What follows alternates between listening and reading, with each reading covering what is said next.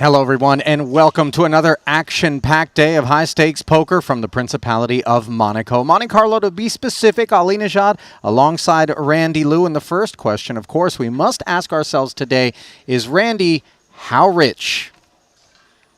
You had a big crypto portfolio, right? You're ripping today, right? Yes, okay. I'm doing all right. He's doing all right, yeah. He just bought that Fendi sweater this morning. He went on a massive shopping spree. I'm only teasing. Obviously, no matter how well we all have been doing here this morning, overnight markets, very, very green. The greenest of markets was that of Alex Foxen, who yesterday was crowned the newest of our champions. For those that missed it, let's take a look back at how the 50K took shape. Spain's Yaman Nakdali was the final table bubble boy, and then Alex Theologius, who's very much been knocking on the door of a title, was a bit incredulous about the fact that Foxen would find himself 2 overcards versus 2 8s as Theologius got it in. Outflopped on the 10 high board. No help on the turn.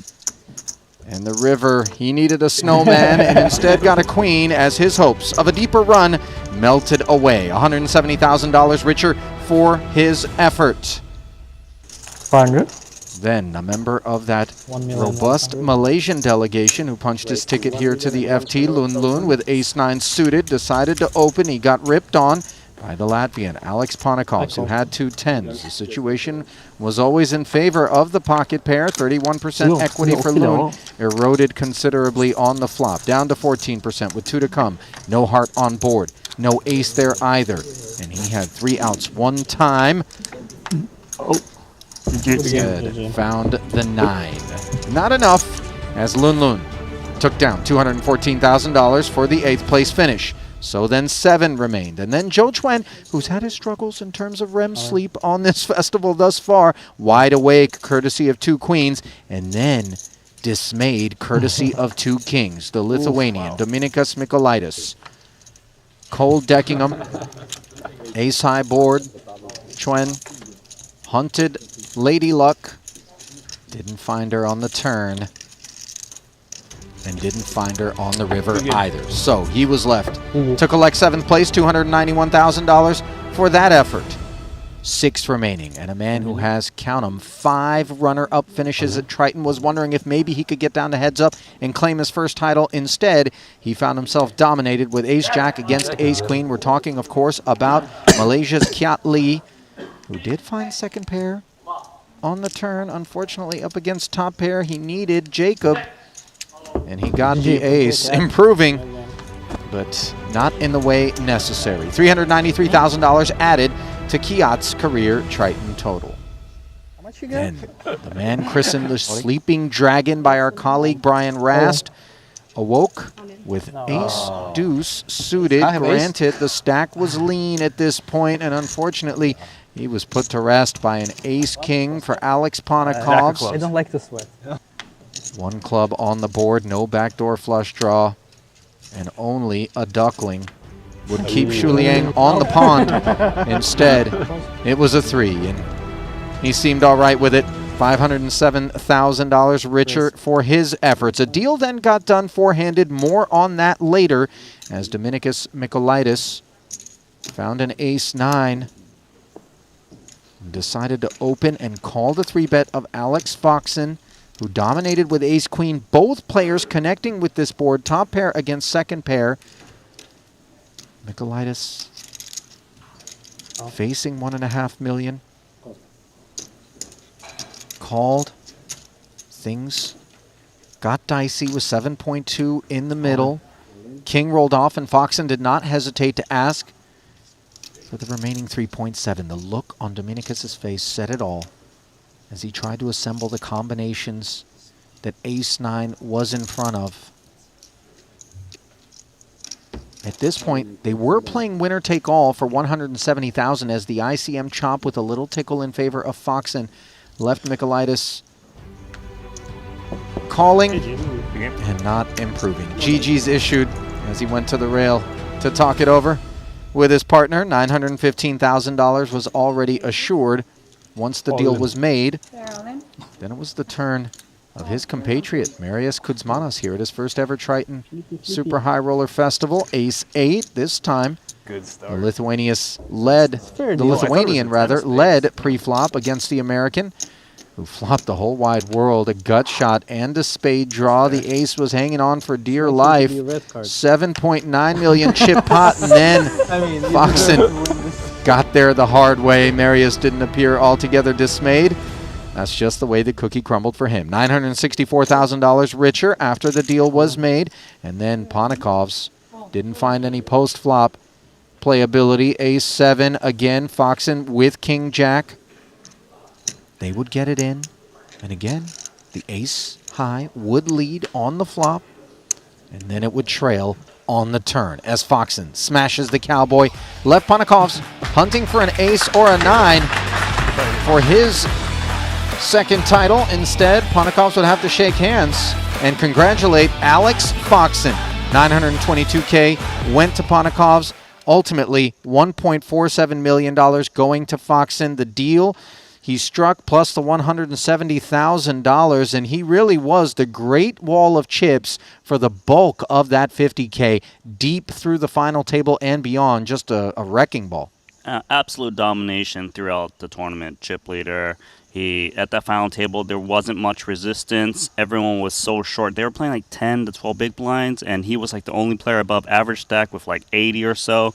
It was just a matter of who's going to get second and lower, the way it was shaping out throughout that final table, and eventually he did just take it down. And Foxen kind of picking up where he left off, which was quite some time ago in terms of his presence here at a Triton Super High Roller Series. We last saw his talents with us 2019 in London. He did min-cash the mystery bounty here. Obviously, his career has been incredibly illustrious since we last saw him back in 2019. Were you surprised at all that he struck a deal four-handed?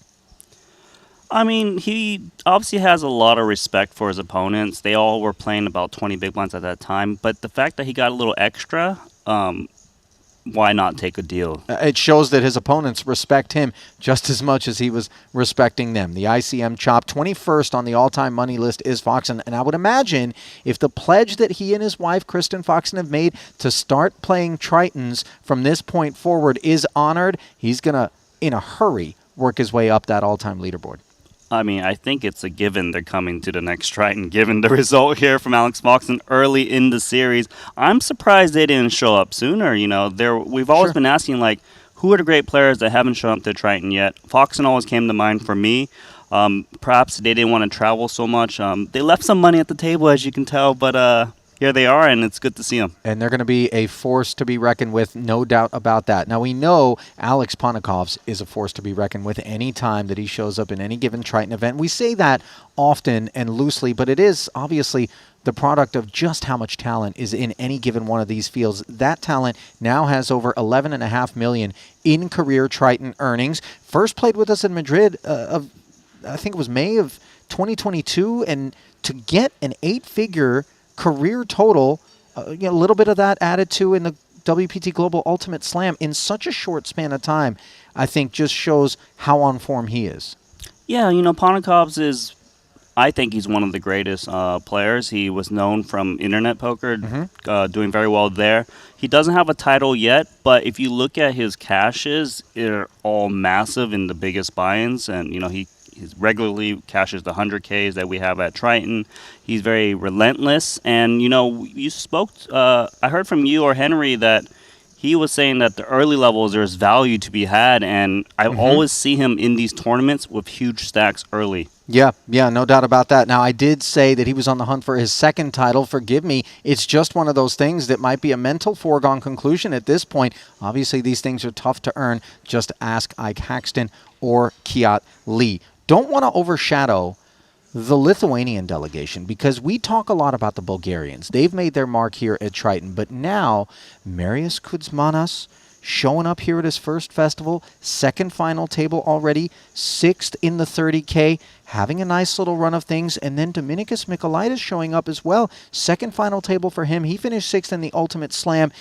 there's just something in the air, something in the water. I'm not sure what it is, but maybe people need to book some flights to Vilnius. Used to be Vienna that we talked about. Maybe Sofia is where you need to head. Just figure out what it is that's helping these guys ascend and do so in a hurry. Well, I mean, they seem to be tethered very closely, 2 6th places for each 2 final tables. Yeah. Of course, they would like to do better, but Lithuania, one of those places where I think we don't think about too many players from there that do well, but there's just so many silent crushers. I'm sure there's more emerging other countries that are just going to show By the way, world-class play. if the islands are maybe more your speed, then perhaps you can book a trip to Athens and figure out what it is that has Alex Theologus doing so well for himself. 9th 2 days in a row and 3rd in the Ultimate Slam for the Greek. I mean, Theologus was one of those guys actually who had a really bad run one of the series prior, but he's been holding his own here in Monte-Carlo. He's cashed every single event he's played thus far. 2 final tables, 1 final table bubble. And he's a bounty specialist, Listen, don't feel too bad for him because, as you just mentioned, Randy, he is a bounty specialist. And while we don't have video of yesterday's mystery bounty draw, which I was happy enough to be a part of, as always, Alex Theologus was far happier. Why, you might ask? Because with a mere 2 bounties, he was the lucky man that drew the 400K envelope and did so courtesy of the fact that if it was gold, it was for all of it. All of the other premium envelopes had been collected. He squeezed color, and then he knew 400K was his. Really nice performance for him. And we can actually dive into the Triton Poker Plus app, which now publishes the total haul in terms of mystery bounties. One thing that you do need to circle over there is just how well Roman Hrabic and Sam Muller, with 8 and 7 big blinds respectively, if not the other way around, did an extra $500,000 going to each of them after chopping the event heads up. Andy Nee finished 22nd. $34,000 was the haul from the prize pool. But then with just 1 bounty, Randy, how much did he pull out of the drum? $200,000. It's like he final tabled, you know what I mean? He 7x'd his payout. So obviously delighted was Andy Nee. So with the 40K mystery bounty officially in the books, the 50K in the books, the 100K was upon us, and we did get a little bit of coverage of it as you were here in the booth for it. 131 entries, 85 total unique players. We only managed to get down to 52 last night, a long way from the money still, as that bubble will be at 23 players. The min cash is going to be $152,000. First is going to pay a whopping $3 million and change. Top 4 all going to have themselves 7-figure payouts. And the man at the top of the leaderboard, Randy, is Fedor Holz of Germany. Just an incredible run for him.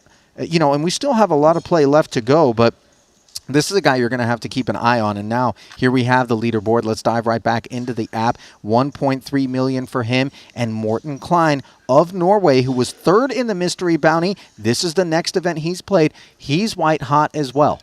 Yeah, and actually, after me and Henry finished commentary last night, we went back to the hotel. We saw Morten Klein, and we had a little chat with him. We're like, well, what are you doing? What's so good? How are you getting all these chips all the time? He's like, they always try to bluff me, and I called them without top of range. So he knows what to do. There happens to be a formula then, it would seem. By the way, let's not sleep on Fedor, who's hunting title number 5, looking to get his banner hoisted up here in the arena. Theologus, again with the stack. Randy, 3rd place overall. The guy's got 71 bigs, $1 million in front of him. Damage certainly can be done by him. He finds himself on the blue table with Ponikov's being there, finishing 2nd the other day. Hrabic, obviously a title here, already under his belt. These are characters that we're going to have to contend with in a major way. It's just crazy how consistent some of these guys are. You're right. Theologus seems to be the most consistent so far. And he's not just sliding in with like 2 big blinds and barely cashing. No, he's always there with big stack. It's a very tough feature table there. Hrabic, of course, winning a trophy already and having, Watson, Ponikov. It's just, I don't want to be there. All right. I mean, listen, I am hard-pressed to think about tables that I do want to be at in terms of just how difficult any given one is out of Triton. Let's quickly talk about Fedor's table, by the way, because he's surrounded by final tablists. Oh, yeah. He's got 3 guys from last night, 3rd, 4th, and 6th place. They finished Kuzmanis, Liang, and Kiat Lee. So, revenge? I mean, I don't know. Those guys can't take it out on Fedor. It wasn't his fault that they didn't end up hoisting the trophy yesterday, and we are just moments away from bringing you those two incredible feature tables as the business end of Triton here in Monte-Carlo begins to take shape. This 100K, all eyes on it, no question about that. So good to have you aboard as we send it down into the arena to pick things up here. Event number 6. 8 Max will be the action, live from Sporting Monte-Carlo, brought to you by WPT Global. We're going to give you a look around the rest of the room, of course, never fear. And that look starts off with what looks like Igor Yaroshevsky. Is that Brian Kim there? Yeah, 14 bigs for him. Been a good week for Brian Kim. Already picked up his first title. Yeah, sure did. Oh, is that KCG in the foreground? It is, and by the way, it might be KCG 2.0 because we haven't seen the blaster on display just yet. Maybe he does it off stream, who knows? Michael Soiza will bring 19 big blinds to the party. Oh, he's sporting my favorite Triton hoodie. Love that one.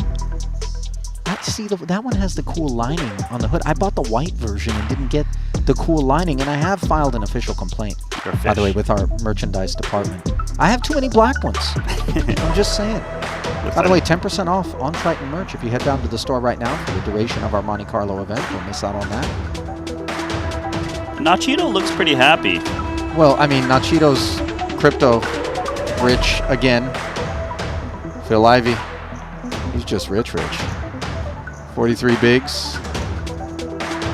Alex Kulev, Artur Martirosyan, Tom Fuchs. Juan Pardo. Nacho's got his hands full with 26 bigs, man. Don't get too excited here. Whatever happens, he's going to be doing just fine today. Yeah, I think so. I think this buy-in's been covered, if I had to guess. Wow, this table is insane. Martirosyan, Kulev, Ivy. I also would not like to be at this table. I concur, Randy. Not a good one. One could argue it's a great one in terms of the talent. There's Orpin Kisichakoglu, 45 big blinds in front of him.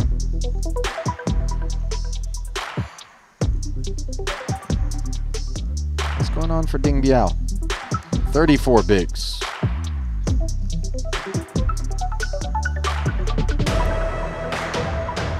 Foxen as well.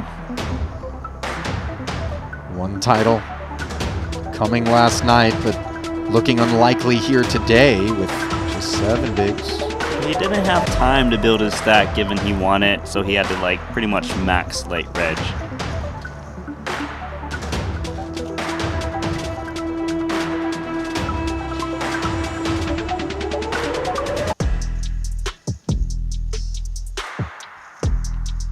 There is the trophy that awaits today's champ. That trophy comes with a big payday. That it does. 3 million and change. 4 7-figure payouts are going to be available. Min cash at 23 players will be 152,000. Shortest stack in the room belongs to Foxen, by the way. Espen Jorstad also sitting with 7 bigs. As you get a look at all 3 of our features, where Nikiforov, 18 bigs, will be shortest at the red table. Fedor reigning supreme as the overall chip leader there. Theologus, 71 bigs. Good runway between he and Andy Nee. Roman Hrabec, title under his belt. Part of that 10 big blindish crew that includes Sergio Ido and Dan DeVoris. And then Steven Chidwick, 14 big blinds, will bring up the rear at Camp Roland Rokita as the Austrian leads the orange table. 760,000 deep, blinds of 10 and 15K with a 15K big blind ante. Brought to you by BetACR.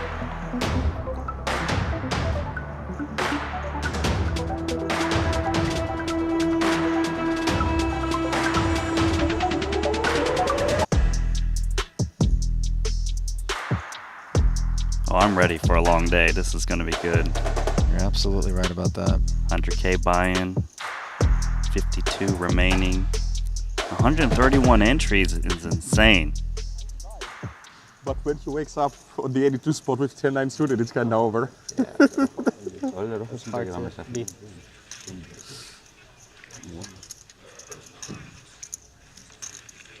Yeah, I was thinking, did we make a good deal or not? Seems like yes.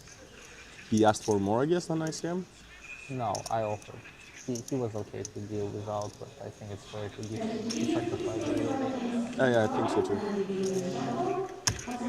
Bueno, We gave 6k each. bueno, ciega pequeña, tampoco. I think fair amount would be like 10k each, but I mean, I think 6k is fine for him. Cards Yeah. just about ready to Yeah, get I in think the so air. too, 'cause maybe so. Theologus and the crew chatted up. Did you catch that? Apparently they gave So I was trying to 6K find a each fair to amount, Foxen. a little bit lower. Yeah, I mean, fair amount. negotiating skills. Do you think Foxen bullied them into the extra 6K? No. From the conversation, it sounded like Foxen was okay just doing straight ICM, but Ah, okay. I was Ponikav's scared. negotiated to all give him 6K for some reason. Probably knows Because it's everything. fair. He's not going to do well as a car salesman, I'll say. I mean, Here, take I'm not putting them on my lot. That's for sure. He's like, listen, don't pay this price for this car. It's not worth this much. take my commission.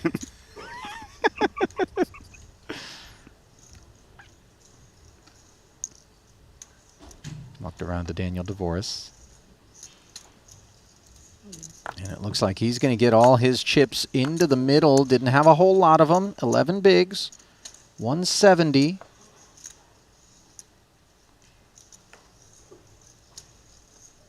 It's like 7 bigs. 170. Oh.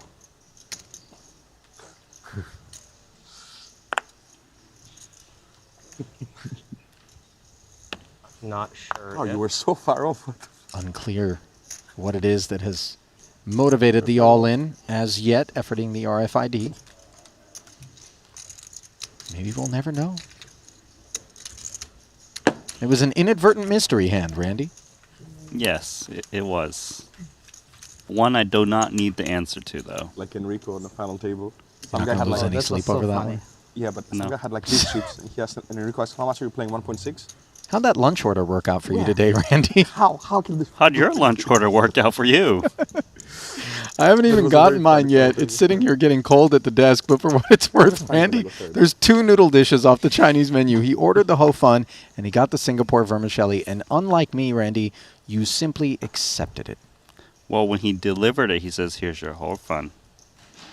Ooh, he had his wires crossed. Yeah, it was the same guy who gave you the. Pull the trigger. He got mine right. I don't know what to tell you. Yep, and then did not call in the. He's the kind of dude that right would have given me an moment. extra 6K in an ICM chop. Block fishing. I don't know what happened with you. Yeah, Enrico bluffed and folded. So. Jack 8 now for Kravitz in the small blind. He's thinking it over. Have you checked your bluffing spot? Yeah. Marginal? Gonna be happy. Yeah, so like. See a fold come in. Yeah, 105,000. At the same hand, Not a just whole some lot. king deuce, but not king DeVoris, two, of whatever. course, Run. a little bit more than he had moments ago, but he's going to Supposed pass go with king high a lot. his chips in Yeah, the big that blind and makes big sense. blind Annie I think right on he over to will. Roman. Sometimes. I was thinking as well that it's easy to overcall the spot. What is this to overcall? Interesting. I would think it's easy to overfold, but I was even thinking maybe queen 5. interesting. Well, then it would be a very, very big Don't mistake. bluff against me. Message received, sir.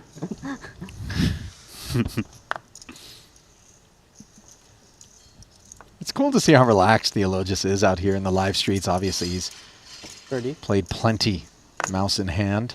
He's been like this throughout the week on our featured table. You He's know? really settled in. Yeah, even at final tables, I really like the guy.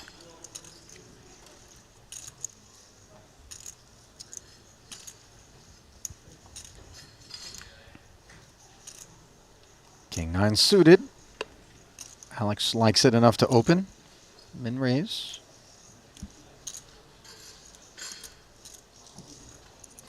Just queen 10 on the button. And it's calling. So this is something I'm not too familiar with, flatting off of 9 blinds in position. I guess he feels that it's too good to fold, but You have 110 not much behind? fold equity. Started with 135. Oh, fine. 5, 6, 7 flop. 2 overs for Hrabets. Same story for Panikov, but the benefit of a gut shot. No club on board for him. I imagine with a 9 big blind flatting range, it's like aces, kings, and medium broadways like this. The numbered stuff, they wouldn't really be flatting, like 8, 9 60. suiteds. Nicely done. Ponikovs. Tidy little pickup there for him.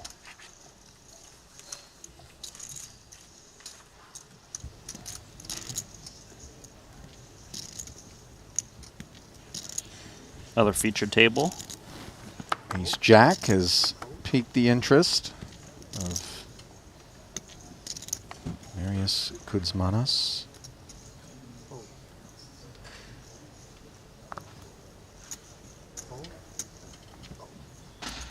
No takers.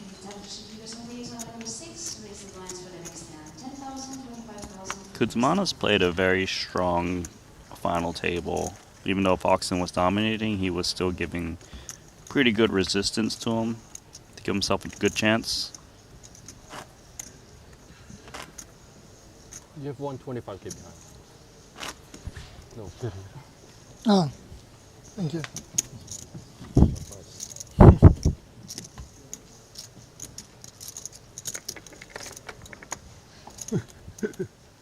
Your wish.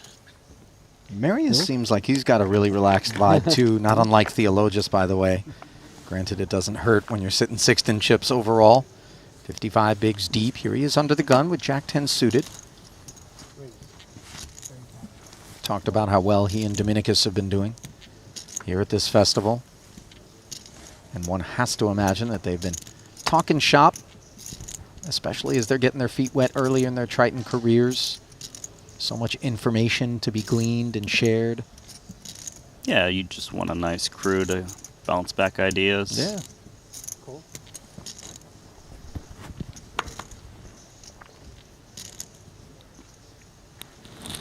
The way this often plays out is squeeze jam ace queen and 9s calls it off. Well, Nikiforov, shortest stack at this table, coming in.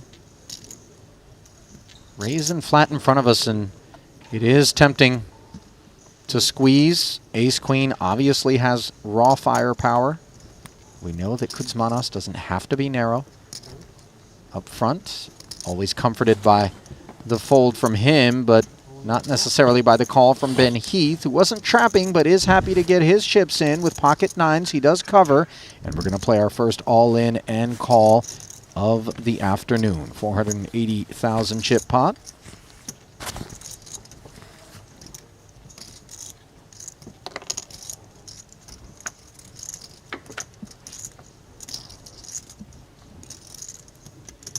Ace 8-7, top pair for Nikiforov. Everything coming together nicely for his prospects to double up. Top 2 now. Doesn't really make a difference. He just needs to avoid a 9 to keep his seat and do so with twice the chips he had. Job done. Nice. To about 32 big blinds or so. Ben Heath down to 205k. Half his stack is vanquished.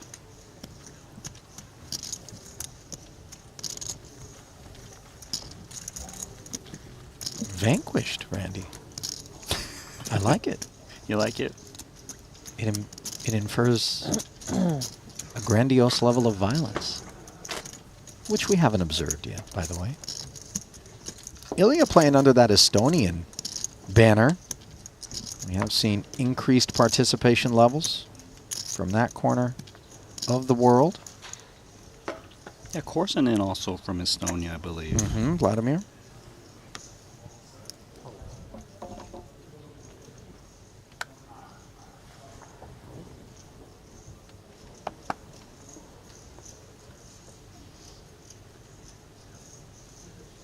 Quite a few Estonians have worked their way through a Triton event. Rano Sutla here at this festival. Ragnar Tumpere also, I believe, joined us first here in Monte-Carlo. Actually, he was in London 2023, played a 25K PLO, and then played the Mystery Bounty and cashed it, did Ragnar, last year. And, you know, whenever you see kind of random heads popping up from smaller demographics, you have to wonder, is this word of mouth? I think it is. And Usually. I think 2 10s are going to snack on Ben Heath once more as he tried to open. Queen Jack promptly disciplined and guided into the bin. Nice little start for Ilya. Yeah, Ilya trying to take all Ben Heath's chips. Ben Heath now down to 175K after that raise fold. Just getting our feet wet here, as are those of you streaming us live on the Triton Poker Plus app, Twitch, or YouTube. A warm welcome, as always. Randy and I are monitoring the YouTube chat in particular. Roll call, let us know where you're streaming from. I always love that. Helps to support just how international an affair this is, not simply from the attendees, the warriors who come to test their mettle here at Triton, but also those who love to watch them do it. Who are you rooting for? What's been your favorite part of the festival thus far? How crypto rich are you? Yeah, we really don't need that last part. I don't know. Because you're all rich. I might need it. Oh, sorry. These are offsuit, yeah? 9-3 offsuit on the button, confirmed. The card reader working? Listen, this is Fedor with the chip lead, Randy. Ask no questions. The man's got the puck and all the heart you could ever want. Gilles Moréhan, 6-3, happens to be dominated, but does defend. Nobody likes this board. Well, I mean, Fedor doesn't mind it too bad when he misses because paired boards tend to just get tons of check folds from the big blind.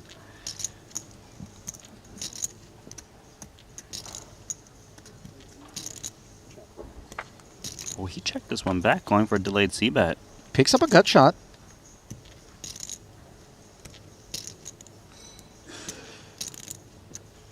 Curious to see if Fedor bets the turn or does he wait for the river to take a stab. I can really see it go either way. Perhaps if he fears getting check raised, maybe he tries to realize equity first and see if he gets 3 checks in front of him.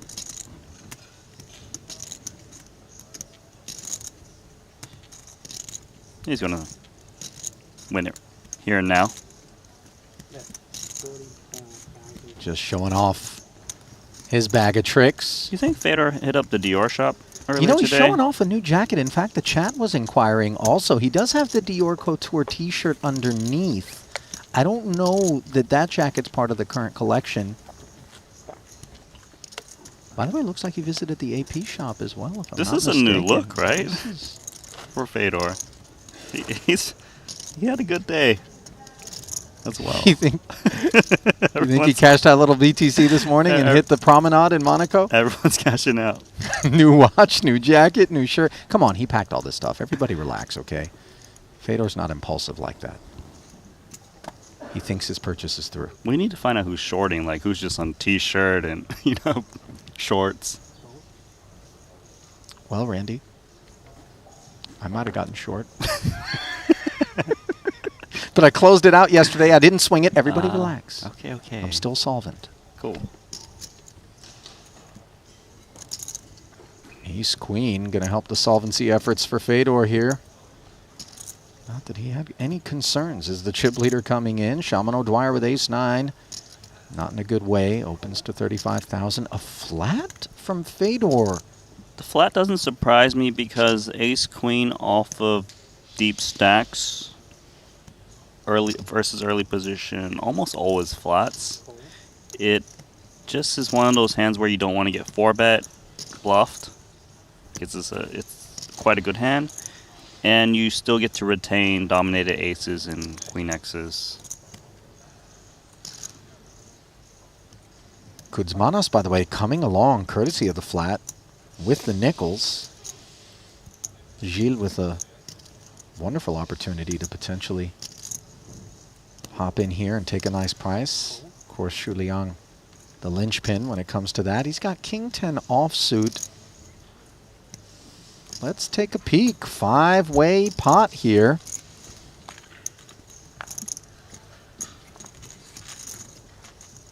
Note, by the way, that Fedor would find himself heads up in position had he chosen to 3-bet a decent size, as one has to presume none of these other hands would have been involved. Instead, here he is, top pair, top kicker, couple of gut shots out there for Gilles and Shu Liang, who's got the better version, and the King of Clubs dangler. They're both checking to O'Dwyer. The opener has second pair here, but I would imagine that queen in this board texture, he's not trying to get chips in. No, definitely not. Not 5 ways. Usually someone's got a queen in this spot, which is Fedor. We're just about to break table 6. Decent spot for Fedor to try to thin the field, and then maybe slow down if he gets a lot of resistance.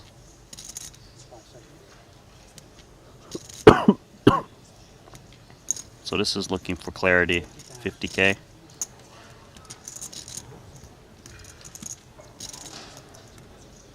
Fives with the easy bin. Gilles also pair and a gut shot letting it go. Does have a couple of guys left to act behind him? Yeah, it's also because, yeah, it started 5 ways, so the player betting has got a stronger range. So it's just rarely he's got the best hand. And his out, the jack, which makes him a straight, brings a 4-liner. And when 4-liners arrive, it's very hard to get paid off more.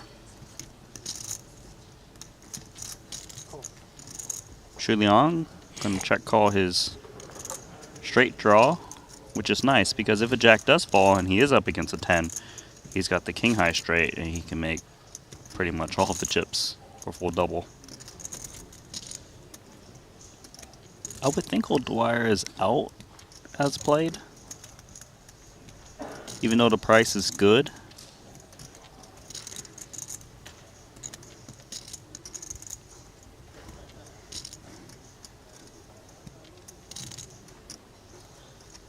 He's giving it a good think. He must be thinking, okay, if I improve to trip 9s, I make aces and 9s. How do I go from there? Can I get value? Occasionally he's got the best hand, just not very often at the moment. Does make the call, another 150 into the pot. The driest of turns here. Really nice if you're Fedor. I would feel very good if I'm Fedor in this spot. I still need to charge 2 opponents on this board texture. You know, Jack 10, King, Club. These are very bad cards for Fedor. He's often up against a worse Queen. Or like 10-9. These things that you don't want to give free cards to. I just think that if he was beat, you hear from it a lot on the flop. Unless it's like 8-9, which was bottom 2. They might play it slow. 340 in there. Doesn't it feel like you don't want to let anybody take a free card off here with this texture? Yeah, so he probably will be betting with position. If he was holding a weaker kicker, he probably checks it back like Queen Jack. The ace queen is just pure value. 225,000. Liang, snap mucks, back over to O'Dwyer. Has to respect Queen X combos that would have flatted. I don't know whether or not he puts ace queen in the camp. Yeah, but not just Queen X combos. He loses to set of 8s, set of 9s, 9-8 suited, Jack 10. And away goes the ace-9 appropriately as Fedor continues to add to the chip lead he brought in, but he has ceded that chip lead, Randy. At least going into that pot. Ossi Katola, who's been at the top of the leaderboard already here. He just reclaimed it courtesy of that pot, but the Finn with a few nice pickups. Played a king-jack against Yaroshevsky, hitting top pair on the river. That was a little bit of a boost, taking him up to 1.1 million, and then he found pocket queens against Wei Liang Chan, who had ace-king. They got it all in pre. And Ossi now finds himself second in chips overall. I'm excited to watch Katola play later. He was splashy and very fun to watch in the previous events. No doubt.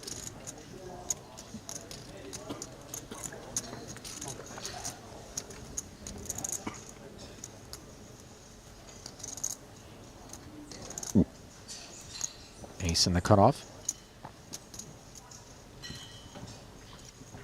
Up we go, and not just the min, but a full 40,000 here from Marius. Gilles with a pretty one on the button. I would imagine a 3-bet jam candidate, potentially. Definitely a candidate. Could also flat. I think both options are reasonable. Yeah, I guess he's a little bit deeper than I realized with the blinds at 10 and 15,000, but he doesn't even come with the 3-bet. Just flats, and now Ben Heath, the ace-jack, becoming a bit more attractive courtesy of that flat in front of it. Yeah, extra value. This is pretty much a no-brainer jam off of his stack. And not only did he get there's like a flat, which he perceives as weak, there's the little size up as well, which is nice. So the ace-3 has no further interest for the extra 120K requested. I think the king-queen is in. Yep. Yeah, sorry to interrupt, but no, yeah. No. And Gilles will play for 385 as Ben Heath sent a lot of his chips over to Ilya Nikiforov in a couple of exchanges. Here Ben he is taking the surely best of it. thinking, I'm going to win one, right?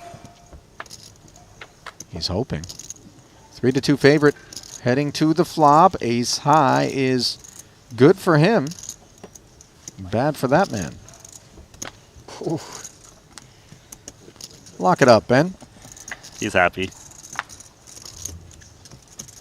Always nice to see these guys who can be so intense. There's Relaxed, about a smiling, 50% enjoying chance now you themselves. bust the next 3 hands. I only have like 1 or 2 hands left, so. Okay. It's so easy at times when you're watching them in the middle of like a big decision, in the middle of a pot, to think like, this just has to be torture. Who would voluntarily subject themselves to this? You know, Mike Watson's one for me. I love Mike. And you know that he's chill. He's not like, but when he's at the table, it always looks like the gloom and doom is just surrounding him. And yet we know that he's very successful, plenty of friends, like, he's well adjusted to this Mike, if world. you're listening, you're welcome to come to the booth and punch this guy in the face. No, you're welcome to punch Randy. Come on. I'm lovable. I would direct everybody toward that Instagram post we had where your alter ego, a-hole Randy, was on display. Funny It was is a that bit. my daughter always asks to watch that video. That's the only thing she remembers. Is like when you throw the hot coffee at the guy or whatever. Slapped the papers out of my hand. It was a pretty funny post. Going back a ways. Going up a ways is Shaman. Pocket nines. Heath fresh off the double. Suited and connected. Did have to open and fold a queen-jack offsuit earlier. Different situation here. Could see him flat. Looks like he's thinking reshove. Wow. This is strong. I mean, O'Dwyer under the gun with the open, by the way. Granted, deep stacked. I think O'Dwyer's calling this one off. How much is it? Should be 385. He asks for the count. Nines is a good bit of kit. I'd be pretty surprised if O'Dwyer would fold in this spot, especially with the stack he's playing. It is roughly half of his chips coming into this pot that are on request in total.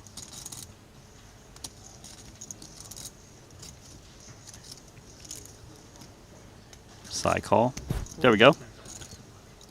he will be quite pleased not to be up against the overpair. I think he always had the sense that over cards are a big part of the puzzle.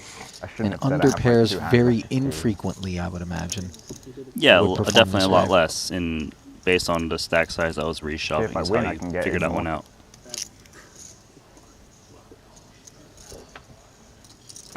With a chance. Let's see, 3 to bring things into focus and an 800K pot, and that focus is upon Ben Heath, who is lagging behind. Backdoor clubs and straight options available. And add 4 10s to the mix, courtesy of this ace. Can Ben spin? You want? No. 9s hang on. Heath issues the GGs. I mean, Heath was involved in like every single pot. He sure was. Lost an important one. Would have got him up to 800K in chips. Took the higher variance approach to that Queen-Jack suited. He did. You're right about that. Obviously accepting his fate as Dvorak accepts pocket deuces as potentially his last stand. Button jam to 170 at one of our other features. Vogelsang deliberates with a7. Yeah, this makes sense because Dvorak is jamming all worse aces, broadways in this spot. A7 is just enough. No, I can't waste the energy. Come on. Or just be throw here. No. Don't make it weird, Roman. Just Alright, no deuce on the board. hold me. The oracle has spoken. Sabic with the title already here. Dvorak apparently trying to vampire off some of that run good. Here with the deuces, he's doing all right so far. Is he squinting at the flop or are the eyes sealed? Unclear. Oh, what is clear is that now he's behind and he needs a 5 or deuce. Roman's trying to get him to open his eyes. Oof. Oh, it was the wrong card. I was like, nah, man. All right, GG, guys. GG. Ace is up in the end for Vogelsang. As Dvorak takes his turn. Issuing the GGs. Christoph got a kick out of that. Never trying that move again. Yeah, Really right. doesn't work. I think you do get to punch Roman in the arm there after, you know, it goes failing. A7. Yeah. What was that about? Maybe it was the wrong arm. Maybe that was the run bad arm. You know, like yin and yang. Yeah, that was his left arm. Maybe He's right-handed. actually that had nothing to do with what happened in that pot. Did we ever consider that? I don't know. Shall we visit the shop of Shaman O'Dwyer? I Maybe mean, he's got better trinkets that could work. We already know what his opinion is. Do you remember when you brought out the trinket and he started winning pots? Yeah, and then I realized that he had already won those pots because we stream on a delay. But I did get so excited. See, that's the thing about the little superstitious thing. It allows you to have hope, you know, even if it is false at times. I'm not suggesting that, Shaman, by the way. I'm not, you know, don't put a curse on me. I'm going to get hexed. Watson putting 30,000 on ace-jack. Andy Nee, king-jack. Offsuit, and he's going to flat the under the gun open? No, he's going to 3-bet it to 75,000, Randy. More high variance approaches on display. Come on, you know Andy Nee. He from the Cash Game Invitational, he was getting in there relentlessly. So You're right about that. He wants to give Watson a 3-bet and some post-flop. This is a very small 3-bet, mind you. It's 2.5x off of very deep stacks in early positions. The earliest, to be precise. So Watson's just priced in. He's not feeling great about it because it's ace-jack off, but why not? 190K in the middle. 2 whiffs. Watson hung in. 190 in the middle. Presumably he will slip it over to Andy, and then let's see what kind of appetite Nee will display. Well, Nee, when he 3-bets so small, he invites a lot more hands to flat, which means there's more things that can probably just fold to a C-bet, and gets it done. 900K. Stack now after the 90K bet. He wasn't a bad way heading into that spot, but manages to pull some profit out of it.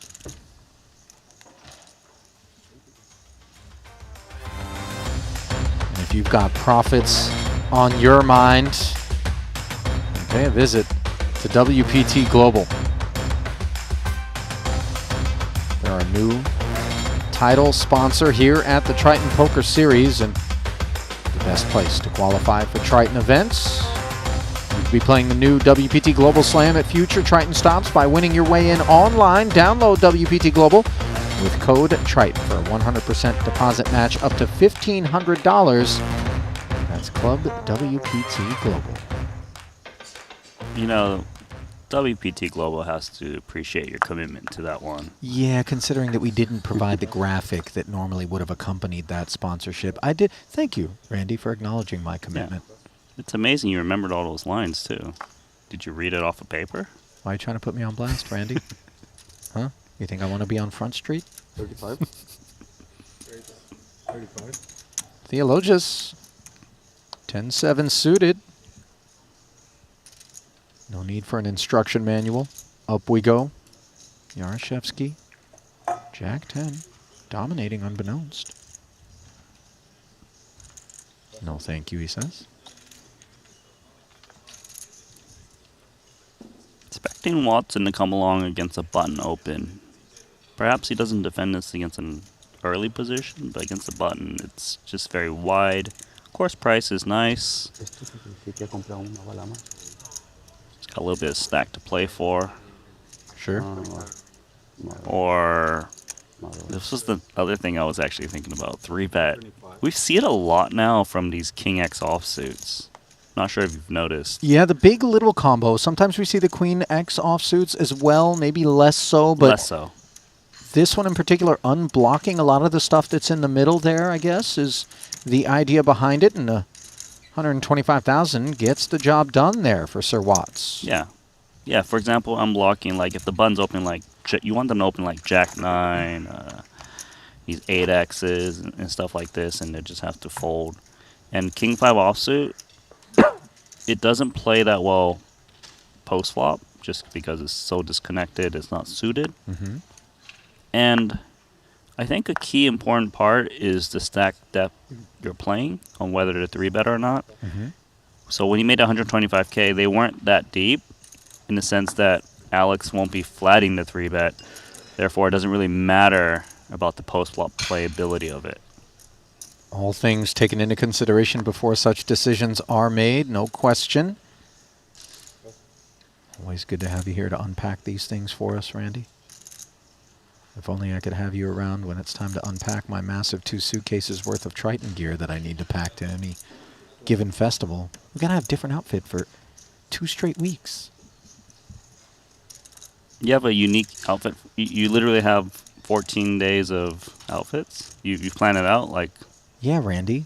What are you doubling up? Are you going inside outs on the on the undies, Randy? You dirtbag? oh, I thought you meant outer clothing. No. Yeah. King Jack 7, as we call Randy's. Just call me a dirtbag. Jesus Christ. If you're going inside outsies on the undies. I'm not. You eat your, I don't know, what is in that bowl? Here's the thing, Randy. If you were, you would never have admitted it. Yeah, right? Of course. You can't admit it. Because it's not like I created a welcoming environment for that, as an unwelcoming King High board continues to be ugly for 4-3 and 5-3. You just have to deny till you die there. Have you ever done it? Admit it, Randy. You've done it. You've done it. I know you're laughing. You've done it. I know you've done it. I've done it. I had to do it. Maybe we pitch this conversation. It's a good idea. I don't know. I'm into it. Do you want to get into it? Not so into this particular board texture, of course, are these two guys. This one was simply limped pre-flop. We could see stab from someone. Just thinking this board is so dangerous. I mean, no showdown value, obviously, both playing the board. And there is the stab. A little pocket knife. 15K. Watson leading out. So is that a soup you got there, buddy? Don't worry about what I got, Randy. No, I actually want to know. So if it's good, so I can order it in the future or not. I may or may not have a wonton soup in front of me right now. Thank you for asking. Did you add your own wontons with those dumplings? What do you think? I'm a DIY soup guy? No. Do you think I got a ramen packet? All right. Do you ever save the ramen flavor packet? Oh, I have a lot. I'm just saying. Sick read by me. Yeah. I knew. Move below the okay. By the way, that's the instant noodle equivalent of going inside outsies on the undies. No, Just so you know. Yeah, that's a dirtbag move. Just throw the no, packet it's a away. dirt bag if you open it part way and you keep the rest. You're right, Randy. You're actually right. As long as they're sealed, I suppose I'll allow it. Ace 8, handy knee, small blind, plenty of hand. Snap call from Sergio Idol. What's he got? Drum roll. Looking like Queen 7 offsuit. What he didn't have was a ton of chips. All in for 110,000. 2 clean cards. Things could be worse for the Spaniard. 205,000 chip pot as he hopes to maintain his presence in the 100K, and this is not the board that helps him do so. 2 4s, a 10. Can we find the queen or 7? Not on the turn. Now Ido. 6 outs, 1 time. And the 9 of spades is not one of them. Showers for Sergio. I mean, he's really put together a career. It's kind of made an argument for possible Hall of Fame status down the way, but what he hasn't done is cash thus far here in Monte-Carlo, his 5th brick so far. Flipping it back over to the other feature.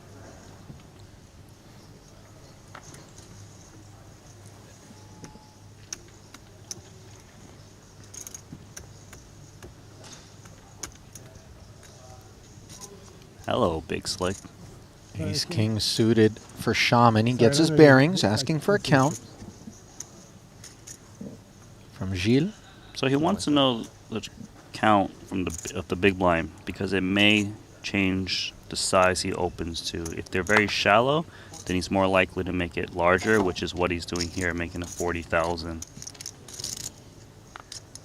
And the reason behind that is you want to cut down the odds a short stack is getting because there's a low stack to pot ratio, and then they can kind of just get it in and get to realize their equity without making that big of a mistake post flop.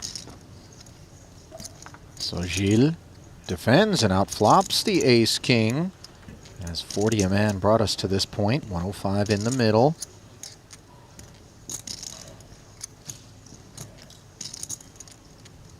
Stop and go. 20, 35. In comes the rest. O'Dwyer doesn't love it. He does interact nicely with that Queen of Diamonds, though. He could still have the best hand as well. He's in. Yeah, maybe some spade draws activate in this way. But on this occasion, it's not that, but a pair of 8s, which is in front for the Frenchman.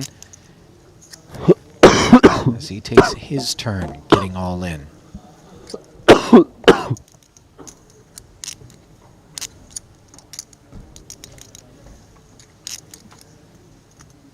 Five is clean.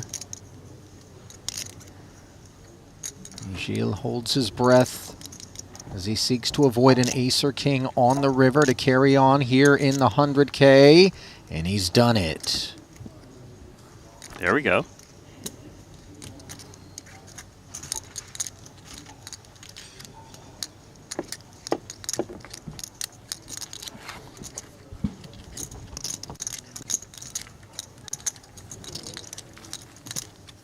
Bigs now. Playable stack. Can kind of loosen the collar there a little bit. If we're Gilles. This is his 2nd ever Triton event. Showed up for the 50K 8 max. Did not cash. First ever festival. And we have seen a good deal of French participation, Randy. Obviously, given that Monaco is down on the south coast of France. Maybe a short drive or flight to get over here. Kind of like you from Melbourne. Yeah, very short 24-hour. What'd you do, Emirates? Qatar? Oh, Qatar's nice, Randy. It is nice. They do it right.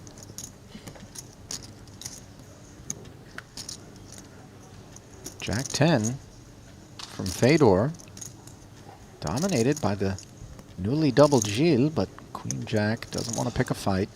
Ace 5 for the Sleeping Dragon. Oh, he's fighting. Which way? Likely flat, but this is a candidate to actually 3-bet from the blinds, similar to that king. I mean, the presumption is that Fedor's going to be opening wide, in particular from the cutoff. And does he jam? Yeah, Shu Liang breathes fire.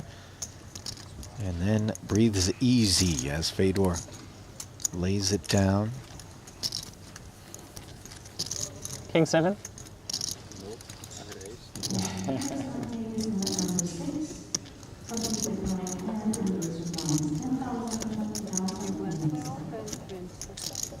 Blinds up to 10 and 20K. Bad news for the shorties. Looking at the overall landscape. Shortest stack in the field is the Belgian, Thomas Boivin. 3 bigs in front of him. The only sub-10 big blind stack, by the way. Stephen Chidwick, 12 big blinds, 42nd of 43 runners. And KCG down toward the bottom of the leaderboard. He did ninja his way forward into the money, I believe, the other day. He came in with like 11 bigs and then just continued to cobble away. Yeah, he got 12 for 134,000 in that 50K.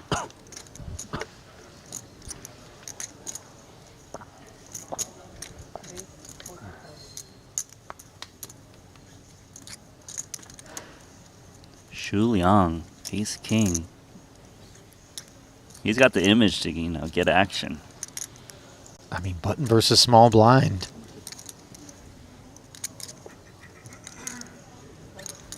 Gilles opening to 45,000. Is it going to be another stuffing?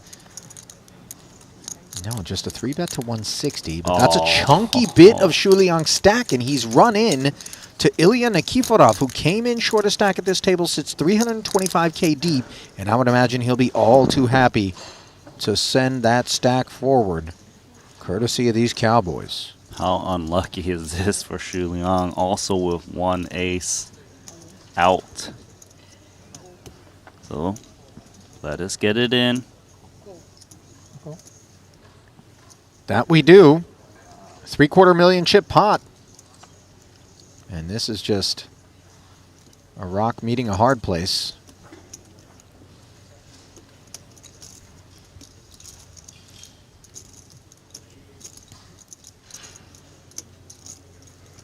%34 equity for Shu Liang. He is the covering stack. Blind versus blind. Modern day cooler, and the ace finds its way to the board. Ilya obviously disgusted by that development. Quite the opposite sentiment for Shu Liang.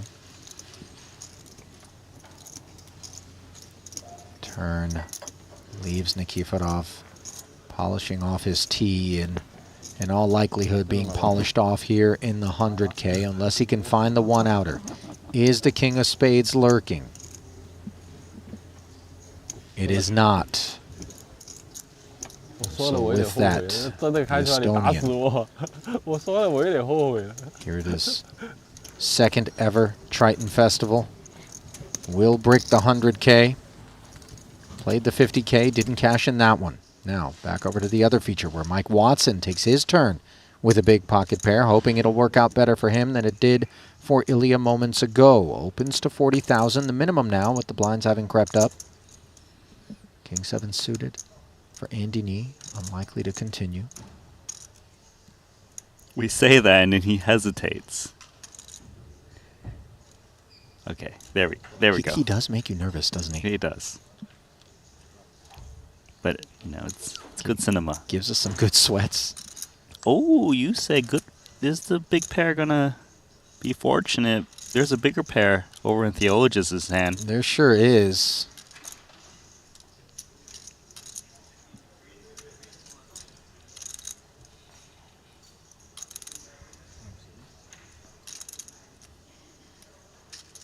Pocket queens mulling it over here. 3-bet dialed up. 140, the official sizing. Yarshevsky's ace-10 withers.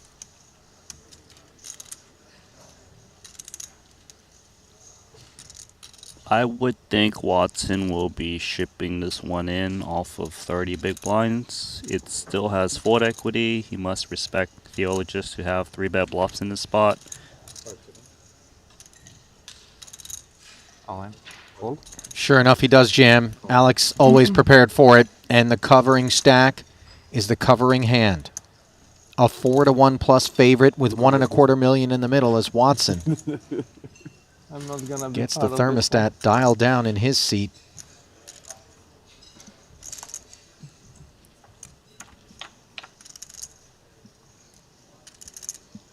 And things cool off even further on the ace-7-6 board. He does have hearts working. Not anymore.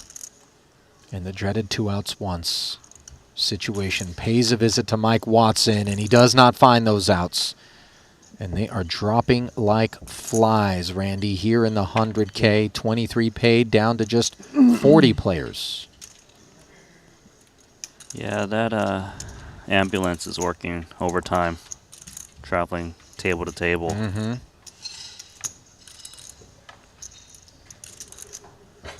And once again, Theologists stacking chips. You're so right about it. Deep run incoming. We did begin the day with 52 players. Espen Jorstad, who was short stacked, got showered. Alex Foxen also found the exit. Wei Liang Chan, Aaron Zhang, Jamil Wakil busted. We saw Heath DeVoris out of there. Chris Brewer didn't happen on screen, but he too met the end of the road.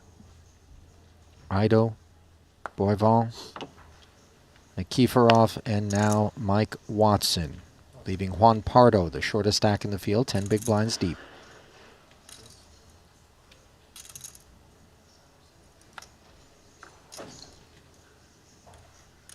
Yarshevsky. He's got 12 blinds. And a good hand. King Queen. Mucked around to a small blind. Certainly feels like an opportunity to go sailing.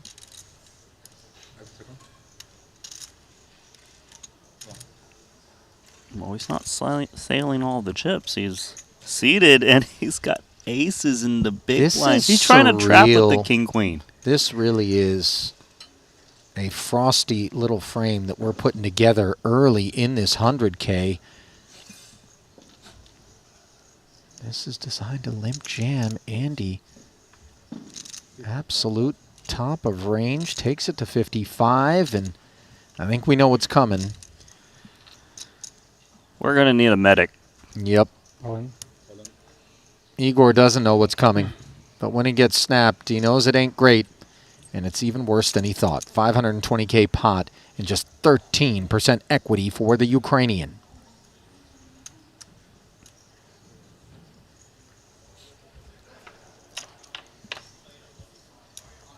To the flop we go. No immediate help to Igor, who could very easily find himself drawing dead on the turn. But instead, a glimmer of hope. Is it going to be cruelty, a tease, or is a king or a queen available to keep his bones parked? There's your answer, as the 6 of spades claims a victim down to 39. Just like that. Bam, bam, bam. This is crazy. I mean, we did have a decent number of short stacks coming in, but for what it's worth, it feels like every single time they're trying to spin, it doesn't work out. Or if it does, you get one double and then right away get showered. And they're pretty big coolers Must be for an these exciting stacks. future table at least. Every hand someone is already. Yeah. Yaroshevsky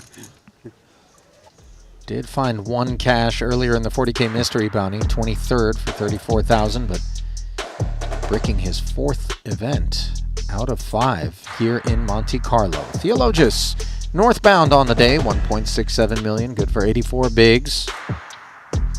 Andy Nee has also performed well, joining the 7-figure club in a big drop-off down to Vogelsang, Martirosyan, and Hrabets, the latter of whom did pick up a title in that 40K mystery bounty and then slipped another $500,000 plus on top of his payday, courtesy of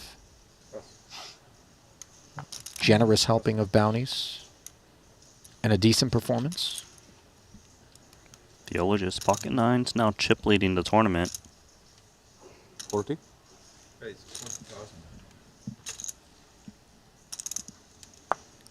Taking that chip lead away from Fedor Holtz, not by much. Fedor with 1.58. Looking to keep pace as Theologus looks to create distance. Button opens could contain far worse than pocket nines. Let's see if Martirosyan with the Jack-10 offsuit can find the bigger pair. No, but he does find a gut shot after defending here on this King-9 deuce board. Middle set for Alex. Does have a diamond for a little protection. Yeah, so this gut shot is enough for Martirosyan to continue. Especially with a big stack opening the button.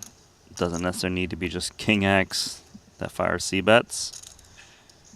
Theologus puts in the min, trying to invite any kind of action, whether it be pair, backdoors, gut shots. You know, it's interesting. If Artur was a little bit deeper stacked, then maybe this sizing would encourage some of what we see from time to time in terms of gut shots choosing to check raise. Right. I don't know off of this depth, though, Randy. I think it's all right just to check call this Jack-10. It's still quite nice. But you know what? Martirosyan says, it doesn't matter if I've got a big stack or short stack. I'm still going to play it fast. Check raise to 75,000. How good is this if you're Theologus? I mean, dreamy. Credit to Martirosyan for finding it, obviously, because Theologus does not have to have much hand in this spot as played. But he is way up in range. And Martirosyan needs a queen desperately. Love this call. If your opponent has a king, you're going to get the rest of the stacks in anyways. And the queen on the turn. From outer space, the alien-like development here that's going to send Artur Martirosyan into orbit. You had to go in. And it's sending a set of nines into the hospital for the time being.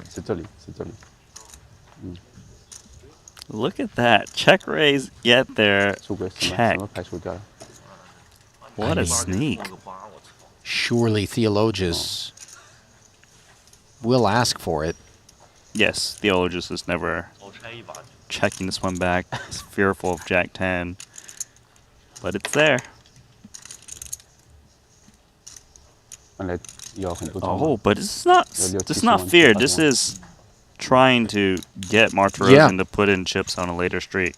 Both of these guys crouching in the tall grass. But what was once predator became prey. It's the set of nines. Showered by the king high straight. 260 in there. 190 effective what we're playing. Believe we just asked for it all from Martirosyan in this spot. Can't necessarily count on a Theologus barrel on the river here. Right, because there was no turn bet, you discount Theologus having an opportunity to bet the river, I would think. And if Theologus had a good diamond draw, it might just rip it in on the turn when check 2.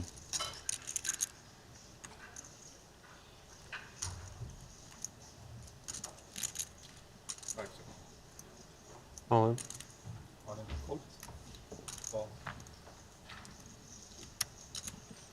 Artur jams, snap, of course, from Alex, who's rolling his eyes, and for good reason. 这有什么技术呀？带头碰顺子。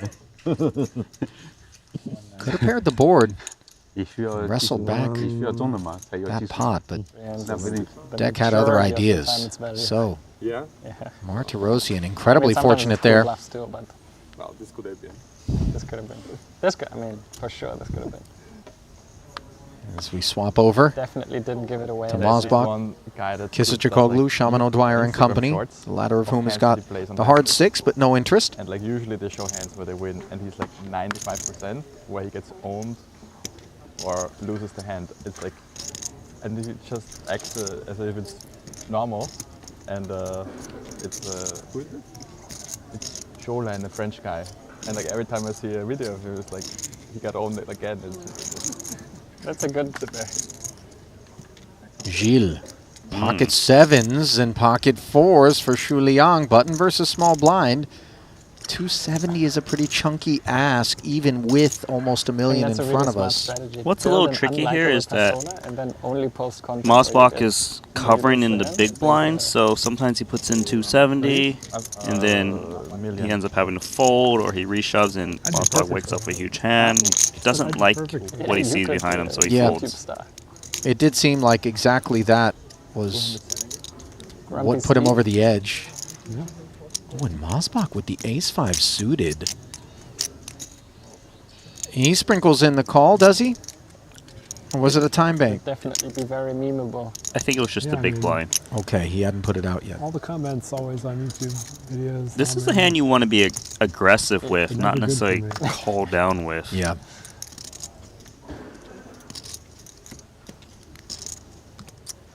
Clearly, there's only a few worse aces in the deck, and you often chop against them anyways post. Now it's a matter of how many I love reading them now. unpaired hands are shoving. Like the Broadways, is there suited connectors in there? How low? He's in there though. Great spot for heels. 7s have to contend with just one overcard. They block clubs. Good fold. And they're Unless there's a four, 66% then bad fold. to double. 2-1 favorite is the Frenchman versus the Austrian. What was I saying about that, Randy? Well, Barry Hines, he needs a jackpot right now. 7 for Gilles will be the only path to an escape here as the trip aces have this pot by the throat. I was a bit confused if it's a call or not. So.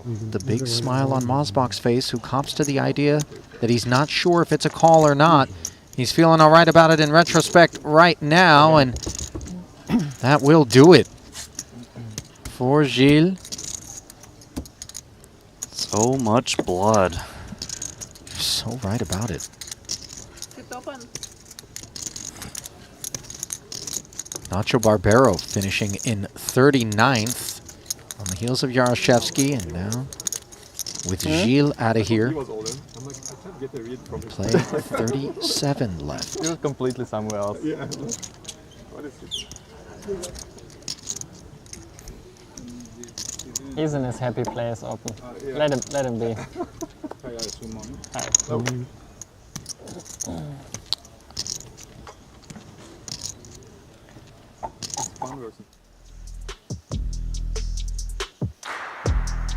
Holtz, Mosbach running 1-2.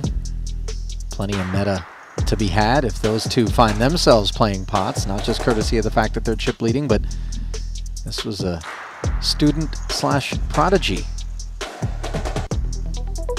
Mosbach, who received some tutelage from Fedor throughout his career. Shaman O'Dwyer in third.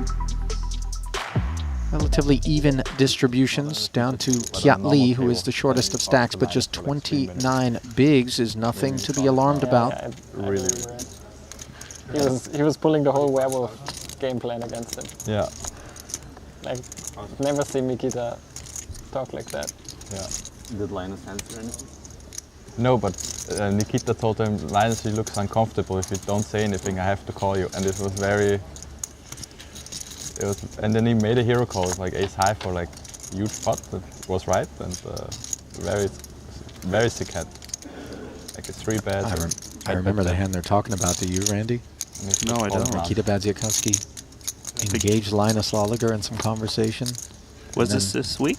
Found the hero call. No, this is some festivals ago. Oh, okay.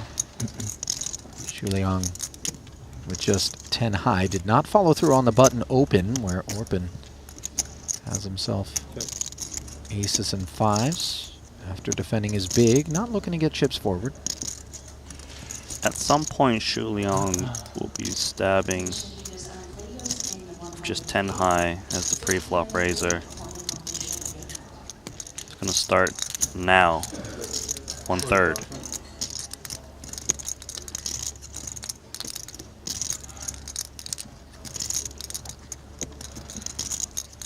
Pot laying 4-1 here. One street to go. Imagine he's got to continue with this pair.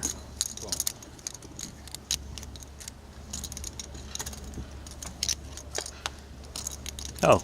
That he does, and unfortunately, Xu Liang binks a 7 on the river.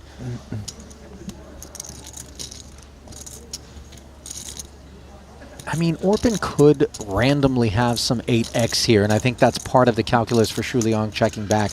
May not expect there to be ace-x across the way, but plays it safe, and you can see the disappointment on Orpin's face, understandably, as that was just a completely random river that happened to down the 5. Yeah, you're right about that. Xu Liang doesn't want to value own himself against the 8. If he paired the 10, then he likely would have gone for value.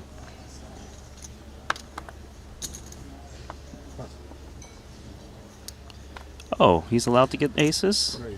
40,000. That he is.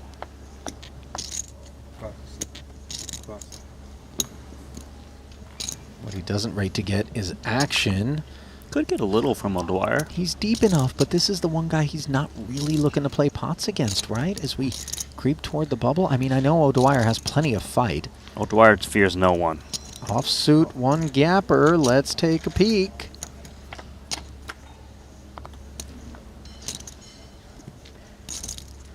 Gutter on the Jack 5-4 board.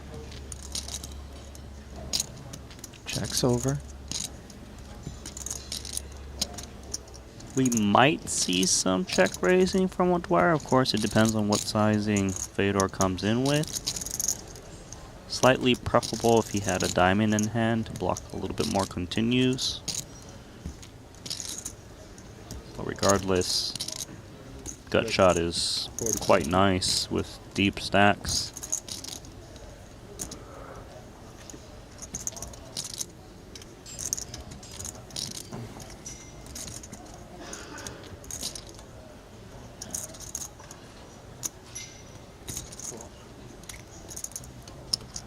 Dwyer. Check calls the 40K follow through. Does not find the 7 that he needed, and this is the middle card on the flop pairing. Will the aces still pursue value or check back for pot control and then see what's what on the river? TBD, although O'Dwyer recognizes that this could be a card that allows him to lead, Randy. Not supposed to be a part of Fedor's kit, and all manner of hands have to respect this line. Yeah, you're 100% right about that, because O'Dwyer has more 5x's in his range. So even if Fedor has a hand as strong as aces in this spot, they might not want to raise just because they could be up against trips.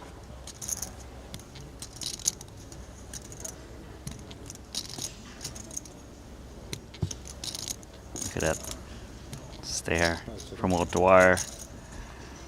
Here's the call from Fedor.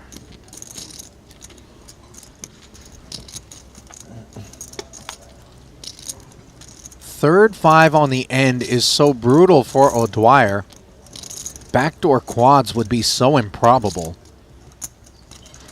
Right, he's reduced his combos that he can rep in terms of trip 5s. But maybe it's Maybe it's a good card in the sense that he's up against aces, so he wasn't going to get a fold anyways. But to bet here is... If he bets here, he might go small, like 1/3-ish, to try to kick out diamonds that are better than 8 high, like a king-queen suited.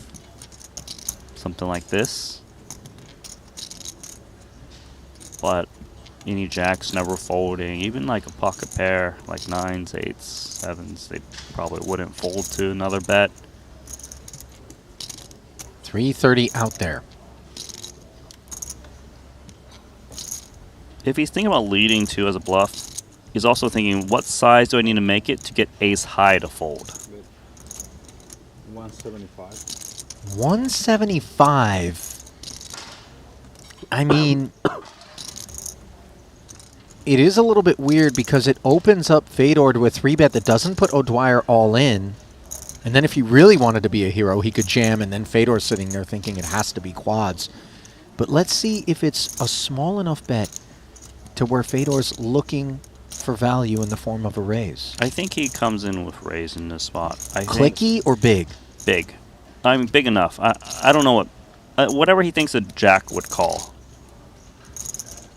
I think if he saw like a full pot-size bet from O'Dwyer, he would just call and he wouldn't consider raising. But against this sizing, it just doesn't seem like O'Dwyer's got a 5 too often. They would go very greedy, rightfully so.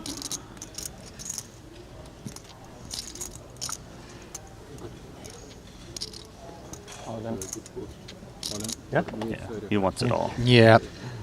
Keeps it uncomplicated, and if you've got quads, take it. My future TikTok channel. That was a good line from That was a O'Dwyer. great line. Shaman suggesting that he took that line in the hand So can we follow now? to create content. Is the channel live yet? Diamond change, please. I don't see Shaman What's the username? being a TikTok creator. Shaman. Oh. O'Dwyer, obviously. Okay, but sorry. I wouldn't put action on him getting into the TikTok streets, Randy. I don't see it. Does he look like a man that has the patience to create content? Can you sell merchandise on there? Because then he can open up the shop digitally. Ooh, the trinkets. Yeah, think about that. Shaman O'Dwyer's lucky trinkets. Yes. Take your game to the next level. Use promo code SHAMAN for 10% off your first Golden Buddha. He won't have to use Etsy anymore, you know? Like, He's not on Etsy. You know about Etsy, Randy. What are you on handmade- Etsy? Handmade trinkets. Personally picked from, I don't know, the deepest parts of Southeast Asia. Shaman does actually travel to study the science of luck. Took a trip over to Japan, where he went to certain villages, got into some conversations. He really believes in this stuff. There's a science to luck? I don't know if there is or there isn't. I know who thinks there is. And by the way, results don't lie. I mean, you know. Shaman does all right for himself. Yeah, you're right. Almost 10 million in career Triton earnings for the guy. 2 titles 45,000. across 25 caches. 0 for 4 here in Monte-Carlo, though. I mean, I don't see one of his trinkets on the table at the moment. Might be why. Do you see it? It might be hiding behind. I mean, it doesn't have to be on the table. It could be in his pocket. It's weird to pull a rabbit's foot out and put it on the table. Kutzmanos, Queen Jack offsuit, raise and take. Showing some of his range there. Off of not the deepest stack. If you're not getting resistance, doesn't matter what stack you're playing. That's fair, but I wouldn't assume that you're not going to be getting resistance out of this crew.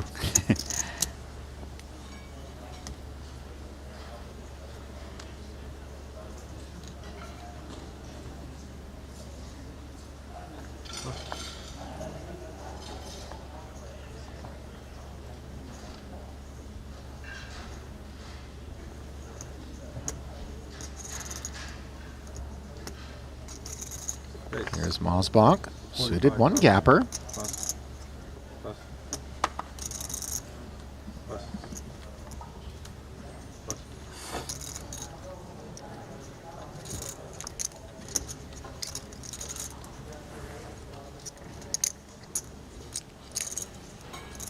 45 if you do, 6-5 offsuit, contemplated, and a dig in from Marius. We doing the scarf thing?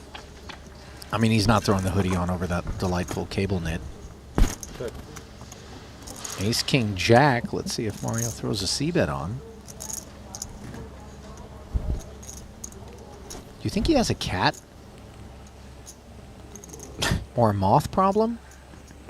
I know that. I know that all too well. I see it. It could also just be, you know, the style where you pay more for the... Pay more for like less. those Dior shorts, the shirts that Danny, I think. Danny's got the Balenciaga one, and Elton's got the Dior one with all the holes in them. Yeah. Yeah, it's a crazy trend. You just pay more for less material. Mm-hmm. Weird how that works.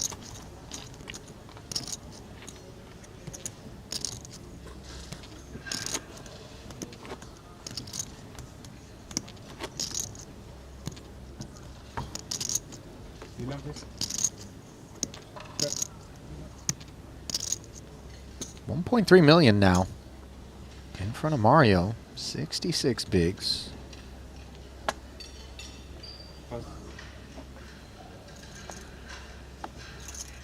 Pass.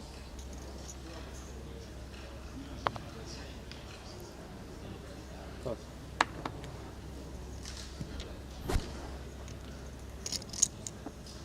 Not involved in this one is Kiat Lee. 40,000. Shortest stack in the field, just a little bit behind Kuzmanos, but not short stacked per se. Activates courtesy of nines, and then the one man down there toward the bottom of the leaderboard wakes up with a couple of eights.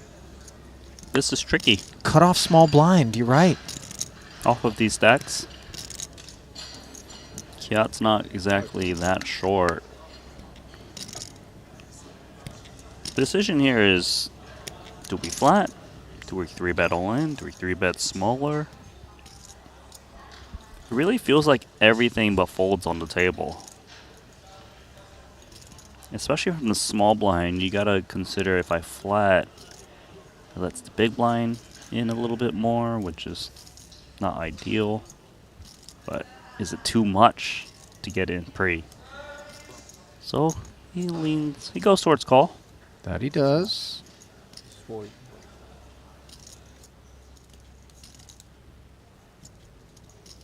Shu Liang 9-5 suited in the big. Says, okay, let's take a peek. It's cheap. Why not? Tough proposition for him. Just 11% equity. Queen 8 deuce, though, and Kuzmanos finds the set, Randy. Lovely spot for him. Just praying someone's got Queen X to pay off full stack. Rough spot for Kiat Lee. Of course, the presence of that queen could provide some protection from really sailing off for too much. Check.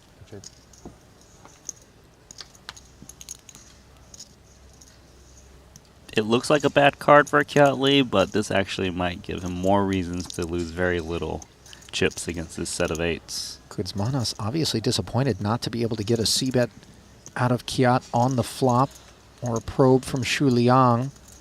This king could be connecting with Kiat's range. Let's see whether or not he feels as though a check on a second occasion could draw forward the bet. Doesn't bother. You're right that it does connect with Kiat's range. I think the logic for the lead, though, is he didn't want Shu Liang to check it over again to Kiat, who doesn't bet, and then he loses on one street of value in case Shu Liang had something that could pay off. As played, these two nines aren't looking too hot.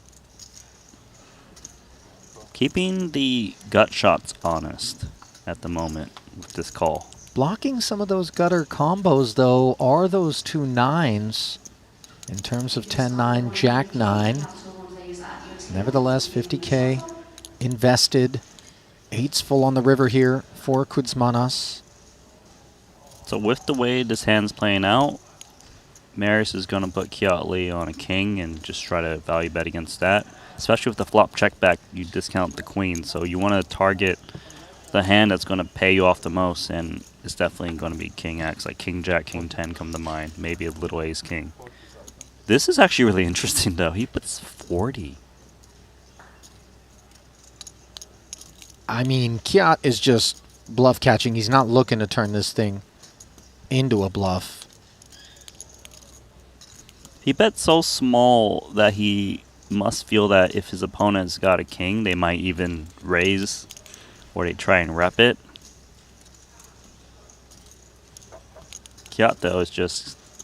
I kept the straight draws honest once. Don't need to twice for this size, so... Good stuff.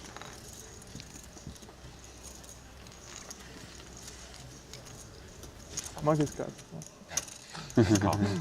Nice lay down there from Lee, who spares himself further losses as we flip back over to the other feature where Ding Biao covers Brian Kim, but the two share ace queen, 630 in money. Courtesy. Like do that with a better hand. Both players with top pair. Brian Kim with the free roll. Courtesy of the two diamonds. Will he pick up the flush draw? No, so we'll visit the carving station.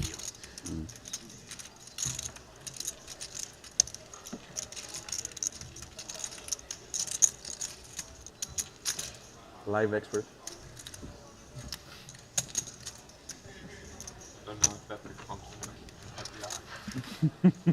Well, in this case it is.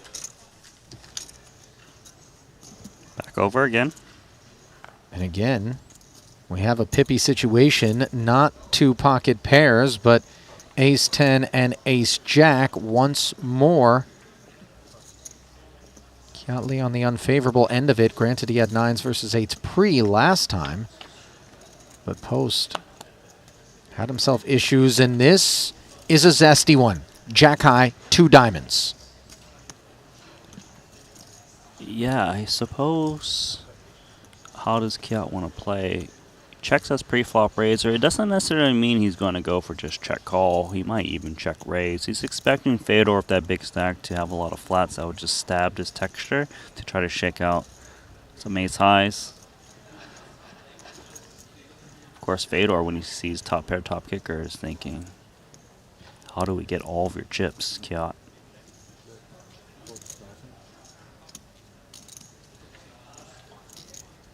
My guess is Kiat comes in with check raise in this spot to kind of protect his weakish range on this type of board texture from the hijack. 45. And he can really just lean on pocket pairs lower than the jack in this spot. Even if he happens to get called, there's plenty of turn cards where he just jams, or it doesn't even need to be. It could be a blank, and they'll have a lot of trouble calling. But as played, seems like this is just going to get in on the flop.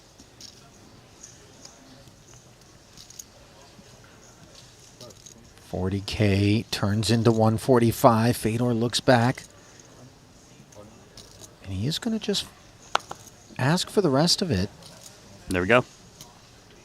As you suspected, Randy, all the chips end up in the center. 920,000 of them, to be exact. Twice? No run it twice option here, Kiat. He knows it. I'm a run it once type of guy. If you have king jack around one. Especially in a tournament situation. Fedor saying, I'm a run it once type of guy. Not that there's any choice. Ooh, and the diamond slides in right away, leaving Fedor drawing dead.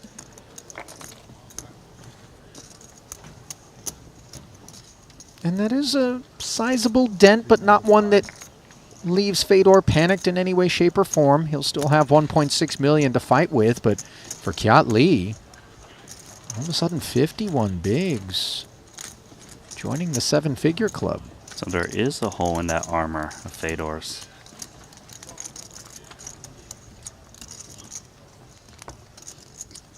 I mean, maybe.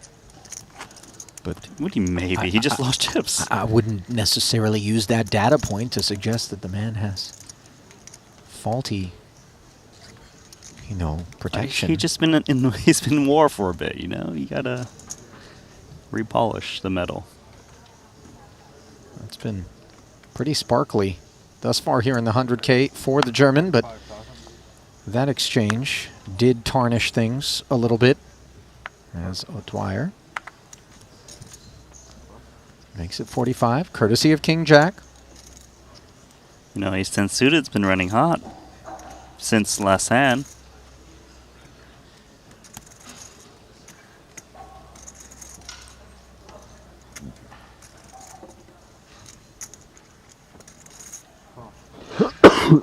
In comes the flat from Mario into small blind.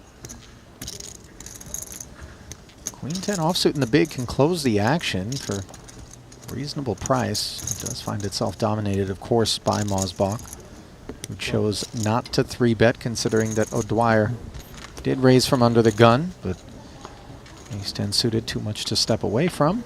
So, three amigos, 155 in the middle, 4-5-6 board. Doesn't connect with anyone. Let's see what direction we head from here. Just the type of texture that hits the big blind a little bit more. Small blind has some pocket pairs that would flat in this spot, so O'Dwyer unlikely to see that, especially with his holding.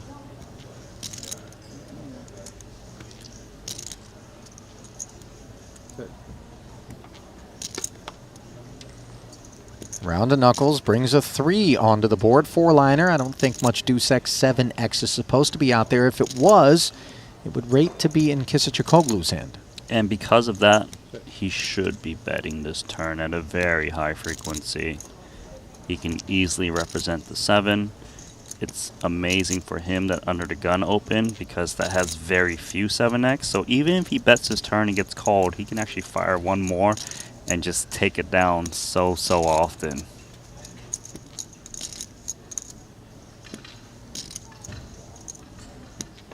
Like that he's reaching for chips. It makes a lot of sense, and obviously with ace 10 and king jack, neither of his opponents should be altogether interested in this one. Even when they understand that the opportunity is so ripe for Orpin, what are you going to do? Call and pray that the man doesn't barrel at you again when he really knows that more often than not you don't have a deuce or 7? Exactly. And plus, he can actually have the 7, so what, you can't just call down there, and just a bad spot. Nicely played from Orpin. You know, we find ourselves saying that more and more often at each and every Triton festival. This is in part the manner in which Kisachoglu has cobbled together 7.7 million plus in career Triton earnings across 14 caches. 2-time title winner, did find 4th in the 30K 8 max for 371,000. So this buy-in covered by that cash. Ace King suited, covering Kuzmanos' ace 9 open from the hijack. Fire breathing incoming.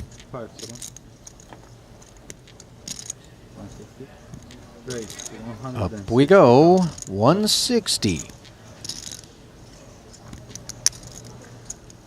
Could have a spot here for Orpin. 2-8s. If he knows how out of line Shu Liang gets from time to time, you can make a case for actually 4-bet ripping 8s in this spot for just under 30 bigs.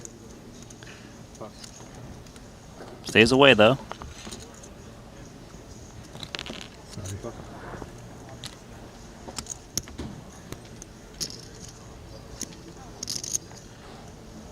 Another 110 getting chewed on by Marius. Marius is never considering flatting. He's wondering if he can make a low frequency 4-bet. I mean, the thing is that frequency is a little bit higher when the 3-bet has come from Shu Liang, who's got that reputation, Randy. And maybe that puts Marius up and over. It does not in the end, and he is well served to find the bin. As you see Shu Liang shaking his head going, I was ready for you, pal. Come and get it. Meanwhile, you flip back over. Is that Paddington Bear That's not Paddington Bear. Is that the Polo Bear? It's Ralph Lauren, I Okay. believe, but it's definitely not. I like Paddington Bear. I like Randy? him too, but he doesn't look anything like him. I don't really know what Paddington Bear looks like. He's always got the rain jacket on because he's from Yeah. London, right? Yeah. No one likes a wet bear. He's actually from Peru. Yeah, What? the darkest parts. Okay, Serious. Hrabic has made it 190 to go, but really, we're going to be talking about something else shortly. 190.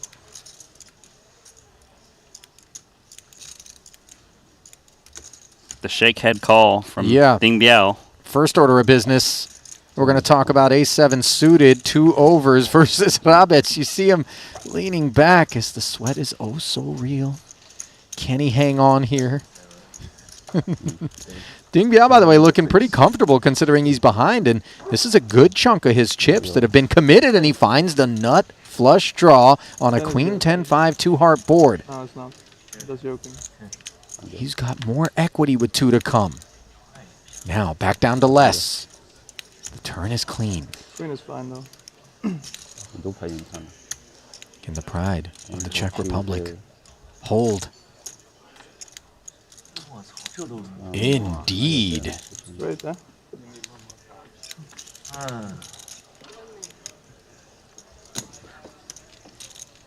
Ding Biao left to shake his head. He had a whole world of outs there. That is disappointing. 挑都挑不出来。那个牌跳真的跳不出来，那么好。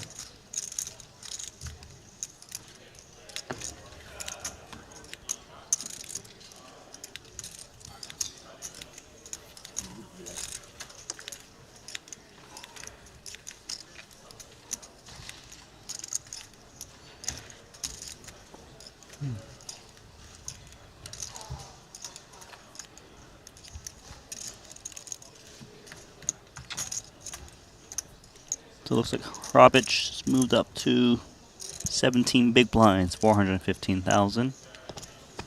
Ding Biao down to 5 BBs, 130K in chips.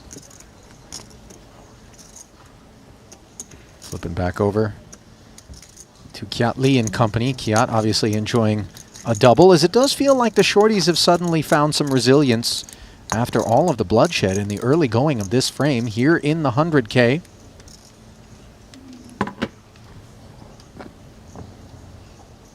Just taking a look at the leaderboard, and there is a huge surge from Aussie Katola. Clear chip leader, 2.8 million in chips now. Fedor in second, 1.5. That chip lead is due to him making a flush against Tom Plukes, face queen suited, against a set getting there on the river. Jack 10 suited. Kuzmanis a suited connector, trumped by Fedor Holz's, as the under the gun open will be respected.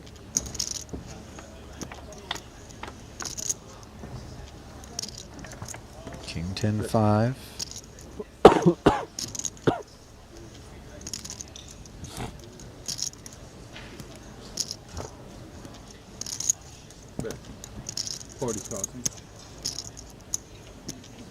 C-bet from Marius.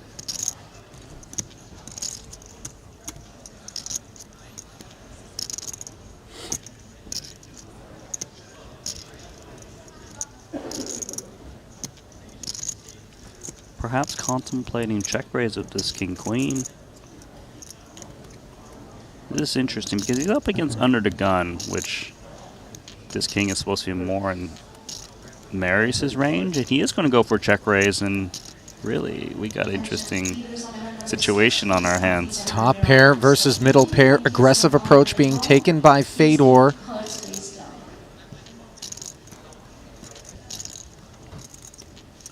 I don't think Marius thought he was going to get check raise on the flop. I tend to agree with you. It's the under the gun factor that insulates us from such sorts of reactions typically, especially a king high board is one that could hit us here. Marius, not some big boss stack that's going to be throwing its weight around light in kit from up front. Maybe Jack 10 suited toward the bottom of range. It does come along, investing the extra 95. Does not find improvement. And if we're Fedor, Randy, we've breathed life into this thing on the flop, up to 405,000 in the middle. But the fact that we got called, lots of draws available, granted. Ace, queen, ace, jack, diamonds. We're unblocking the ladder of that stuff. Do we continue, or do we slow down, perhaps a bit wary of what's across the way? Our answer is forthcoming as Fedor says, let's get it on. Yeah, I think once he check-raised the flop, his intention was to still commit rather than slow down, especially with one SPR remaining on the turn.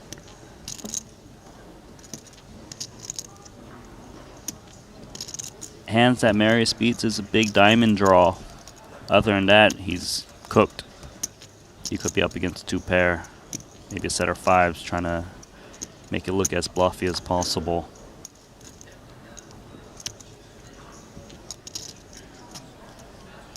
And if it's king-queen, even more things he loses. So he makes the fold. Fedor back up to 1.8 milli. They're not letting you give an easy hand, huh? Didn't really give Kuzmanos the option. Left and right.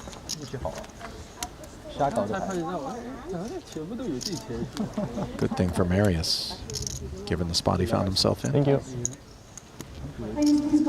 One more hand and then we get a player. Oh no, not breaking? They bring some more. Unfortunately. No, yes.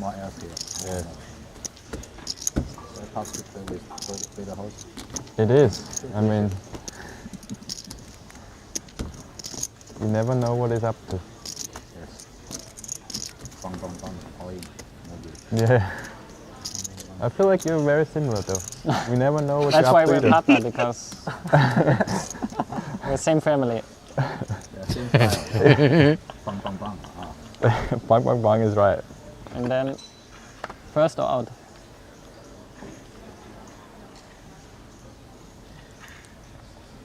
Oh, that was a good conversation. Liang and Fedor in the same family because they just like to go bum bum bum.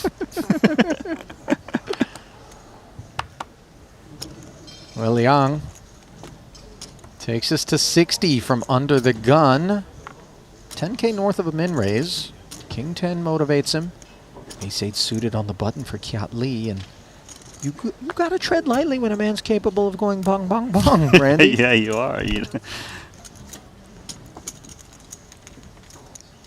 So heads up with 180 in the middle. Diamond in the window was pretty for Kiat. There wasn't any added zest on the back end of it. King 10 doesn't improve. It's got some playability if he happens to see bet. You mean it could go bong? He can go bong, and there are some good turn cards to bong bong. Bring them over. Do we have time to run to the bathroom? They're still playing. Not play one, so Okay. Check. Maybe Kiat stabs here. Decent potential. With turns and rivers. He can just take it down. He's got a lot of pocket pairs, so he can easily have a set. 120s should be a winner. It is. It did feel like an honest check from Liang as an under-the-gun raiser, and one mindful of kind of Kiat's range containing some of the pocket pairs maybe that weren't going to be going anywhere in the face of a c-bet. So he just waves the white flag, not something we see often from the Sleeping Dragon, and Kiat continues to perform well on the day.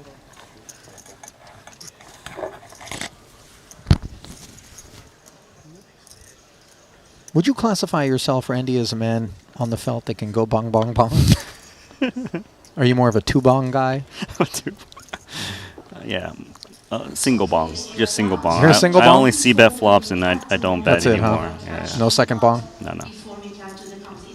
By the way, that, you know, bong is kind of a weird way to express the phenomenon, just given that, you know, there's some herbal inclinations out there in the poker world.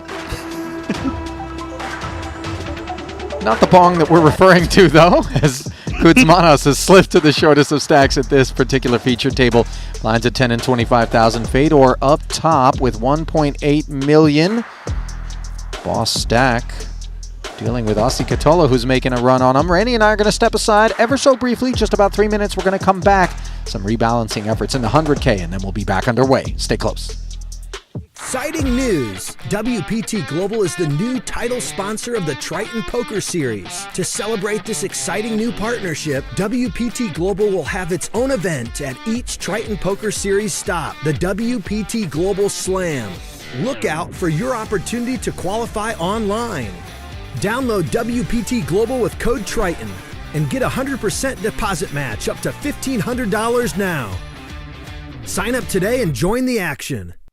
Online poker is back in the USA and Canada, and it's back bigger than ever. To celebrate the launch of Club WPT Gold Sweepstakes Poker, we're kicking off a $5 million invitational free roll in the poker capital of the world, Las Vegas. Only 2,000 seats are available, and it's invite only. Register now with code Triton for a chance to win a seat. And did we mention? The first place prize is a whopping $1 million.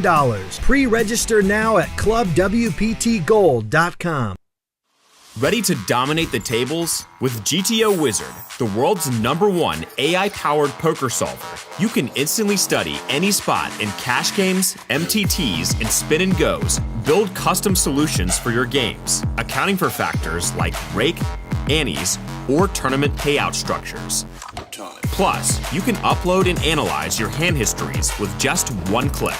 Beat the best, crush the rest at GTOWizard.com. Looking for the ultimate platform to place your bets on the biggest sporting events? Look no further, because BetACR.eu, Triton Poker's official betting partner, is here. Whether it's the thrill of soccer, the intensity of football, or the fast-paced action of basketball, BetACR.eu covers it all. With real-time updates and competitive odds, you're always ahead of the game. BetACR.eu also offers exclusive poker events that you won't find anywhere else. Test your skills and make every hand count.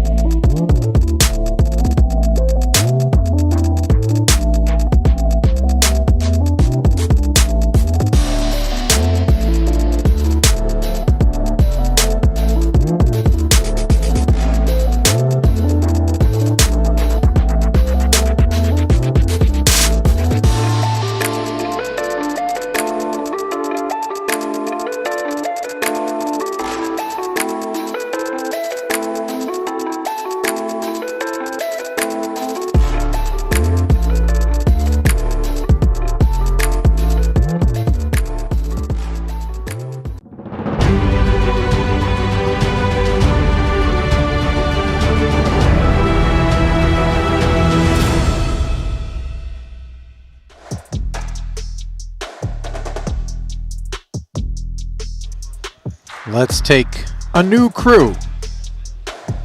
56 big blinds deep. Alex Theologus, welcome back to continuing coverage of the Triton Super High Roller Series Monte-Carlo 100K event.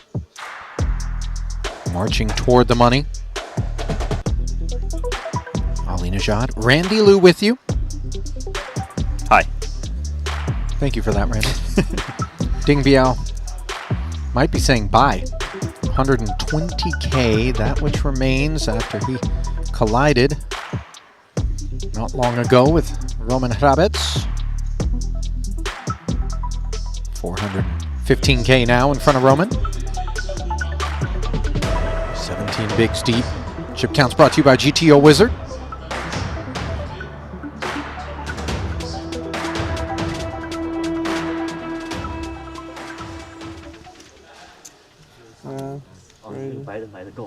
Ladies and gentlemen, please go back to your seats. As soon as this hand is done, we are going to have a complete redraw. We need to be at the table for the redraw.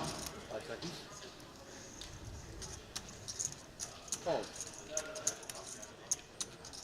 Cards back in the air. Oh, nice.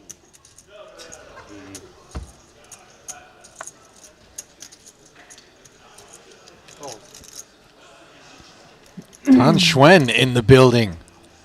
Who doesn't love this guy? Everybody that has to deal with him jamming on the river, whether it be in a cash game or a tournament. That's who.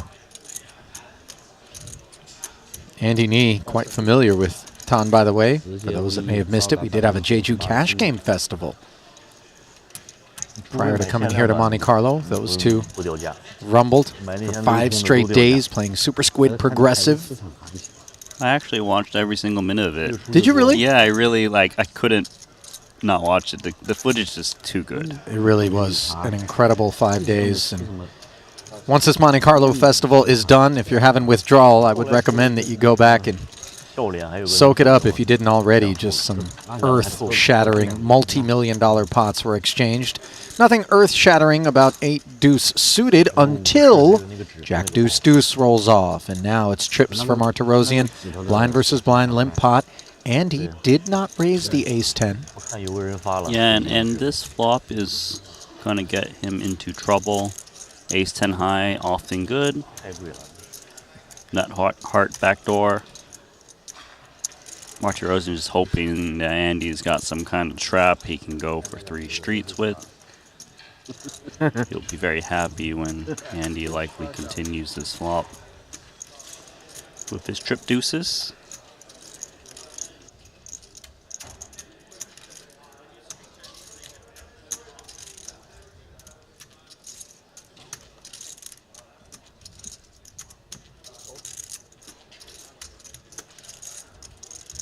Bet and call of 25,000.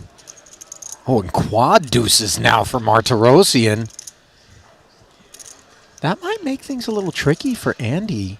He does quickly check. Has that ace of hearts in hand?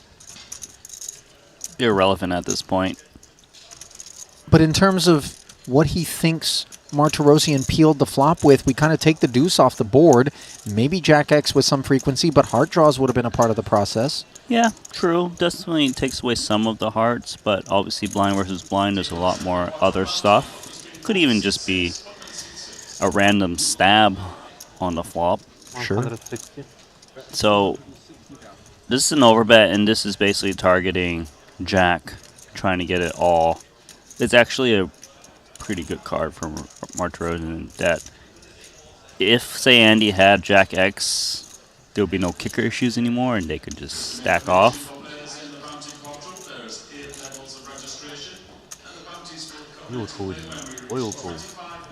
Tidy check fold to the 160K as Martirosian does not try to trap. Yeah, I think the thing there is Martirosian is weighing how often he gets all the chips and then losing the customer and not letting him catch up. Or maybe checking and hope to get a little bet out. Now, Randy, we put a pin in this conversation earlier, but producer James and yourself stepped in as I erroneously identified the bear on Artur's shirt as Paddington to point out that Paddington is not from London, but rather Peru. The darkest parts, correct. I can have juice. I didn't even know there was bears in Peru. They eat marmalade sandwiches. Okay. How the hell did a bear get from Peru to London, Randy? Well, they found him at Paddington Station. The Browns. You know that you can't take a train from Lima to London, right? I mean, he took a raft. I'm just saying, there's some holes in this plot line. I have to. He took a raft, right? I mean, it's the Atlantic. So you're saying it's possible? I mean, even polar bears have to tap out and find an ice shelf from time to time. You know what I mean? And he's a brown bear. I'm just. Paddington's a brown bear. Oh yeah, I see what you're saying. Yeah, I got it. He's not polar. King deuce suited. You were so bothered that you need to revisit this conversation. I might revisit it again, Randy. I'm just telling you right now, Peruvian bears in London, something's off. And let's see whether or not Hrabic thinks something's off. Queen Jack suited, big blind. Do we just 100% of the time play this as defense and never ever 3-bet? No, I don't think it's 100% frequency. You definitely could just 3-bet rip this one in. There's merits to both. Well, he decides to take the cautious approach. And he'll flop top pair up against a club draw.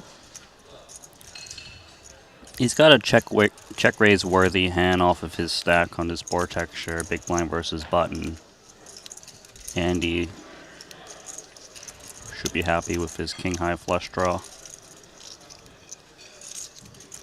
Feels like what's coming to mind for Andy is, do I bet small, make this a multi-street game, or maybe even just 2 streets if I go larger and then jam turns. He's gone quite big, 70,000, half the pot, giving Roman more reasons to check raise the flop, given the reduced stack to pot ratio.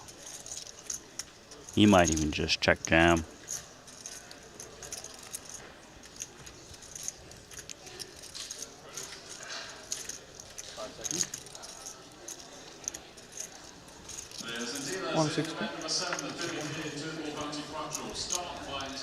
$70 became $160. And Andy says, let's play for it. So all of a sudden, an 815,000 chip pot breaking out.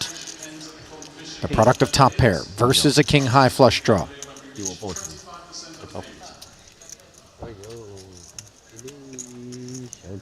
Andy hunts the club. King would do the trick. Maybe even some naughty backdoor straights.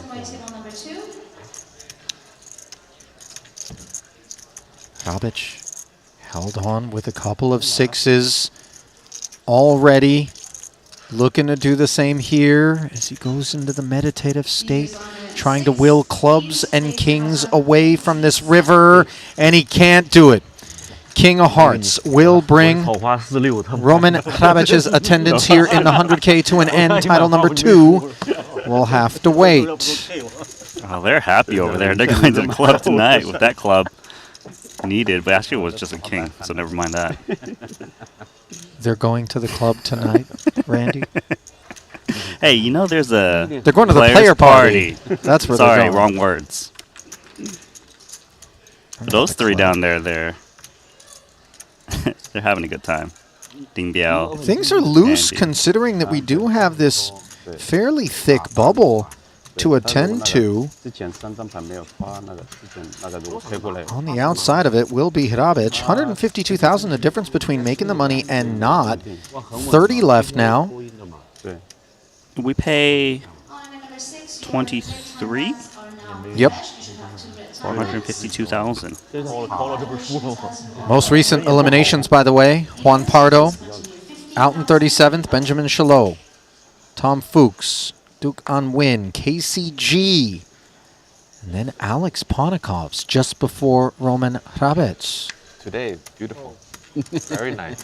Very nice, huh? Always nice. Ding Biao's running out of time. King 9 suited. 100% final table. Activates. Martirosian asking for a count. Just King 7 off on the button. Shouldn't really be playing this one.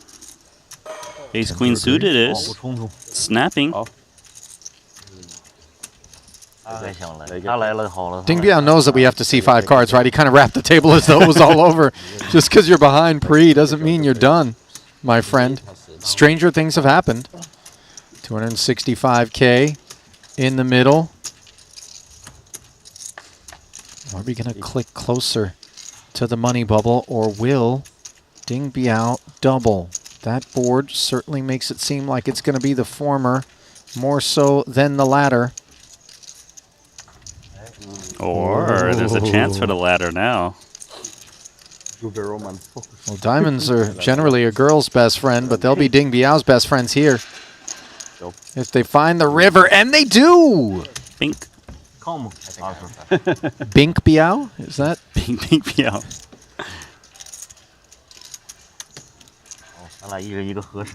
By the way, didn't mean to overlook the fact that that was a very important pot for Brian Kim as well. He's got just 120 left after losing that one.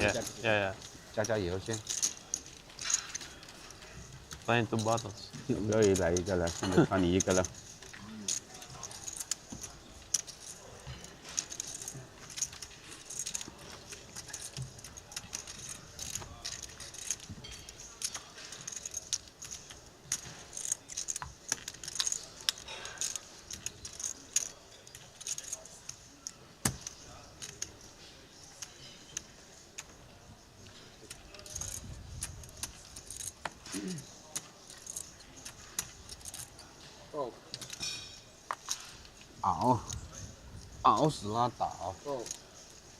不是说这把是我的吗？啊。 5 seconds. Jack 10 suited. 55,000. Sends the other member of the Chinese delegation here. Forward for 55. Nothing interesting happening all the way around to the big blind of Lord Vogel. Ace 4. Just enough to continue.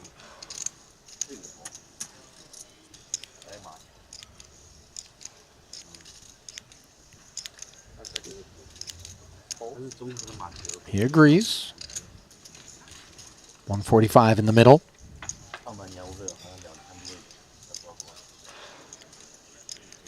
Jack 4 deuce, both players with a piece, and Christoph's is interesting with that ace of spades and backdoor wheel prospects. Also that pair of fours, this will get him into trouble. At least one street.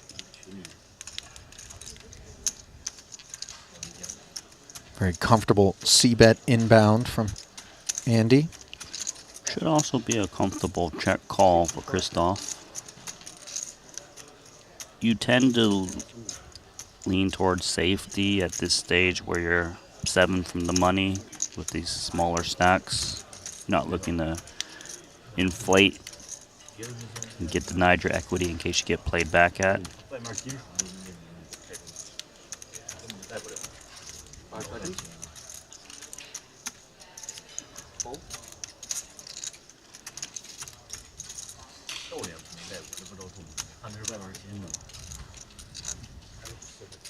$65 a man, bring us to a turn, which pairs the board.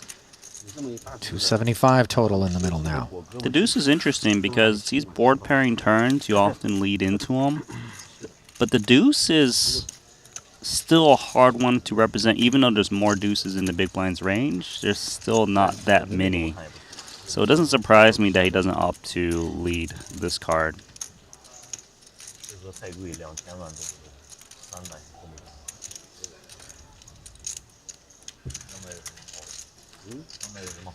There could be kicker issues for Andy from his point of view. So it does go check, check, and then Christoph finds a 4 on the river. Improbable W. And as played, when we check back on the turn, Brandy, we know that our opponent could be tempted into some barrels here, but those barrels might be dissuaded by the fact that we know ace high is a part of these lines and could call. So maybe less bluffy is Christoph if he bets here on average. Oh, I see what you're saying. There's some ace highs that will be willing to call. Yeah, like Andy's line is definitely attached to a decent amount of ace high here. As we can see, it's jacks. Right. But when he's faced with a bet here from Christoph, presumably, he's got to contemplate just how often, as played, you know, in this spot, Christoph would be bluffing. Because he blocks the ace of spades. Oh, sorry, he doesn't block. Yeah, the ace of spades is I know with where Christoph, you're coming from, Ollie. So, to answer your question, that's why Vogelstein's using a larger sizing, because those hands that can call, they're still a little bit weak. And they will call a small bet. You're using a big sizing to try to make it look like I'm moving those ace highs off, those pocket 5s and 6s. And I think Andy was looking to snap call most smaller bets. Here, he really needs to give this some thought. And I think a big one for him is, if my opponent had a busted straight draw like 5-6 or 3-5 or busted spades, does he still use this sizing? Because maybe you can get some kind of read and make some heroic fold. And for that matter, weaker jacks, do they use this sizing is something he's thinking about? Good question. And I think the answer should be no.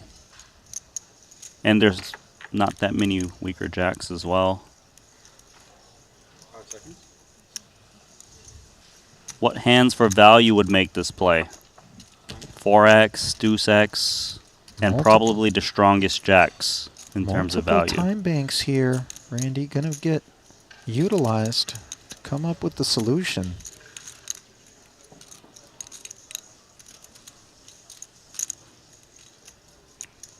I've seen Andy make some incredible laydowns before. 5 seconds. He's a very smart player.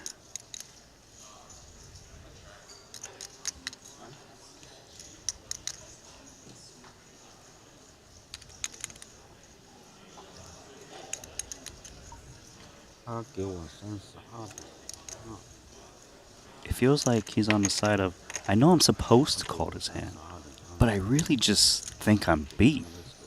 You know, and we do reserve the right when we have that spidey sense that tingles to deviate from what the math might suggest or what the line does suggest. And credit to Andy for not being reflexive here and recognizing that there is deuce X and 4X over there. We block the jack. We unblock the spades. But again, we may be left feeling as though Christoph would not be this ambitious when he knows that I would be calling with a decent amount of ace high on a double paired board. I hear you. We take 5s through 10s out of the picture. We take some of the weaker jacks out of the picture, I take it. He calls. He was so close to folding. He really was. And he's going to be upset, granted, for obvious reasons, but also because he gave it the thought it required and ultimately didn't come up with the right decision. No shame in it, of course, and for that matter, I think we can lay some praise upon him for considering it to the extent that he did. Agreed. Gears are turning. Gears were turning. Christoph. Yeah, he's happy, isn't he? He's turning things up. Almost $1 million in front of him. And while he hauls the pot in, we remind you that Club WPT Gold is bringing online sweepstakes poker back to the US and Canada to celebrate. They're going to be hosting a $5 million invitational in Las Vegas this December. Best of all, it's free to enter, and the winner picks up a cool $1 million. What are you waiting for? Sign up today at clubwptgold.com with promo code Triton to win your seat today. Must be 21 and up to enter. Void where prohibited. No purchase necessary.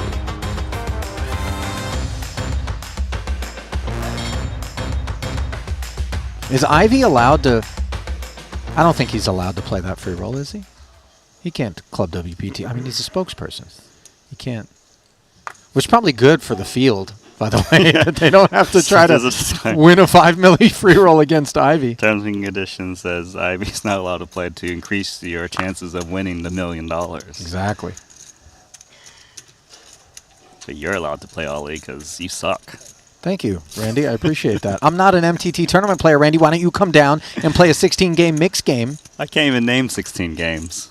Exactly, Randy. Is Casino War on there? You know what? I'll put Casino War in the mix just for you. And I'm going to guess it's going to be your best game.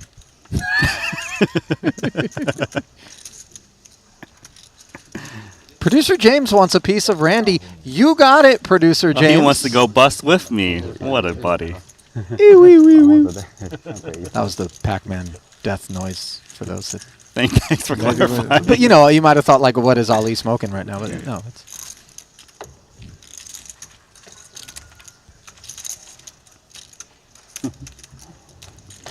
Ton awfully bedazzled here. He's got... Are those pearl buttons? I think this is the Louis collection. He's very swaggy. Ton's closet has got to be worth most bankrolls. Here's my my high roller buy-in, you know, in clothing. Here's my 1K, my 2K. Andy Nee. Redemption with these aces.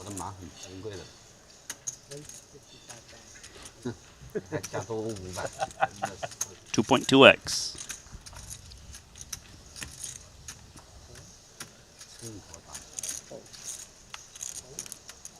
Well, maybe this is just what he needs to claw back some of what he gave to Christoph moments ago. Still sits pretty at 1 million. Tan Xuan not so pretty, looking down at 6-3 offsuit, but he has so much heart. He hates folding. It's almost against his religion. You know that, right? You see the pain on his face. He's like, you don't even understand, man. I want to shower you so bad. You know he likes to play hands when you have to pry out 6-3 offsuit towards the bubble. You know, like. I like him. Okay. And I babu. I wait for good hand only.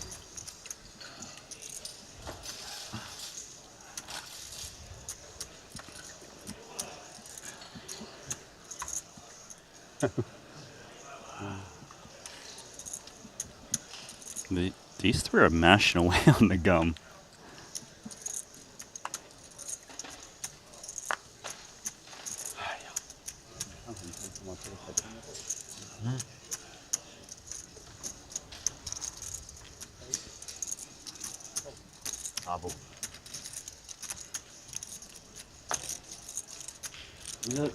Good hand only. You think the gum ends up on the bottom of the table? You ever done that, Randy? Yeah, maybe. Oh, you dirtbag. You know those school desks they used to have? You're so... Who does that? King, queen suited. No need to ask who does this. It is Tan Xuan with good reason. Ding Biao teasing like he was going to call. Queen 8 was always in a bad way. Remember Juicy Fruit? Juicy Fruit's dust. No, like for real, like Juicy Fruit's two dust. chews and you're done. No flavor. It's the worst. Yeah, you need like multi-stick. Sorry? Was Bubblicious a thing? No, Of course Bubblicious was a thing. Don't be insane. Couldn't make the bubbles. Big League Chew was the best. Big League Chew. I don't know that one. The shredded one inside the bag that was like tobacco is... Producer James is bringing the Haribos forward. Yeah, you can leave those here. That works. Don't worry about it. Man, it's tough to eat a gummy bear and do commentary at the same time. First world problems. Shu Liang, Queen Jack. Folds it. Doubt we'll be seeing the same behavior out of Orpin here with King Queen.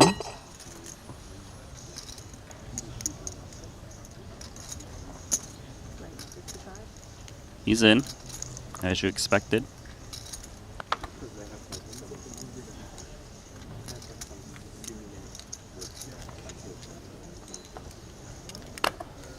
Ivy's got 7-6 and a very healthy stack of 1.1 million.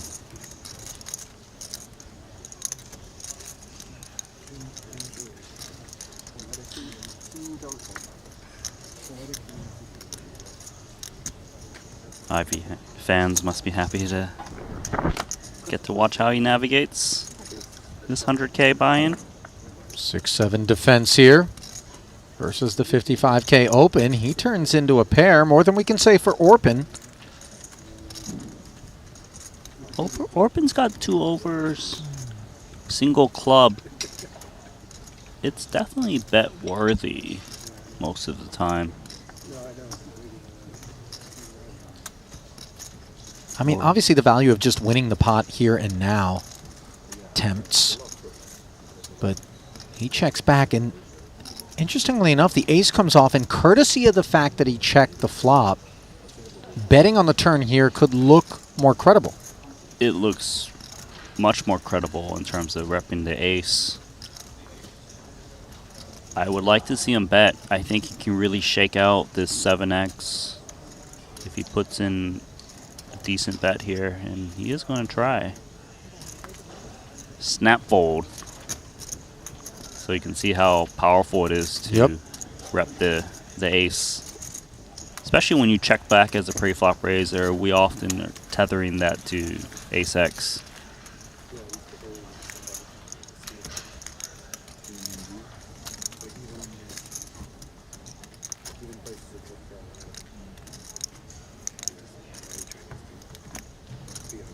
Nice activation there, courtesy of the Broadway draw.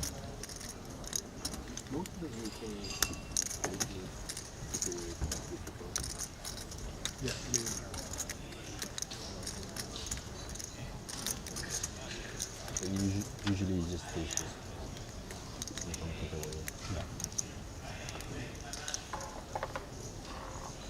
You know, like Danny used to do in Chinese takeaway in the UK. He used to work for one. Ace queen now for Mario. Yeah. His turn to make it 55,000. Pocket eights for Shaman O'Dwyer. Too deep to 3-bet. Early positions. 7 from the money. Plays decently post flop, so let's try to take one in position.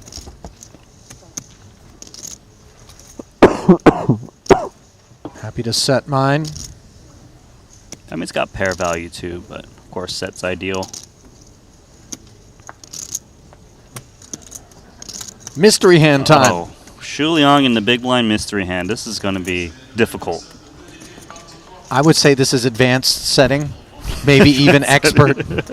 Remember, he 3-bet 6-3 offsuit in one of the earlier events on the button. I was with you.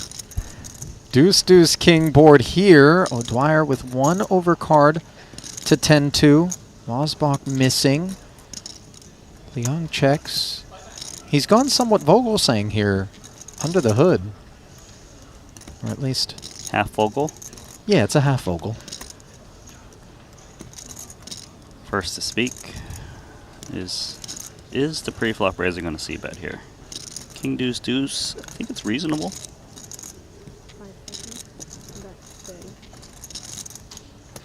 Very small, 30 into 200.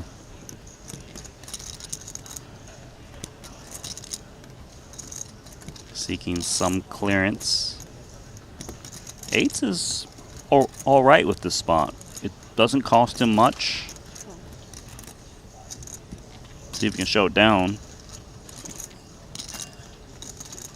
Now, given the rainbow texture of this flop, if Shu Liang continues, which he is, you would have to think he's got at least a king. A deuce is hard to rep, though, from the big. For now, though, we played a turn. Yeah, all 3 players sticking around in the face of the 30K c-bet. I mean, the deuce X very much belongs to Shu Liang. Facts not lost on the field. And with such dry texture out there, Randy, no flush draws, no straight draws, coming out swinging here for 110,000 looks very credible, does it not? Yeah, for him to close the action on King Deuce Deuce, he has to have a piece, I would think. To lead the turn is kind of crazy to me because... But who's going to raise you, right? I mean, even King's Full might play at trappy.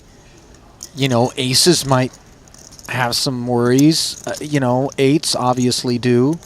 And by the way, the no straight draw, no flush draw, of course, referring to the flop, not here on the turn where some backdoor equity could have been picked up. Although I just don't know whether or not Shu Liang would have peeled. Granted, the sizing was such that he very well could have afforded to with something that turned into backdoor equity. O'Dwyer does call. The board double pairs, and let us know what you think, chat. What does the Sleeping Dragon have hidden under those 2 question marks? Is it a deuce? Is it maybe 5X? Is it busted hearts, a busted straight? Is it a king? Is it just 2 random cards? I mean, It's possible. Non-zero, we've seen it. The way it's playing out right now, though, for Shu Liang, he needs to define O'Dwyer's range. Okay, flat pre-flop, call turn lead. But the turn lead was small, so it could still be these kind of hands like 7s, 8s, 9s, 10s. If it's King X, King Queen, King Jack comes to mind. He flatted from +2, so that's a pretty strong early position. So we might discount some like King 10s. He brings out 350,000.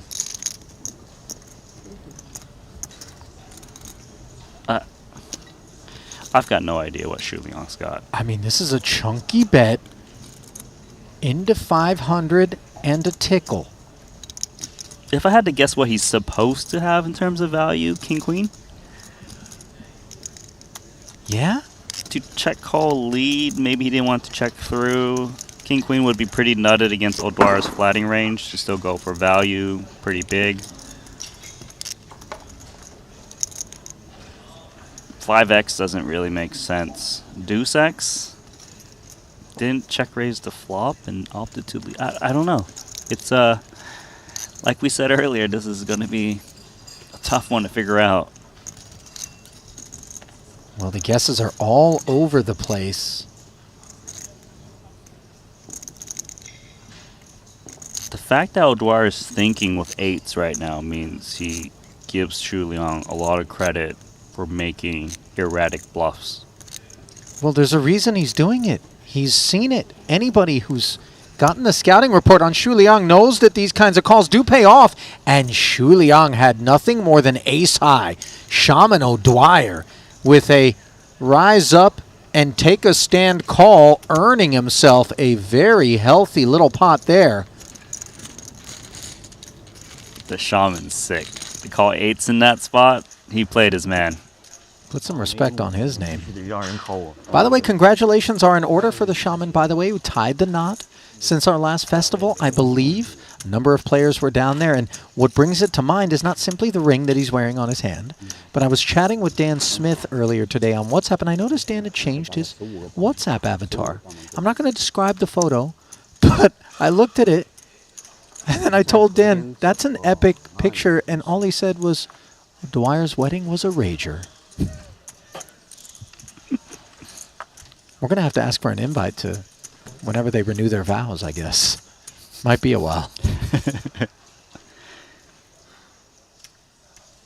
Wow, that was something. And Xu Liang, he was trying to bluff those hands out.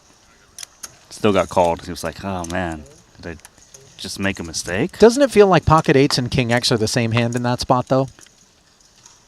No. What do you mean? King X and 8s. For Shaman.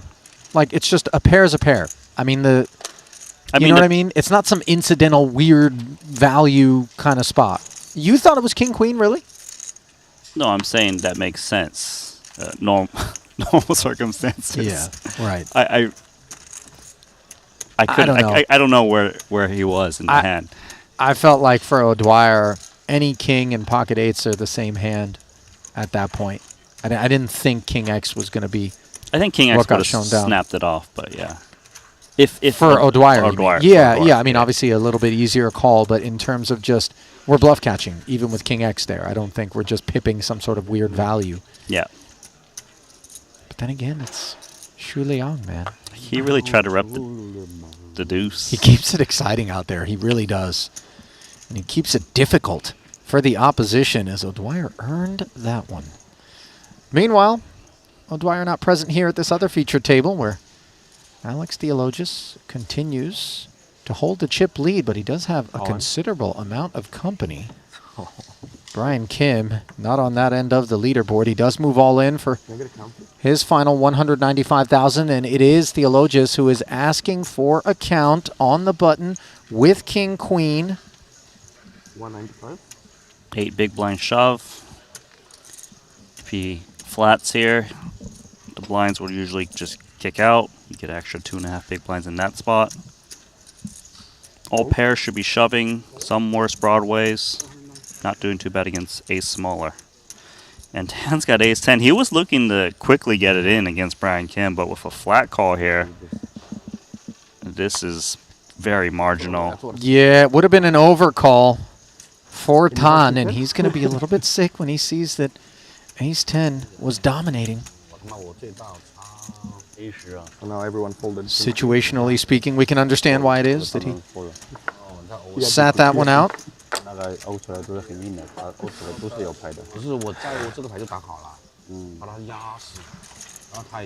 So Kim off to the races.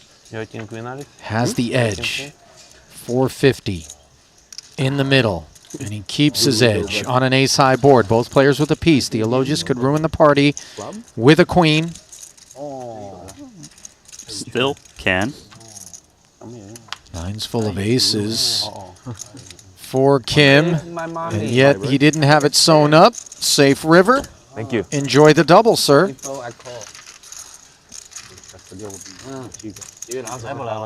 Still plenty of work left to do for Brian, of course.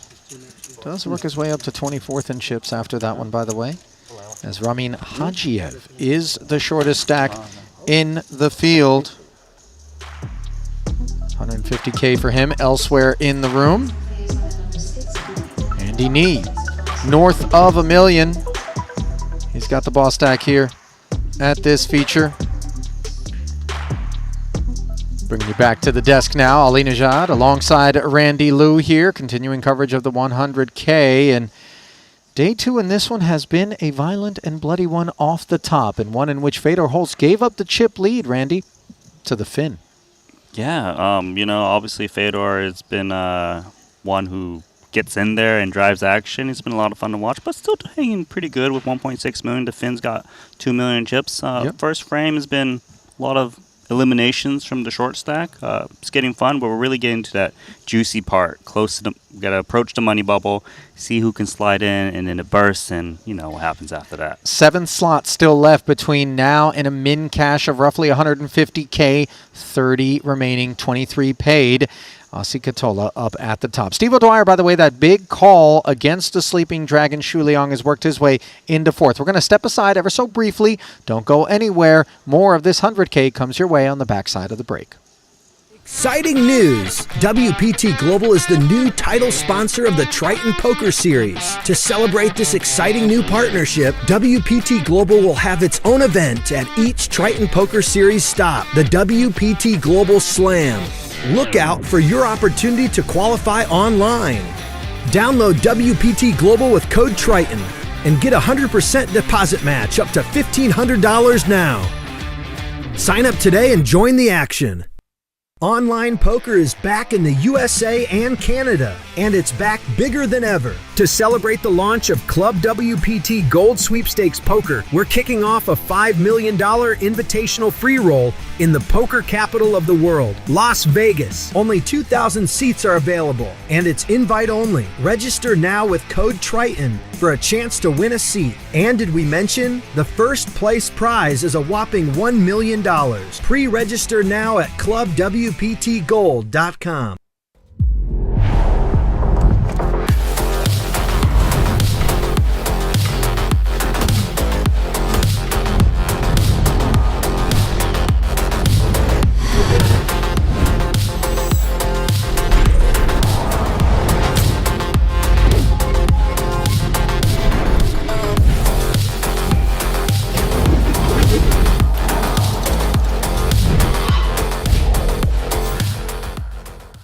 Looking for the ultimate platform to place your bets on the biggest sporting events? Look no further, because BetACR.eu, Triton Poker's official betting partner, is here. Whether it's the thrill of soccer, the intensity of football, or the fast-paced action of basketball, BetACR.eu covers it all. With real-time updates and competitive odds, you're always ahead of the game. BetACR.eu also offers exclusive poker events that you won't find anywhere else. Test your skills and make every hand count.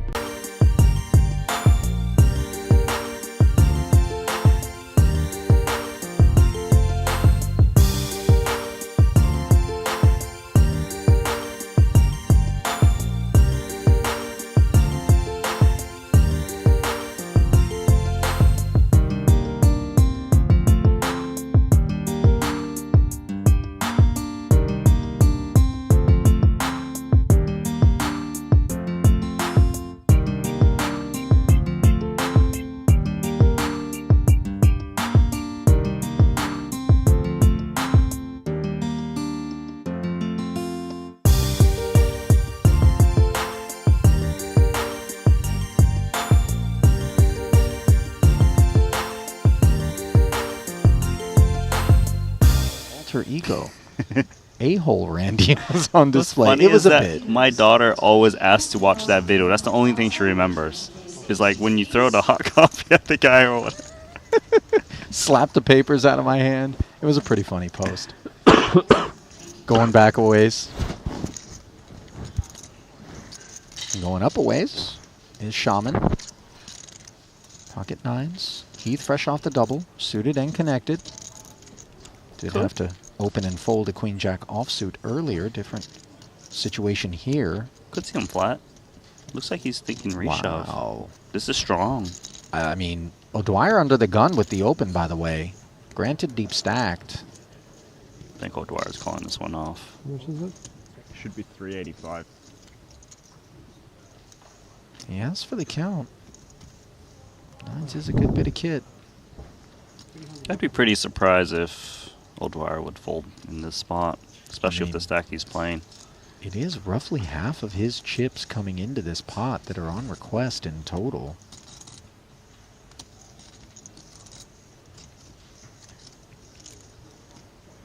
Side call.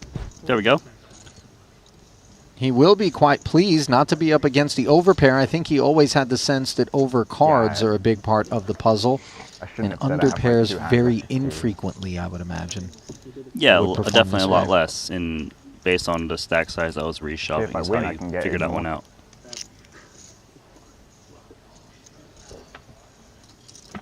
With a chance. Let's see, 3 to bring things into focus in an 800K pot, and that focus is upon Ben Heath, who is lagging behind. Backdoor clubs and straight options available.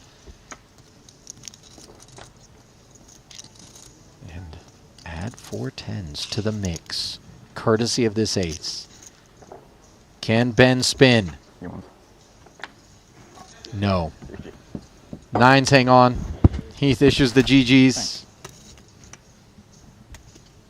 I mean, Heath was involved in like every single pot. He sure was. Lost an important one. Would have got him up to 800K in chips. Took the higher variance approach to that queen jack suited. He did. You're right about that.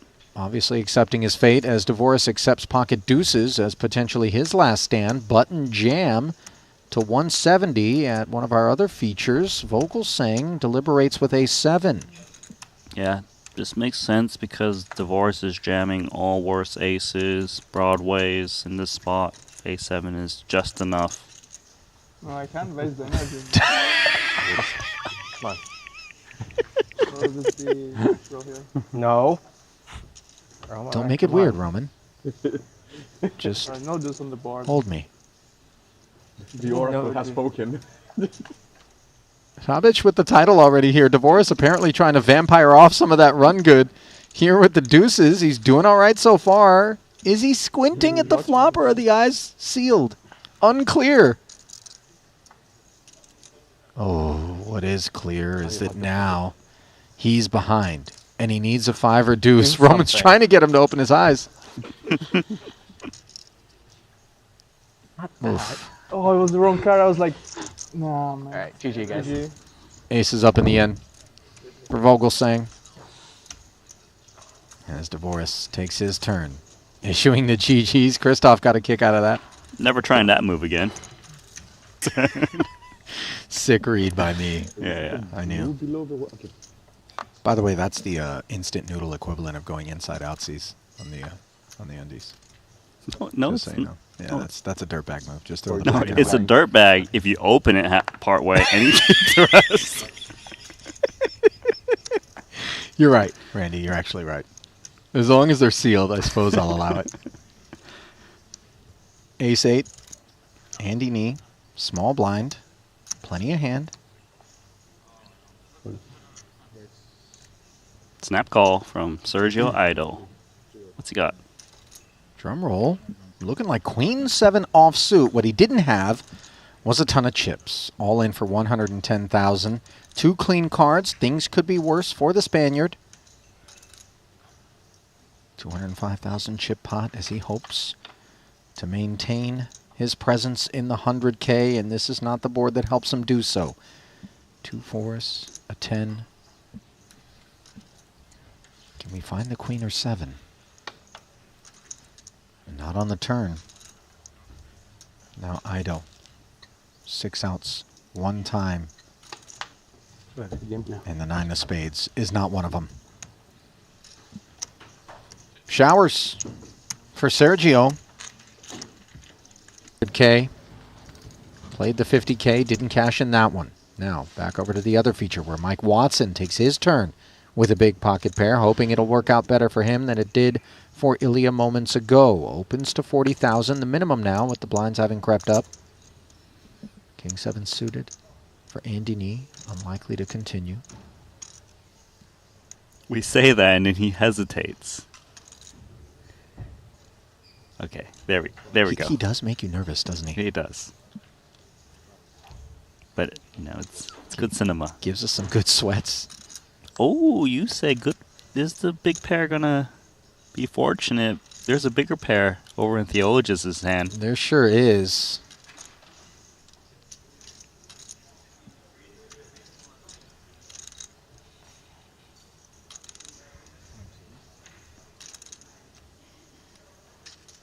Pocket queens mulling it over here. 3-bet dialed up. 140, the official sizing. Yaroshevsky's ace-10 withers.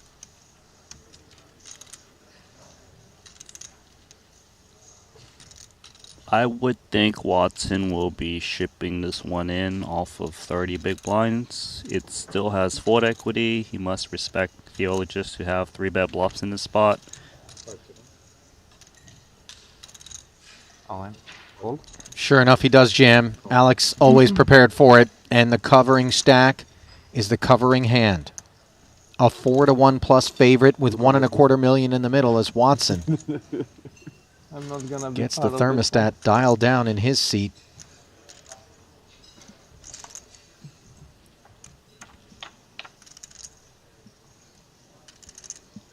And things cool off even further on the ace-7-6 board. He does have hearts working.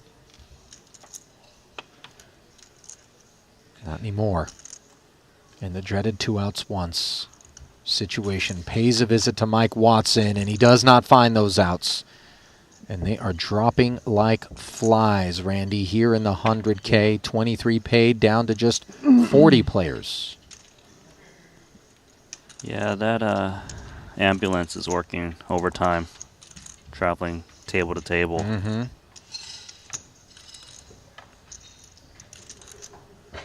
And once again, Theologus stacking chips. You're so right about it. Deep run incoming. We did begin the day with 52 players. Espen Jorstad, who was short stacked, got showered. Alex Foxen also found the exit. Wei Liang Chan, Aaron Zhang, Jamil Wakil busted. We saw Heath DeVoris out of there. Chris Brewer.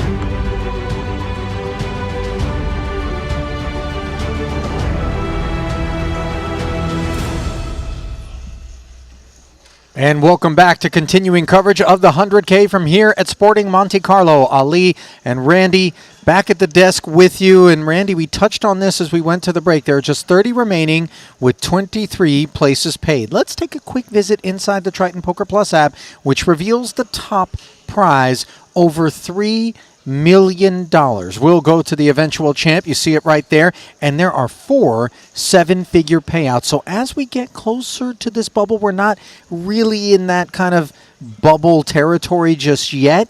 You can understand why things are going to get a little bit cagey. In particular, of course, for the players who find themselves short stacked. Going to peek back into the app right now to see who those players are. Down toward the bottom, the very bottom for that matter, we find Ramin Hajiev of Azerbaijan. He's got company in the form of Ding Biao, who got doubled through. And then Marius Kuzmanos, who we got to watch earlier today, Randy, with plenty of chips. He too has his struggles, along with many sub kind of 15 big blind stacks.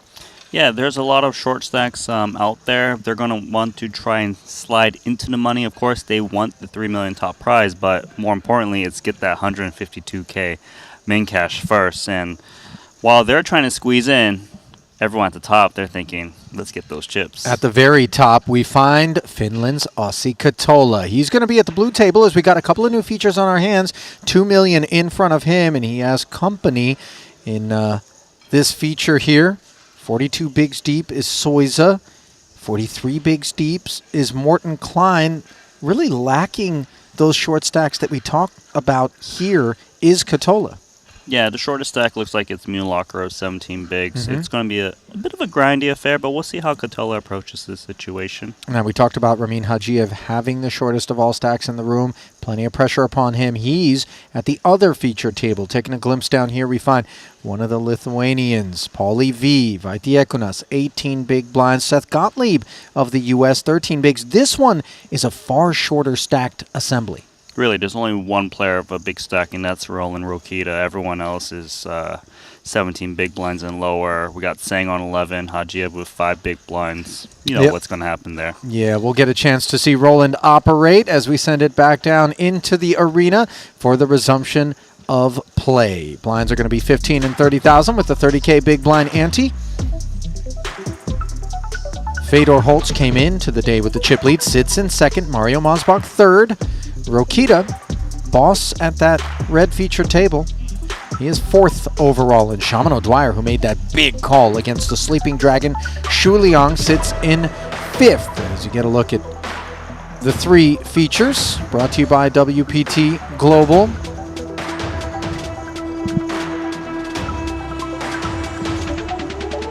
That is a crazy thin spot on the red table. I mean, everybody was sub 20 bigs except for Roland. What is going on? Yeah, I broke my foot. I sprained my foot. Yeah, and then it went away.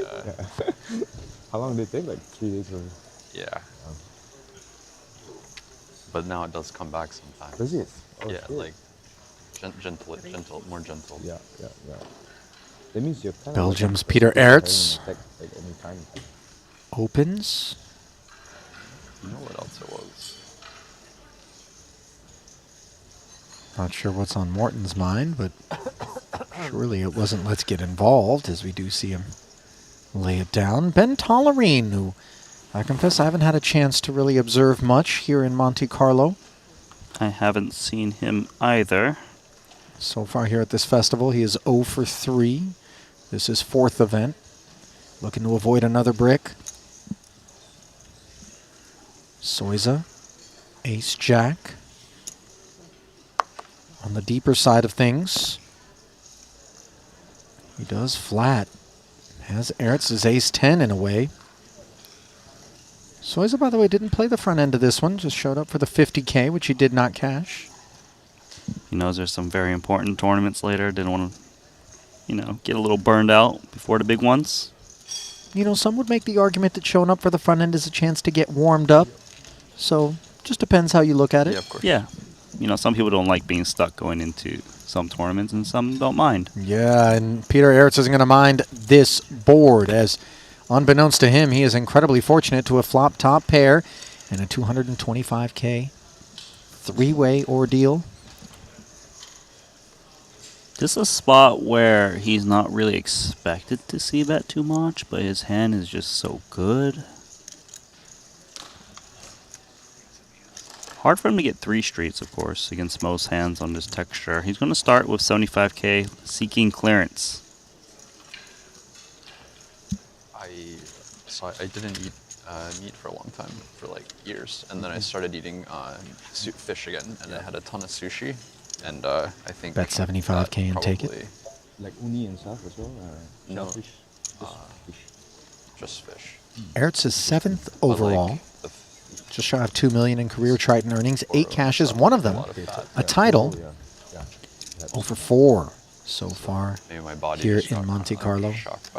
Yeah, very possible. His title came in his first ever Triton event, in his 3rd ever event, 50K 6 max. That came back in 2022 in Cyprus, as Alex Kulev, with a couple of aces, getting worked out. That is a mean amount of torque being applied to the scapula, I believe.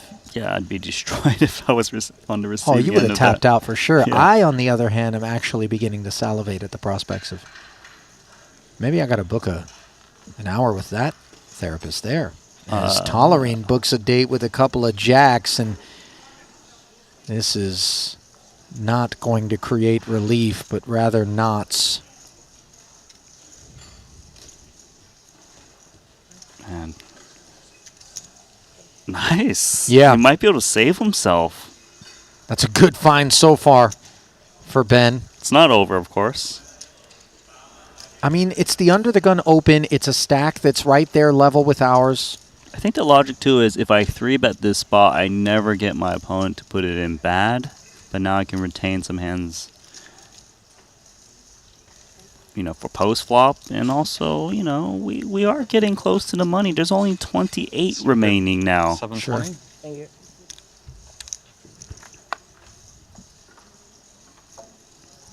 This flop though. Yeah, 10 high flop. We have the overpair. We don't have a club. 195 in the middle.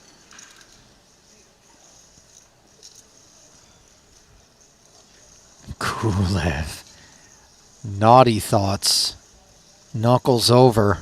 Yeah, this is not his board, so he's trying to induce bets from hands that have very little equity, like 2 broadways, random ace highs. And of course, if they're holding 2 jacks, it's time to try and stack those hands. And probably will come in with check raise, I would think.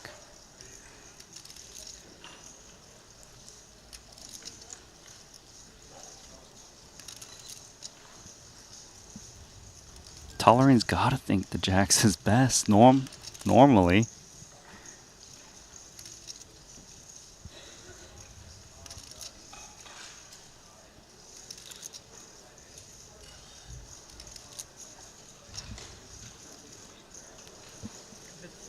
Checking back would have just been so remarkable and unexpected, and you can't blame Tolerine for thinking a little 60K here is a cozy way to proceed. I'd be pretty surprised if Kulev doesn't check raise this flop. Just trying to stack some 10x's. 210,000. And when he goes this big, this just makes it more likely he gets all of Tolerine's chips. Because Tolerine might be put in a spot where there's so much in there. I've got jacks. It's often the best hand. And maybe if Kulev's got ace-10, I don't want that hand to get off cheaply. I mean, this is just a nasty little situation that Tolerine finds himself in. Go. He does end up jamming. When you get snapped, you always know it's bad. So one way or the other, these 2 jacks wound up in for their tournament life. 1.5 million and very little hope.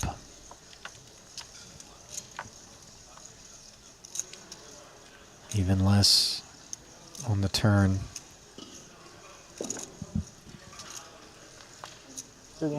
And it's official I started with 800, on the river. but we can confirm if you want.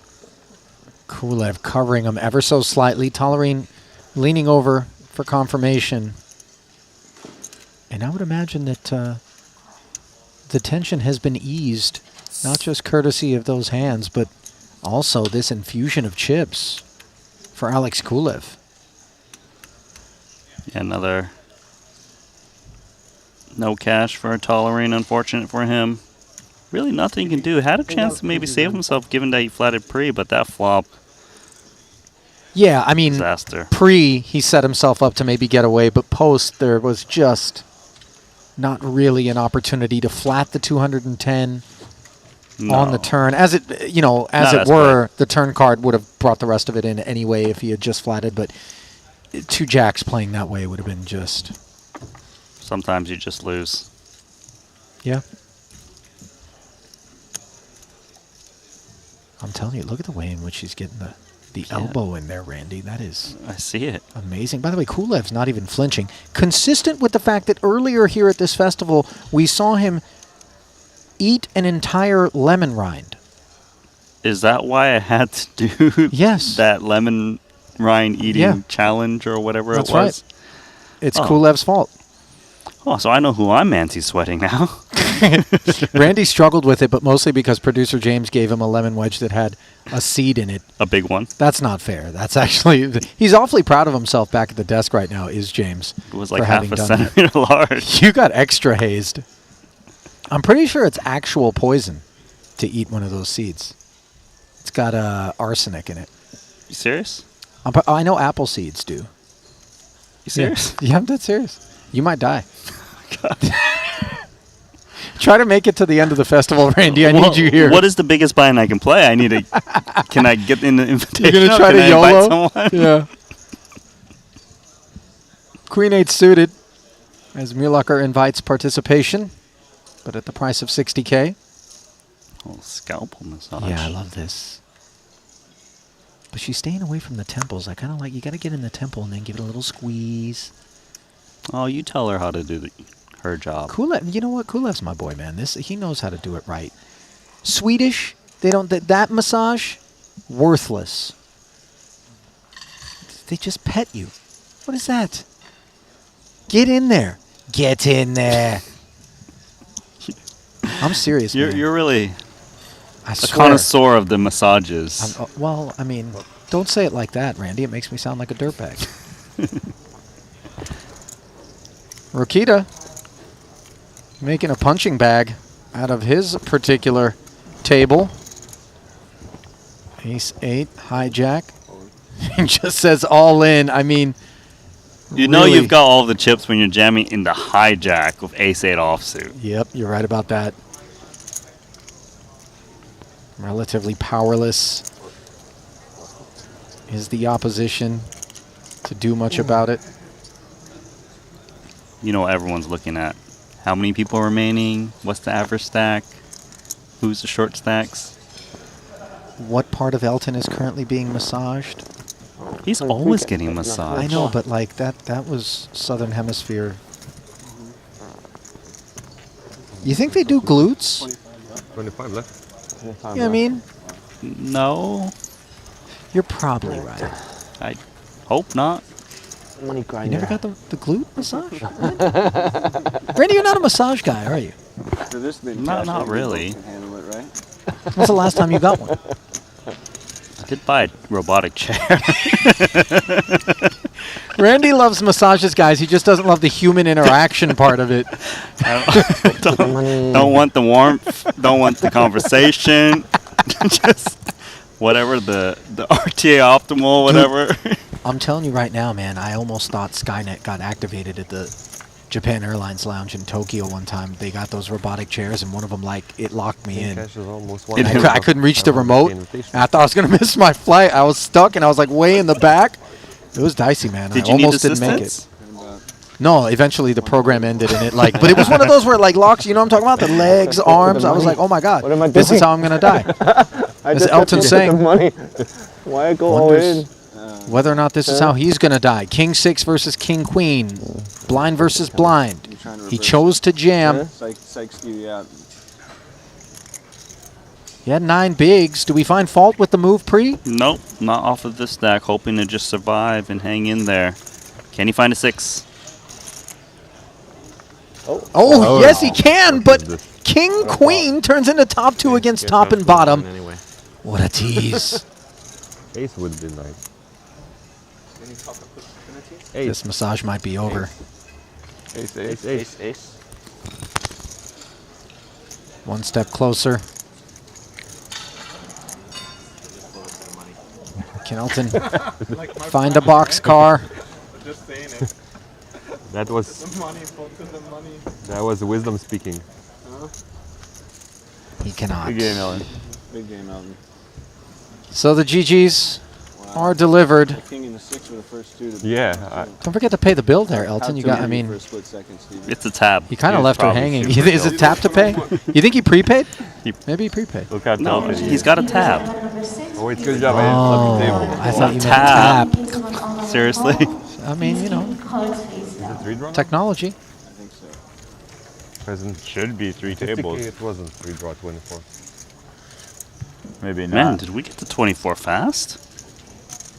Oh, Stone bubble, is it you 3 say? draw?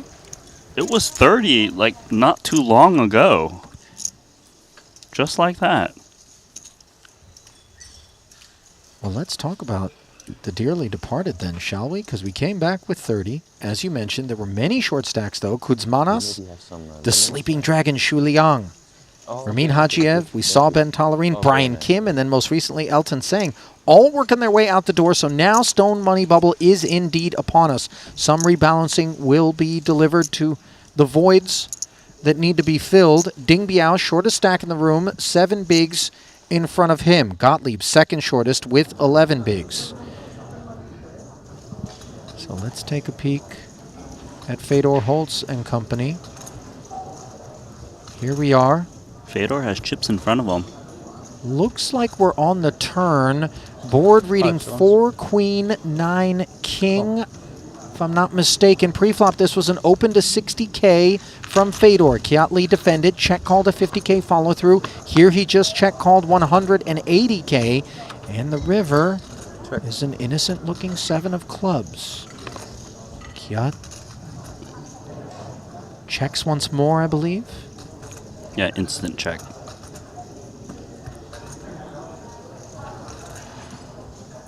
Do you feel like the snap check reads weak? No, I don't think it changes too much. These guys are balanced? Yeah.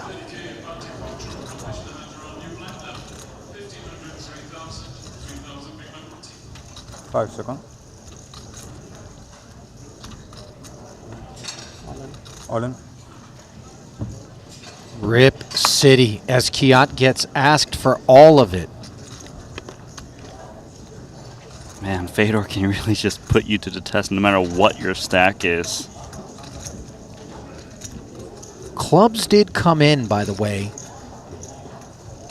Front door flush draw. Turn did put a second heart out there for the back door flush. And you wonder whether or not clubs are afoot. 5 seconds. 10 jack could be a thing, who knows? Only Fedor. And if Kiat wants to invest the rest of his stack, he can find out too. It's so tough for Kiat because he has a healthy stack remaining even if he folds, and if he does that, he can likely guarantee himself into the money, which is a $152,000 minimum. You can see him put a ton of time banks out there, like, I'm going to need a lot to figure this one out.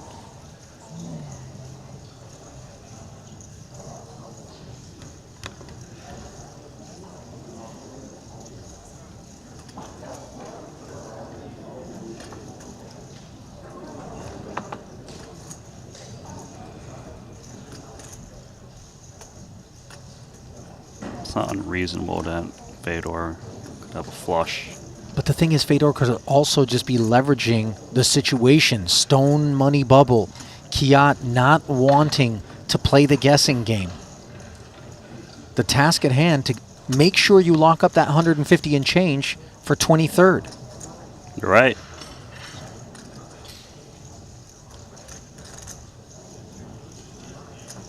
Unenviable situation for Lee. 3.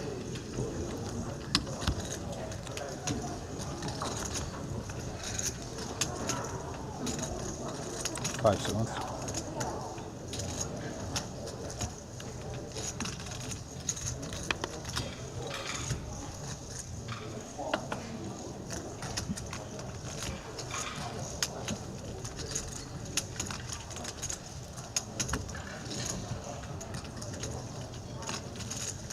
Kiat's gone through 3 time banks already. You see that little circle beside the 4th, which he will owe. That can be redeemed for another 5 time banks. 5 seconds. It feels like Kiat's actually really strong in this spot. Well, if he is, we'll never know if he was good or not, as he does bin it.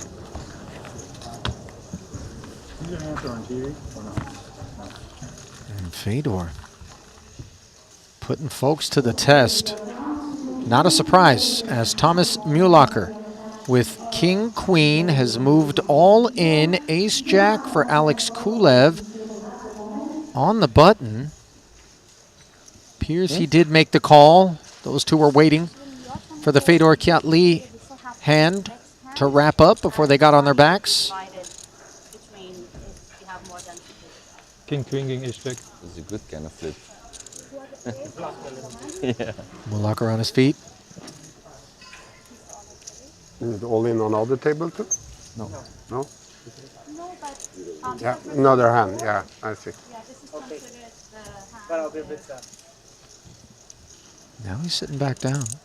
Yeah, it sounds like there needs to be a little catch up first before we play this one out in case there's all in on 2 tables. But looks like here we go. 4-4-5. King Queen doesn't like the look of this.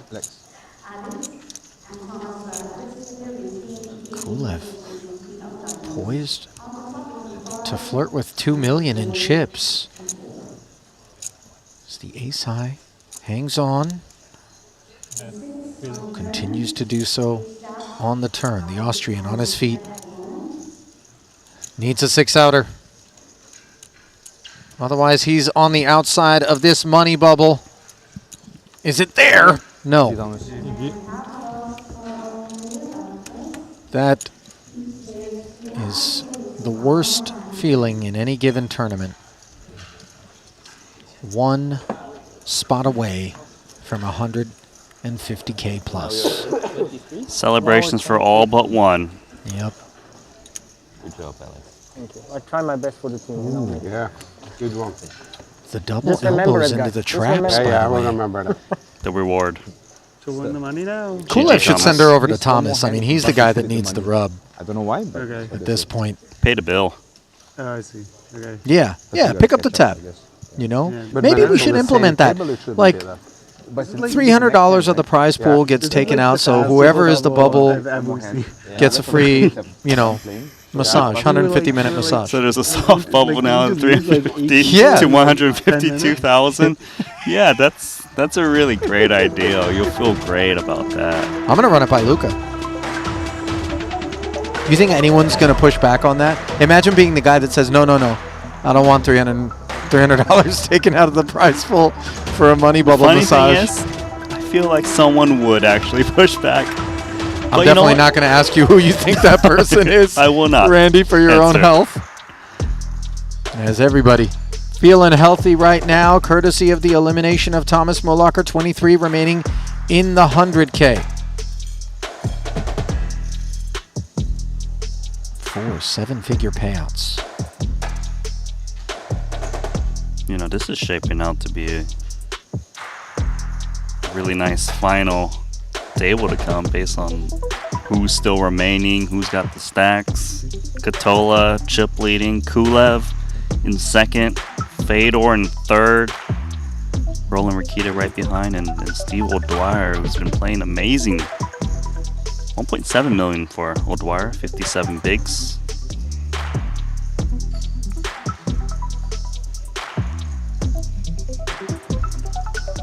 Just looking at the bottom of the leaderboard, Ding Biao slid right in, 7 bigs, $152,000 richer. Also, Seth Gottlieb got in there with 11 bigs.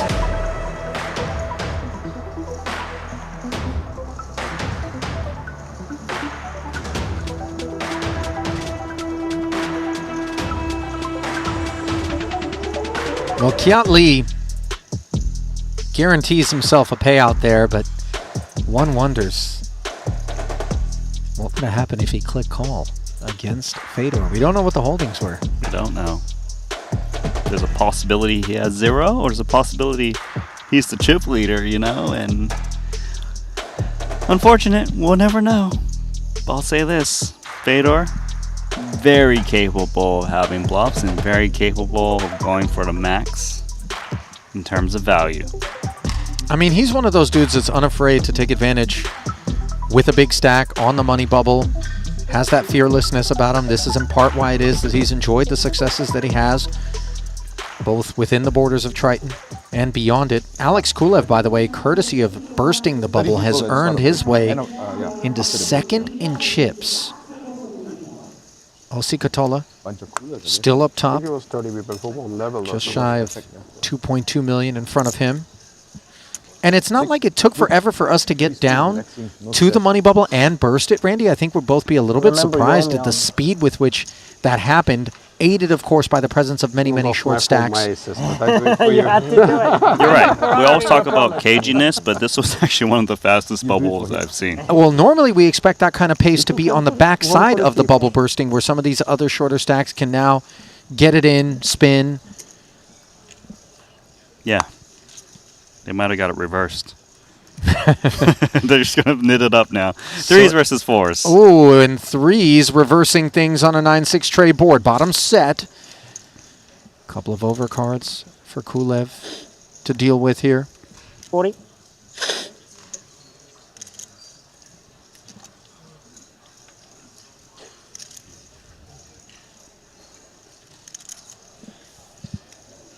And now that we're inside the money bubble, so it's really just check raise this set if he likes. And like what I'm saying is, if it was before, he wouldn't have as many check raise bluffs off of this stack, but now he can kind of get looked up a bit. Considering that there are more check raise bluffs given the guaranteed money? Yeah. You can have risk now. 40 becomes 140. Suspicious, but fours is just fours on this board texture. Not much prospects. Kulev will step aside. Not too much harm sustained for him.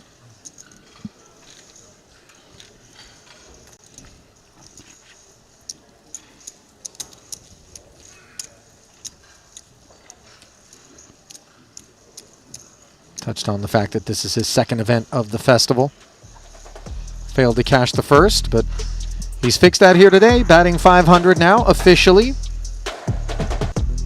Looks like empty racks are being distributed. Redraw break is upon us here in the 100K.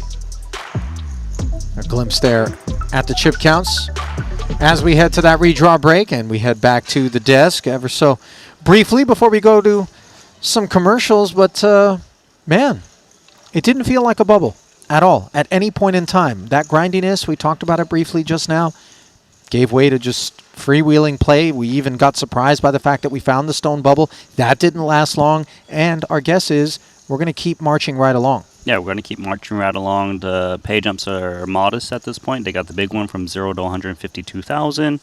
Now all eyes on that top prize of $3 million. Those 4 7-figure payouts. How do we get there? Try to win chips. $152,000 is the guarantee. That's 3 slots that are going to pay that, and then we'll have a pay jump of $13K. We're going to step aside for about 3 minutes. We'll be right back here with the final few tables here in the 100K. Don't go anywhere.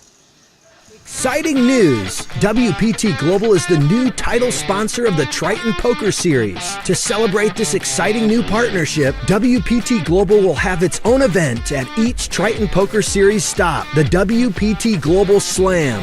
Look out for your opportunity to qualify online. Download WPT Global with code Triton and get a 100% deposit match up to $1,500 now. Sign up today and join the action. Online poker is back in the USA and Canada, and it's back bigger than ever. To celebrate the launch of Club WPT Gold Sweepstakes Poker, we're kicking off a $5 million invitational free roll in the poker capital of the world, Las Vegas. Only 2,000 seats are available, and it's invite only. Register now with code Triton for a chance to win a seat. And did we mention the first place prize is a whopping $1 million. Pre-register now at clubwptgold.com. Attention MTT players. We're excited to announce the most significant advancement in ICM solving history. Now, with GTO Wizard AI, you can study post-flop ICM strategies with unparalleled speed and precision. Whether you're competing in classic MTTs, satellites, PKOs, or mystery bounties, this upgrade lets you simulate any payout structure, bounty format, and stack sizes. Get ready to dominate with GTO Wizard AI. Looking for the ultimate platform to place your bets on the biggest sporting events? Look no further, because BetACR.eu, Triton Poker's official betting partner, is here. Whether it's the thrill of soccer, the intensity of football, or the fast-paced action of basketball, BetACR.eu covers it all. With real-time updates and competitive odds, you're always ahead of the game. BetACR.eu also offers exclusive poker events that you won't find anywhere else. Test your skills and make every hand count.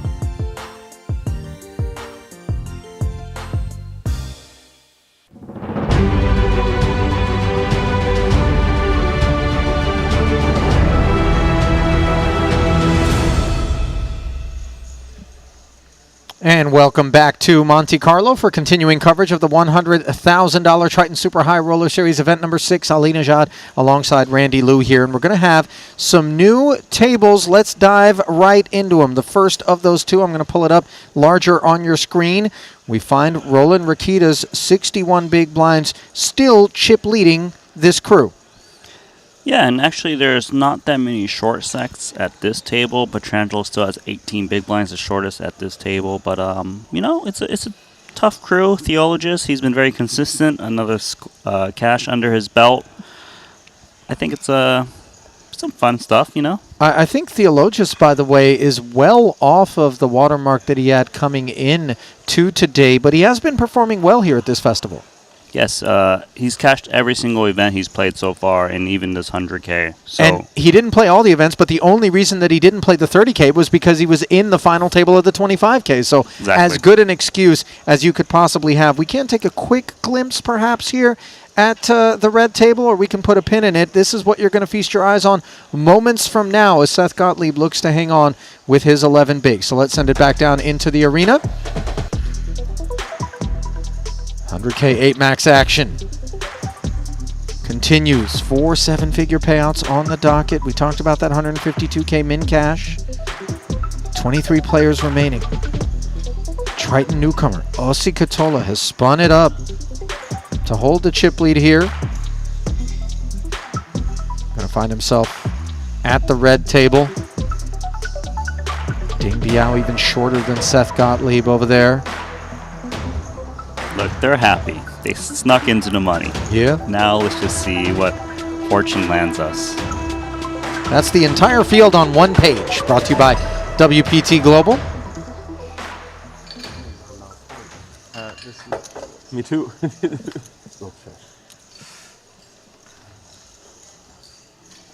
Here we go. Morton Klein has had a nice festival thus far. Finding a cash yet again. Yeah, there's bones in that one. 40K mystery bounty third place finish was good for 318,000. Picked up 240K in bounties. Minimum of 152 here today, sitting 41 bigs deep. Not in any jeopardy. Luke Greenwood asking questions, courtesy of King 8 suited and the cutoff. A double GBF twice. Yeah. No takers around to Andy Knees big. Suited but dusty. Jack deuce into the bin. That was just like the fastest bubble I've ever seen for like a tournament like this. Is that possible? That was sick.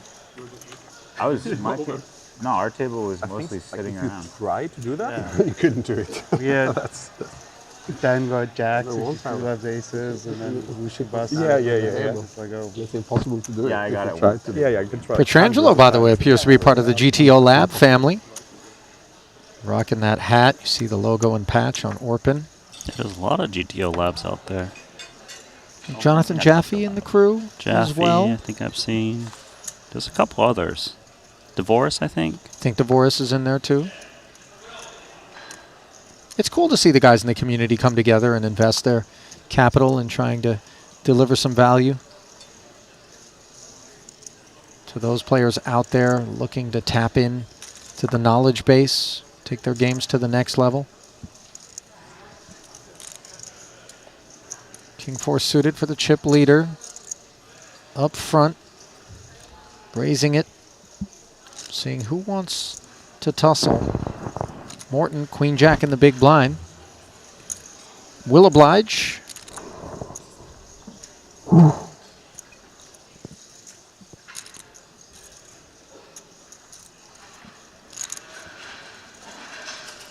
Nine, 7 tray. Club draw acquired. Not much cooking for Morton. Lovely spot for Rokita. King high flush draw. Especially with that flush draw having over to the board.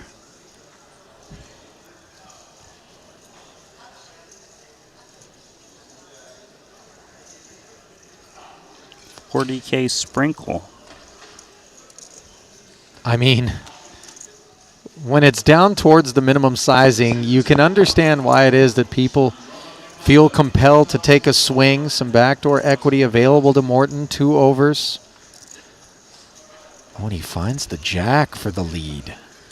This is one of the problems when you bet very small. Players get a little sticky with overs and backdoors because the price is just too good.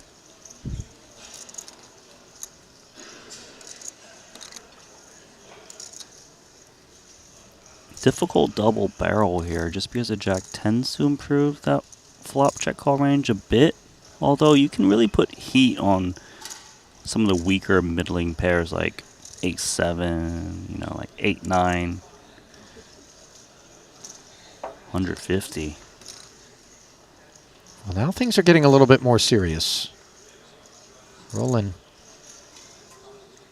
just ushering with a bit more insistence Klein's kit toward the muck. As we can see, it's not going to be headed that direction.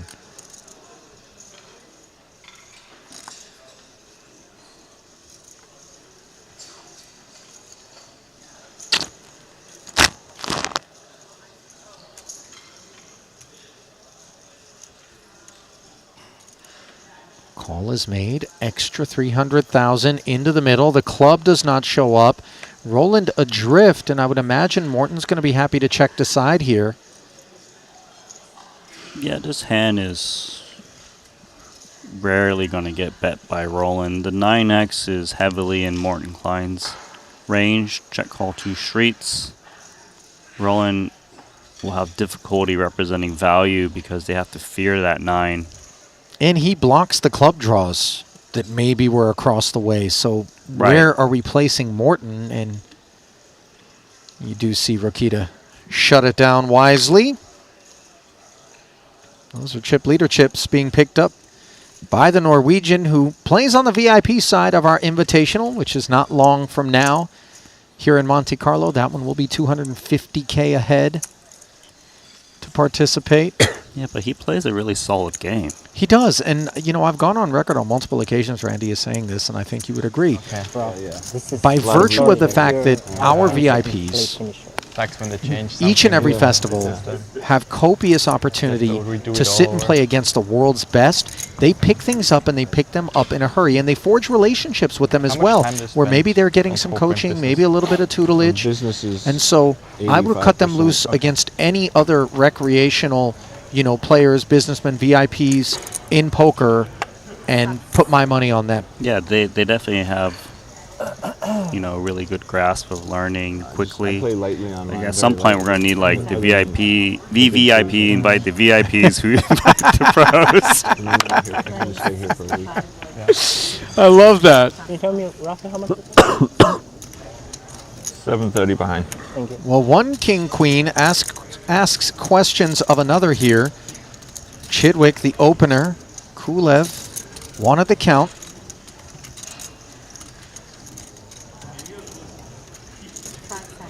Likely contemplating 3-bet. Well, contemplation is as far as it gets, Randy, as Kulev flats and another king-queen pops up for Ivy. Now, dare I ask? Ask it. If his king-queen is the one that will be more inclined to 3-bet, instead it just bins it. That was the last option I thought was going to happen. I thought he was between call and squeeze jam. I thought for sure he's calling, and because of the flat from Kulev, I thought maybe he's going to put the 3-bet in. Instead, Ivy taking a pass here. Mosbach now, ace-10, halfway invested. He'll flick in the call. I'll tell you this, I like the ace-10 in this spot. Of course, with king-queens blocking each other, one of them in the bin.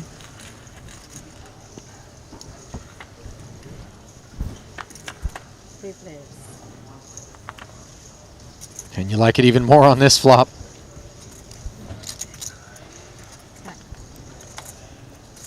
Randy, we got to chip in and get Mosbach an actual scarf.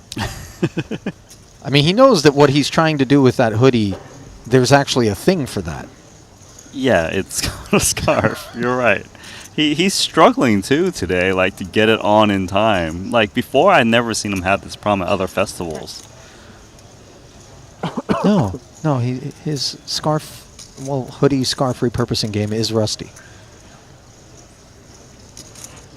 2 checks as the pre-flop raiser Chidwick does not barrel through. Kulev not going to try to get frisky.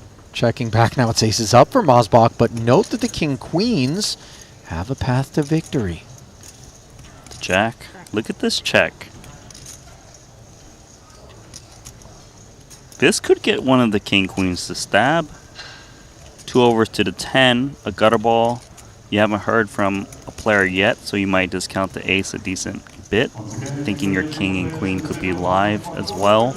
I mean, I wouldn't blame Chidwick for barreling at this thing. Big blind defense range is wide. Kulev didn't show interest on the flop. We are the pre-flop raiser, and yet he checks. But will Kulev check? That's the question.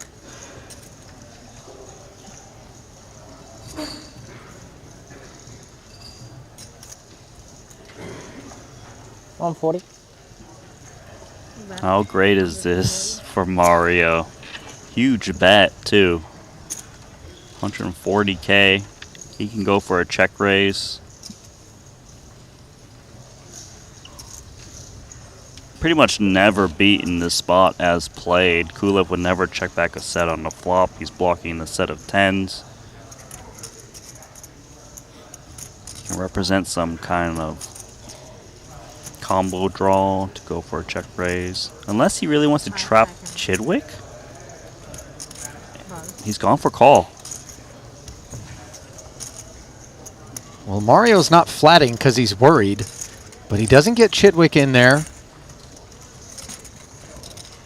Maybe he thinks Kulev has ace-x that might go for value on the river on a dry card, and I don't know that that qualifies as one as the front door flush comes in.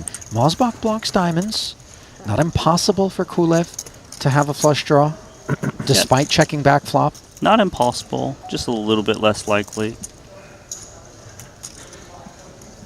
Kulev's checking if he's got a diamond, maybe. Because he wants to block flushes, especially that would be tethered to the 10. Like king 10 of diamonds, queen 10 of diamonds would take a passive line on the turn to check call.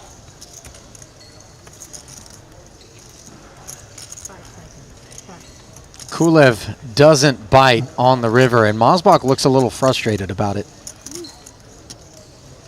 Well, he's hoping that Kulev didn't check back like an ace-jack, something he missed value from, but it was just king-queen high. As you think about Alex's reputation, is it one that skews toward the more aggressive side of the spectrum, and perhaps that's why Mario tried to lure him into some trouble? Yeah, I agree with that statement. You know?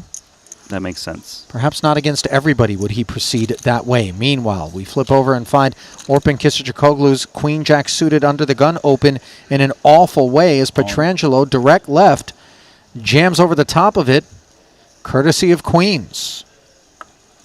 Yeah, there's nothing Petrangelo can do but jam in this spot, given the positions. He can't really 3-bet small to induce. It would just be too suspicious.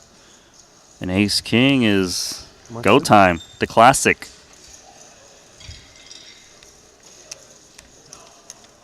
We're going to have a collision here, as Theologus is not looking for the muck.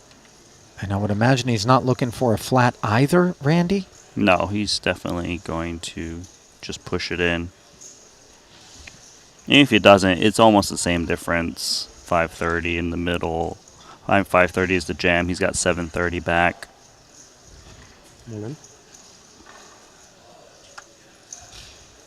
Big, big flip here. Vantage queens.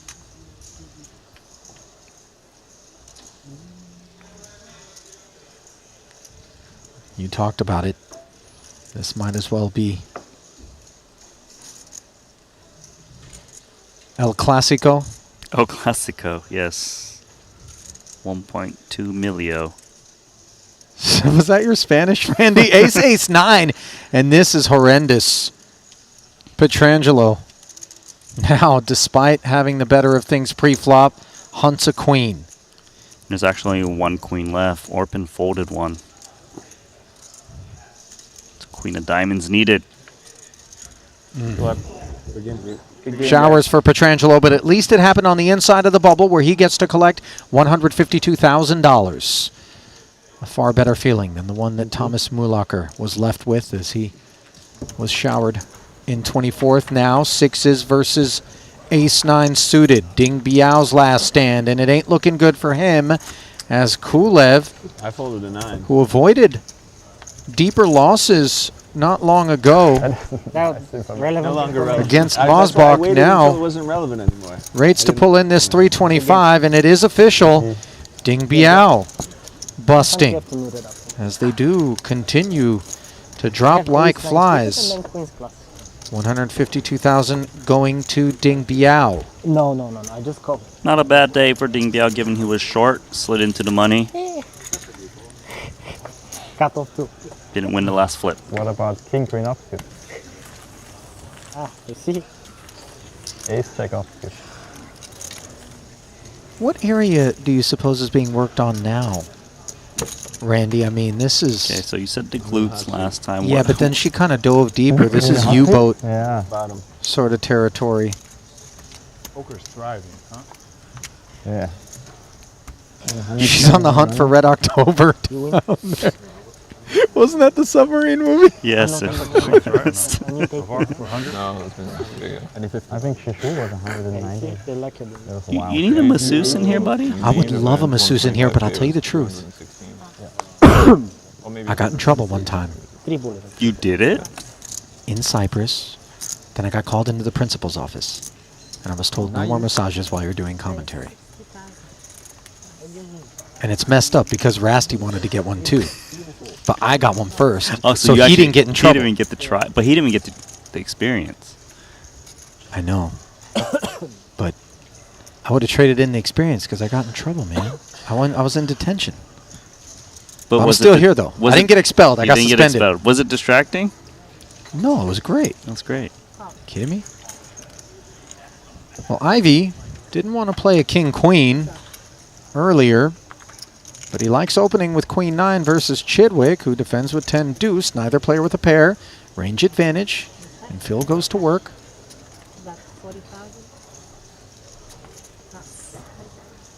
Able to take this one. And you know, it is a single data point, and we always hesitate to try to extrapolate from such a limited glimpse. But Ivy has matured in so many ways. And at this point in his career, I wonder if mucking that king-queen is something he never would have considered, you know, earlier as kind of, you know, in your 20s, get up and go, super aggressive, make a statement, a little bit of ego behind some of the decisions. You know, I think he's just out here about his business. And even though he's a great swimmer, he's not looking to get into the murky water, which may be something like a king-queen 3-bet squeeze there rates to be, more so than opening queen-9, following through on that board and winning that pot. It wasn't a slam dunk play there, the king-queen that spot. And the reason was is because he was still playing a decent stack, like 23 big blinds or so. So it's not that short. And Right. the raise was from +1. So there was definitely, I don't think it's, I think it's reasonable. I just think a lot of players just don't do it. That's all. Well, Queen 10 is doing it here. Turning into top pair on a 10-high rainbow board as Kiatli got after the deep stacked Aussie Kotola, who has wonderful taste in watches, I might add. Or at least watch. And hoodies. Oh yeah, I got that one, by the way. You have it in 2 colors. I know. How do you know I have it in 2 colors? Because you've shown me. You told me. Oh, I told you? Yeah, you got the You're not yin supposed and to the talk yang. about that. Now it makes me seem shallow, Randy. You're my like. But you you're are. No, but you're my pretentious clothing buddy. Threw me under the bus. All right, I won't throw you in the bus anymore today. Tomorrow, repeat, but today. Check call to 55,000 by Kotola. An ambitious peel here. No diamond on board. Maybe he thinks a safe turn and he can all of a sudden come out swinging and push Kiatli off of some overs. I mean, Kotola. Well, he was making me nervous there for a second, but he does not lead. Yeah, he also check called against Under the Gun, which has even better ace X's in his range. But, he plays to the beat of his own drum. Queen 10 should feel very happy after the check call flop. Goes for turn. Job done.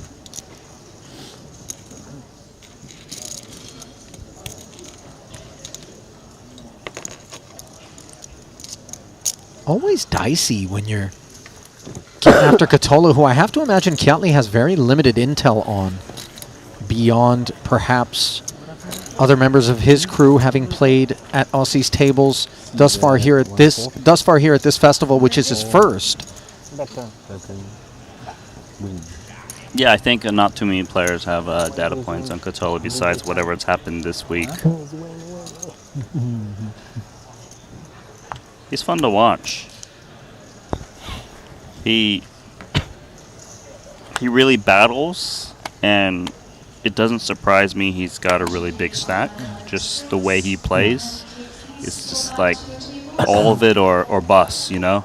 Yeah, the go for broke sort of double-edged sword. You know, Shu Liang qualifies as that type. Tan Xuan, Rui Cao. Even though most of the opportunities we have to observe Rui and Tan are in the cash game streets, which we're just fine with, by the way. King 7 for Seth. 250. He's just fine with jamming it from the cutoff. Chidwick wanted a count with King 10. I believe you. Chidwick's out. By the way, Keysman Jackson, the YouTube chat, was asking, who's the Monopoly guy? What a Monopoly guy folded King 10, and Kiatli did not fold 8s. No. Lee in there with pocket 8s, of course. Gonna give Gottlieb a spin here. Can afford to do it. 545,000 in the middle. Seth needs to find a king. One's already in the bin. Ace, Queen, 6 in club coverage for Kiat. Gut shot in the back door, maybe, for Seth. He wants a king. He wants sweat. He wants a king. Instead, it's a club, and it's all over for Seth. But at least it happened on the inside of the bubble, as he did eke in off of a short stack. Good luck in the cat game. Thank you. We'll see Seth in the Invitational tomorrow. We'll see Seth in the cash games. You heard guys wishing him well in that respect. Last of the 152K payouts, by the way. Everyone gets a little ladder. Up to 165,000 now, as 20 remain.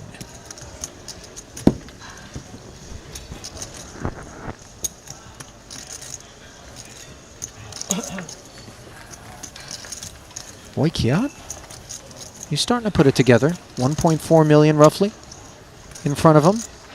Remember, not too long ago, he was put to the test by Fedor on the Stone Cold Bubble, and now he's very healthy.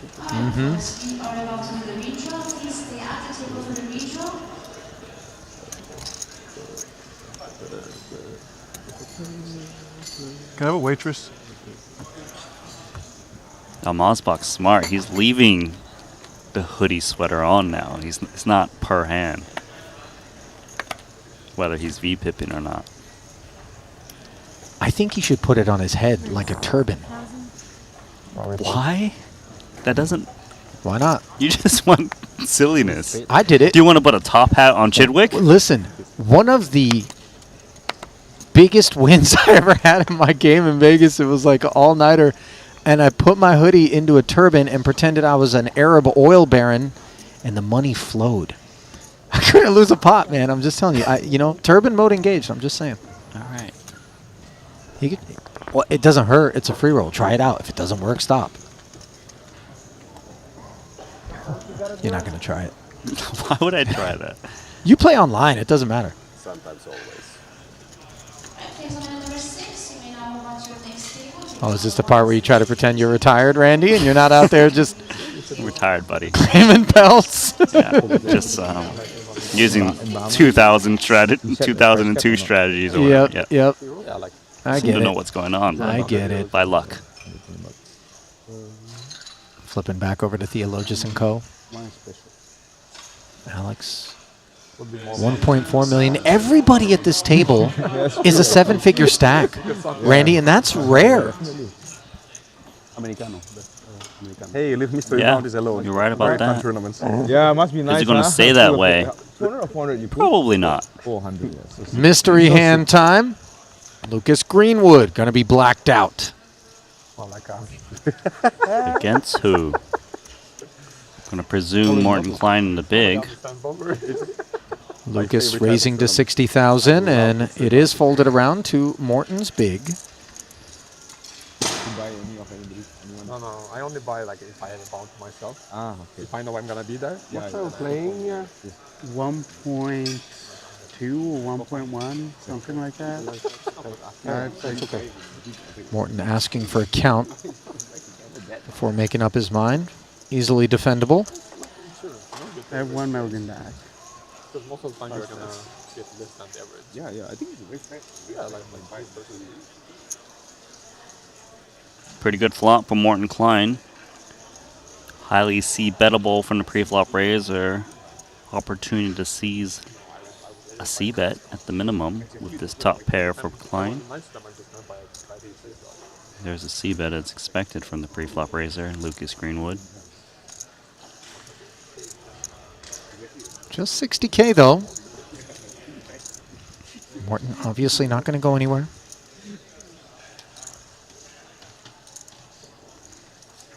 Seven of spades of no concern to him. 285 out there now. And seems like a breeze for the Jack-10 at the moment. Top pair, decent kicker. If a bet comes in on the turn, much mandatory call. But would get uncomfortable if a turn bet comes in, given there could be kicker issues. You could be up against an overpair sets. Well, sizing is going to have a lot to do with how uncomfortable this one gets. 200,000 is chunky. Yeah, he's definitely a little bit concerned, alarm bells, but he needs to continue. Pray for a check back on the river. 685, and that river card is the king. That's got to be an awful card for Klein. Well, in terms of Luke's range, it ain't great, although for it to hit Luke, it would have required him to have barreled twice with King X, and the Jack of Clubs does block King Jack of Clubs. One of the combos we might expect to be out there. We're blocking the 10. So unclear. So just like King Queen of Clubs, maybe King 9 of Clubs, King 8 of Clubs from the hijack is reasonable. If it's just the naked king. Right. Of course he loses to everything that was already good on the flop, whether it be sets or overpairs. Bluffs? Basically like 8-9, Jack-9 come to mind. They would always bet the turn to follow through on the river, you would want to have the non-club variety 500. to just have more hands that are more inclined check call, check fold, such as ace, x of clubs. You don't want to block those.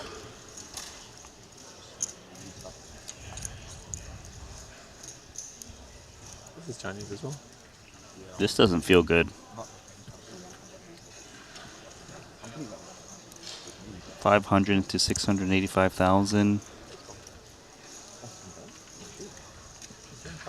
The question for Klein should be, how thinly would Greenwood value bet in this spot? Jacks through queens. What about ace 10? The more value hands you can put in your opponent's range, the more you can kind of get away What from. do you have now?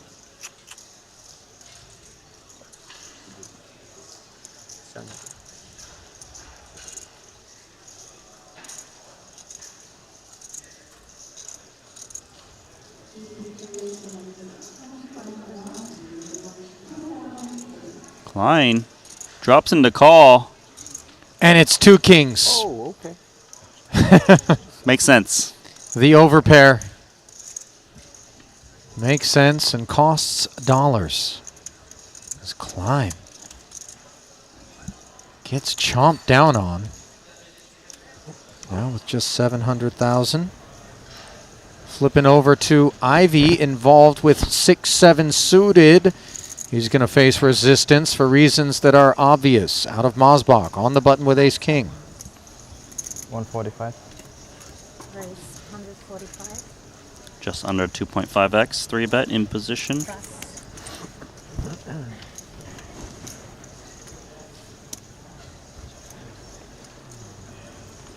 Ivy Ed. 585. My hand.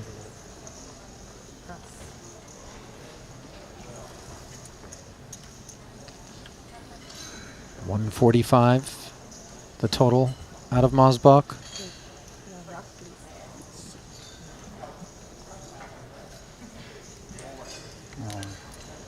Ooh, and Ivy gonna play back. This is ill-timed as Mosbach snaps. Look at the fist bump. I mean, respecting that Ivy went for it, thought that maybe Mario was getting after him light, and He's drawn dead. the man that was getting after Ivy light was Aussie Katola, who 3-bet him with 7 deuce off suit. Chat all over that pot while we weren't when it took place. Unfortunately for Ivy, that's not the spot where he jammed, as he would have taken that one down. Instead, he has to go up against ace-king, and he flops bottom 2. 1.365 million in the middle. Ivy motionless. He knows it ain't over yet. A 3 would counterfeit him. An ace or a king would give Mosbach the W. Anything else, and Ivy gets to double through. Can he fade? Yes. Fist bump again. Respect. You got me. You don't just fist bump the man when you got him dominated or in bad shape, but rather when he doubles through you as well. Class act, as always, is Mosbach. And yeah, we confess, chat, Randy and I were kind of engaged in a conversation, not looking up at the screen when Ivy opened that queen-9 suited and got 3-bet by Aussie's button 7 deuce off, which worked, and chat speculating that Aussie's going to tell his grandkids about that one when he 3-bet bluff Phil Ivy. Seemed like one of those moments. You know, I've always wondered whether or not the likes of Ivy and really, you know, the luminaries of poker have to make adjustments to their game because of such things. Because players are looking for the story. Oh, hell, I'm just going to call it off, you know, or I'm going to 3-bet in a spot where I never would otherwise. Now you have to kind of level. I promise you they definitely have adjusted based on who they're playing against for these reasons alone. Well, Aussie is adjusted his way to 2.3 million total. Some of that coming courtesy of that heroic little 3-bet. 7 deuce off. 58 bigs deep. With a much more evenly distributed landscape than over at the other feature, where everybody had a 7-figure stack. Chidwick the shortest, or Mr. Monopoly, as Keysman Jax has coined him. I think that Monopoly guy has an actual name. Yeah, his name is Mr. Monopoly. I don't think it is. It's I know. Alex No. Alec Monopoly is that artist. It's Steven Chidwick. Wow, Randy, you're in a 2-minute minor. Go ahead and head into the box. Is it really Alex? No, Alec Trebek. Monopoly is like the artist who uses like the Monopoly guy and all that street art. You know what I'm talking about? Oh, okay. No, I don't, but sure. Wow, Randy. Imagine a little culture. Maybe I should take you out to another nice dinner, like I did last year. Oh, it's around, isn't it? Yeah. Nice. No, I'm going to find us a better place. I'm not going. You're coming. You're coming, Randy. I'll give you a... I can't give you money back Can I guarantee. get a 10% discount code? 10-9 for Chidwick. Makes it 80. Kiat 5-6. Offsuit and connected himself.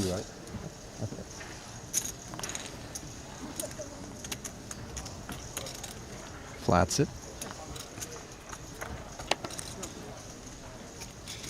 Ace 5. Advantage Lee here, but of course must be mindful of some possible ace-x, even though Stevie is raising from late position on the button.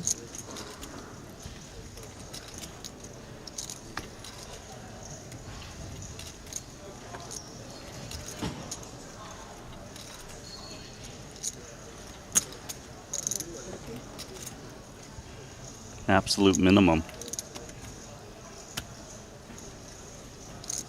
I think Kiat's okay with this. He expected to see bet anyways. Didn't really want to face bigger sizings.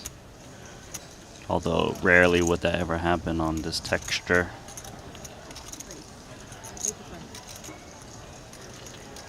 Somewhat surprising here is the check raise min plus 5K. And the thing is, if you bet fold to this, you might feel like you're getting picked, or like you might feel a little exploitative. Okay. But you just have 10-9 high. But people notice like your check raise, you're folding to check raises this small on these textures, like they might be able to use that to your advantage in future hands.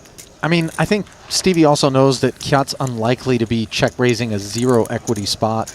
You know, not that there are any zero equity spots unless you're up against an ace, let's say, in that particular situation. Yeah. If you're Kiat without one, but you know, 10-9 off is just bad. In if that it was spot. suited, then maybe. Yeah, he had no backdoor prospects whatsoever. That was a nice play from Kiat. Keep it simple, because obviously most turns are going to overcard his 5. Yeah, kind of avoided getting into the quicksand. Find out what's going on right here, right now.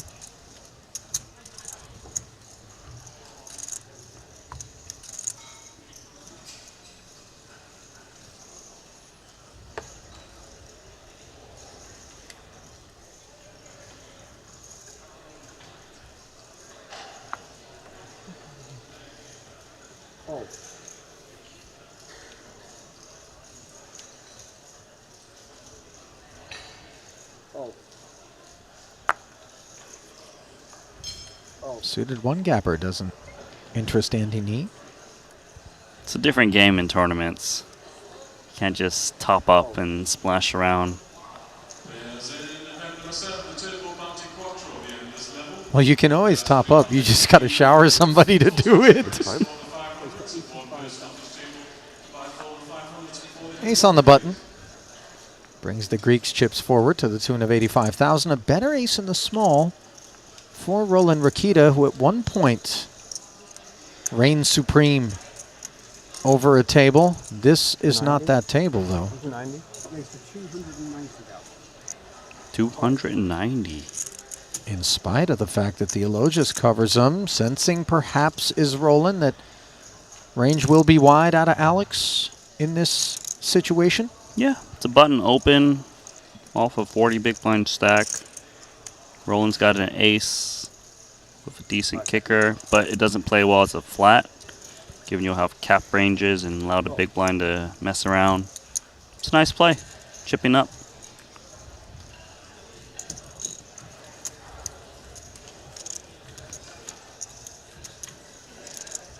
Rokita has a lot of heart. Anytime you see that Austrian flag, you know you're dealing with somebody who is well studied. Yeah, and Roland Rokita, I'm pretty sure, is part of that Poker Code crew. We know they've got a lot of heavy hitters. Fedor, Matthias, Mausbach.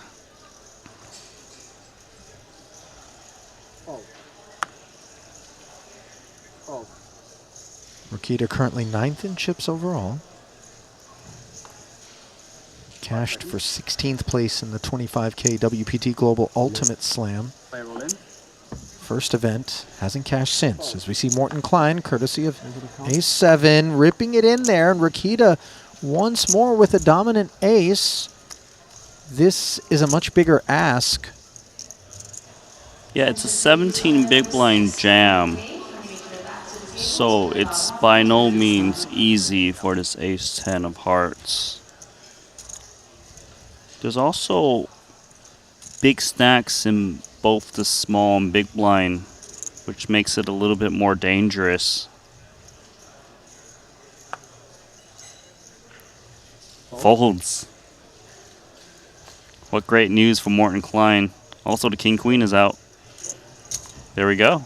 One advantage of risking more is you get folds from hands that don't feel too good about it.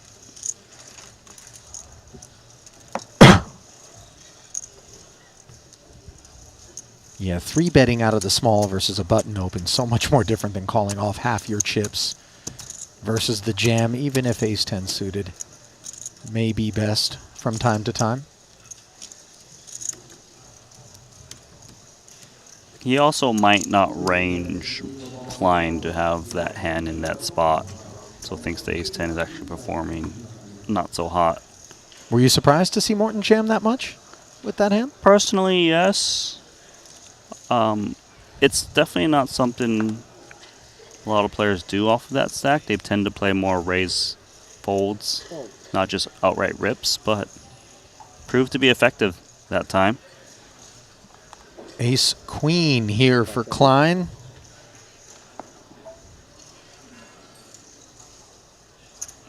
Now he feels he's got a little bit too much to outright rip, so he opens it to 90,000.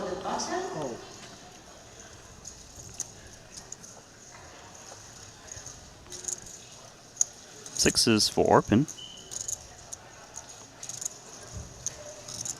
Would have to play this one out of position if he wants to flat from the small. Amendment number 60, please place the button in seat 7.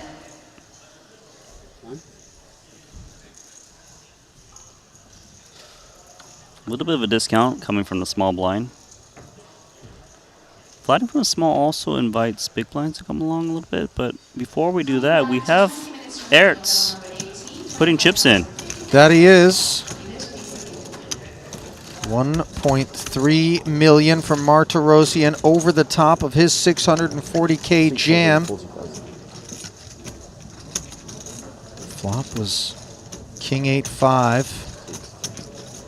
After the raise to 140 from the small of Martirosyan, Ertz made the call. Both players checked it. The jack rolled off. Bet of 260 was flatted.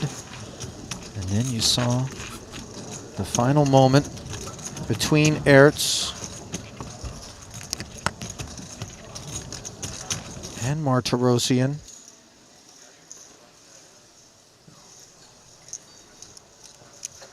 It was Ace-4 for Artur, King-7 for Peter.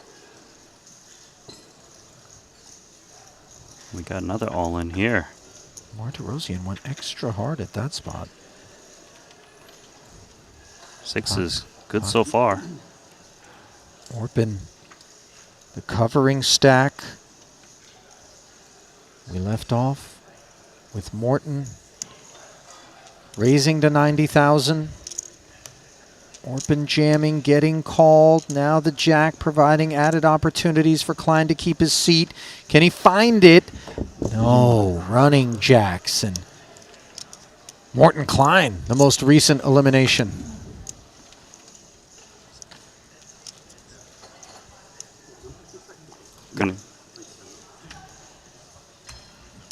Something for my trouble? Second cash for Klein after finishing third in the 40K mystery bounty for 318,000 plus 240,000 in bounties. He'll take it.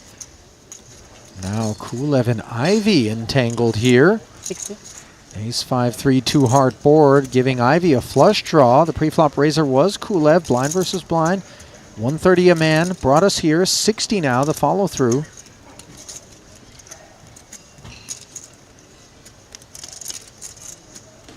He's got a flush draw in position.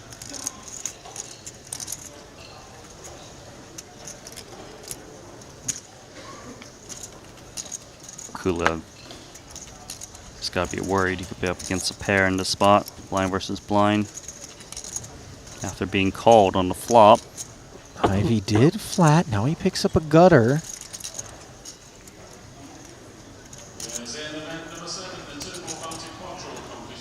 .420 in the middle. I wonder what Kulev makes of Ivy in terms of range, defending big blind and then peeling on this particular board, whether or not he gets the sense that Ivy is playing a more conservative approach or still has some floats in him or some light peels. Apparently we have our answer as Kulev gonna rep this ace with a little bit huskier voice, 140,000.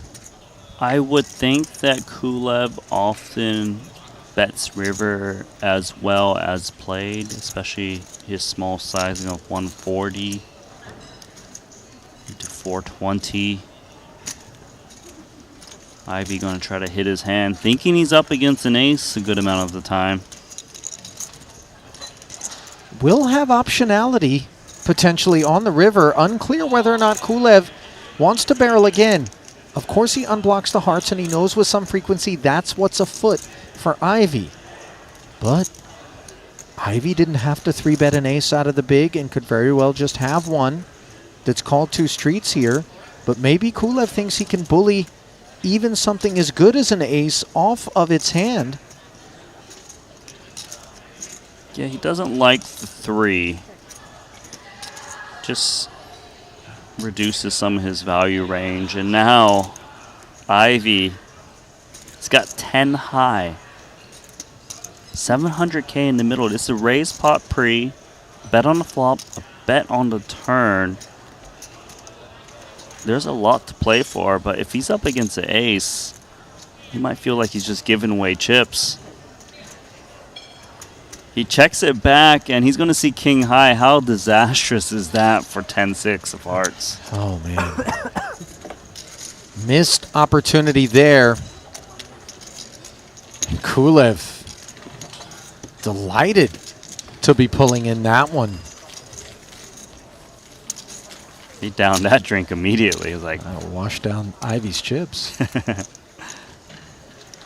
You surprised he didn't bluff at it? Or the fact that we have the hearts, now it's tougher for us to give our opponent some of the draws we want them to have? No, I'm surprised he didn't bluff at it. I mean, he didn't have showdown. No, I don't think he had much showdown. Very little. And Kulev was a pre-flop raiser and bet the flop, so it's not unreasonable for Kulev to just turn like backdoor diamonds or some kind of gut shot with that 7-5-3 texture that is still beating 10 high. I kind of would like to bet, but if you just felt that Kulev has always got an ace there, maybe he's just thinking, I don't want to waste chips. Sometimes you make a misread. Happens. That it does. And it was a pricey decision for Ivy. Sub 1 million now, but still 25 bigs. Panic would be unwarranted. And uncharacteristic. Ivy really not. Have you ever seen the Ivy poster panic? child for panic, that's for sure. Kiat leads Jack 9 of clubs. has company in diamond form as Ivy flats. Pocket sevens now for Mosbach. Might he squeeze? Yes, he will. Situation just perfect for him to jam and take it.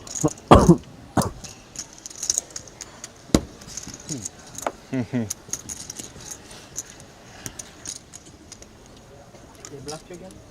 Yeah. He's flash 70. But he was suited. He didn't play double suit.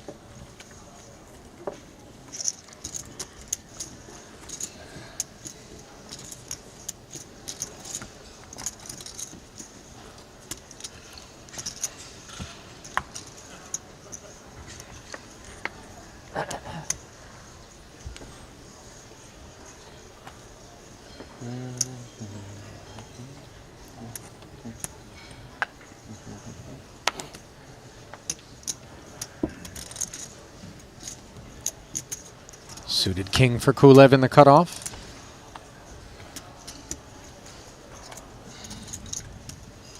Everything seems to be going Kulev's way as of late.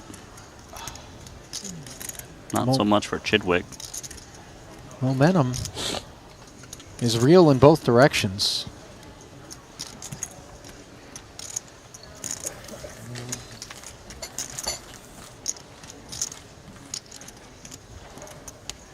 Sitting now 2.2 million.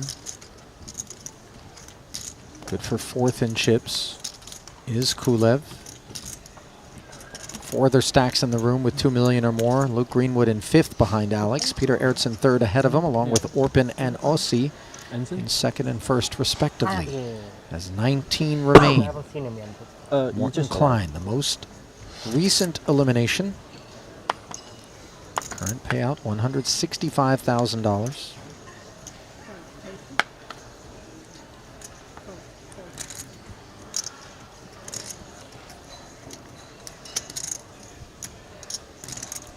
Mosbach 10-9 suited. Spades covered by Kiat Lee, the opener from UTG. But his hand is very playable in position. Spades are smothered unbeknownst, but Mosbach likes the prospects of a deep stacked altercation with Kiat, so he will flat and we will block out Aussie Katola's holding. If you thought playing mystery hand with Shu Liang is tough, try this one on for size. Aussie, who 3-bet Phil Ivy with 7 deuce offsuit from the button not that long ago here at this table. And got Ivy off of a queen 9 suited. Comes along for the ride. 10-5-4 board. Kiat with backdoor spades and a wheel gutty. Mosbach with top pair. No clue what Aussie's got. Yeah, but a solid piece for both Kiat and Mario.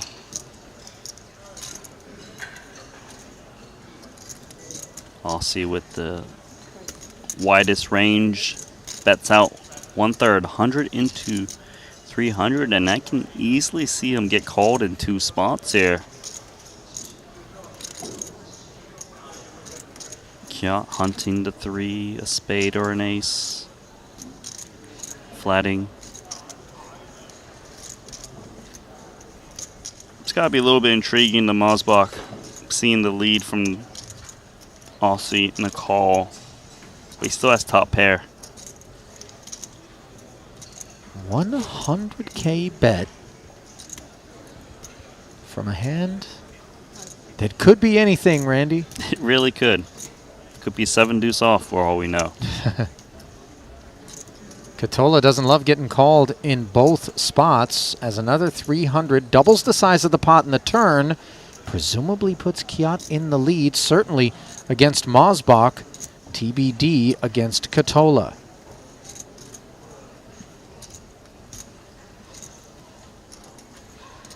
If Katola was to lead again, it would scream strength, something that could beat ace deuce, I would think.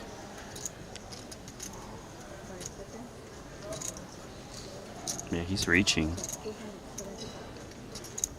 Second helping, 275,000. Kiat didn't call on the flop to step away from this turn. You're right about that. And I would imagine once he calls, Mosbach is going to be done. You're also right about that. Be surprised if anything else happens. It's getting murky for Kiat though, because he hasn't played with Aussie that much, so he can only make so many assumptions about what he's up against. So down to heads up as another 550 enters the pot. Aces and deuces now for Kiat in case kicker issues were afoot. Unclear whether or not Aussie would have an ace-X and play it this way. Four-liner on board though. It's the odd four-liner where you don't give your opponent that much credit to have 3x, but the deuce is a good card for Kiat in general. But before we finish that hand... Oh man, I hope we get back to it before the curtain gets drawn as we are on our backs here at one of the other tables. This one involving O'Dwyer, who made it 90 to go. Tan Xuan's button jammed. It's ace-king versus sixes on the king-7 deuce board. O'Dwyer hops in front. 5 on the turn and a 7 on the river. So Tan Xuan's sixes downed by the shaman. He's the most recent casualty. Direct that man to the cash game area.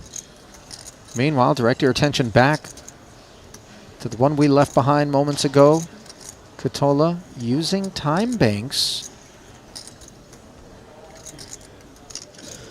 Yeah, the deuce is good for Kiat because he beats like 5-4 that might have took that line. Maybe like a 10-4 suited or a 10-5 suited. It's possible. For now, though, is Aussie going to bet? He's taking his time. Perhaps unclear. Oh my gosh. Did he say all in? He sure did. He just ripped it. A full 1 million in front of Kiat needs to be invested. He's already been put in this blender once before by Fedor. Granted, that was on the stone money bubble. Yeah, this is... How is Kiat always in the toughest spots possible? Multiple streets. It's true. I mean, he makes the call. Oh, wow. And Katola, does he show the 3? No. Just king, queen. Aussie went hard at it, and Kiat clicks call, and he's going to work his way into the first 3 million plus chip stack at the expense of the Finn, who gave it all he had.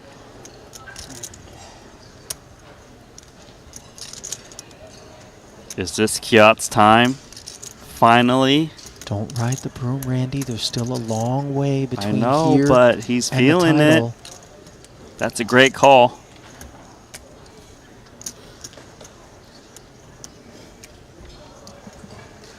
Misstep from Aussie. Katola. You know, that call, oddly enough, facilitated by a number of things. Being on the inside of the bubble, obviously a part of it. And then being up against Aussie, where you just know it doesn't have to be the 3. It doesn't have to be better than aces and deuces. But it doesn't have to be easy, and it seems like it never is for Kiat Lee. One thing that is easy, though, is the decision to download GTO Wizard. If you want to play at your best, just like these Triton champs, Kiat Lee and company that you're watching now, well, GTO Wizard offers you clear and accurate solutions to every poker scenario that you'll face. Start analyzing hands today with the industry's most advanced solver. Check them out at gtowizard.com. What do you think GTO Wizard would have done there, Randy? Call, because that was the right play. Wow, thank you for that. It doesn't always make the right play when it's results. It just does it for, you know, theory. But okay. Randy has like a 2020 hindsight wizard where you can load anything you want in and it'll tell you what to do based on what your opponent has at showdown. Can't get it wrong. Well, pocket 9s. 5 seconds. Feel right. on the button for Stevie. And sure enough, it all gets deployed. Swift exits out of both blinds.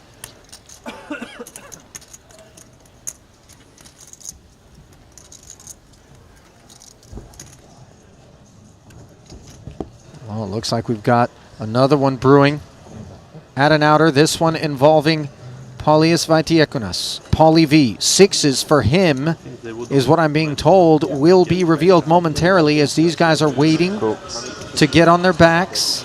Martirosian shows King Jack a couple of overs.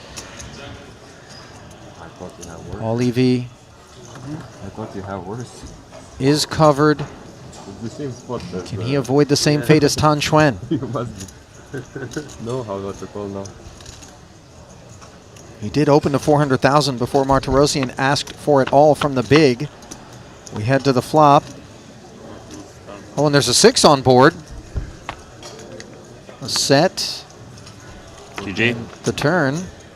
Or more like double up. Yeah, leaves the King Jack drawing dead. So Martirosian bucks lost in the fire there. 415. You need to get it in very behind the win.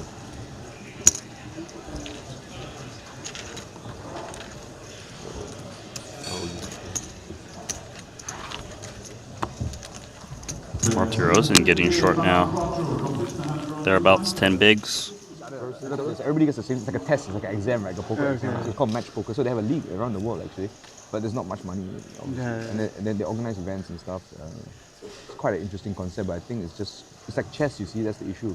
Yeah. It's boring for most people, you know. No, yeah, because I mean, I think poker's really entertaining but like, it's hard. Like, I enjoy watching the streams because it's like nice to have on the background and whatever. But like a lot of the streams, it's like dry and it's hard to make it. Like you could take like a 12-hour stream and condense it into like an hour, and it would make it a really good like hour. Yes. But otherwise, it's kind of like it's not the best spectator sport, basically. Unless final table or something. Yeah. I think only like the important parts. Yeah.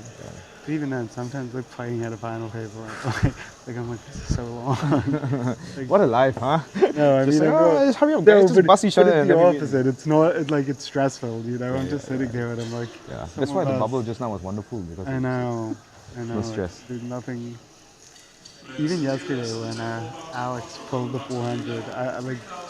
That was long, man. I was but like you went after me, but I was sitting there for the history. Nice. And like you're just like waiting and waiting and waiting, and like at first I was like, okay, like white envelope, yes.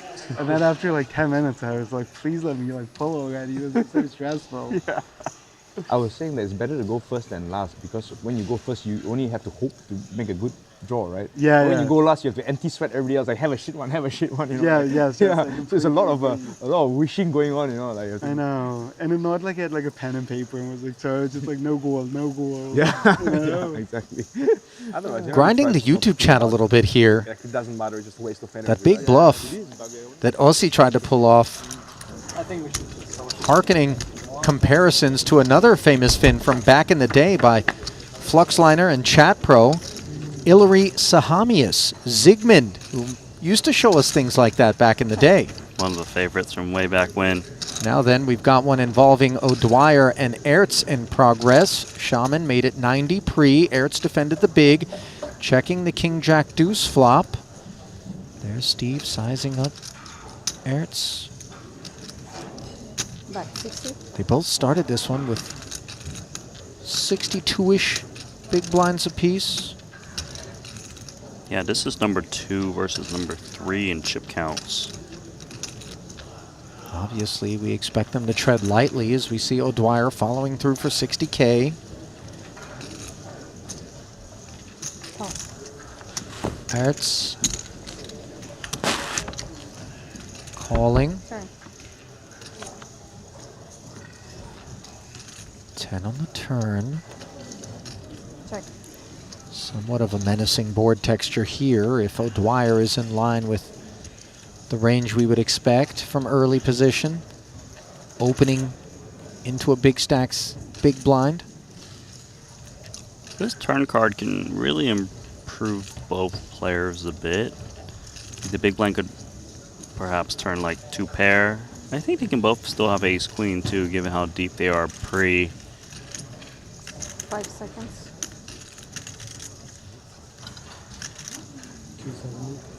Bet 270. The fact that O'Dwyer's betting so big makes it seem like he's got a pretty strong hand, just given the texture. Quickly took it down. $250,000 and take it, sir. You're right, there is a dearth of trinkets and good luck charms surrounding O'Dwyer's stack. Normally there's at least one little buddy in there. It's somewhere. Guess we'll never know. Flipping it back over.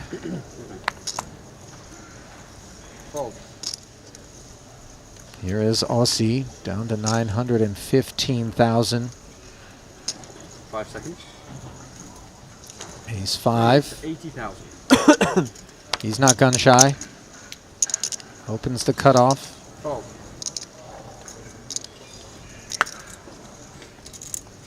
Oh. Same kit. Oh.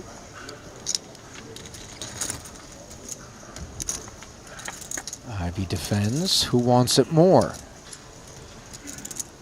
King, Queen 3, Ace of Clubs is a much nicer possession for Ivy's Ace 5. Aussie can just bet this flop. Maybe he takes it down. Although Ivy's got that backdoor club, a little bit of wheel action. So if it comes in small, he might hang around, might even check raise. Check. But check through on the flop. Let's see a turn card, which blanks out.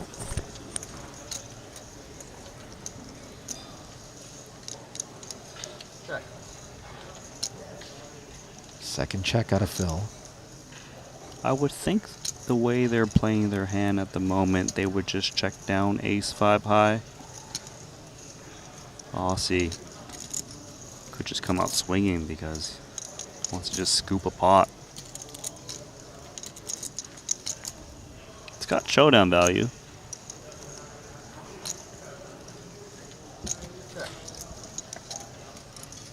Decides to check it back twice, and while I said he's not gun shy due to the fact that he was willing to open from the cutoff with the Ace 5 offsuit, post flop he certainly is proven to be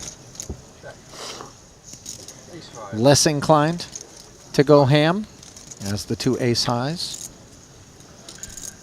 do chop it up. Both are pretty happy about that result, given the run out.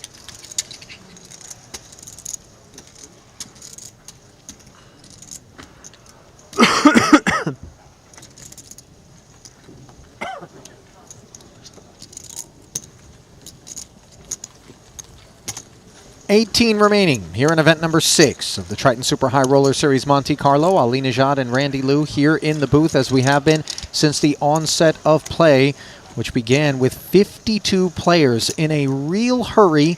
We got down to the stone money bubble of 24, and then we burst it and kept on rolling. 4 7-figure payouts, plus a coveted Triton title available. Still 165 the next payout, an immediate jump of $18,000 if you can hang around and be a part of the final 17. Now, pocket sixes 5 seconds.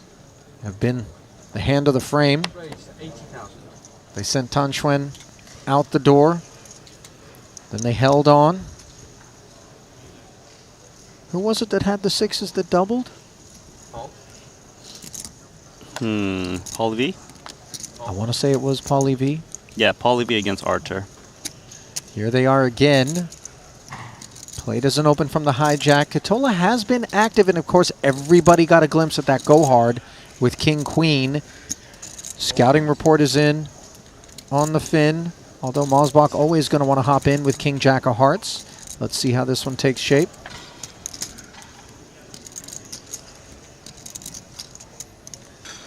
King 9 tray. Mosbach with top pair. These sixes not looking good. No, the downward spiral continues for Aussie. Single suit blocker.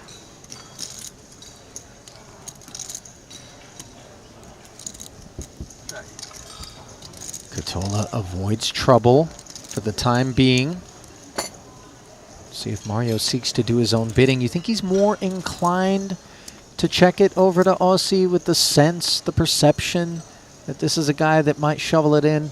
A little bit more, but also Mario saw him just check down ace-5 high the last hand of Ivy, so... That's a good point. You know, maybe we just seek value ourselves. Target the 9, the 8. 150,000.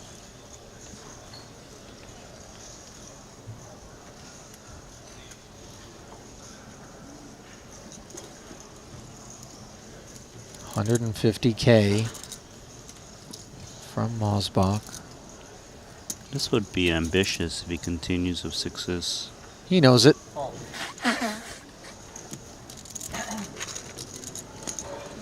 I think we can safely say that we're seeing a different gear out of Katola, throttling back considerably after that failed bid for a heroic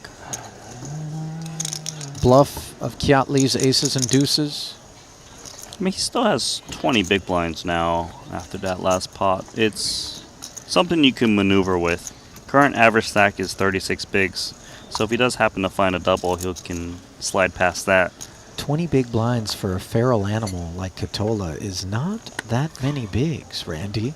Now, 20 big blinds for Sean Winter, and the man has no idea what to do with them. He's like, have I won the tournament? What's happening? Yeah, we don't have Winter here, do we? Missed that guy. Yeah, he hasn't shown up. Not a given that he won't pop his head up a little bit later. He does like the 4-card game, which is on the back end of this particular festival, but we'll see if Sean pays us a visit. Meanwhile, Kulev pays the field a visit with ace-6. Chidwick in the big with ace-4.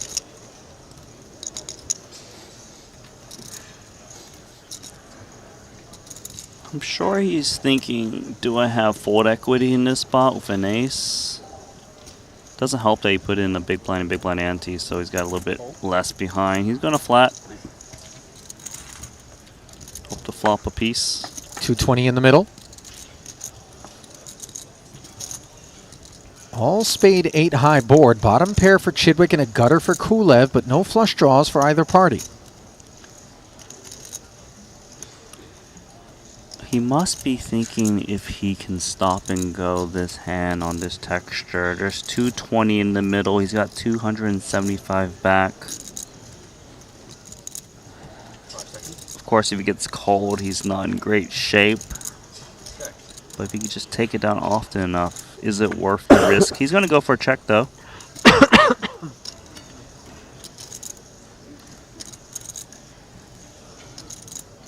Just have a 7 big blinds effective remaining in Chidwick's stack. Kulev won't get after them. But he will find the lead on the turn, courtesy of a 6. Yeah, what a great card for Kulev. Still doesn't seem like strong enough for either player to go for value. If it's a bet, it's more so for protection.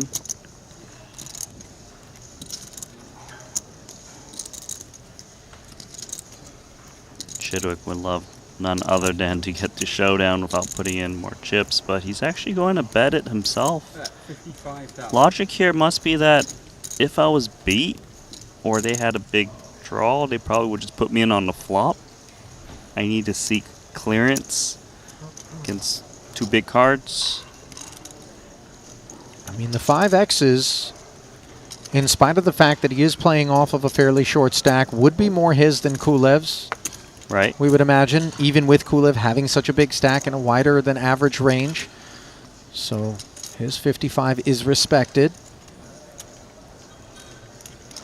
Not that 6s are looking to get crazy anyhow. 330 in the middle now, 2/3 SPR. Could Chidwick leverage the arrival of this king along with the presence of a 4-liner to turn ace-4 into a bluff for all of it? It's crossing his mind. It's not unreasonable that he has a straight, but also he wants to know, can I show this down and win? Yeah, he opts for that, and will be disappointed to see the 6 as his stack erodes to sub 6 bigs. Yeah, if he showed that down and won, it probably would be up against like ace-9, ace-10 with the smaller spade. One job, gentlemen. 25,000, 50,000, 50,000 Bitcoin, I think.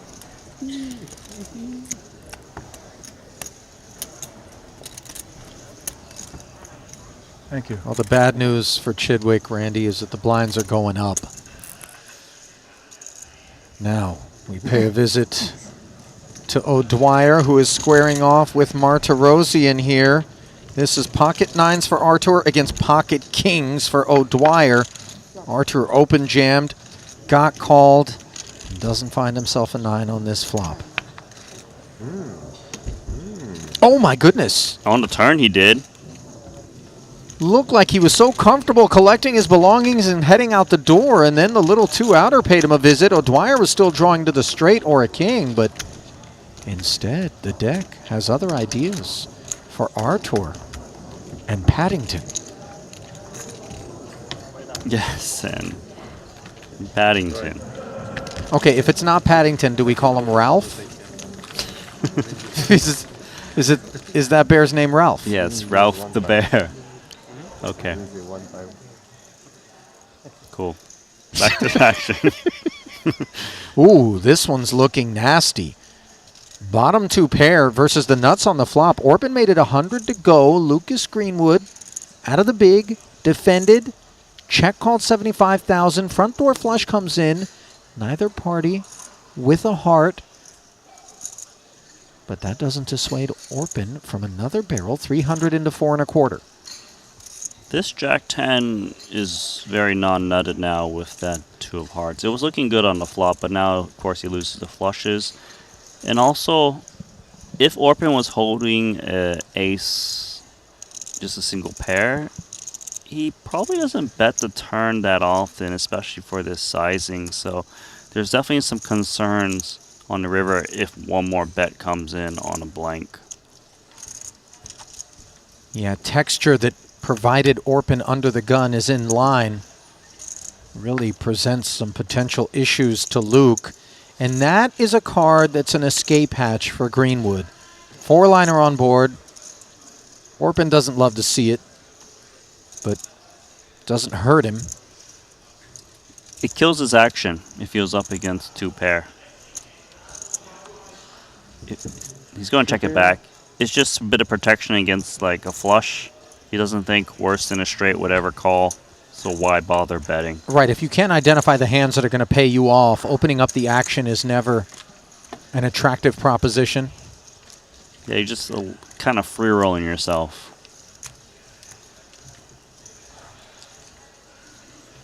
Feels like Greenwood was saved to a tough decision with that card.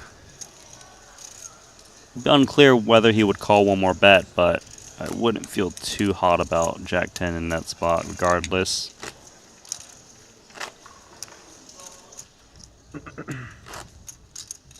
I never realized Turkey was so big. The map is huge. Yeah, I got it. I'm confused. Antalya was closer towards the west, right? Like slightly, like slightly, west, yeah. More towards the center. Center, yeah.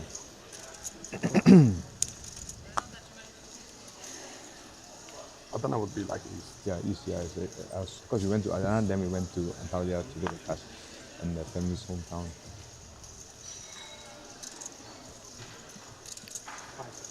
Queen 10 suited now for Rokita.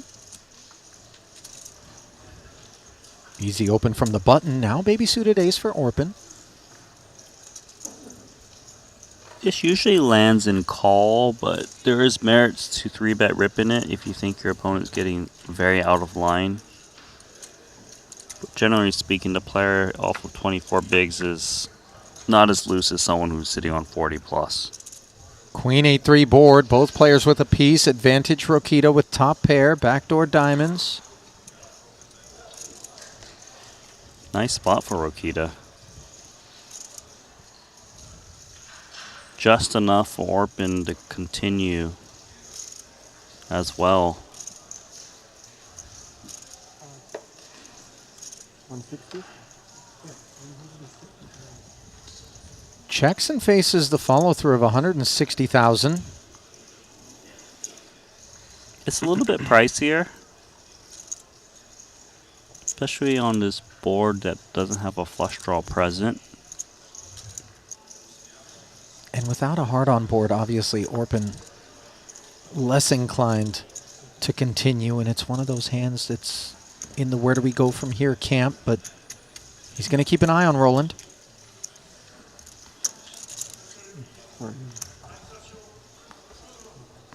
Yeah, him check calling the flop is perceived to be reasonably strong, whether it be queen or 8x, so Roland can't just blindly blast away. King of diamonds on the turn. Brings an overcard, but that overcard not so bad for Rokita as he picks up the diamond draw. As played, should see Roland check this one back a lot. Really? Yeah, I think so. Why do you seem a little surprised, I guess, is my question. We have so much hand here. Yeah, true. 350? I mean, I guess he's in your camp. 350K. I would just think that you don't mind if your opponent sometimes catches up and you hit a flush. You play a little bit of pot control. Yeah, it's an interesting spot. Well, the interests of Orpin conclude in the face of that 350K barrel. As Ivy under the tilted lid. No interest in pocket fours. What do you like best? He's keeping it clean out there. 5 seconds. Randy, you know what I mean? Like, I kind of talked about it earlier, but his approach to things right now feels entirely devoid of ego. Yeah, I think he was playing that way also in the last stop in Montenegro. Yeah. He's solid, you know, and he deviates at the right time and attacks. You know, we saw him. The 6-7 of spades, obviously, very fortunate to still be in his seat, but just about anybody that gets super deep in a tournament is going to be on the wrong side of it at least once. He also doesn't play by a rule set like, oh, I have this hand, therefore I do this at 100% frequency. And Do you still get an excitement rush if you make it good? you know, he's a live player. He knows how to react accordingly if he's got a little feel on a situation. Sure.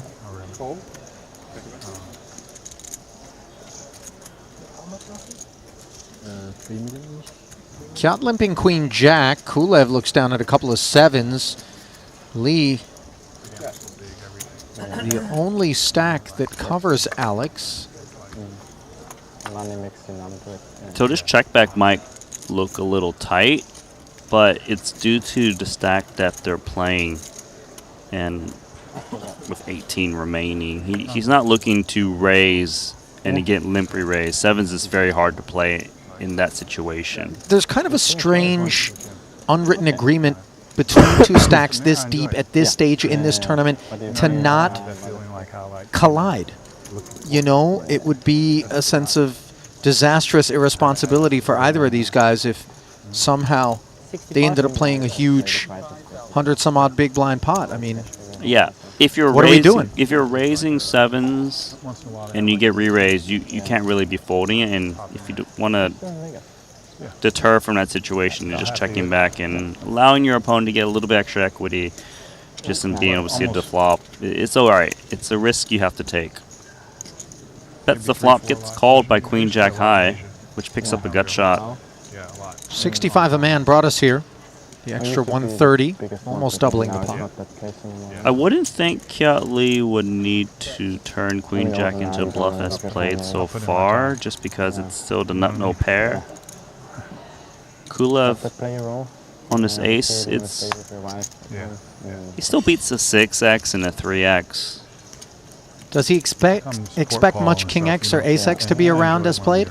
Yeah, I think it's very reasonable for Kiat to have. Like you said earlier, there's an unspoken agreement of players wanting to play small pots with their stacks, so it doesn't mean like, oh, he didn't raise pre-flop, therefore he can't have an ace. So Kulev does check back. There's no like feeling like when this is like everything for you. Yeah. Like and it's like you just like want to win so bad. It's like it makes a big difference. It does, yeah. You know what I mean? Yeah. It's like that's like hold on to that as long as you can. Yeah. You know. It's that fun. goes away at some point. Kiat actually gonna stab here with the 5 arriving. Yeah. I think the idea here, he would check back if it paired like the 6 or, I mean, check if it paired the 6 or 3, but with the 5, maybe Kulev's got some kind of little straight draw that paired, but can't really handle a big bet. Yeah. It's hard to represent bluffs in Kiat Lee's point of view, so it becomes more credible now that he's leading out. Well, he does have that spade. He's always chasing to be like. Yeah, because Kiat check called the flop. And then he thinks back and was like, didn't enjoy it enough. This would be a sick call if you can make it 2 7s. I think he timed. He folded? I think he declared fold. Okay, yeah. Hence Kiat turning his hand in. Well played. Yeah, and even though Kulev lays down the winner, I think you can't really criticize him for just wanting to keep it clean against Kiat there. Yeah, you really need to have creativity to find bluffs in that spot, and kudos to Kiat because he actually did have a bluff in that situation.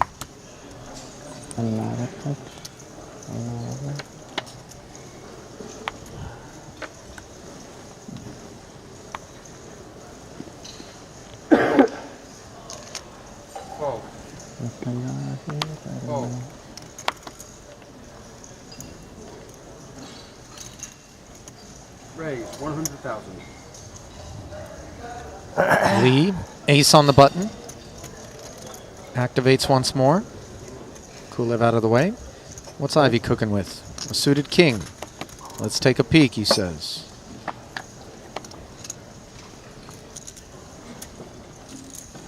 And that peek delivers him second pair. Unfortunately, he's up against top pair and the only diamond on a monotone board. Yeah, this pair has... Bet 55,000. It's just good enough against a 55k bet. No diamond in his hand, but could still have the best hand. Cool. Kiat gets called. Has a diamond in his own hand. And hits 2 pair. Yeah, not the first time he's made aces up. Granted, it was on the river against Katola. This has got to be one of the best cards Kiat could turn.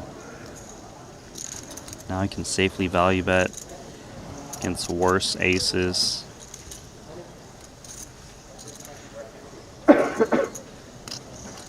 Ivy's playing, what, 680k back, 385 in the middle, so he's basically looking to bet get this one in at some point for Kiat.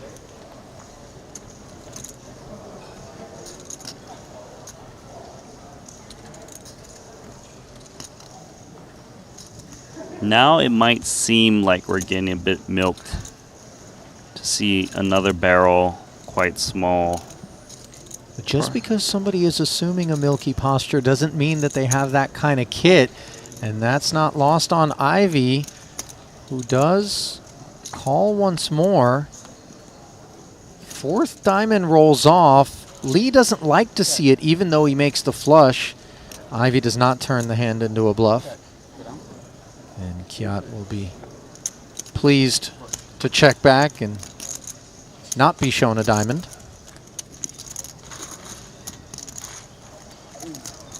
He's chipping up. Yeah, sizable L hung on Ivy there. Slips down to 500 and change. Lee, on the other hand, just a big green candle of a frame for him. 76 bigs, 3.8 million now. As Chidwick lurks. Only 4 bigs with the blinds at 25.50. All he needs is a couple of spins, though. He knows how to operate off of 10. For that matter, 4 big blinds.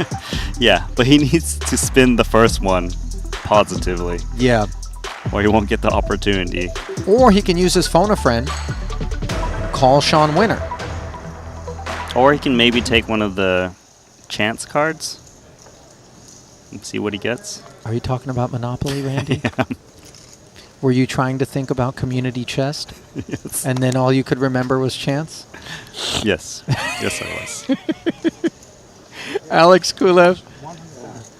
Ace King of clubs. He doesn't need a hand this good to attack.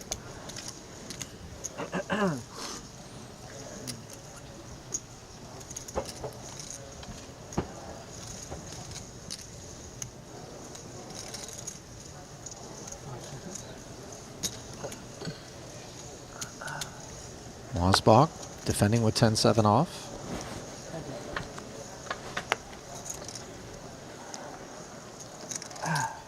Queen, queen, jack board. 10 of diamonds has relevance. Yeah, a little bit of connection for Mario, although the inferior stack. Quick min bet from Kulev. If there are some continues with some kind of out of position floats, maybe that 10 of diamonds is enough to do so with.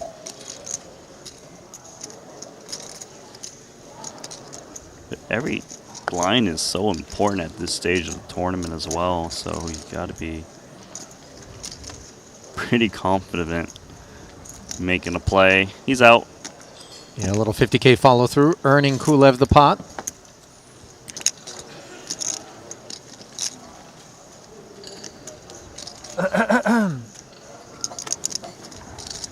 Carrying the flag for the Bulgarian delegation is Kulev. We're going to flip over to where we find Paulie V. All in for his tournament life. He got jammed into by Steve O'Dwyer from the small blind. O'Dwyer with Jack 10 suited. Paulie V, King 8 off. To the flop we go. And that flop is 7-4 deuce. 1 heart. Make that 2. As the board pairs on the turn, O'Dwyer picks up the backdoor flush draw, and he hits it. Ouch. King high, showered. As Paulie V's going to take the tee to go. I mean, you paid for it. Might as well. Mario's in there against Chidwick. Another all-in confrontation. We don't comp the tee, Randy? First one was like, ooh. That's I'm pretty sure we comp the tee. Right? Okay, okay. Don't make people think we're cheaping out. Meanwhile, Chidwick hoping to not be out. 6-4, 2 clean cards up against King high. Ace, Jack 10 board does not favor Stevie. And might it be a do not pass go, do not collect $200, and instead go straight to jail for Chidwick. 6 outer. Good game. Good luck. Unavailable. Just lost all his properties. Paulie V, by the way, busting in 18th just prior to Chidwick, collected 165,000, and Chidwick will collect 183. So it does find a little mini ladder there.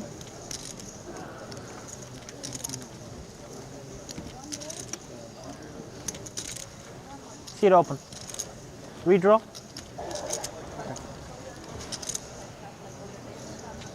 16, I think. There right? goes the mighty Stephen Yeah, Chidwick. 16. Yeah, but we need to catch. Maybe like somebody need to catch up. Do we need to catch up? Oh, we already 16? Yeah. Okay. 16 players remaining.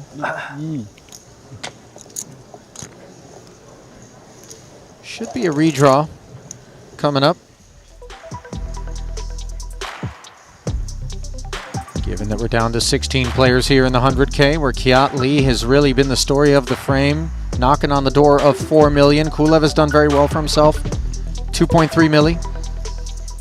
Ossie Katola was the chip leader here and then decided to mess with Kiat Lee. Tried to ride King Queen to glory and instead got sent right down the leaderboard, which is where he and Phil Ivey find themselves in the territory of 10 bigs. Yeah, both Katola and Ivy have been struggling. They still have a chance. You wanna go for a smoke?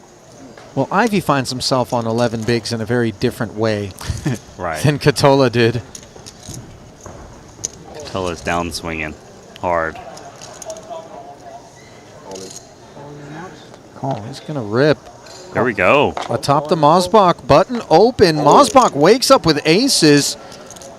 Oh, and the Finn with ace deuce. Got jiggy. This ain't great.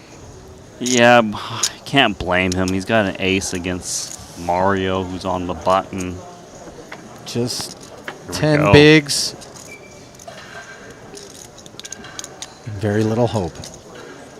Need some wheelie stuff to come out. 4 or 5. Deuce would work,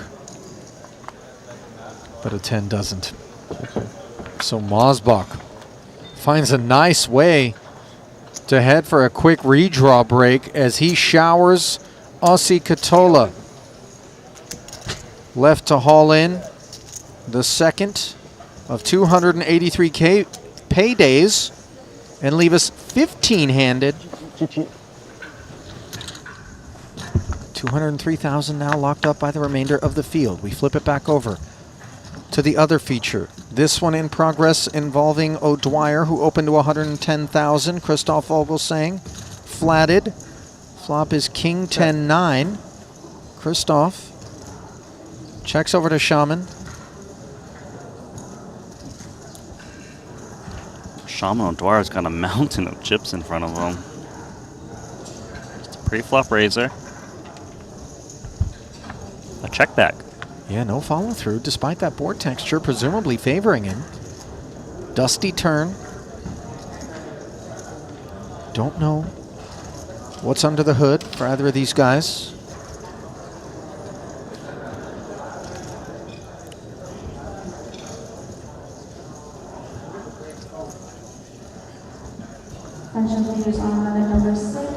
Well, Vogel doesn't bet here. He's likely at best 5 at seconds. 10x. Check.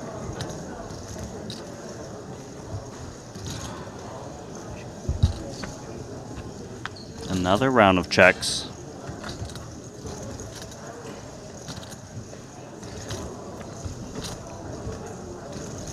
So both players playing King 10-9-3-5 board.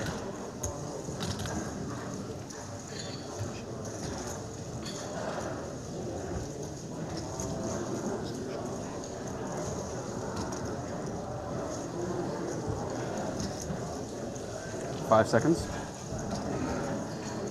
Check. A lot of checking.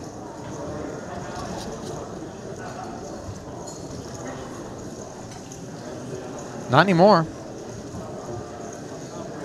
Bet. Dwyer finally 150,000. delivering the ultra delayed barrel. And as played, O'Dwyer can bet a 10x with a good kicker for this sizing, not fearing the king. Oh. Well, we'll never know what it was that took that particular approach, but whatever it was, it takes that pot, as Vogel's saying. Releases, and the empty racks are delivered.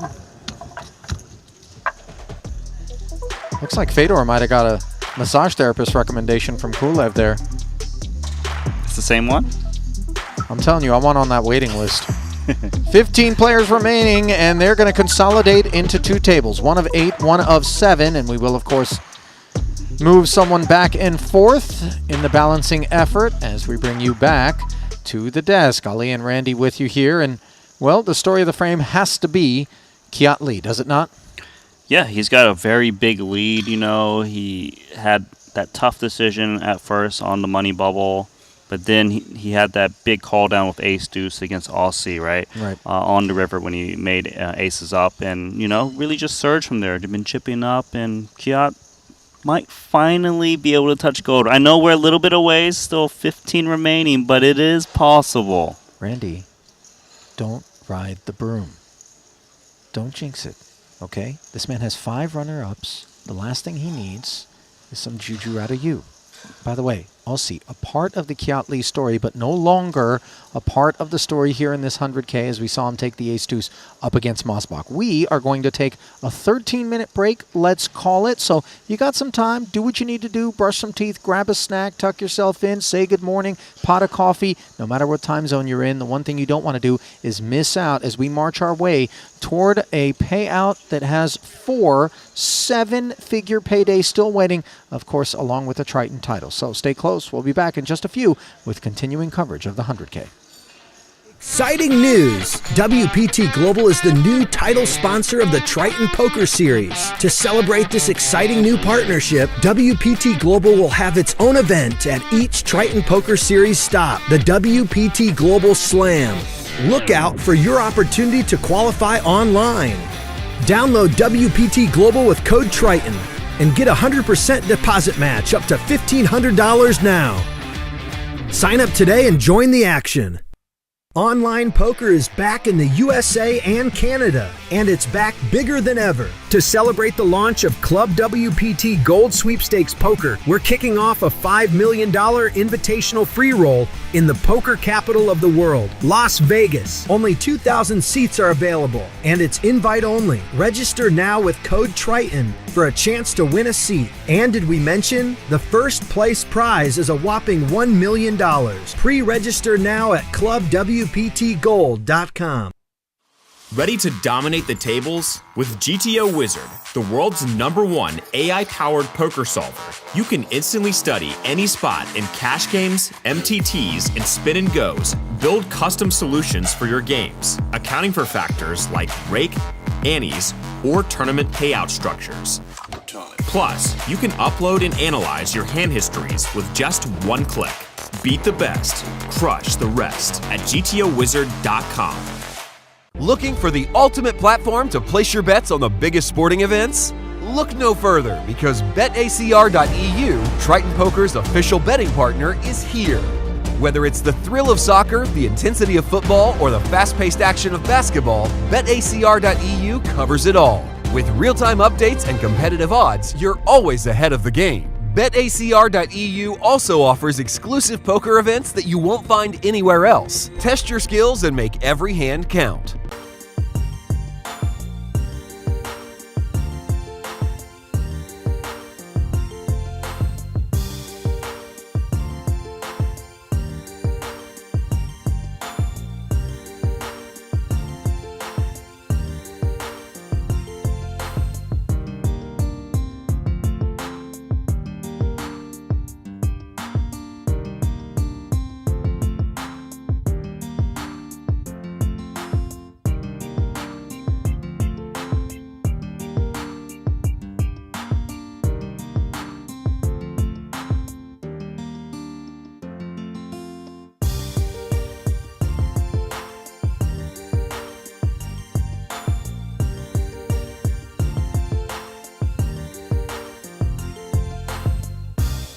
Quickly. I play lightly on at some point, we're going to need like the VVIP, invite the VIPs who invite the pros. I love that. Can you tell me roughly how much? 7:30 behind. Thank you. Well, one king queen asks questions of another here. Chidwick, the opener, Kulev wanted the count.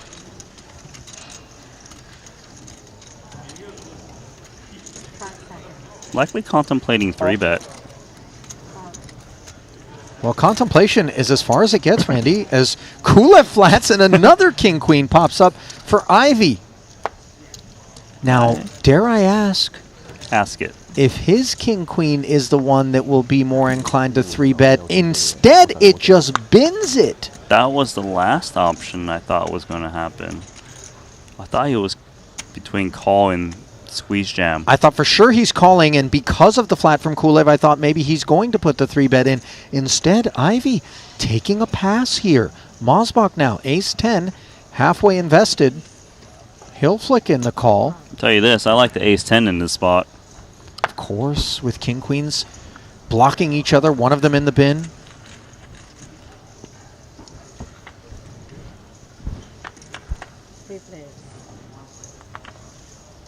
And you like it even more on this flop.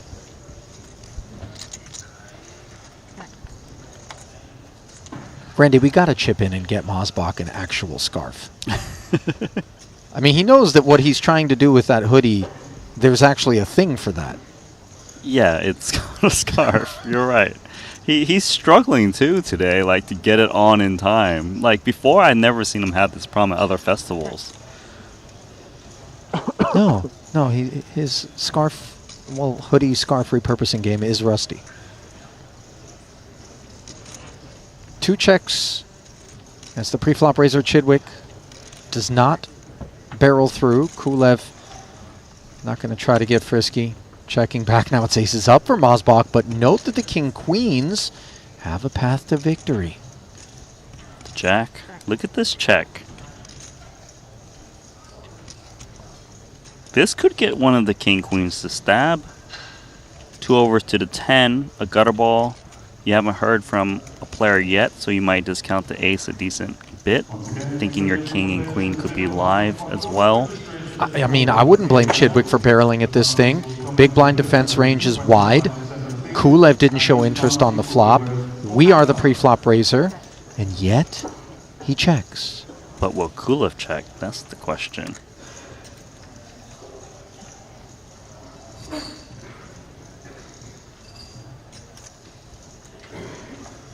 $140. How great is this for Mario? Huge bet, too. 140K. He can go for a check raise. Pretty much never beaten this spot as played. Kulev would never check back a set on the flop. He's blocking the set of 10s. Can represent some kind of combo draw to go for a check raise. Unless he really wants to trap Chidwick. He's gone for call. Well, Mario's not flatting because he's worried, but he doesn't get Chidwick in there. Maybe he thinks Kulev has ace-x that might go for value on the river on a dry card, and I don't know that that qualifies as one as the front door flush comes in. Mosbach blocks diamonds. Not impossible for Kulev to have a flush draw, despite checking back flop. Not impossible, just a little bit less likely. Kulev's checking if he's got a diamond, maybe. Because he wants to block flushes, especially that would be tethered to the 10. Like king 10 of diamonds, queen 10 of diamonds would take a passive line on the turn to check call.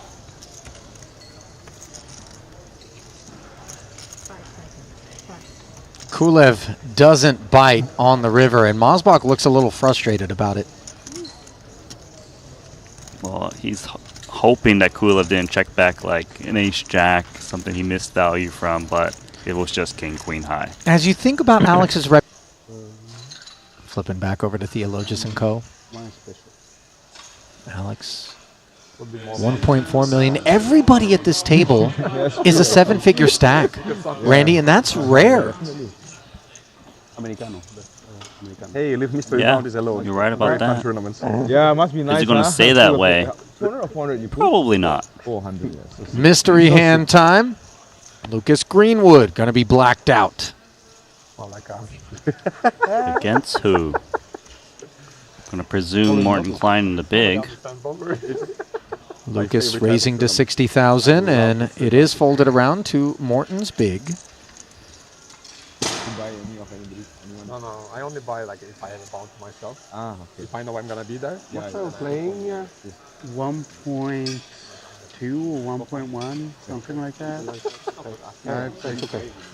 Morton asking for a count before making up his mind. Easily defendable. I have 1 million back.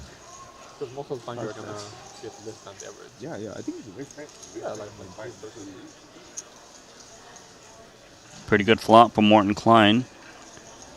Highly C-bettable from the pre-flop raiser. Opportunity to seize a C-bet at the minimum with this top pair for Klein. There's a C-bet as expected from the pre-flop raiser, Lucas Greenwood. Just 60K though. Morton obviously not going to go anywhere.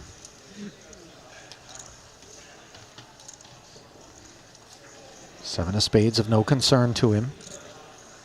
285 out there now. And seems like a breeze for the Jack-10 at the moment. Top pair, decent kicker. If a bet comes in on the turn, much mandatory call. But would get uncomfortable if a turn bet comes in, given there could be kicker issues. You could be up against an overpair sets. Well, sizing is going to have a lot to do with how uncomfortable this one gets. 200,000 is chunky. Yeah, he's definitely a little bit concerned, alarm bells, but he needs to continue. Pray for a check back on the river. 685, and that river card is the king. That's got to be an awful card for Klein. Well, in terms of Luke's range, it ain't great, although for it to hit Luke, it would have required him to have barreled twice with King X, and the Jack of Clubs does block King Jack of Clubs. One of the combos we might expect to be out there. We're blocking the 10. So unclear. So just like King Queen of Clubs, maybe King 9 of Clubs, King 8 of Clubs from the hijack is reasonable. If it's just the naked king. Right. Of course he loses to everything that was already good on the flop, whether it be sets or overpairs. Bluffs? Basically like 8-9, Jack-9 come to mind. They would always bet the turn. To follow through on the river, you would want to have the non-club variety. 500? To just have more hands that more inclined check call, check fold, such as ace X of clubs. You don't want to block those.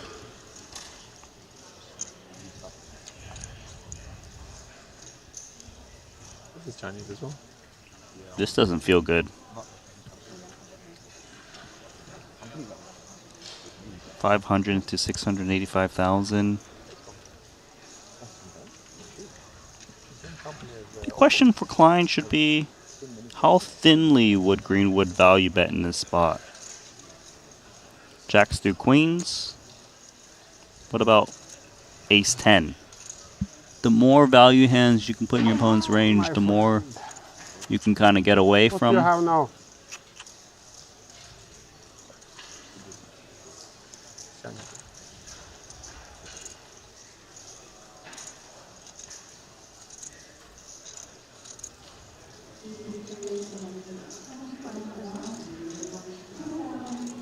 Klein drops into call. And it's two kings. Oh, okay. Makes sense. The overpair. Makes sense and costs dollars. As Klein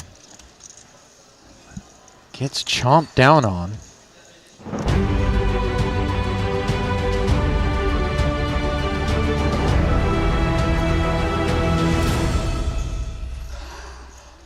And welcome back to Monte-Carlo, where Randy has turned into Rasty. Ali Najad alongside here, and We're ready to march toward the final table in the 100K. Rasty, I know you've been keeping an eye on things a little bit as Kiat Lee has ascended to the top slot with 14 remaining. Let's dive right into the Triton Poker Plus app. Why? Because with the redraw, we have shuffled the deck, and this is how everyone has been distributed. Of course, Kiat Lee, wherever he sits, is going to be holding court, and that seat is at the red table. Let's take a look at that one to start.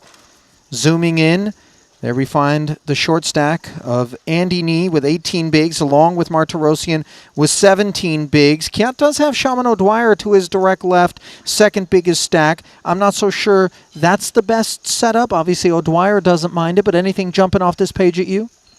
Yeah, no, I agree. That's the number one thing that jumps off is those two being right there and O'Dwyer having position, which is definitely favorable for him. But I mean, Kiat's still going to be able to open through him for sure, and you know, deal with the consequences that come, but still try to pick up chips with his chip lead. Let's take a quick peek then at the blue table, where Fedor Holtz did come into the day as the chip leader. Currently, he sits with 30 big blinds, and there are 3 stacks bigger than that parked around him here.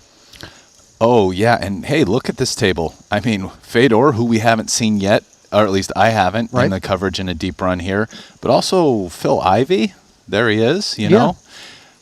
Very cool. Yeah. He's been taking some conservative lines and approaches, it would seem. I don't say this as a critique, but just something that's caught our attention through the coverage to this point. Eager to see whether or not there's a gear shift maybe upon us. He does have just 11 big blinds, not a whole lot of time to sit back and wait. Kulev has very much been the story of the this particular frame up until this point. He's sitting in 5th. 46 big blinds deep, obviously a very steely operator is he. Peter Ertz in second, 2.8 million. Current average stack, 1.7 milli, 35 big blinds. Let's talk a little bit about the payouts, Rasty. We know that there's 3 million up top. I don't have, give me a moment, the full payout until I step back out of the app and then back into it. 203,000 is the on-tap payout. You can see Aussie Katola. This is a man who really just got after it. Unfortunately for him, he did it at the wrong time. This is in part why Kiat Lee finds himself up at the top of the leaderboard.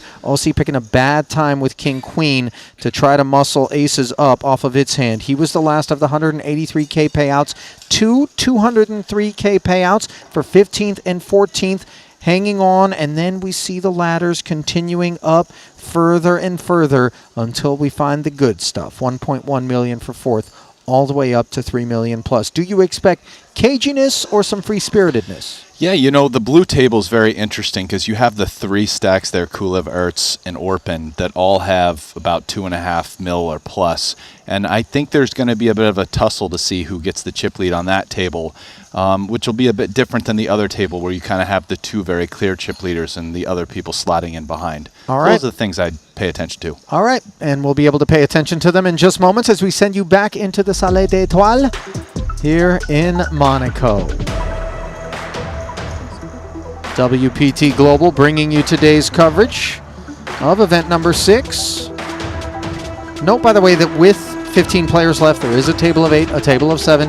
As I've mentioned already, we will be moving a player from red to blue and back in order to balance things out until we get down to the final table of 9. Blinds will be 25 and 50,000 with a 50K big blind Annie, $1.25 in orbit, the price of poker at present. Which table would you rather be at right now, Rasty?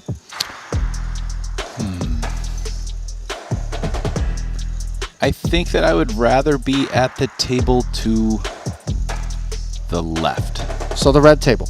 Yeah. Reasons? Well, how many chips do I have, actually? Yeah, I suppose that's a fair question. If you were the short stack, which one would you rather be at if you were the big stack? Okay. And the right. And the right if you were a big stack. Yeah. Okay. 17 bigs from Martirosyan will be the short stack officially, although Andy Nee keeping Artur company down there. So at a short stack, I'd rather be at a table with more people. So you take the blinds less often. Also, I don't really mind if the chip leader is there as much as opposed to 3 big stacks. But I'd also, if I had a big stack, I'd rather be away from the other chip leader and at the other table to try to reign supreme myself over there.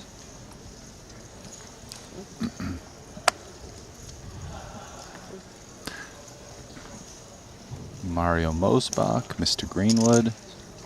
Thank you for sending me the link to the game. watch it? Not Lucas's yet, no. second I feel deep like run. It should really take 2 hours and watch it. I think Lucas just got like So, fifth, I didn't want to like move forward. I believe, in the. Was it the 50K? Maybe. Fourth in the 40K Okay, fourth mystery in the bounty We were talking about college for football. Greenwood.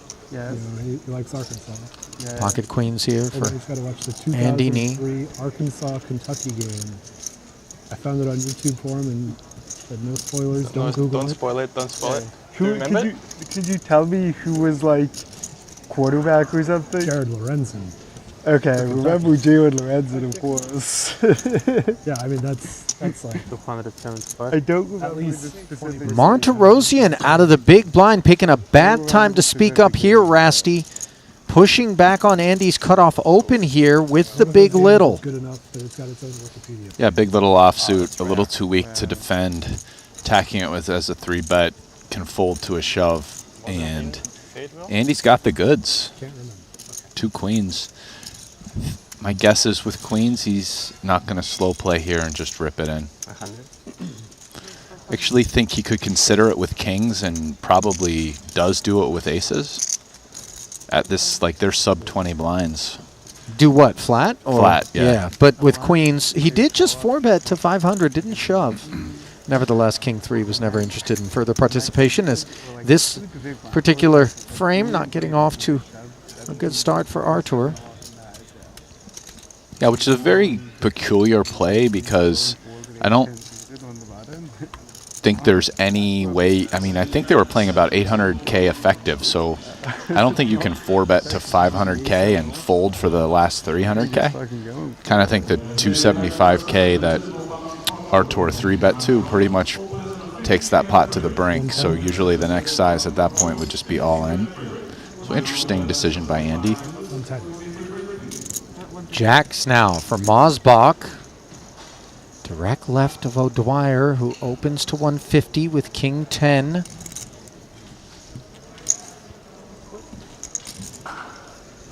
Plays it as a flat.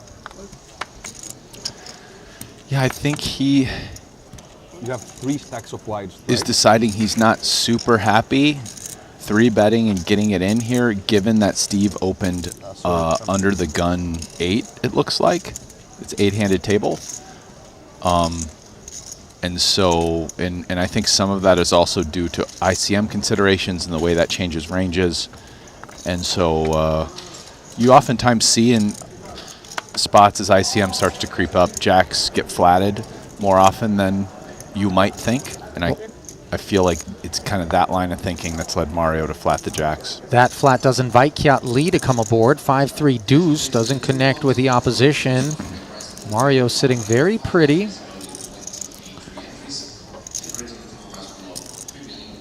And pretty good flop for him. One he's going to feel pretty happy with. I would think that most of the time he bets this. This is a curious check back. And it does allow a queen to come off, which is an overcard. I tend to agree. I'm not entirely certain what it is that left Mosbach checking back, especially because it feels like we can charge some of the ace highs that would pursue the wheel.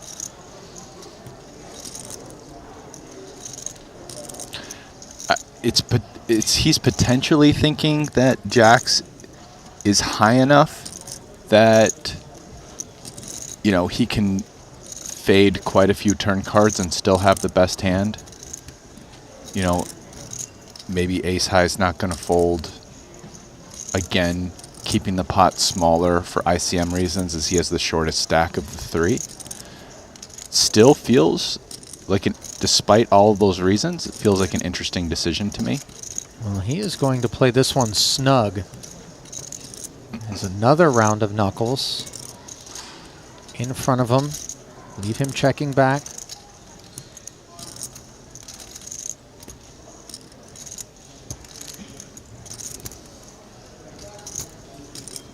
See if anybody bluffs. I kind of feel at this point that both Kiat and Steve O'Dwyer are going to feel pretty certain that they don't have the best hand.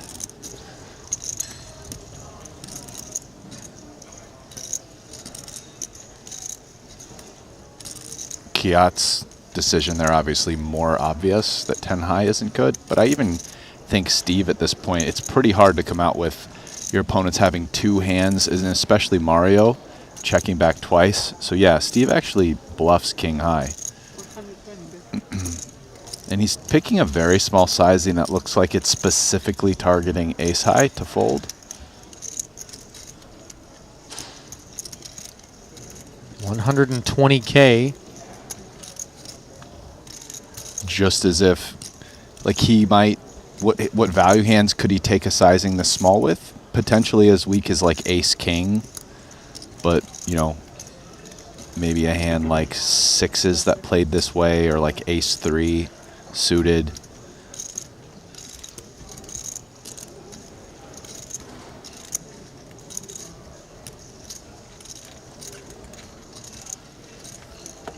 And although Mario had to fade getting drawn out on, he did win the max in that pot. Pretty sure had he bet any other street, his opponents would have just folded hands that had very little equity versus him. Yeah, predictably able to click call, mindful of the fact that Queen X could, with some frequency, be lurking. It's one of those interesting hands that when you watch this, and you're watching Triton with these world-class players, and Mario obviously chose a different line there. Just, you know, think about it. Maybe incorporate some of these ideas into your game. Sure. I know Henry was talking about this yesterday, but that was an interesting pot that I probably would very rarely have played the way Mario did, but thinking about it, there's a lot of stuff that kind of makes sense, and you just got to keep growing. As our buddy Nick Schulman says, collect the ideas. Yeah. 10-9 now. Alex Theologus not interested. Martirosyan will be, though, on the button with a baby-suited ace.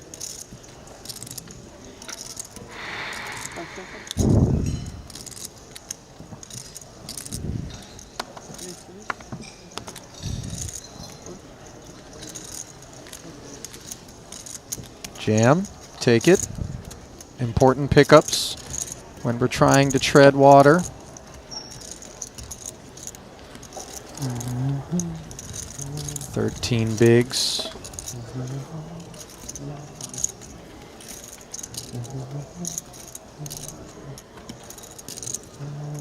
Always wonder what's on players' minds when they stare off into space.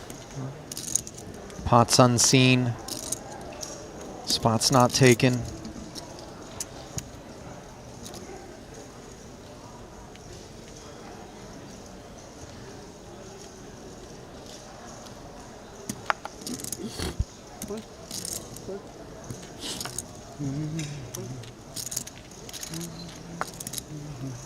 Fold it around to Artur once more. Don't think this one will pique his interest. Now an ace on Kiat's button.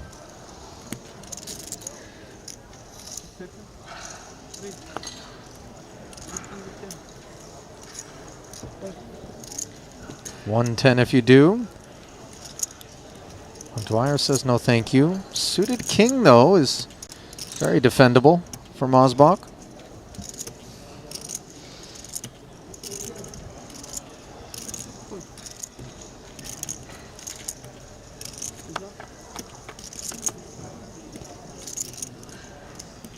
A king and 2 queens here, the product of the defense, out of Mario, well in front here.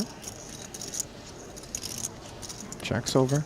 Yeah, flop Mario has to be reasonably happy with, although he's not going to be trying to play a big pot, and certainly not given the way he played jacks the previous hand.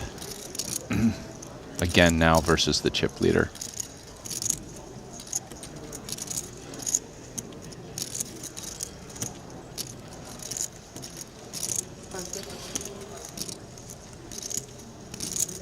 Just as I say that, Mario check raises. Yeah. King, queen, queen. Trying to draw things into focus promptly. Willing to invest $200,000 to that end. And snacking on a 75K follow through out of Kiat. Not looking to get down the streets.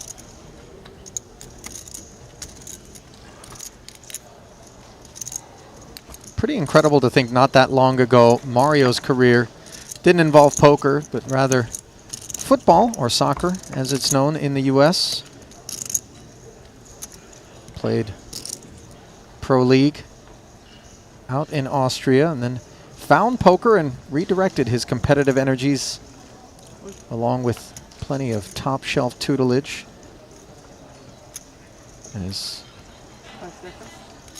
done very well for himself since making that decision in terms of within the Triton border. $6.5 million in earnings, 12 cashes, and 2 titles. This is a tricky spot for Artur. It's ace jack off here in the hijack versus under the gun 7. That's what +1 is. All in?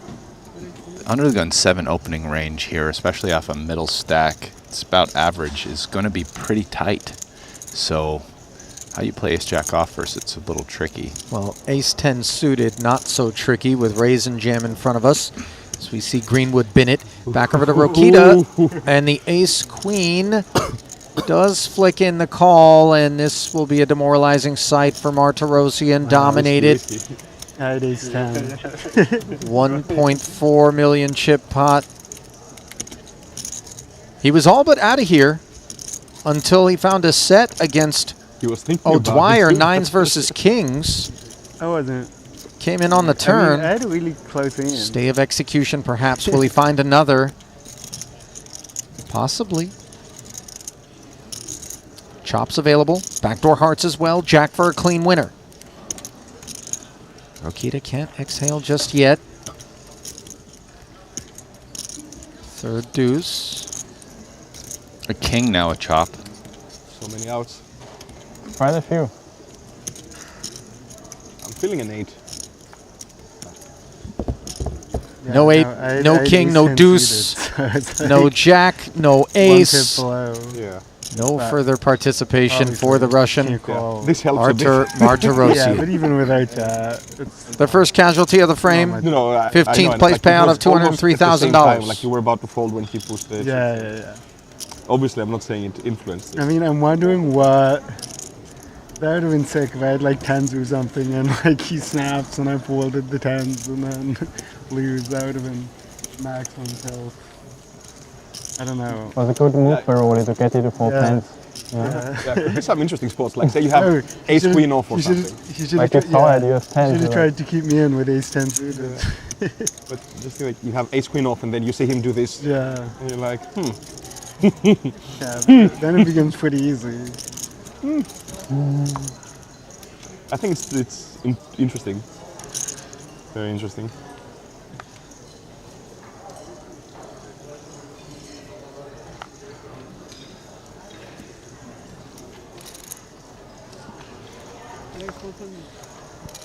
Fighting on.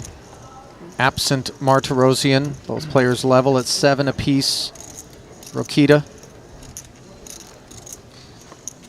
having absorbed Martirosyan's chips, immediately puts them to work. King 9 suited. Getting around to Andy Nee's big blind. 7-5 off being considered.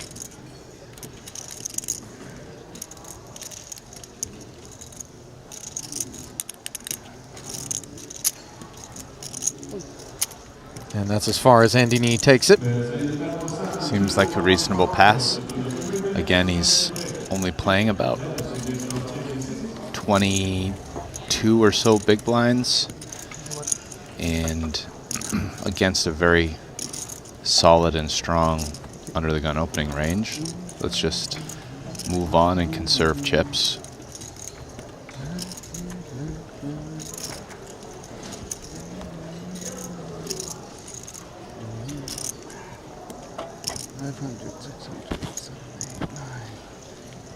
Thank you.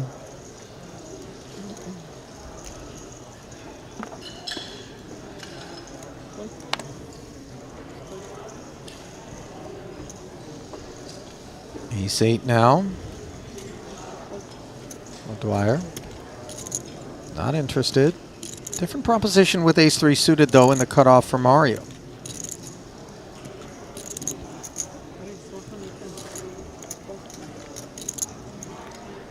Makes it 110 to go.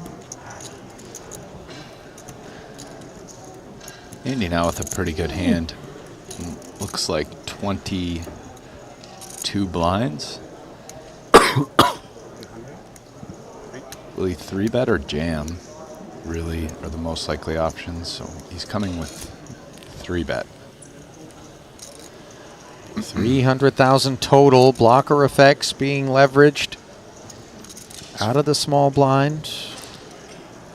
Very interesting, the difference in this particular situation, because if he jams, Mario's always folding ace-3 of hearts, but that hand specifically might 4-bet jam versus small 3-bet and then end up winning the pot. I was actually a little bit surprised that Mario didn't take a bit longer with the ace-3 than he did.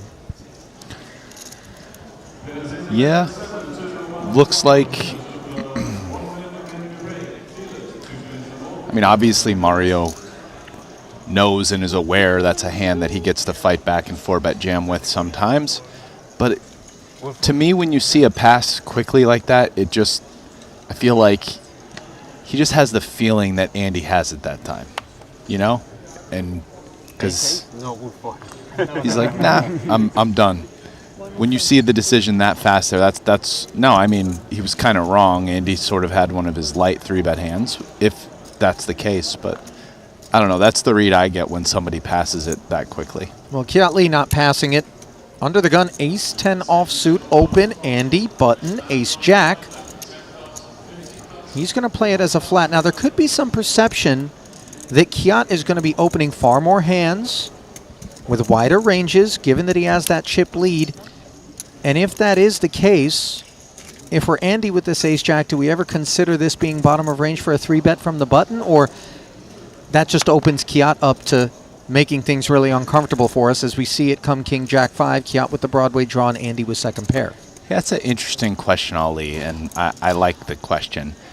It's one of those things where I think Andy actually thinks this hand is strong enough to flat, and when you 3-bet, you get stuck. I mean, if he 3-bets, he's folding to a 4-bet with ace-jack off, right?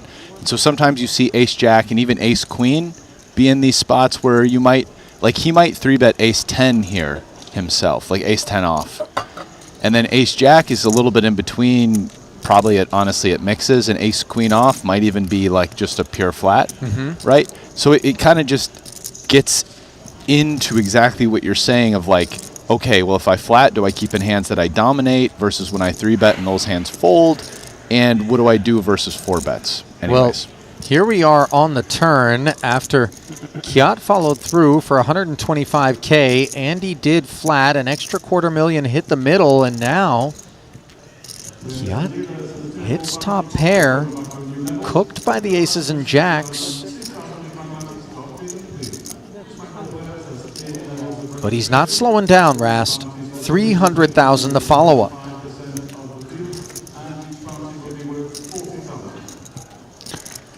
Yeah, and let's see what Andy decides. Flat in position.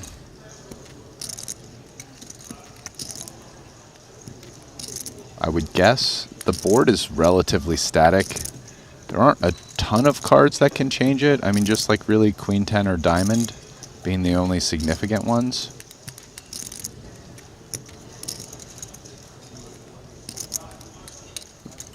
He will have the option in position to bet the river if he wants, if he calls. You have to ask yourself the question, if I jam here, what's calling me? Yeah. Granted, we block pocket aces, pocket jacks. Kings may be a part of the equation. Some ace-king, for that matter. The river is clean. And now Kiat must narrow range a little bit, considering he holds the ace of diamonds and got called for 300 on the turn. Yeah. So a class of hands that he could be beating would be ace-x of diamonds. Those are hands you would win in a check-check line, because like ace, say 4 of diamonds that didn't 3-bet will check back river. I would say if you're Kiat, you're it's a little thin to try to get value here unless you bet something very small, right? But I mean, they only have like 80%, you know, 3/4 pot.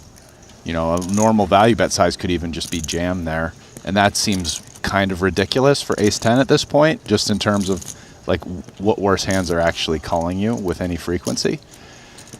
And even versus, like if Andy bets at this point after calling 2 bets with his flatting range, I don't even really think Kiat's beating any value. So it's going to be, and I do think Andy will bet. I mean, I know it's one of these things where you want to conserve chips, but it just strikes me that it's kind of the parlay of, okay, ace-jack's pretty strong. There's not that many hands that are beating us, and the hands that do beat us probably bet quite often themselves. So I do like a bet from Andy's standpoint, and that'll put Kiat in a pretty bad spot where he's essentially bluff catching.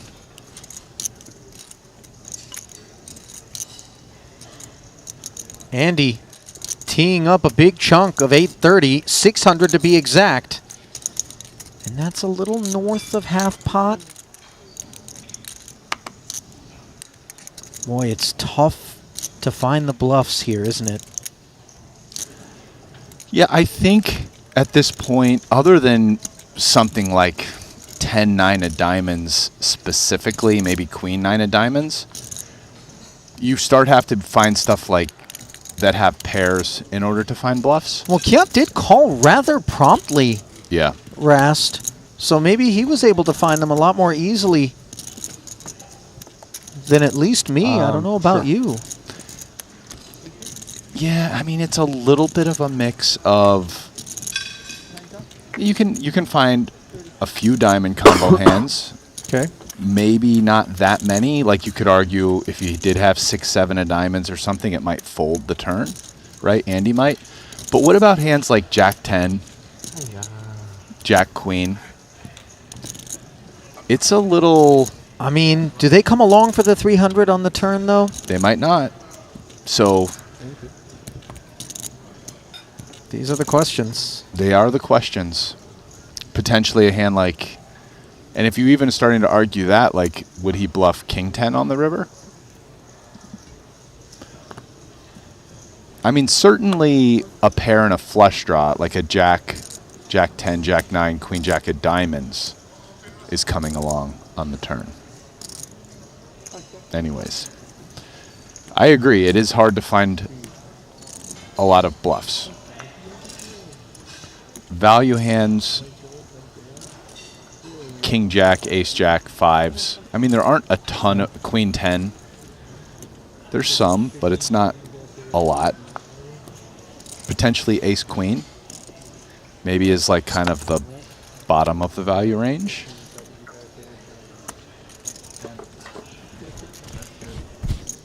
Rokita with Queen 10 here. Makes it 120, dominating the big blind. Queen 4. Kiat with plenty of ammo to fight, but this is a stack that's roughly as deep as his now, considering the losses sustained versus Andy Nee, and yet Kiat not showing any quit. Another one of these big little offsuit combos that activate, 3-betting to 450. He's getting right after it after losing that pot to Andy. Not wasting any time. And this is a pretty gross spot as Roland. Yeah, I don't blame him for folding. He was in, yeah, he was in Montenegro one year, I remember. Yeah, but that was before. That was the first year. I remember playing short deck with him in Montenegro, and I always feel Montenegro was not short deck. Nice timing there from Kiat. What? There was. But there was, but I didn't know we played short deck at that time. So like this kind of dynamic at this point in the tournament, and let me explain it, creates a bunch of very interesting questions, right? Let's say you open, and then in these spots, wide ranges, button, the blinds 3-bet you, right? The blinds end up 3-betting these total garbage hands, like Queen 4 off, King 3 off, Ace 6 off, right? I mean, they're not very playable, kind of garbagey. You do have a high card, and that's about it. A lot of times ICM suggests that you don't want to flat this range at this point and play these contested pots, and then it'll suggest these ranges where the bluffs are just all these kind of garbage offsuit hands. It turns out that if someone gets very extreme with that, it does become quite reasonable at some point to actually start flatting them and say, forget a little bit about the ICM, because a hand like Jack 10 suited, 10-9 suited, you know, Queen Jack suited plays great against that range. Sure. Right? Your cards are live and you might even be dominating them. Right? Well, Ivy is dominating. Vogel's saying 10-8, which found the bin. Didn't mean to make a meal out of that development, as he does jam with ace high and take it down. Pardon the interruption, Rasty. And I guess where I'm going ultimately is that one of the sort of interesting consequences of this is that, yes, there are things that the solvers suggest, but then once you start going down those routes, you can actually, there can be adjustments that are made at certain times which do something a little bit different and can work very well that would then lead to counter adjustments. It's like this never-ending game of cat and mouse in poker. So it makes it very fun to watch, you know, some of the best guys in the world playing that game of cat and mouse in front of us, you know, before our very eyes. Kulev with ace-king suited. Min raise open. Oh, wow. Pocket queens for Fedor as the classic takes shape. Holds 1.6 deep. Yeah, I mean, it's like 20-odd blinds, maybe 24. I think versus a hijack open, even with some ICM pressure, you want a 3-bet here. And if you end up playing for stacks, that's what happens. But I think you got to get value, and queens is good enough, even with ICM pressure. And how much you're playing, roughly? Kulev just has the medicine for a 3-bet, doesn't he? Well, it's been made 400,000. Alex asks for the count.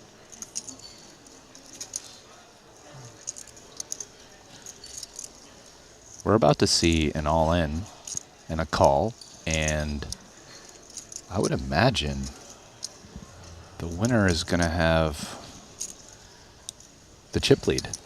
It looks like nobody has 3 million anymore.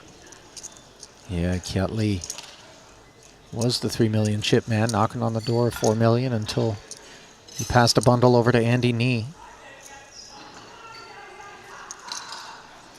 I guess if Kulev doesn't think Fedor's range is tight enough that he needs to flat here, even with some ICM pressure, so I'm expecting a jam. But let's see. I would be mildly surprised if he flats, but not shocked. It would be something I would take note of, certainly.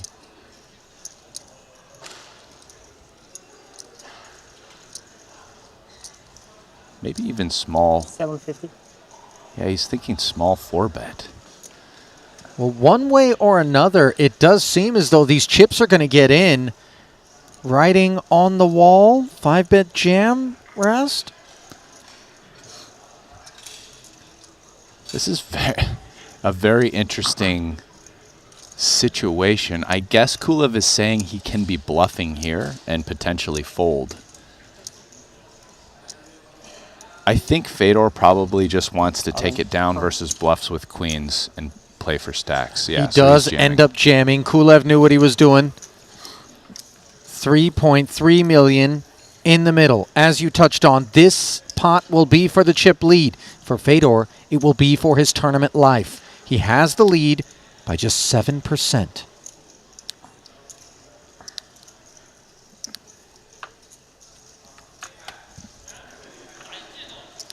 $9.73, and that percentage grows considerably given the absence of the ace or the king. One spade lurks.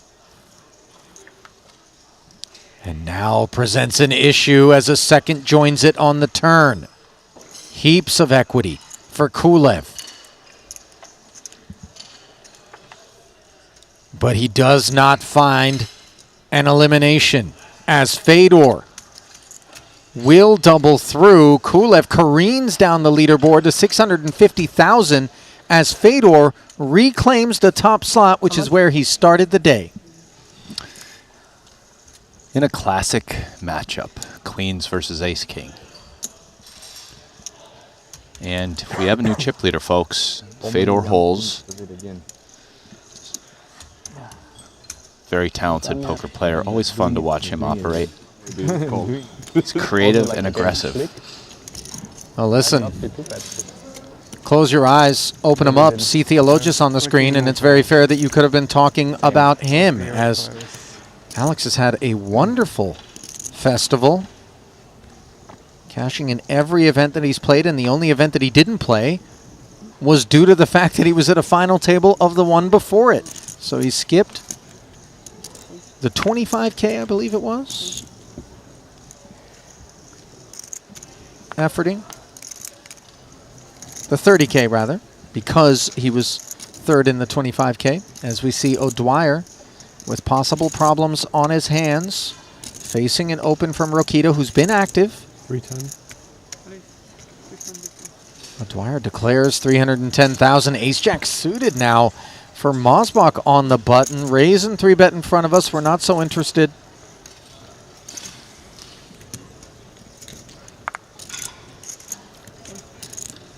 Not a comfortable spot for Rokita, certainly. I mean, he's opening under the gun 7-handed.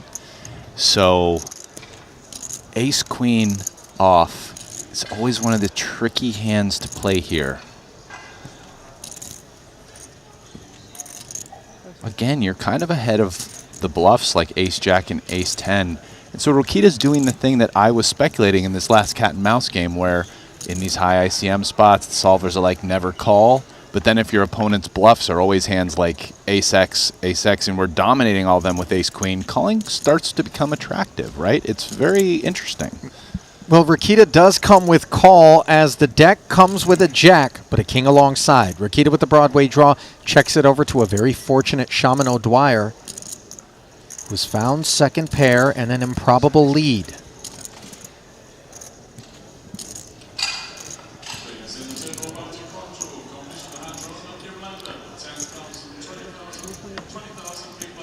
And he finds a very small c-bet here. I mean, that's essentially 20% of the pot, which, given the stack to pot ratio not being very high, makes sense as a way to open it up. And I guess Steve is saying he might be doing this with 100% of his hands, but certainly not going to be a size that ace-queen goes away. Queen's ace-king. Having just the immediate gut shot straight draw, overcard. So, the 150 called by Rokita, bringing us to this 6 of diamonds turn. Ace of diamonds becoming relevant for Steve-O. And now getting checked to again, Steve starts to say a little bit more about what his actual hand is. And his hand really isn't good enough at this point to value bet for any kind of largish size. Sort of fits better as a check. Sometimes players in these spots try to take advantage with the, betting kind of a smallish size and then checking back river. Well, he does end up checking in lieu of that. Backdoor flush gets there, but the king is a nice card for Steve. Yeah, very nice card. He was already losing to King X, and that makes it less likely. He has the ace of diamonds to block nut flushes. Roland could potentially have queens, can have some King X hands, but could also have pocket pairs that get curious here. Steve can have a bunch of ace X bluffs in this spot, something like ace-5 suited, that all want to bluff out ace-queen, ace-10 suited, potentially pocket pairs like queens, 10s, 9s, 8s. 425. Yeah, and so Steve thinks that he should go, and this might be one of his lightest value bets here.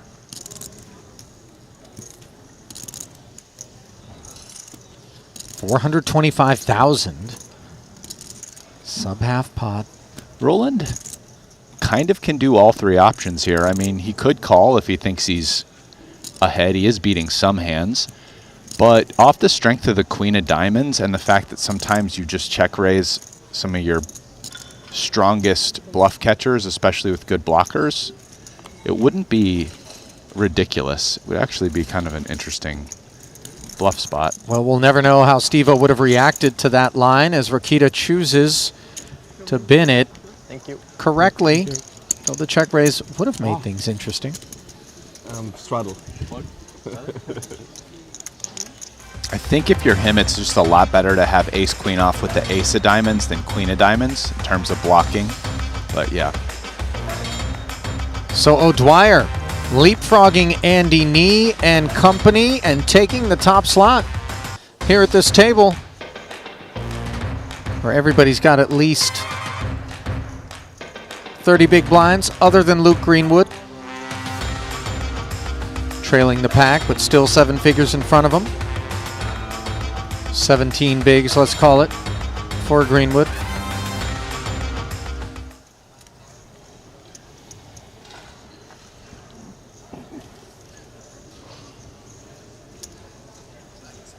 $130? 130K declared by the Greek. No need to explain why.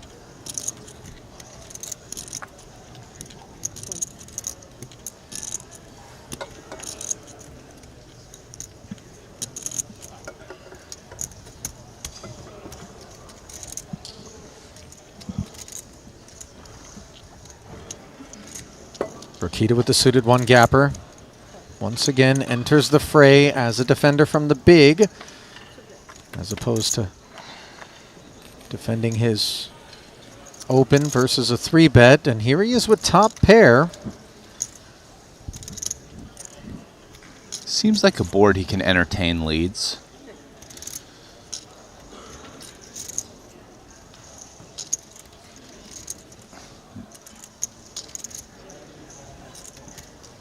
However, definitely the place we are in the tournament and him having less chips are both factors that would discourage growing the pot.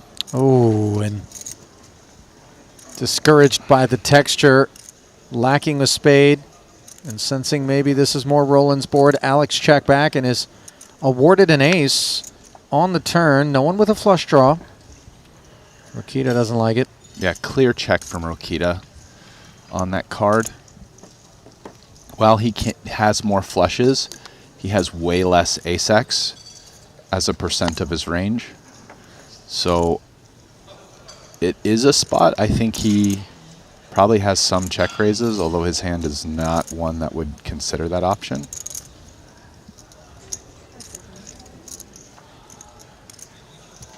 $110. Said 110. Already immediately a super gross spot for Roland. I mean, the fact that he had top pair on the flop kind of doesn't matter. Alex is sort of repping an ace here, so you'd prefer to have just any pair, whether it's a 7 or a 4, along with some kind of equity, like a 5, a 6, or a club, as opposed to 8-10, where you just need to improve to 2 pair to beat an ace. Well, credit to Roland. As played, obviously, Alex is incentivized to barrel that turn, whether he hit the ace or not. But Rokita, no club in hand, no position, just steps aside. Me also. I only have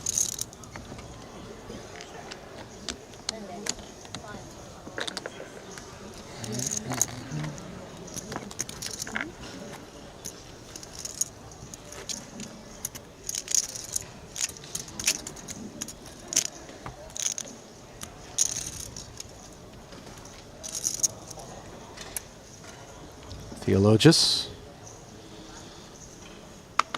2.5 million strong. Part of a 4-way, top of the leaderboard pack that includes O'Dwyer, Mosbach himself, and Andy Nee. Kjatley not trailing too far behind. Opens to 120,000 as this shaman awakens to 2 8s. Flicks in the call. This is under the gun and under the gun +1.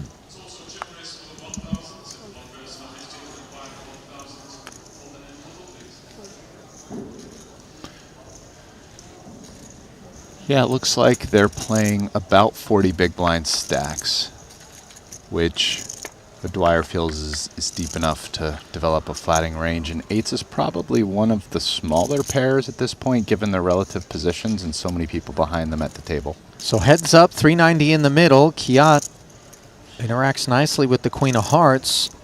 8s are still good. No follow through from Lee.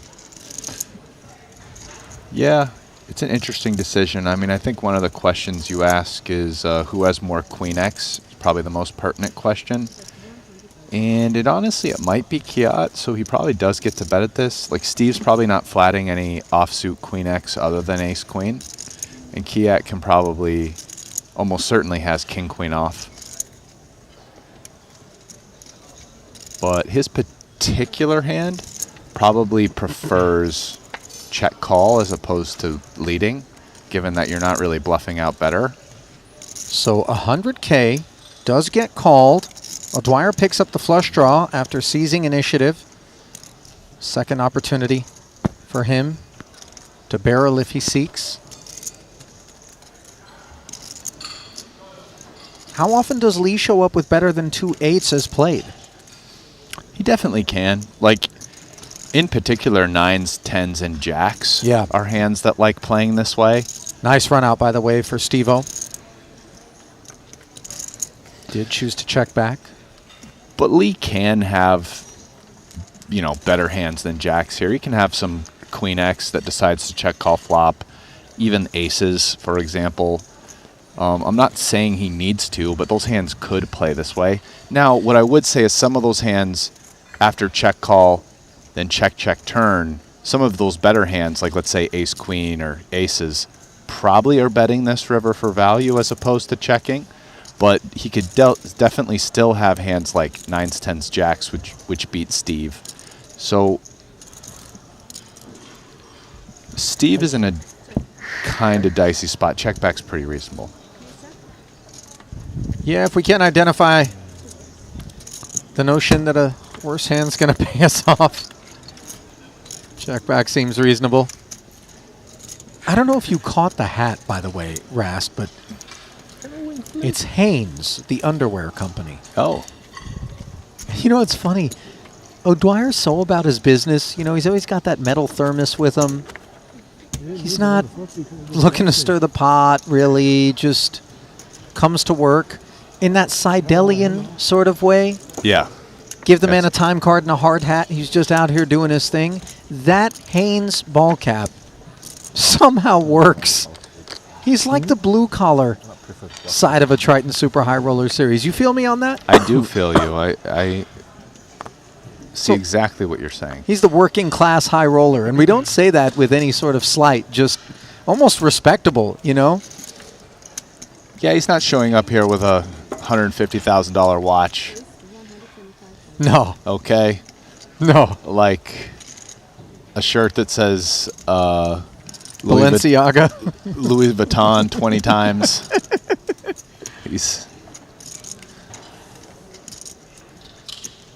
Well, Mosbach showing up with ace-8. Eyes fixed upon Greenwood, who does jam. This one, Millie, is the shortest stack at this table. He'll be quite happy to get that through. Yeah. Never, I mean, versus under the gun +1 here, it's... Not a hand I want to get called with. Yeah, exactly what he just said. Sevens is not a hand you want to get called with there. No. Peel.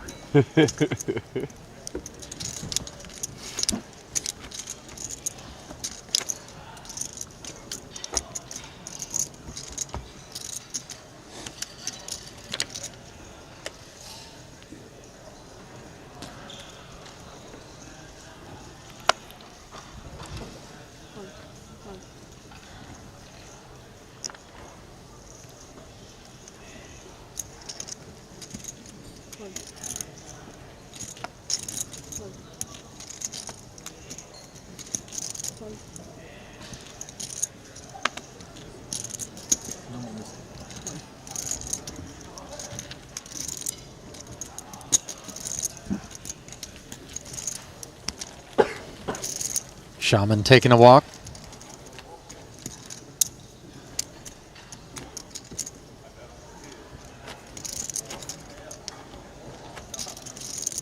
By the way, Haynes is the right choice for Shaman versus Fruit of the Loom. You know, Fruit of the Loom was a little kitschy with the guys in the grape costumes and whatever. You know, he's not about that. No. Just Haynes. Just give me a simple. Haynes was Michael Jordan Fruit of the Loom or Haynes? I think he was Haynes. Yeah. Yeah. Back in the day.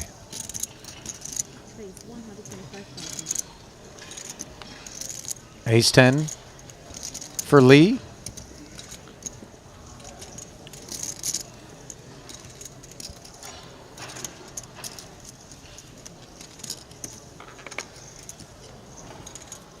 $125 if you do, Mr. Mosbach.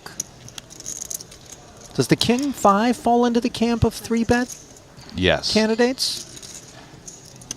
Here it is. As the black chips go to work. 3 scoops up to 425. Can Kiat take this heat? Another 300? You know, this is an interesting spot where, again, he has options here. It's like, wouldn't be... Yeah, folding is like super reasonable, but again, if you thought your opponent was doing this with too many just junky hands, especially ace-x hands that you're dominating, flat starts to be not unreasonable, but I mean, I can't fault him for folding.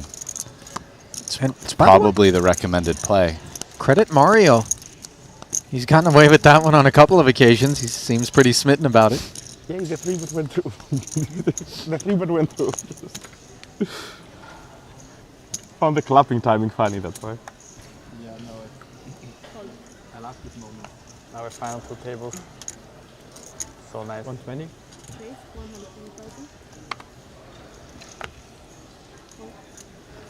Rokita.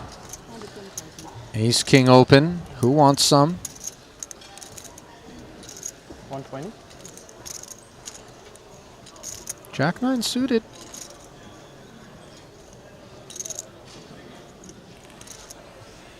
Worthy of a flat out of Mosbach here? Apparently so. Ace 10 now for Greenwood. I'd imagine he just calls. I mean, the issue is that Roland Rokita opened from early position, and I just don't know that ace-10 off's really the hand you want to put your tournament life on the line there for 20 bigs. But it's too good to fold. Greenwood agrees and flops the wheel draw alongside Rokita, who still has the best hand. 2 checks in front of him.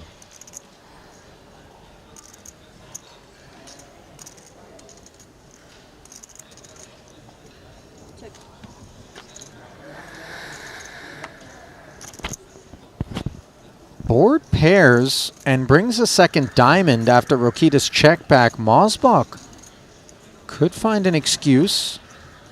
Yeah, we're finding a pattern here of these guys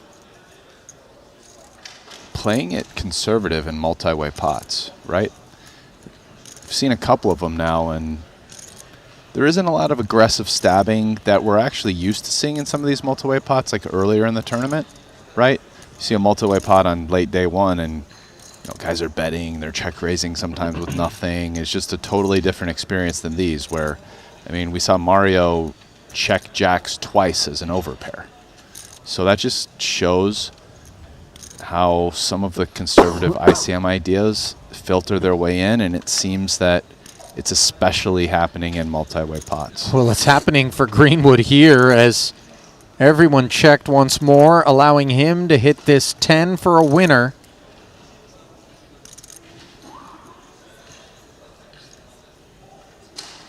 An important 420 headed his way, presumably.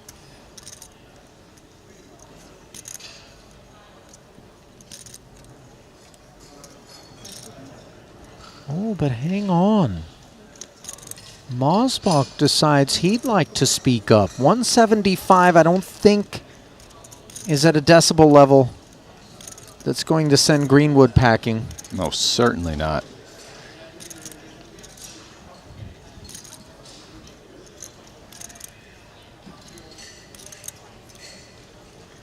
I mean, I think Greenwood is more considering whether to raise versus call as opposed to fold versus call if is considering anything other than call.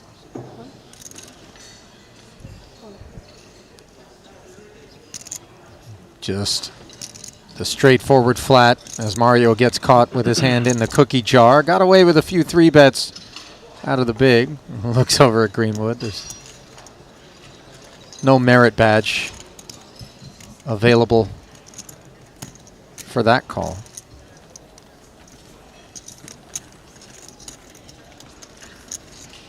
Current shortest stack in the field belongs to Christoph Vogelsang, just 8 big blinds deep. At the other table, Alex Kulev just ahead of him with 9 bigs.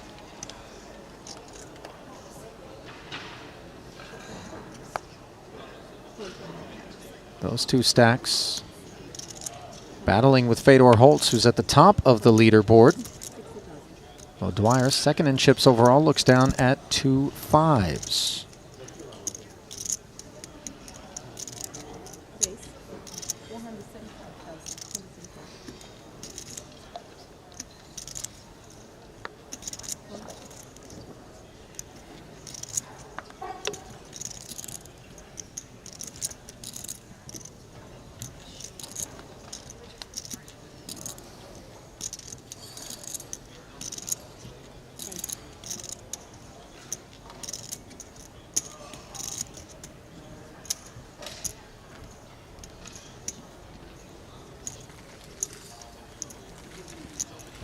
Nobody making the call there, and Rast, I've received a communication from Shaman O'Dwyer.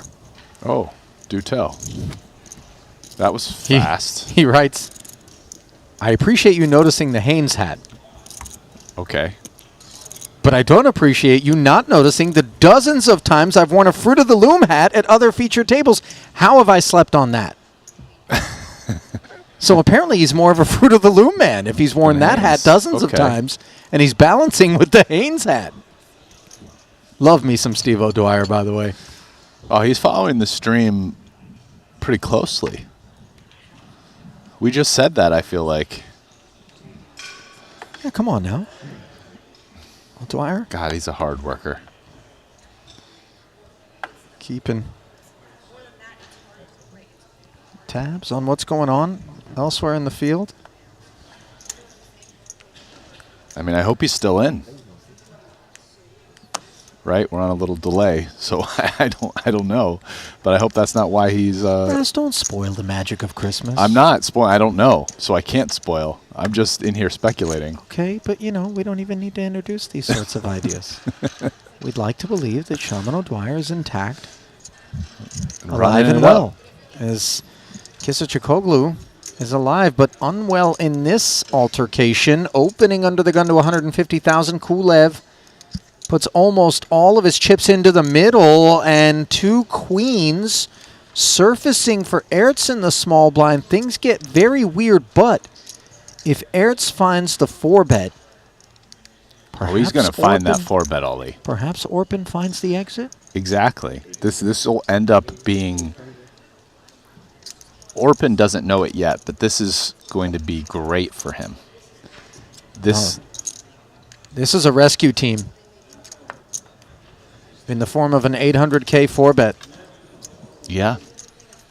He's now got a chance to get away from ace-queen, whereas before he's definitely calling that 375 plus 25K, whatever, so he was going to have to put in another 350K versus ace-king, and now he doesn't.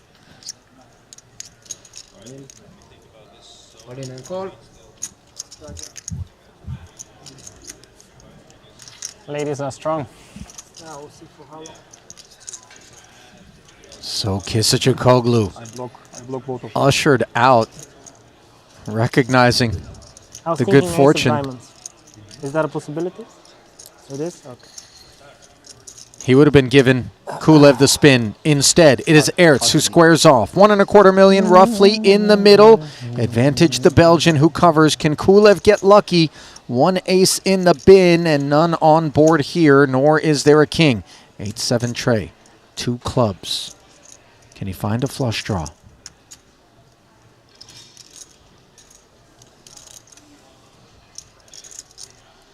Yes, he can. And all of a sudden, these 2 queens have possible problems on their hands as the Bulgarian tries to keep his seat, but is unable to do so.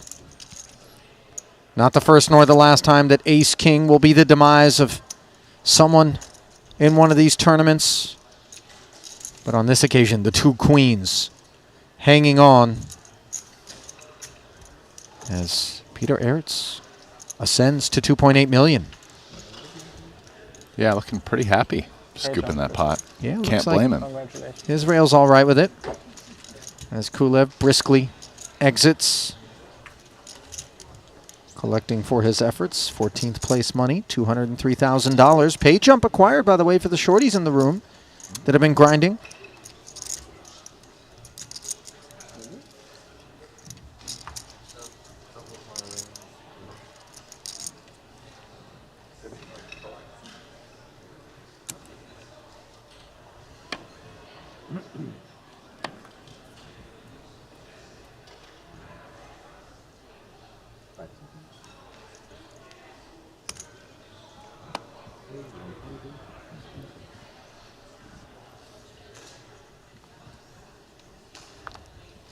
Fedor opens things up courtesy of 10s.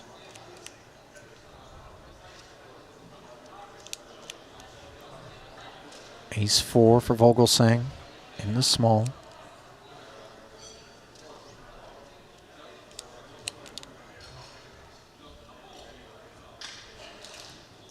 Ace Queen suited for Orpin. Escaped for cheap moments ago, finds himself behind once more here. Yeah, but this is a different situation. Is going to play it as a flat, mindful of the boss stack from under the gun. Yeah, they're 40 bigs. He doesn't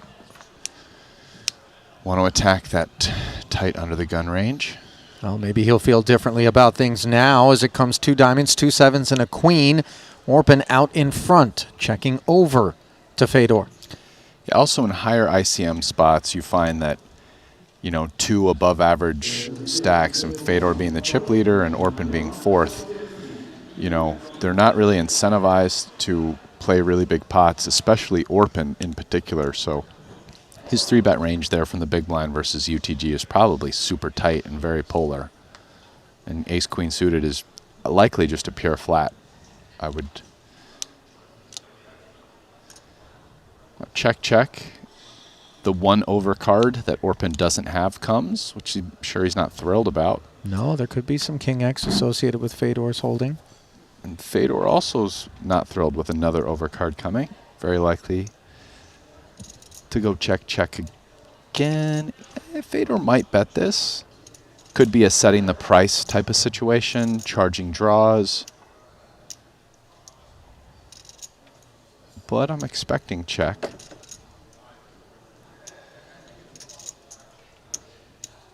And that's what he does. Checks it back. Here we are on the river. Orpin likely thinks ace-queen is the best hand at this point, but the question now is, does he want to bet it for value or check and likely call, but he'll check out the sizing?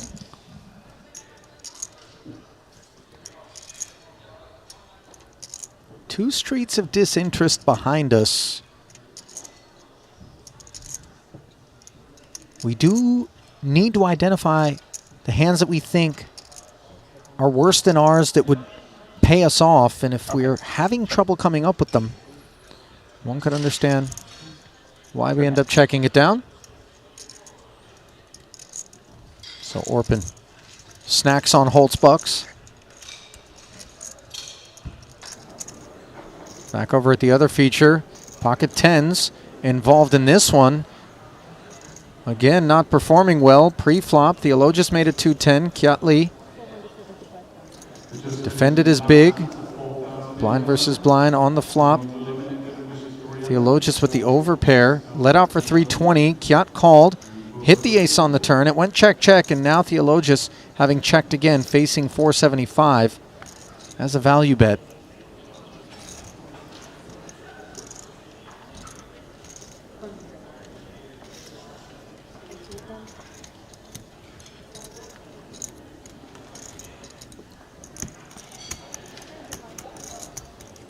Lee gets paid off, Rest. Yeah, I'm thinking that Alex is thinking that maybe Kiat's value betting a 9 as played for well under half pot on the river. And if he can beat some value, then potentially some bluffs. Well, situation and range is compounded a little bit by the fact that it was blind versus blind. Yes, indeed. Well, check out the all-new BetACR Sportsbook. Why, you might ask? Well, because it is the exclusive live betting destination to wager on players in Triton events. Receive a 15% free play, up to $250 on your first deposit, and maybe get yourself a little sweat while you're out here streaming the Triton Super High Roller Series. That's BetACR. Head over and sign up today.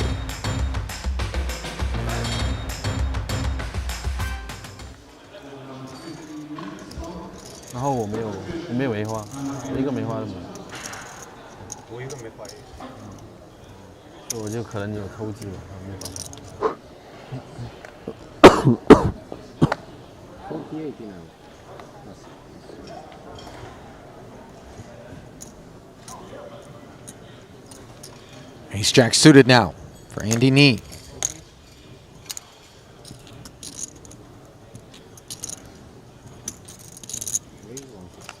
$165, the number he settles on.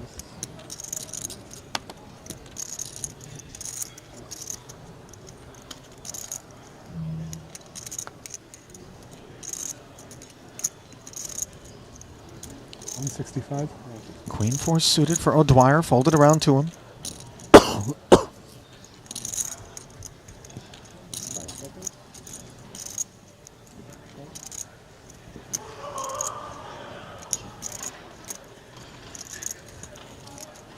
Digs in.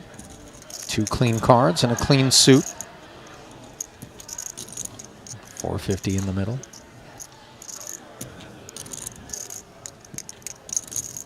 Top pair against bottom pair. Advantaged Andy. Checked over to him. This is a sexy little flop because Andy has top pair, top kicker, and O'Dwyer has the bottom pair, but with an overcard to the jack, backdoor diamonds, little something, something. He's also the covering stack here, so on this disconnected board where he has way more 4 and 5x, and also has has 2 pairs where Andy can't, he can check raise here, and his particular hand is one that may or may not use that line. Obviously, call is totally fine, and fold is kind of ridiculous.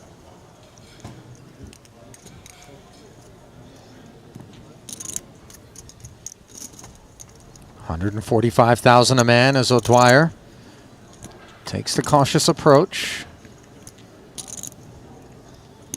7 on the turn, backdoor spade draw arriving, 740 in the middle, and a second check out of Steve-O. Yeah, not a card which is better for Steve's range than Andy, because again, he can have, as the big blind defender, hands like 6-3 and 6-8 suited, maybe even 6-8 offsuit, whereas Andy doesn't have any of those hands, and just other cards which interact with the 7 more. That said, Andy still has top pair, top kicker. He still has a bunch of overpair type hands, Jack X, as well as some strong draws that all want to bet again on the turn, along with maybe a few bluffs. So And he bets. And that card, while better for Steve's range, was terrible for Steve's actual hand. And he's probably out of there. That he is. Credit to Andy for finding that barrel, not being afraid of O'Dwyer rising up. Although Ace-Jack could have taken some heat. Durability.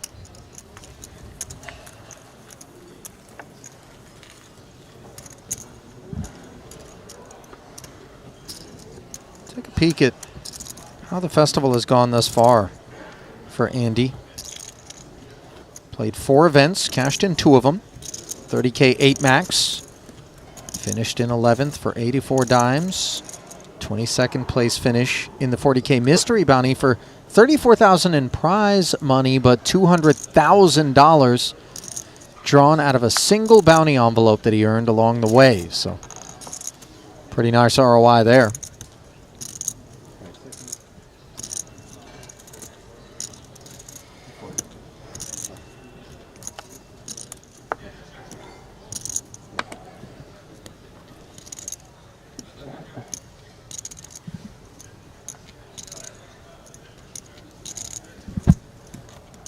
Small blind, queen 3 offsuit for Steve-O. Announces call, king jack for Mosbach. Yeah, the blinds have gone up now, so these 2 million stacks are just under 30 blinds effective. Mario with the decision there whether to value raise in position, risk getting blown off his hand. Decides to check it back. You know, he's put a few of these big blind 3-bets in, and I wonder sometimes whether or not we decide not to raise again, just to keep people from maybe growing wary, suspicious of us. Interesting board here, monotone, top pair for O'Dwyer, 3 of club dangler. That's covered by Mosbach, who is unpaired but has an open ender and the better flush draw. Action checked over to him. Yeah, board which both players interact with pretty strongly. Both players using both cards in their hand in order to achieve all their equity. But a total brick like that, way better for Steve O'Dwyer, obviously. Mario essentially just having an open-ended straight and flush draw, along with an overcard to the queen.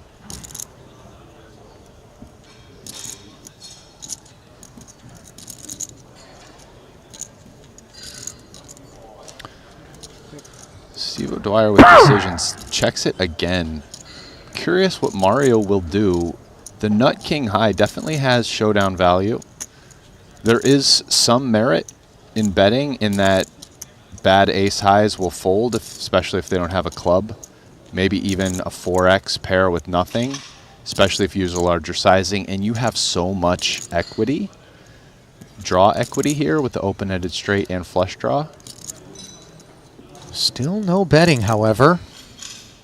Mosbach took 2 free pulls. Does not find improvement, however. O'Dwyer, 240 in the middle, considers the pursuit of value. I think that pursuit will happen. We've checked it all the way to the end. We've kept the pot small. Top pair. Steve can have better hands, but this is definitely up there in his range. And not what Mario wanted to see. He was hoping to just check it down versus a worse king high or like a jack high and win. But versus a bet, he's now faced with a situation where he's losing to all value and probably beating all bluffs, but that he doesn't really have a great hand to call with. No, 190,000. Take it, Shaman. As the button slides over to him. It's a big size as well. 190 into 240.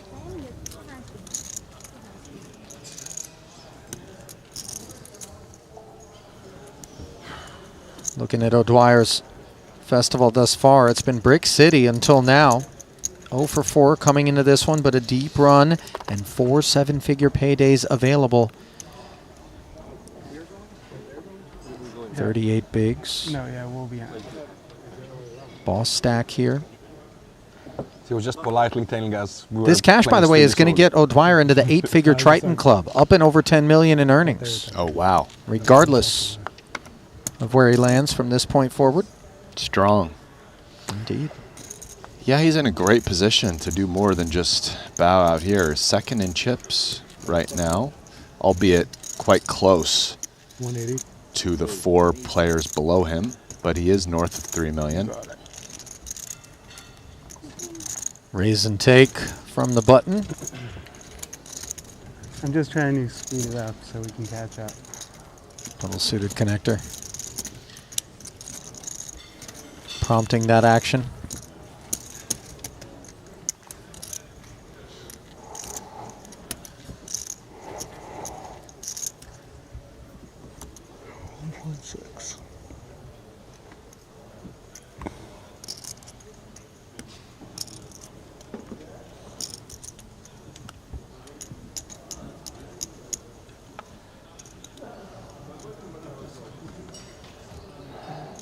Pocket 4s now for the Greek, just calmly mucks it.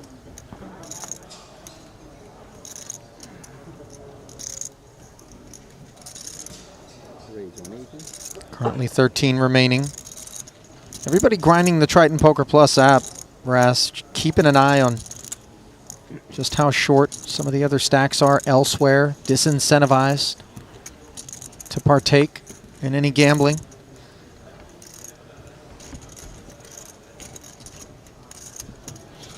O'Dwyer, though,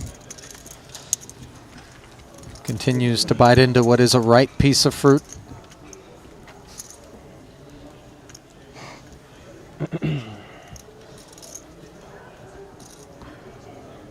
Now 43 bigs deep.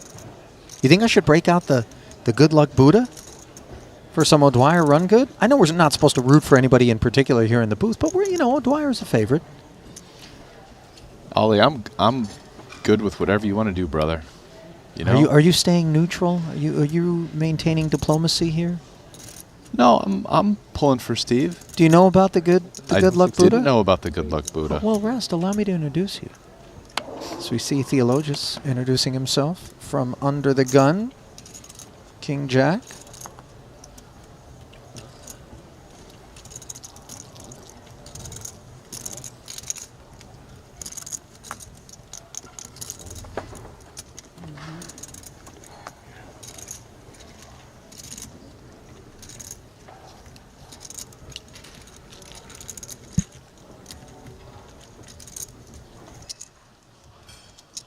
I'm a little worried.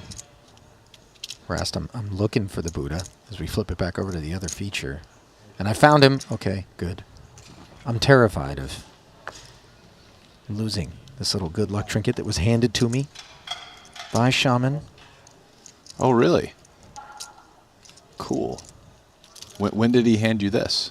One of the festivals, I can't remember exactly, but I carry it with me everywhere ever since. That's pretty sweet of him, actually. Soiza. This is a cool little trinket. Carries 900,000 and delivers it to the middle. 900. King Queen offsuit. King Queen? The responsible kid, Orpin, ready to take a spin. Or give a spin, rather. As he is the covering stack. 2 million chip pot. Not a particularly small one. No, and Soiza's going to be kind of happy, all things considered, to see he's up against an underpair, but not happy to see that flop. Ace, 7, deuce. Doesn't help him. The heart was working, but now the king puts him in front. No reaction whatsoever from Soiza as Orpin gets set for the payout. Unable to hit the 10. Still sitting 2 million deep, but now so is Soiza. 25 bigs, navigable depth. So we flip back over to Shaman.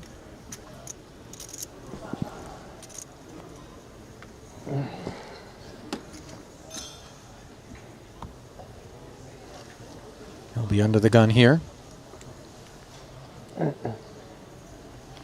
you think the Haynes hat is like you redeem a certain number of proofs of purchase and then they send you one like at the customer loyalty store? Or you think you just outright buy the Haynes hat? I think he bought it. 75. It's like you can go online and find all kinds of different clothes if you're looking for something. Yeah. Yeah. I'm gonna take that over like redeeming coupons this for a purchase. I don't know. Yeah, you're probably right. Yeah. He's playing in 100K. Doesn't really check out for him to redeem He's just Haynes points at the Haynes store. Searching online through like interesting, like unique clothing, or even maybe he even went to some kind of like thrift store or something. Where you can find like cool, unique. Yeah. Yeah, maybe. Thrift is weird though. That has a negative connotation. It shouldn't. Bro, I'll tell you, the best place to go buy athletic wear is a thrift store. What? Yeah, man. Like, okay, you You go mean to like secondhand athletic wear, Russ? No, I don't mean that. I don't mean a thrift store. I think sorry. I don't mean thrift store. I mean, what's the name of those stores where they just sell like clothes from like a year ago? Outlet? Yeah. Outlet store.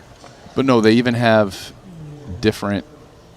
It is an outlet, but I'm trying to think. What's the store in they have them in Vegas. They have a couple where there's like the cheap clothes. They're not used. Rasty, you know you can just buy expensive clothes, Rast. No, listen, man. I'm buying like Nike shorts. Why am I going to go to Nike and pay, like the Nike store and pay $80 when I can just buy like last year's version for like $30? I don't care. You know what? I appreciate the fiscal prudence, Rast. Yeah. I'm with you. Pocket nines. I think I mean Ross. Opens, Rasty. I don't think anybody expects to run into you at a Ross for what it's worth. Ace Jack. Kyatley. 3 bets to 450,000.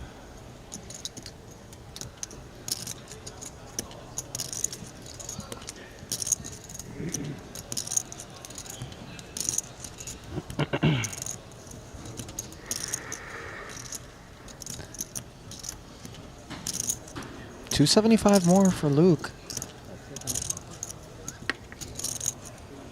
See what he decides. His position makes this quite uncomfortable, but he could. I really doubt he flats with nines, because going all in and getting clearance against hands such as ace jack or ace 10 off or king jack, king queen off, etc. is huge. If he wants to continue, he probably needs to just ship it all in and pray his opponent folds, which is it's a big ask. It's not easy. I mean, it's a fairly sizable investment of 1/3 of his chips. If he chooses to flat, and then, you know, the nines out of position in a bloated one. No, I don't think he's in position, but I don't think he's going to flat. I personally think if he continues, he goes all in. So jam or fold the proposition? Yeah. All in. He does end up jamming, and Lee's down far enough in range to let go, I would imagine. 1.75. We're not looking for a fight with ace jack, are we? He's saying 1.75, but the screen is saying he has 1.5.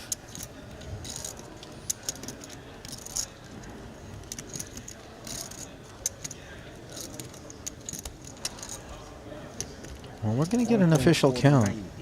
1.4, right? 1,490. I thought I had more. We had it right. Yeah. Greenwood overstating. Kiat does make the call here, Rast. Is this about as light as we're going to see him do that? I think so. Yeah, I think 3-bet and then calling off ace jack off versus UTG +1 for like 19 bigs here is it's a little ambitious.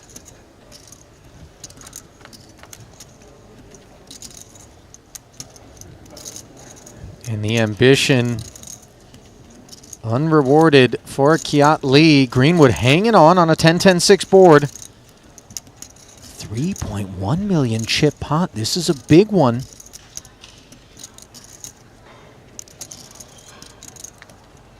Turn is clean, and now Greenwood awaits the river with bated breath. Needs to fade a 6-outer. And he can't do it.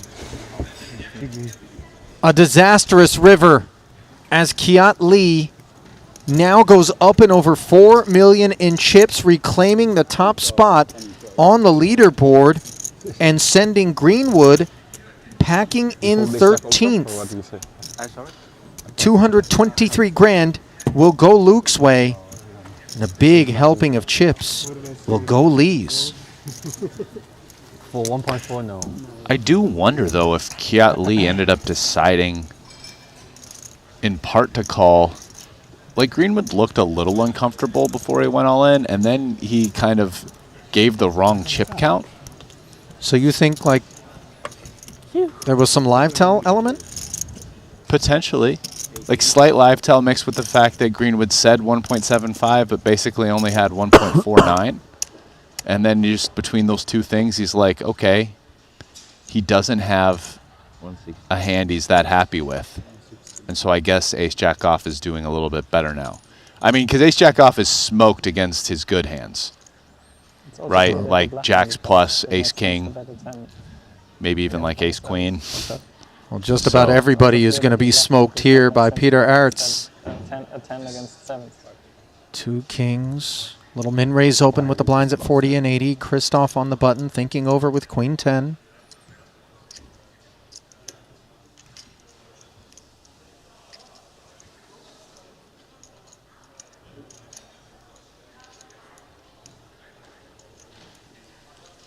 Event number 6 here in Monte-Carlo, $100,000 buy-in. Winner to a final table of 9. They're going to compete for gold and glory and over $3 million. It's my pleasure to introduce you to the final table of this event. In seat number 1 from Germany, $475,000. Please welcome Christoph.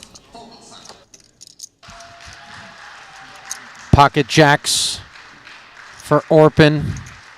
Small blind.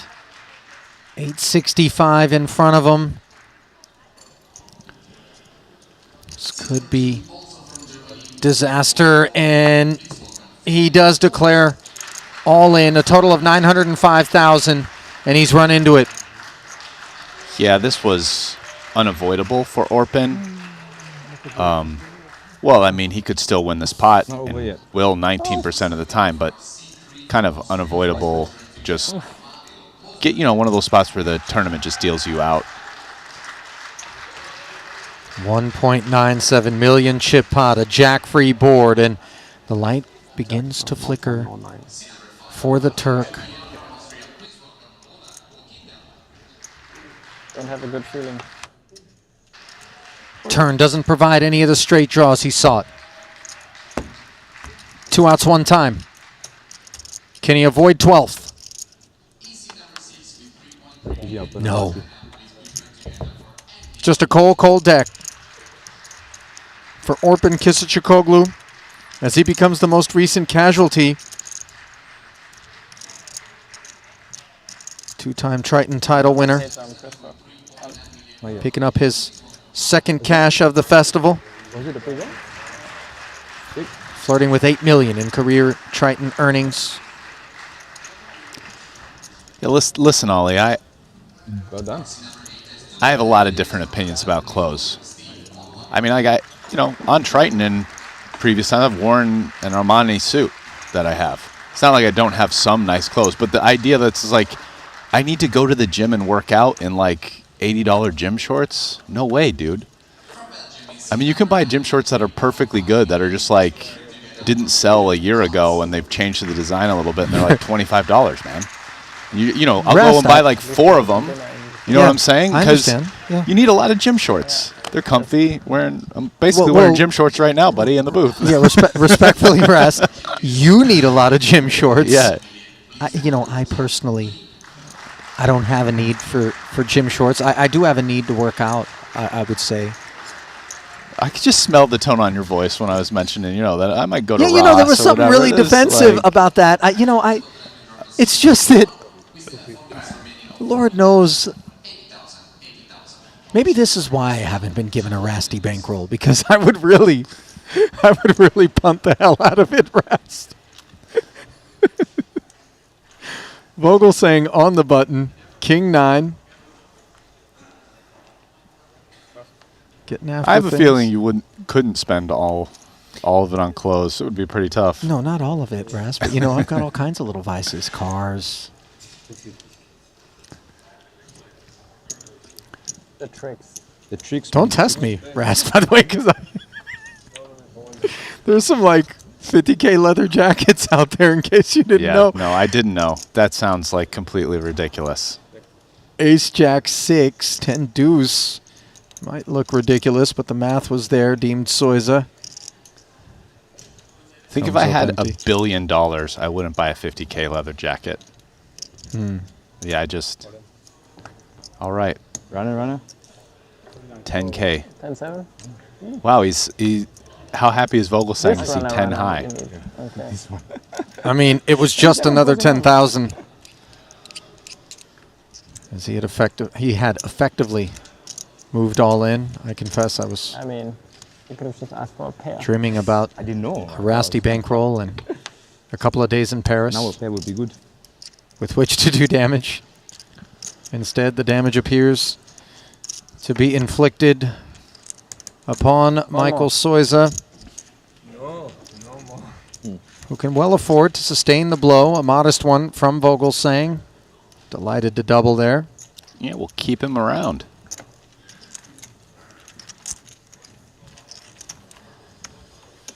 We're almost at the FT. Just 2 players left who need to be eliminated. The 2 short stacks are decidedly still Vogelsang after that double, and Ivy, who both have 8 big blinds.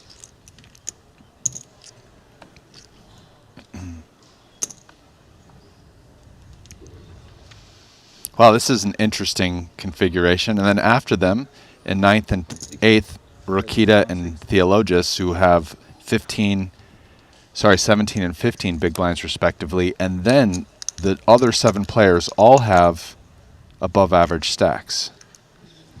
Orpin's departure, by the way, came just prior to a pay ladder. Next 2 payouts, $255,000. 11 remaining. Ivy down there, keeping Vogelsang company at the bottom of the leaderboard, $650,000 in front of Phil. As Arts opens with King Jack, and Soiza's got a spoonful of medicine, suited edition, in the small. Oh.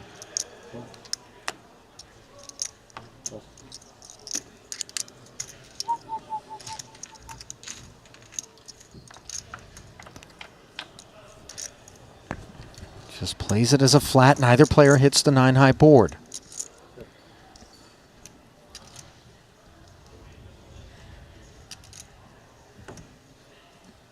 Ertz with King Jack, but immediately not doing that great against a small blind flatting range here. That'll probably have some pairs, a lot of Ace X stuff that doesn't 3-bet. 120.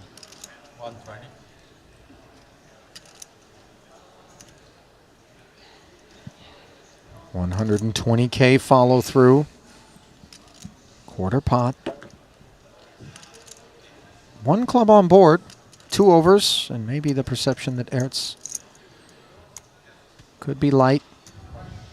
Come together, let Soiza peel. And he does pick up a flush draw. Has the best hand, doesn't know it. A very welcome card for Soiza, though, who now can stick around versus continued aggression. Let's see if Ertz... Now, I mean, it was just a small C-bet that he probably makes with a lot of his range, but now is the real moment where he decides, am I going to try to bluff my opponent off of ace-high, potentially some small pairs with another bet here. You would think it would size up probably north of half pot. And he does, in fact, take this line and is coming with 450 into 720. So we're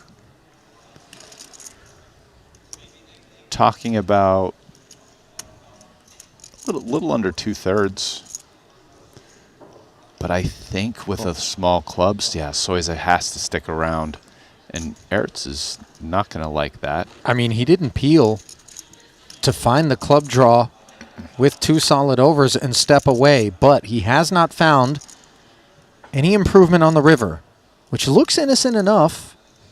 Bar ace-5. Pot up to 1.6 million here, Rast. They're playing 2 million effective in Soiza's stack. He checks over to Ertz. I don't think Peter feels like King Jack has any showdown here, and you know what happens when that's the case. Sure. He does have to be a little bit concerned. I mean, Soiza has a pretty strong continue range there out of position, but if he wants to win this pot, he has to bluff. But he doesn't. Just checking back and realizing that that was a very blown opportunity. Yeah, no, we know that Soiza is almost always, I hesitate to be super definitive, but essentially going to fold king, queen of clubs versus another big bet there. It's not a good bluff catcher.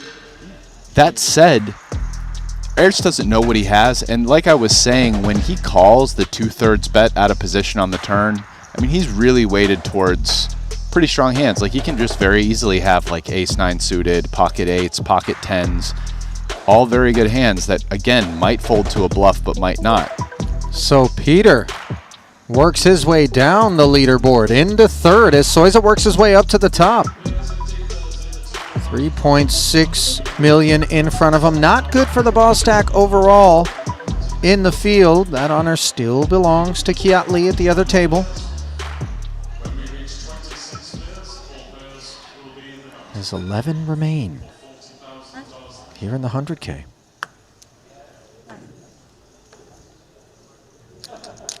Setup is very nice for the big stacks, especially for Soiza once Fedor declines to enter a pot, sitting just 4 bigs back of him. Opening feels pretty cozy. On the button here, getting after Ertz. Looks down at Jack-7 suited.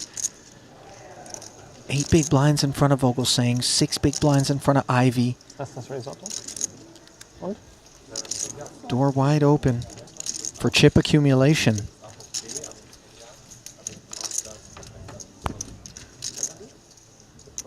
King 8 turns into top 2 on a heart-free board. Peter not going to be interested in this one.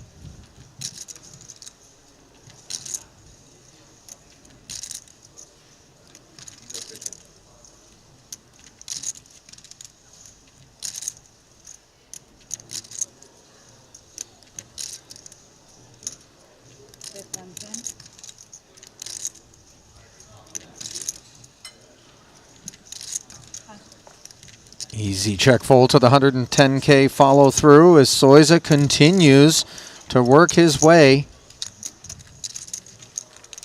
up and over now. Kiat Lee for the overall chip lead.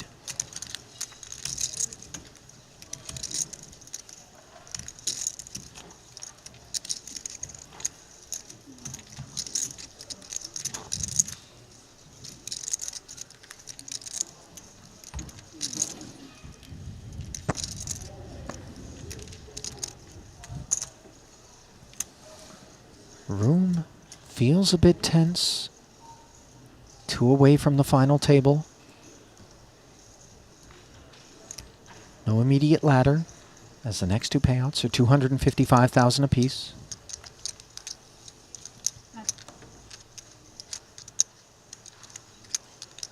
They're all in. Ivy's gonna jam. Ace-9 dominates in the small. Ertz asking for a count. Not a good sign.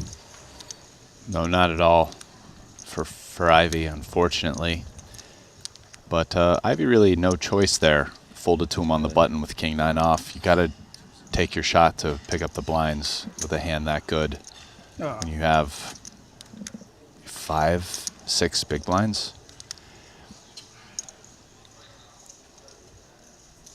So in it went in the hopes of Philip Jerome Ivey. Resting on a king for the time being in an over 1 million chip pot. Instead, he finds the 9, but he's out-kicked. Still hunts a cowboy. And instead, it's the ace on the turn, and that will ice Phil Ivey out of the 100K. He won't be joining the final table as he collects the first of the $255,000 paydays for an 11th place finish. And I gotta say, Rast, Ivey just, by and large, with the exception of a 6-7 suited that he played, worked his way quietly and uneventfully up to this payout here. But elsewhere in the room, we've got 2 queens squaring off against an ace-8. This one came down as a Kiatley opened to 180K. Theologius defended his big. Flop top pair. Then check jammed as Kiat showed up with way more hand than he needed. And on the topic of needs, Alex needs an 8 or an ace. And he hasn't found them. So right on the heels of the Ivey bust in 11th, we lose Theologius in 10th. He too will collect $255,000 as Kiatley collects almost $5 million in chips in total to dethrone Soiza, whose tenure up top is short-lived, and we're down to the final table. With 9 players remaining, $304,000 guaranteed payout. Theologius once again certainly don't think you got lucky in that first finds himself hard for you to have bad beat him in that one. bubbling an FT here. 4th cash in 5 attempts here in Monaco. 4 for 4, rather. Forgive me. He didn't play that 5th event because he was busy at the FT. But he won't be busy at this FT as you get a look at all stacks in the room, brought to you by GTO Wizard. They will assemble as the final table will be drawn for blinds of 40, 80, and 80 to kick that FT off. 200,000 in orbit. Bringing you back to the desk now. Ali alongside Rasty, and it happened all of a sudden in a hurry. Felt like things were being cagey. Do want to touch on that which I embarked on before we flipped over to see Theologius bust, and that was Phil Ivey. I know you weren't here for all of it, but I alluded when I was talking to Randy to the idea that the approach that we were observing, just given the spots that he didn't take, there was a raise and a flat with king-queen. He then binned to king-queen behind all 3 players with the same kit. And there was like some small pocket pairs, some other situations where he just kind of stepped aside. It felt as though it was emblematic of maybe an Ivey 2.0, maybe a new chapter, let's say, in his poker career.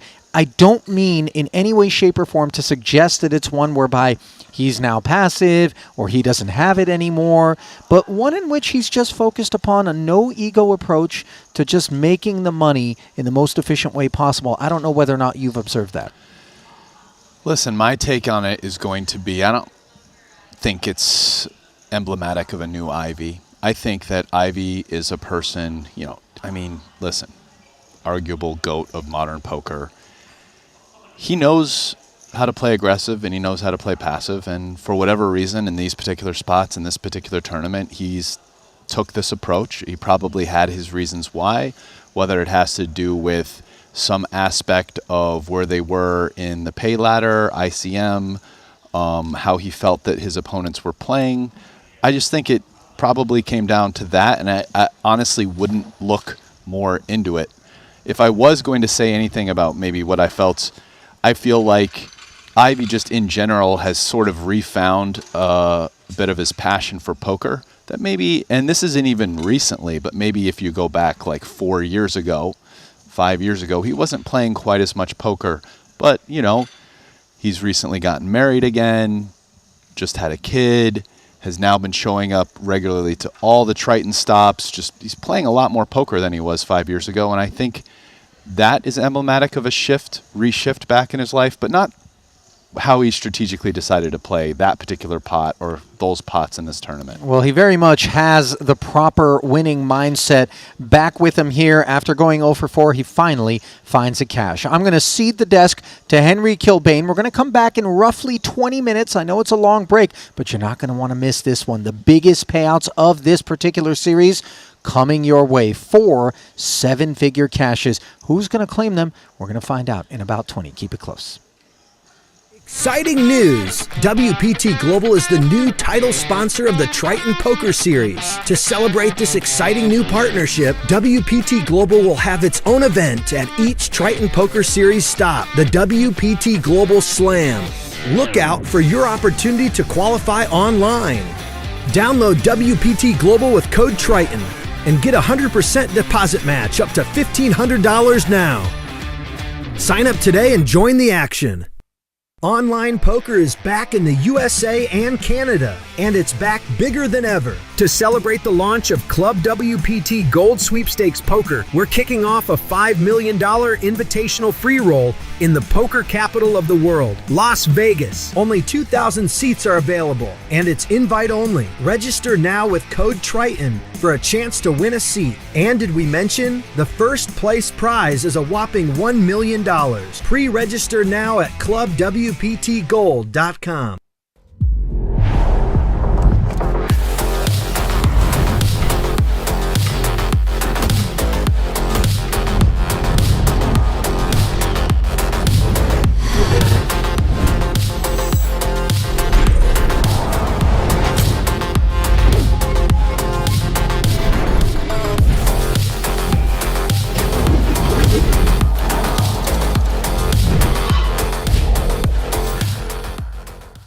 Looking for the ultimate platform to place your bets on the biggest sporting events? Look no further, because BetACR.eu, Triton Poker's official betting partner, is here. Whether it's the thrill of soccer, the intensity of football, or the fast-paced action of basketball, BetACR.eu covers it all. With real-time updates and competitive odds, you're always ahead of the game. BetACR.eu also offers exclusive poker events that you won't find anywhere else. Test your skills and make every hand count.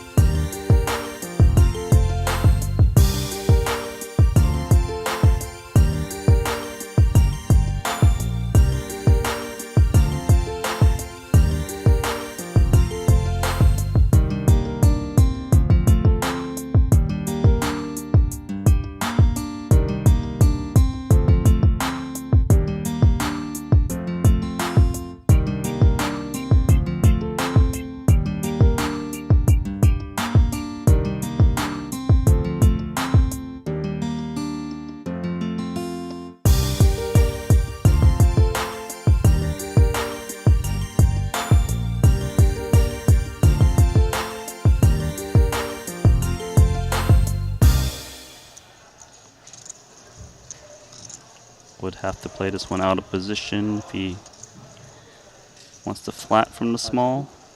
Amendment number 60, please place the button in seat 7.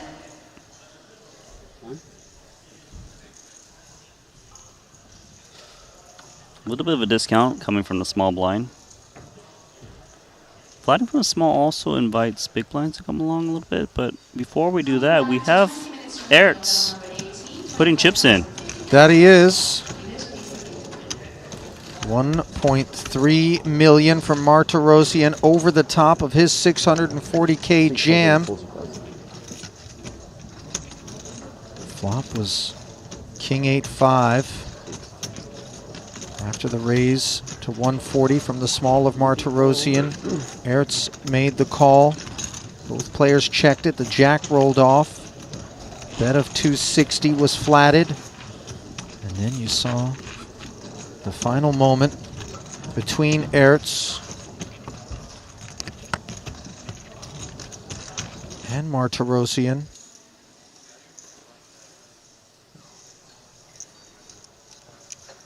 It was Ace-4 for Artur, King-7 for Peter. We got another all-in here. Martirosian went extra hard at that spot. 6 is good so far. Orpin, the covering stack.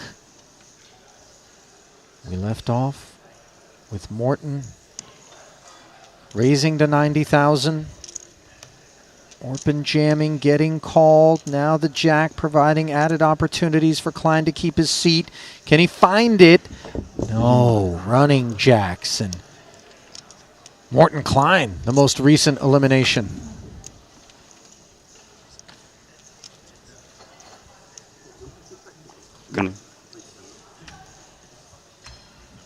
Coming for my trouble? Second cash for Klein after finishing third in the 40K mystery bounty for 318,000 plus 240,000 in bounties. Most recent elimination. Current payout $165,000.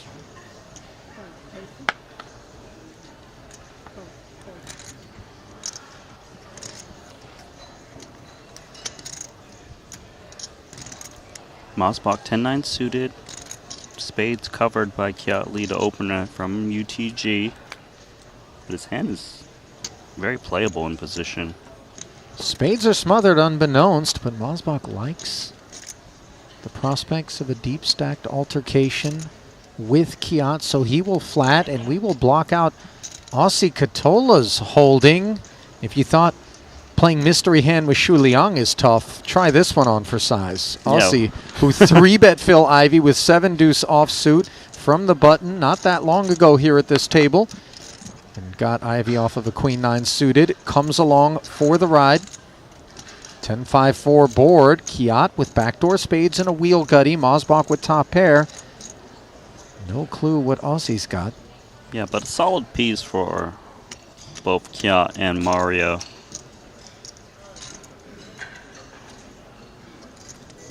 Aussie with the widest range, bets out 1/3, 100 into 300, and I can easily see him get called in 2 spots here. Kiat hunting the 3, a spade or an ace, flatting. It's got to be a little bit intriguing to Mosbach, seeing the lead from Aussie in a call, but he still has top pair. 100K bet from a hand that could be anything, Randy. It really could. Could be 7-deuce off for all we know. Katola doesn't love getting called in both spots, as another 300 doubles the size of the pot in the turn. Presumably puts Kiat in the lead, certainly against Mosbach, TBD against Katola.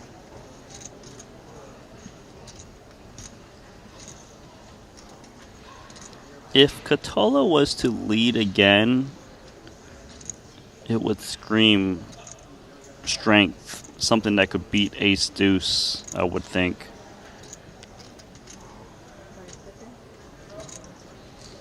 Yeah, he's reaching. Second helping, 275,000. Kiat didn't call on the flop to step away from this turn. You're right about that. And I would imagine once he calls, Mosbach is going to be done. You're also right about that. Be surprised if anything else happens. It's getting murky for Kiat though, because he hasn't played with Aussie that much, so he can only make so many assumptions about what he's up against.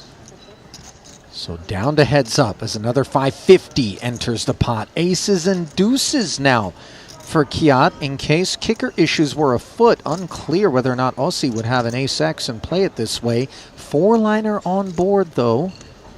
It's the odd 4-liner where you don't give your opponent that much credit to have 3x. But the deuce is a good card for Kiat in general. But before we finish that hand... Oh, man, I hope we get back to it before the curtain gets drawn as we are on our backs here at one of the other tables. This one involving O'Dwyer, who made it 90 to go. Tan Xuan's button jammed.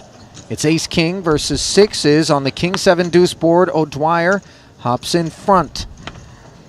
5 on the turn and a 7 on the river. So Tan Xuan's sixes downed by the shaman. He's the most recent casualty.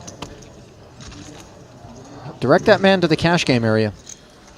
Meanwhile, direct your attention back to the one we left behind moments ago. Katola using time banks.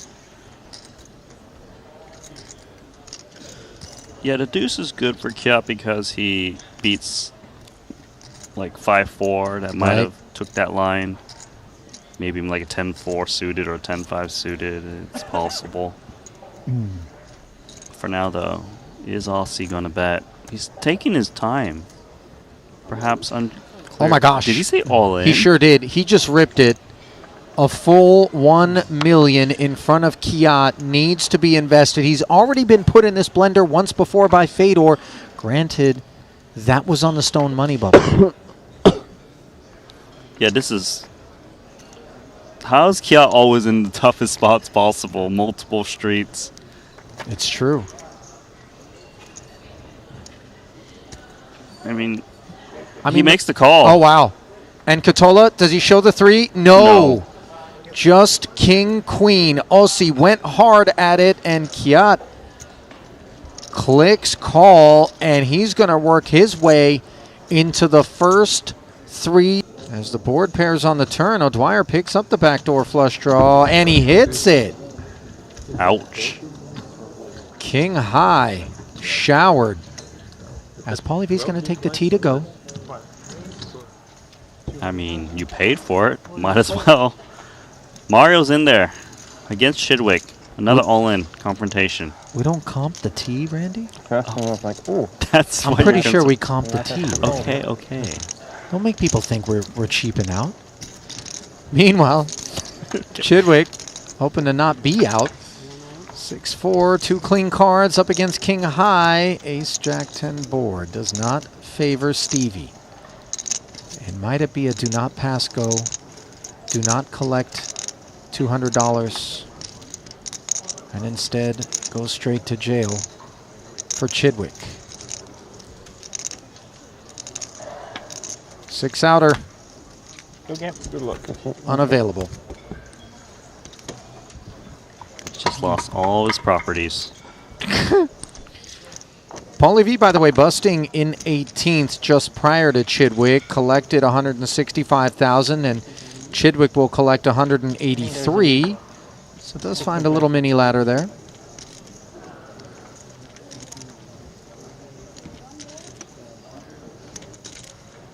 See it open. Redraw.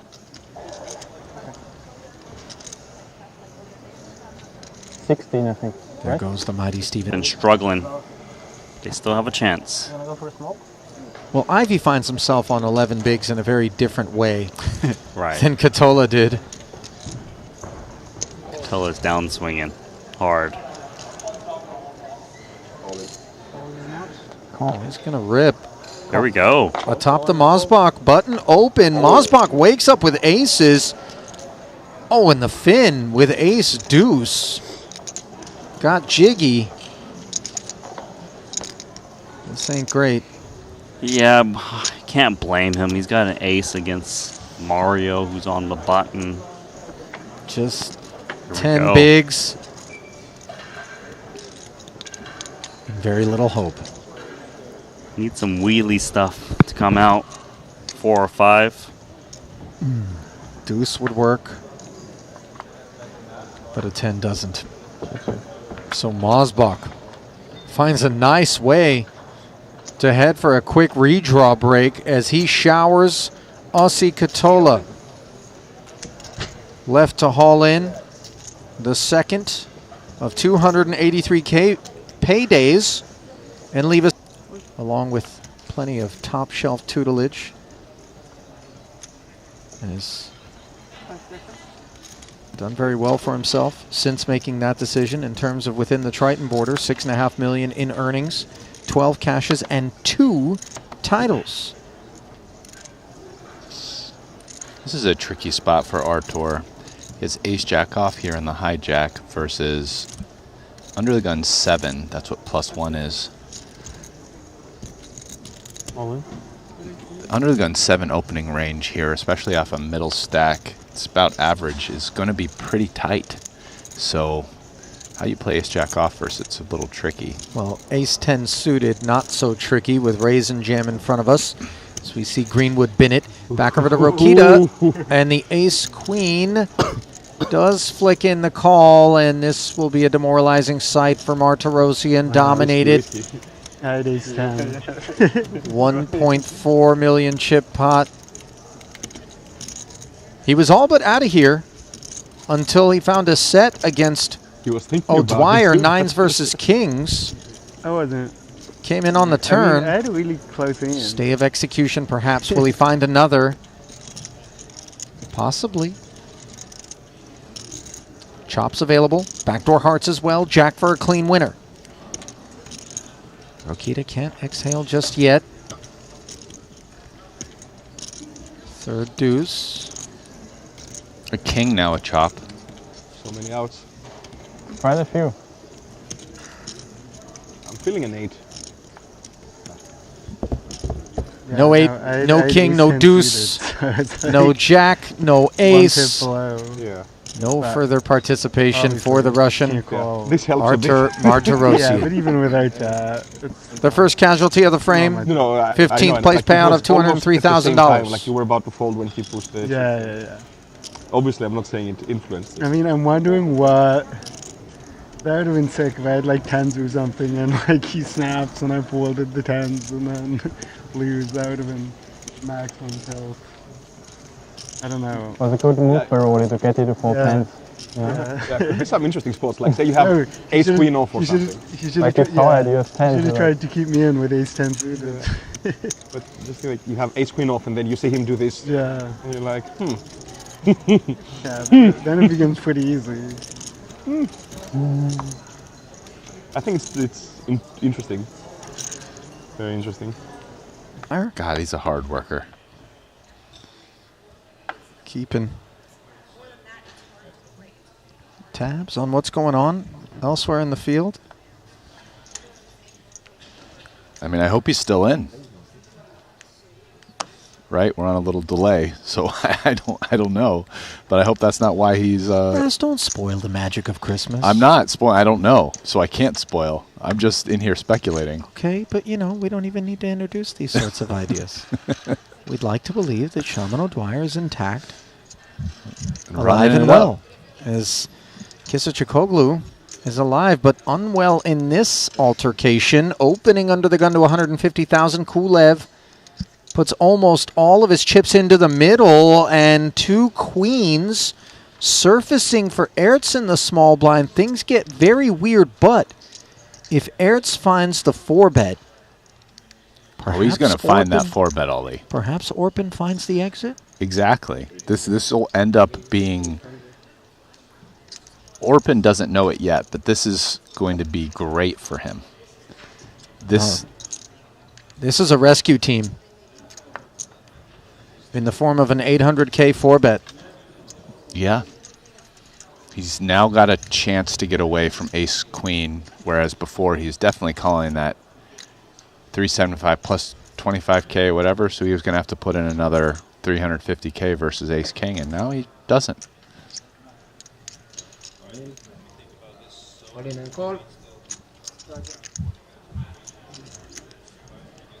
Ladies are strong. So Kisachikoglu I block both of them. ushered out, recognizing the good fortune. Is that a possibility? It is? Okay. He would have been given Kulev the spin. Instead, it is Ertz who squares off. 1.25 million roughly in the middle. Advantage the Belgian who covers. Can Kulev get lucky? 1 ace in the bin and none on board here, nor is there a king. 8-7 tray. 2 clubs. Can he find a flush draw?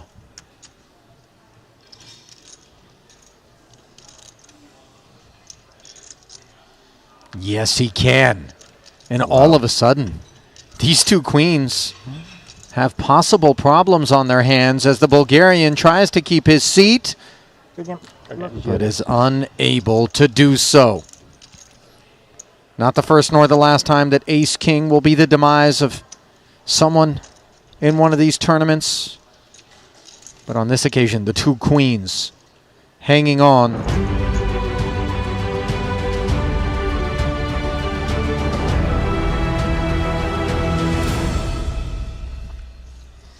Well, a very warm welcome back to continuing coverage here of the 100K final table in Monte-Carlo. Brian Rast, alongside myself, Henry Kilbane. Brian, I had the chance to tune in for a good 15-20 minutes as we worked our way down to this final table, which I can only describe is looking like an absolute stunner. I mean, we got Holtz, we got Mosbok. I mean, I don't even want to name everyone because find the spot in this lineup. Yeah, 100%. It's going to be a great final table with a lot of amazing players. 36 big blind average. Kiat Lee of Malaysia on the hunt for his first Triton title, followed by his fellow countryman Michael Soiser, part of that ever-growing and strengthening Malaysian contingent. Then you've got Fedor's crew in there. Fedor with 42 bigs, Mario with 33, Roland Rakita on 15, in need of a spin and needs to be mindful of Vogelsang on just 6 big blinds, as all 9 battle it out for $3,046,000. 4 7-figure payouts in this one, and some very ICM savvy players in the mix as well. Yeah, that's the thing that stands out to me the most, is how there's a lot of above average stacks, but no one's really run away with it. Sure, Kiat Lee has a little bit, but again, there's 5 stacks over 3 million. So just a lot of clumping up there, and still anybody's game. It is still anyone's game as Luca is set to introduce the final table. Event number 6 here in Monte-Carlo, $100,000 buy-in. We're down to a final table of 9. They're going to compete for gold and glory and over $3 million. It's my pleasure to introduce you to the final table of this event. In seed number 1, from Germany, $475,000. Please welcome Christoph Vogelsang. The man who took this very event down last year, looking to go back-to-back, but has his work cut out on the short stack duties. Seed number 2, also from Germany with 3.4 million. Please welcome Fedor Holtz. Fedor looking for his 5th title and looking to add 3 million to his 13 million in Triton earnings with a win here today.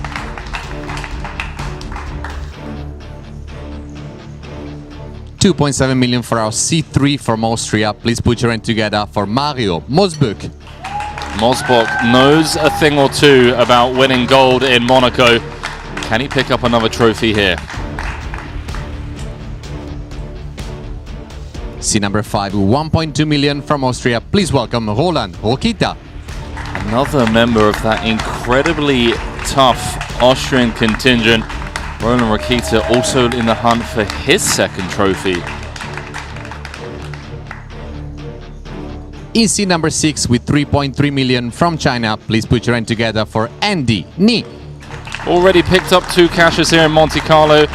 This being his first final table, looking for his first 7-figure payout at a Triton series. Andy Ni of China. Seed number 7 with 3.9 million from Malaysia. Please welcome Michael Soiser. 3rd on Malaysia's all-time money list, over 10 million in Triton earnings. Soiser looking for his 3rd title. Our seed number 8 has 2.9 million is from Ireland. Please welcome Steve O'Dwyer. Absolute legend of the game, Steve O'Dwyer, guaranteed to cross the 10 million in Triton earnings here, regardless of where he finishes. From Belgium in seed number 9 with 3.5 million. Please put your hand together for Peter Arts. Picked up a Triton trophy on his very first trip to a Triton event. Would love to pick up his 2nd one here today.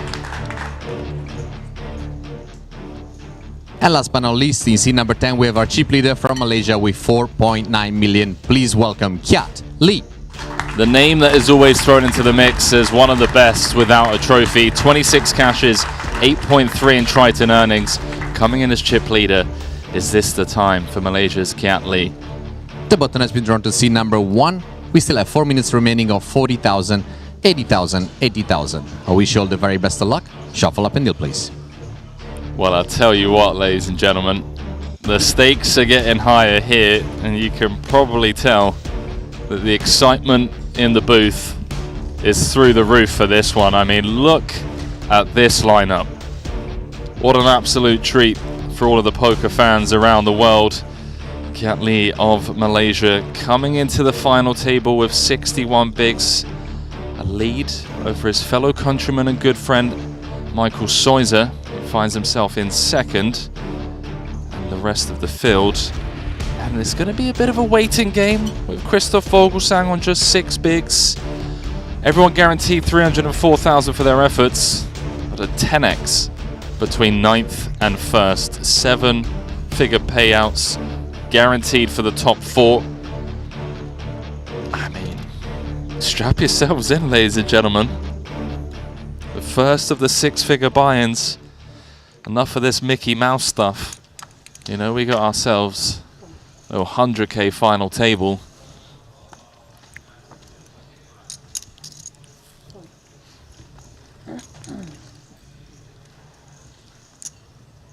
Seat draw wise, I mean, chip leader his lead, but he's got Holtz and Mosbach on his left with very healthy stacks. 160.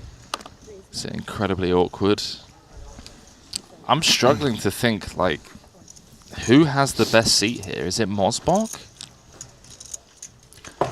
See, that's the thing. I mean, Vogelsang is at least between Lee and Holt for now. I mean, Vogelsang's obviously really short. Like I said, there's just so many largish stacks. I don't think there's a very big difference anymore between any of them. I mean, yeah, maybe Mosbach. Maybe Holtz. There it is. The hoodie as a scarf, coined by Mosbach. Should say made famous by Mosbach. Peter still with the best of it on the 3 deuce. So I look to clear out, you know, overcards, get some value as well from his 8s. Mosbach with the no-nonsense snap fold.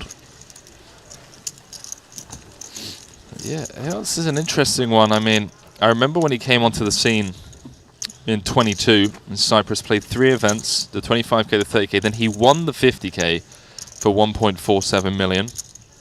Followed up with a very strong performance in Jeju, cashing 5 of the 10 events he played there, including a couple of final table soft bubbles and a 9th place finish in the 15k.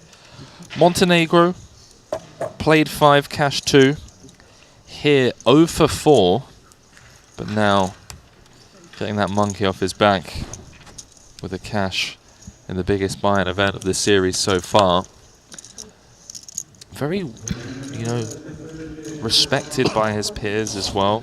I didn't know much about him when he first joined us, but I was quickly met with messages from online players, crushers, who were saying, oh, this is, you know, one of the best emerging players from Belgium. And I mean, he certainly showcased that at the Triton series over the last couple of years.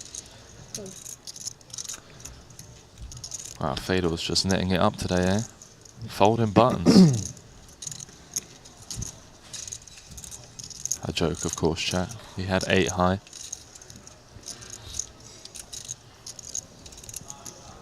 Interesting spot for these 3. Very close friends. Do a lot of their studying and traveling together. But we all know there's no friends at the poker table as Mosbach just open rips into Rakita.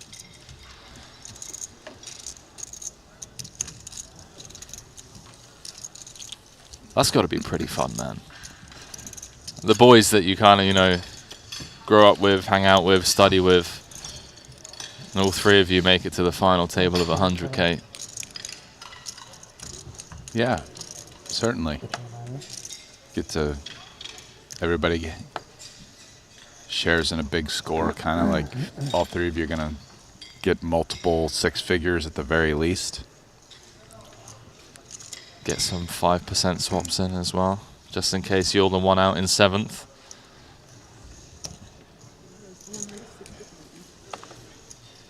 Those 5 balls, man, they add up.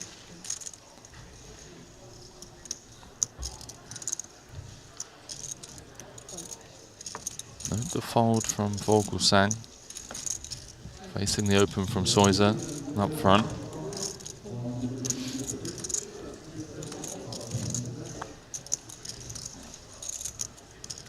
Michael Soiser, like I said earlier.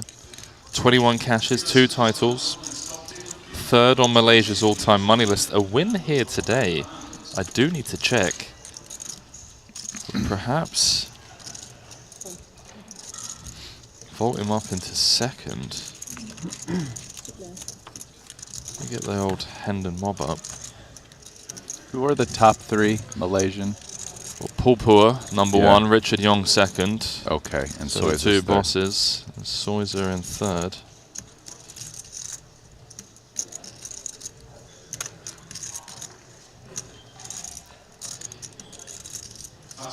Yeah, a win here today. In fact, if Soiser cashes for more than 750k, so a top 5 finish, he will he'll overtake Richard Yong. We'll move into 2nd as he continues on the dry, disconnected 10-5 deuce rainbow.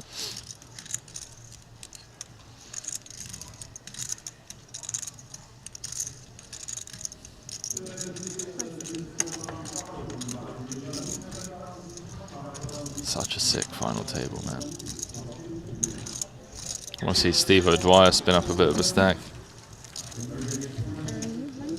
Been a while since I've seen Steve-O at an FT. Personally, he came 3rd in the 200k in Montenegro for 2.1 million. He also came 8th in the 50k for 100k. That was in Montenegro. Had 1 lone FT in Jeju. This is his first cash here in Monaco. Guaranteed to cross the 10 million in Triton earnings mark. Also looking for his 3rd title. If these chip stacks were a society, you'd have to say it sorted itself out pretty well. Just a healthy, strong, middle to upper middle class. Very few poor people and nobody who's obscenely wealthy. That's a very interesting way to describe the chip counts, Brian. That's a well-organized, pretty fair society. At least in the outcome of distributions. We have no idea the laws that govern it. I guess we'll find out. You know, everyone with the title, by the way, apart from the chip leader, Kiat Lee. So everyone knows what it takes to win a Triton trophy. And he's had so many crossbar finishes over the years. 2nd place in the 30k in Montenegro. 3rd place in the 20k in Jeju. 2nd place in the 60k short deck main event in London. This is a healthy prize pool. This is insane, man.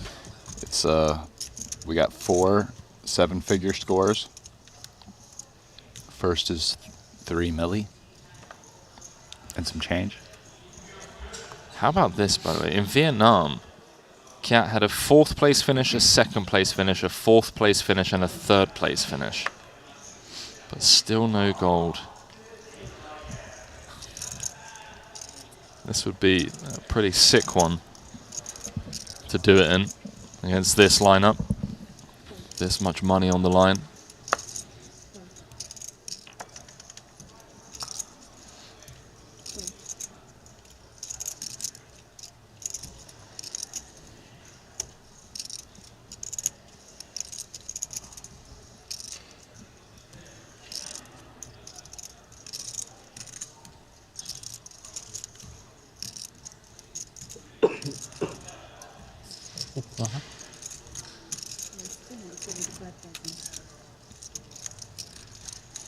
Oh, wow.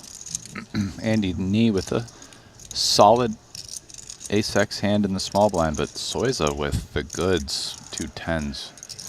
How's he going to decide to play it here? It's a lot of kit, blind versus blind. That said, a lot of ICM in this situation. But he's going to raise it on up.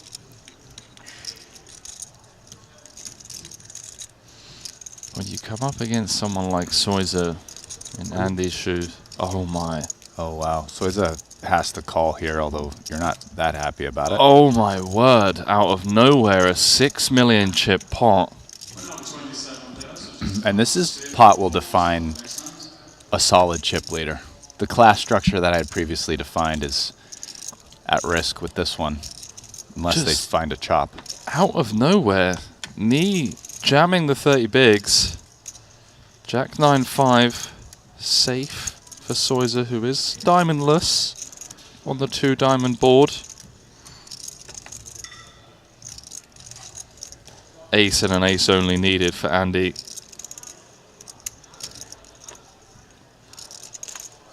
Doesn't find it. Soiza holds with the 2 10s, and out of nowhere, he becomes the overwhelming chip leader. That was 2nd versus 5th in chips with Christoph Vogelsang on just 5 bigs. He guarantees himself a ladder of 77K. And Andy Nee's just out in 9th. Vogelsang, number 3. Andy just ripped it in the first spot, going for it. Just wagging the finger in the face of Soiza, who was happy to bite it off. Just 4 hands into this final table, we have our first elimination, and that really changes things in terms of the table dynamics. As our player who came in 5th bows out in 9th. Adds another 304,000 to his Triton earnings. Everyone now guaranteed 381K.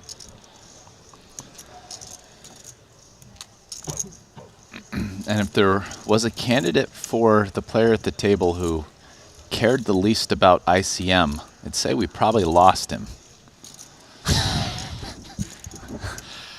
I mean, ICM's for poor people. Right? Exactly. You know, this guy is just like, hey, he's now guaranteed to get a seat in any Macau game for the next couple of years. I don't think Andy has a problem playing poker. I mean, I just did. He was there every day in the cash game that I did with Ali. That was in Jeju, right? They were in Jeju, yeah. And that was a lot of Macau regs. Like Hecklen was there, Limitless was there. Yep. Yeah, they all know each other, man. They all play the same games.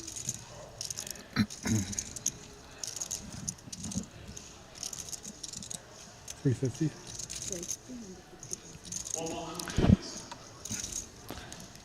Someone should tell Steve that we're not playing the 7 deuce game. But I think he's enticed to win the 300K that was already out there between the blinds and Annie. Oh my. Soiza's not having any of it. Not today. Michael Soiza up to 7.8 million chips. Average stack is 3.3. The clear chip leader with 3 million more than his fellow countryman, Kiat Lee, on the hunt for his 3rd title. APT co-owner, looking to move up to 2nd on Malaysia's all-time money list. They're good hands, you know.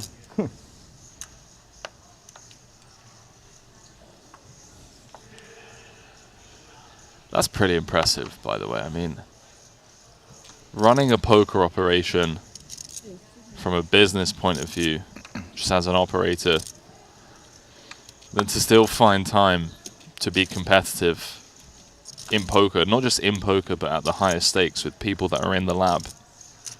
A lot. I mean, yeah.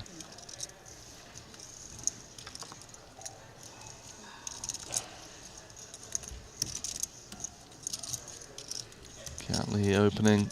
Jack 10 off, a lot of kit in the big blind.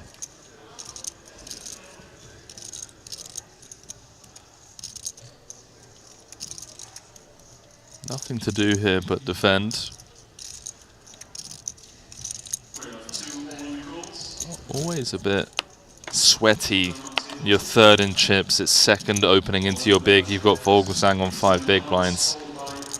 But Ayot's comfortable and confident enough in his post-flop skills to avoid disaster. Ace 3-3. Quite a good hand at the end of the day. Jack 10 off. It's versus a min raise, you're getting a great price, being some of the factors. So I can hear in the background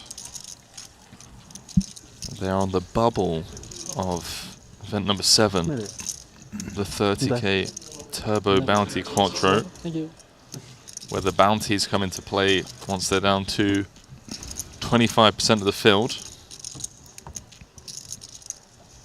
One-day event. I doubt we'll be picking up coverage of that one, but you never know.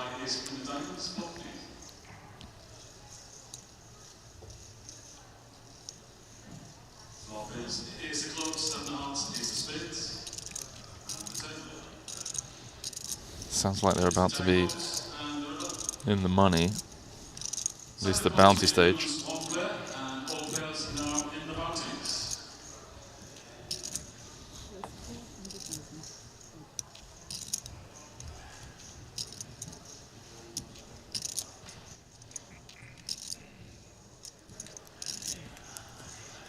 Well, Mosbach with a couple of 10s. Vogelsang putting in 4 of his 4.7 bigs from under the gun. Yeah, just going to come with call, as one would expect.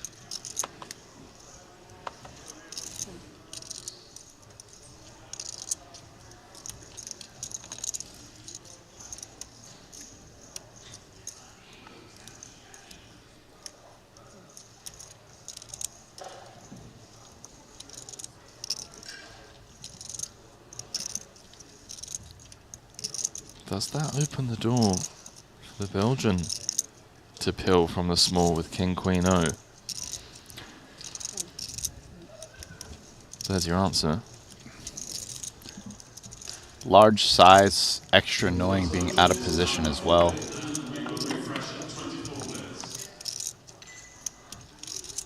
Well, that's all Mosbach.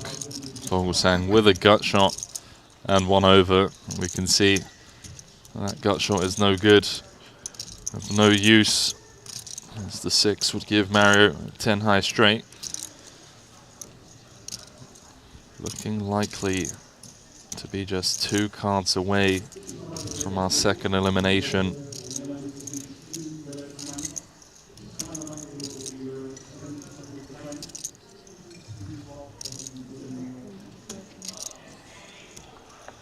Good luck, chaps. Vogelsang took down this event in Monaco last year, beating Nacho Barbero heads up. He's going to need some help here in the form of the 3 aces left in the deck. They're going to have to fade as well. Now out of 5, he goes from 3 to 5 outs. Doesn't find it. Vogelsang getting 1 ladder, courtesy of that Andy Nee elimination just a few moments ago. He knew it was an uphill climb for him coming into this final table with just 5 bigs. Just getting that 77k ladder, I'm sure is going to be reinvested immediately into that 200k invitational that starts tomorrow. He heads home in 8th for $381,000. The German's 16th cash of the Triton Tour. He's now earned 5.8 million in Triton earnings. It's 3rd cash of the series, and again, just knocking on the door of a 2nd title and a big score. Number 2 will have to wait, and with that, we're down to 7. I did not expect to be down to 7 this quickly. does mean that the average stack is now 37 bigs. And I think this is where they really start to feel the pressure of the ICM, especially with Roland on 10 big blinds.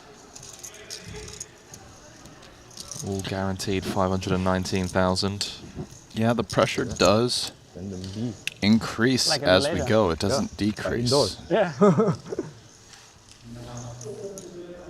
Each ladder worth more and more.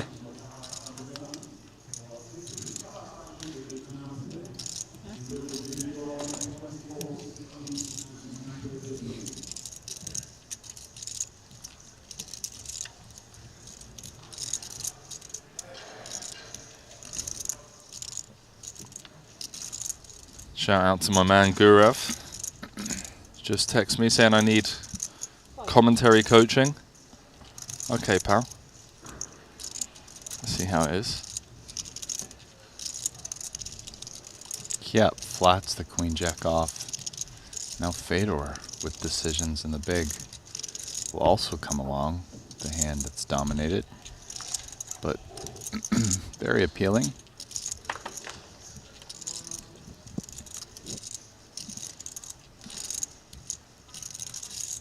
Ace, king, deuce. Little something for everyone. Steve-O flopping best. As well as being the pre-flop raiser. This is a board where he doesn't need to bet 100% of the time, but he will bet it frequently. Bet 175,000. Options available for both Lee and Holtz. I say less likely for Lee. So he has to be concerned about Fedor behind. A bit of a sandwich. Concerned, but not overly concerned. It is the big blind overcall range. Likely just goes call here. Fedor now getting about 6 to 1, is that? Yeah, thereabouts, just shy.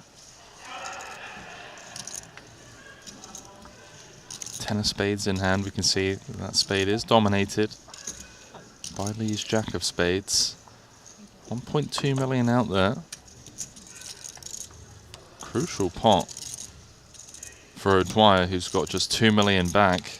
Still has the best hand on the 5 of diamonds turn.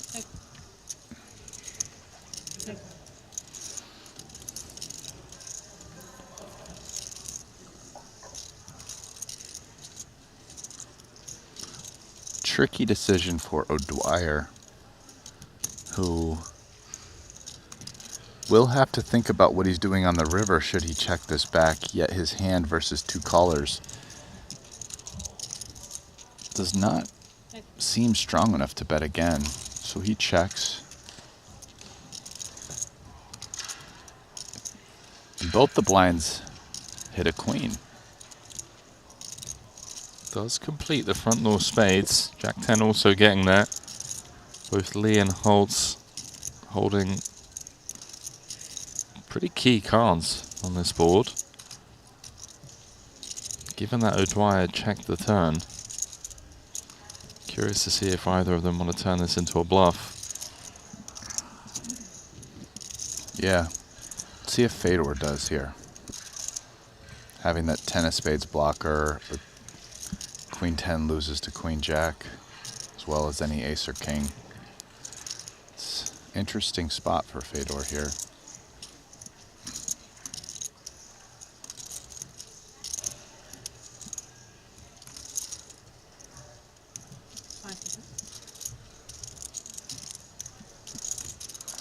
And this is a spicy little bluff right here that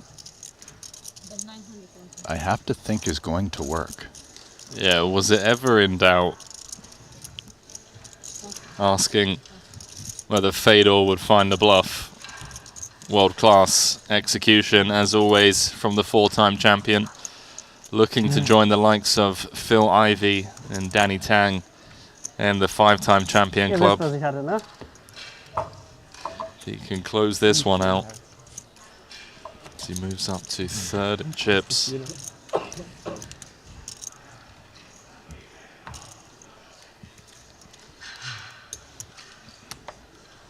Ja, Roli weiß, dass der 900 immer Bluff ist.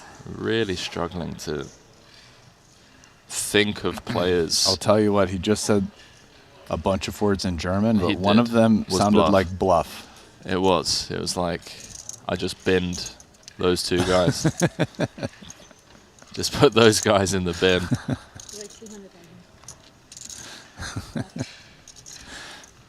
Fedor, you kind of gave it away, man. You gotta find some German code word for bluff.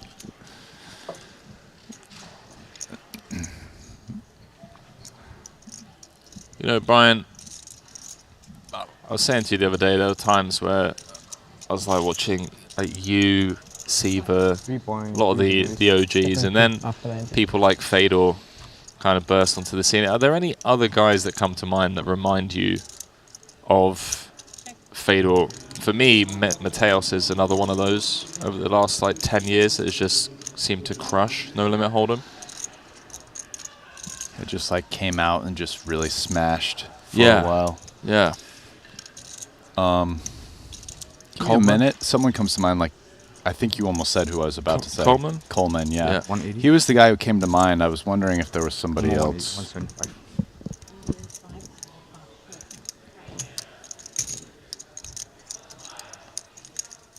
Yeah, Coleman, Mateos, Fedor.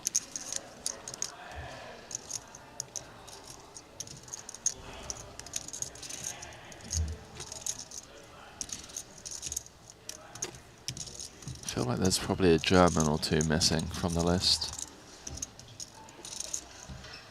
That came, saw, and conquered, and then rode off into the sunset.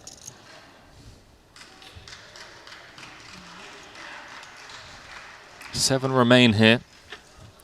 Event number 6, the 100K 8 max.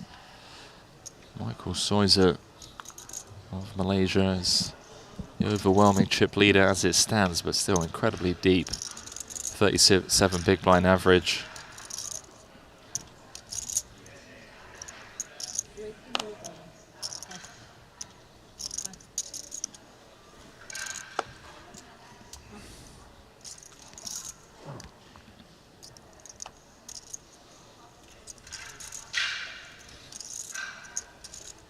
I mean, somebody who really did that recently would be Adamo, but that's not from a while ago, right? It's not old.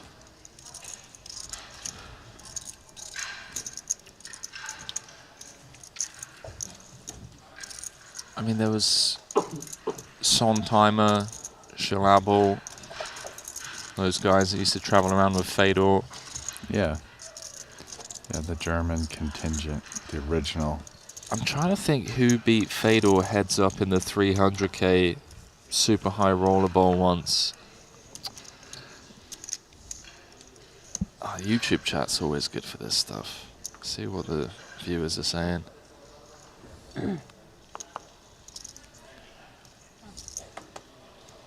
What do you guys at home think?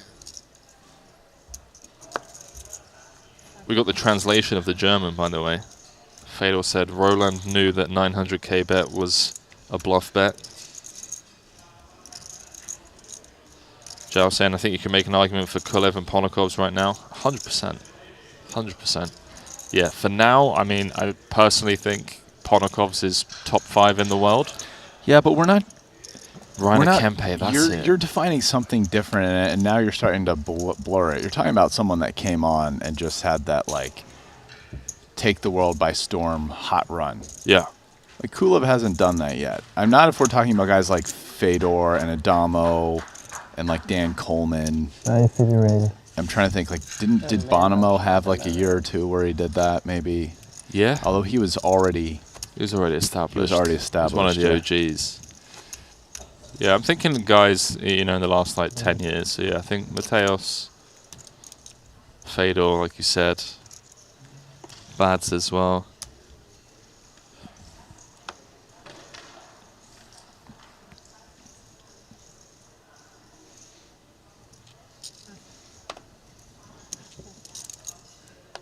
A lot of opinions, as always. Open discussion, by the way.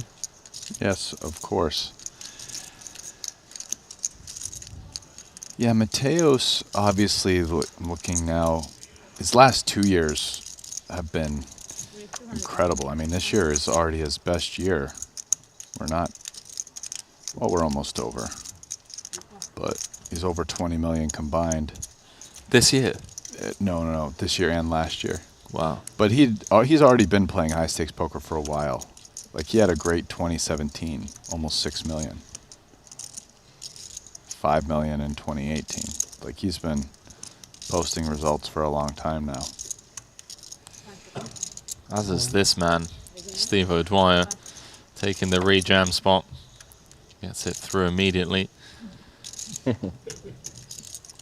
Unfortunately, I can't make the poll He's trying to show me. over on YouTube. I can only read the comments. That would be a fun one, though. Or maybe he's trying to show you. Nobody saw it. Shout out to all the viewers around the world currently with us on this one. Over 8,000 of you on YouTube. If you haven't already taken a couple of seconds, just click that like button. Really helps us grow the channel even. As Triton continues to put on world-class poker production free of charge year-round. Not just these super high roller series, but as well as the high-stakes nosebleed cash games. Get involved in the chat. Let us know where you're watching from, as Roland with the open jam as the shortest stack from the cutoff, and he's going to get looked up here, one would assume, by the chip leader. Yeah, it's only 10 big blinds. Oh, Dwyer. Feels like ace-jack off is like just good enough here. It's tough though. It's like ICM, a guy's already all in. Is that going to be enough to make him fold? Yeah, wow, that's a tough spot. That's sick.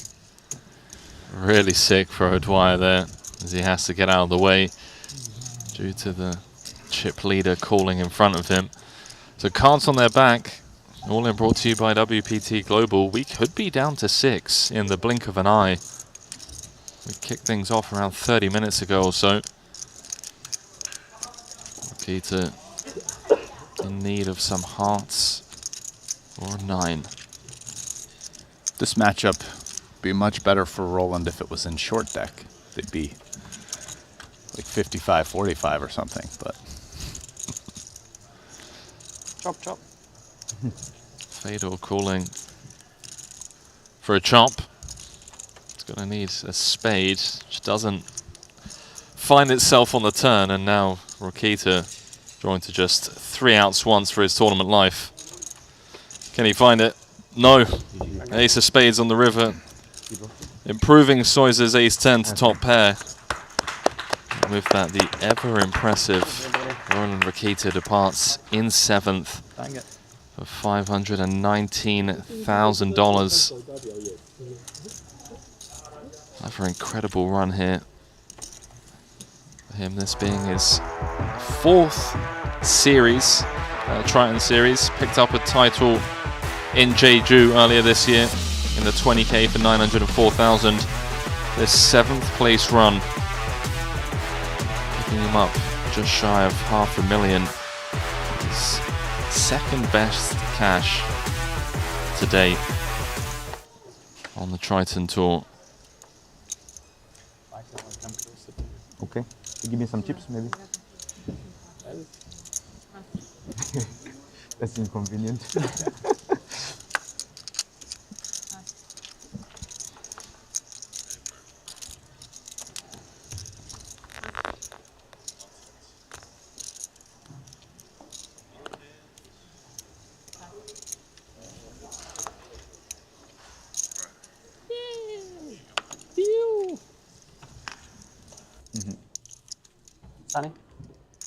Sunny, can I change some into black 1 million? Yeah. Yeah.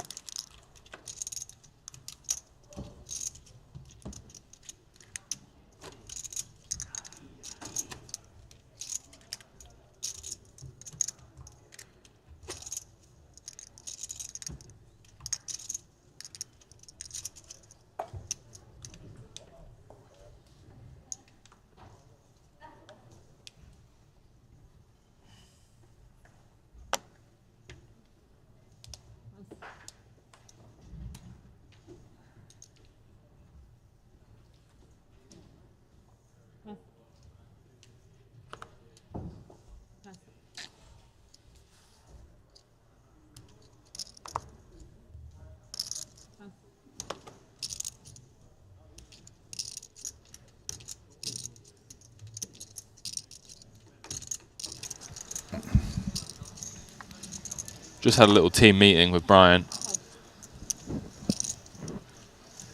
We've got a jar on the desk now.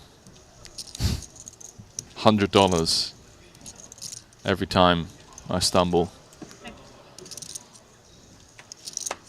Fedor gonna check his option.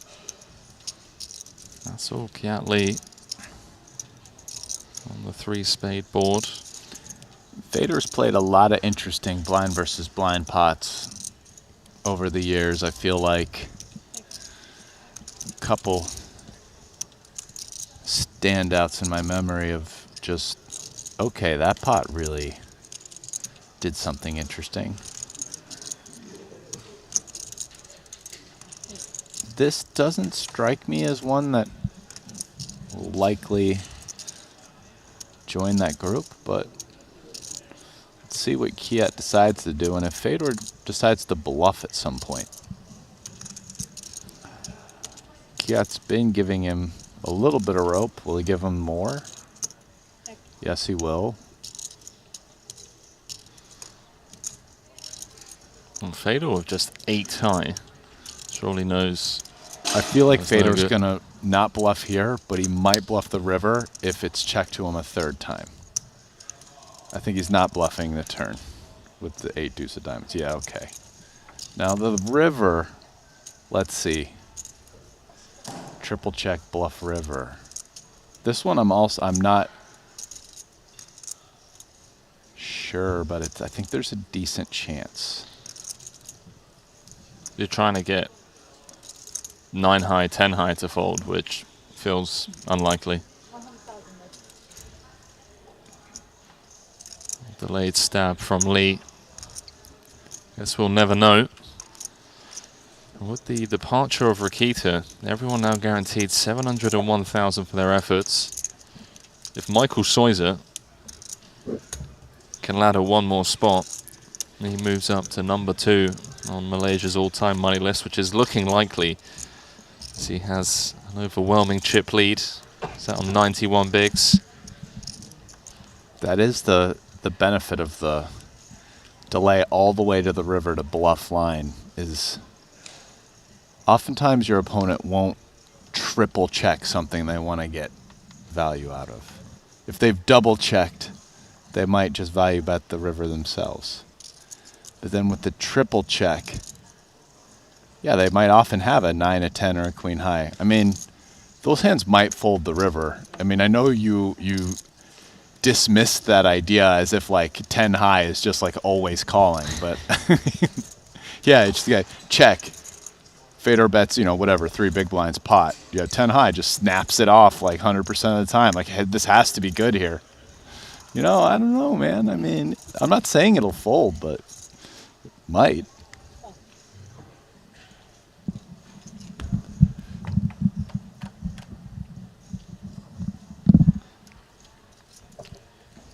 Maybe I'm just too used to getting people windmilling bluffs in my face. Well, that means you're not calling 10 high there on the river often, are you? If they're windmilling the 8 high. That's what I'm saying. Now I've started calling down with 10 high. Now I'm just like, okay, 10 high is a snap call.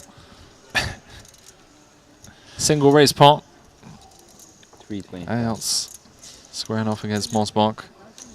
Firing out a continuation bet and getting the job done.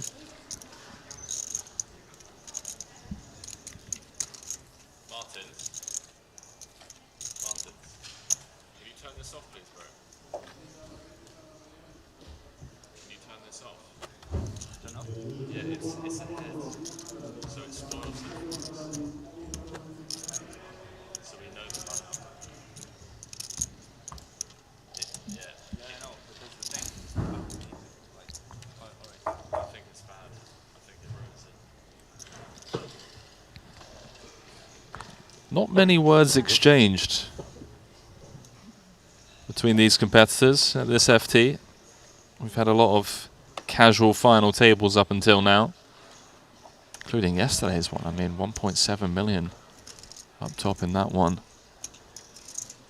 There was a lot of banter, even like 5, 6, 7-handed. I think the players recognizing just how big of a spot this final table is.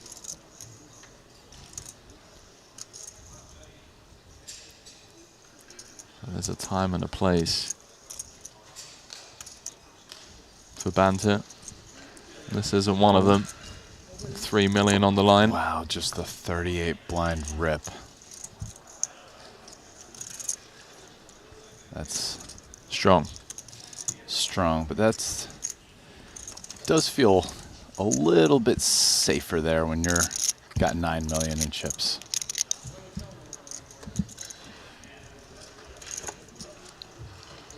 Let us know over on YouTube, of these 6 players, who would you like to see get heads up? I don't mean like a 9-1 chip lead. I want a good old-fashioned 35 big blinds each. Let's just go for it and see what happens. I'd love to see...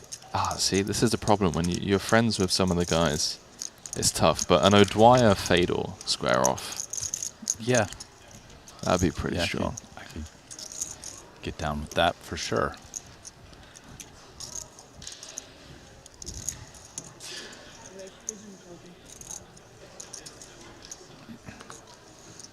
Chip leader, Soiser. That's who they got to deal with now, though. Not Fedor or O'Dwyer. It's Soiser closing in on 10 million. I have to deal with him on the golf course as well, man. This guy just showers me every time. Well, you guys use handicaps, right? Or isn't that the way? Even with the handicap? Yeah, man. He's yeah. Let's just say probably be better off putting my time and energy into something else other than golf, but I'm not a quitter, Brian.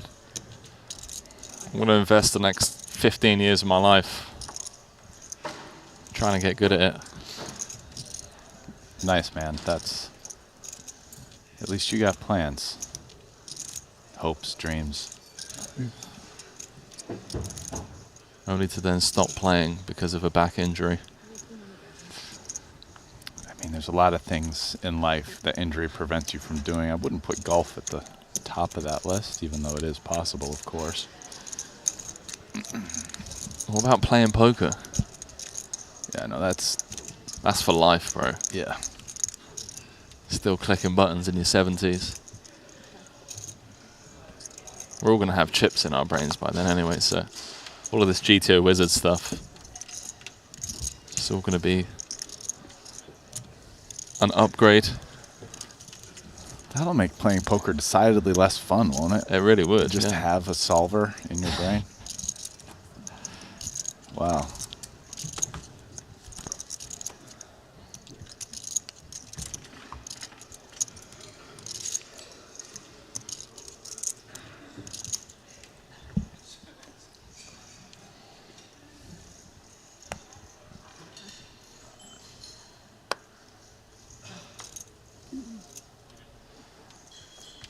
Event number 7, the 30K, is currently running in the background.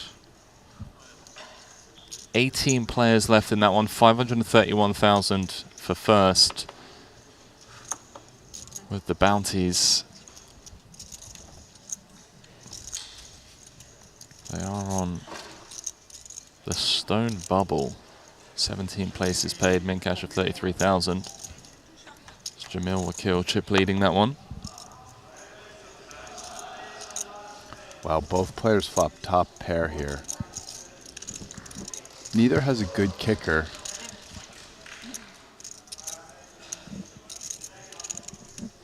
Let's see what Soisa decides to do. Check back or c-bet, both seem reasonable. Does have a lot more chips. I think if the positions were reversed, you'd see a lot more check back from Kiat, and that river certainly changes things. Kiat taking the lead. Oh, how has Lee found this turn card?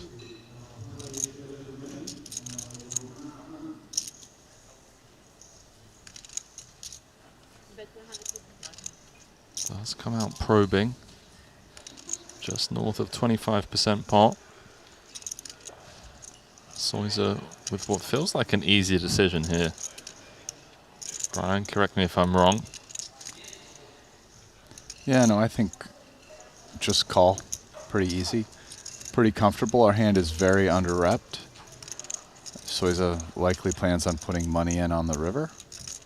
And I'm sure Kiatly's happy to oblige him here with deuces full. Runner, full house. As he hunts his first Triton title. Came in as chip leader.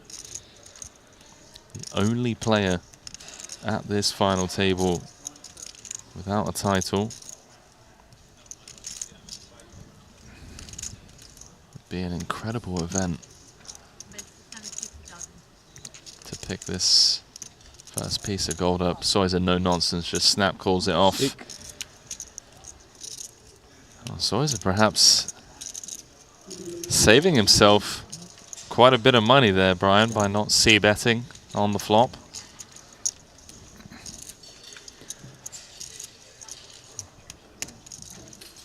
Easy game. Potentially. Could have gotten very expensive. Yeah.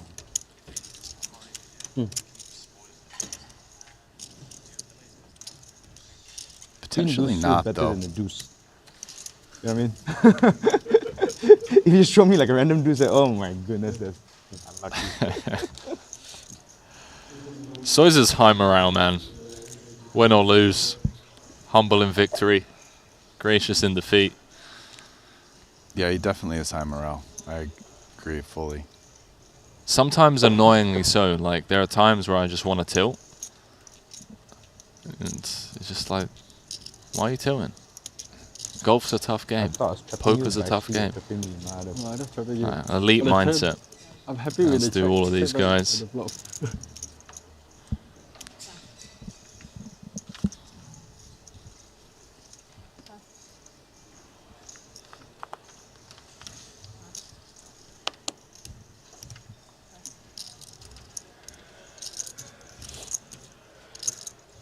This is yours, right? Fatal with Queen Jacko out the big, facing an open from his good friend. Mosbok activated from under the gun.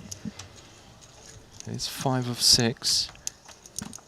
Opening off of 19 big blinds. Comes ace, king, 5, 2 diamonds.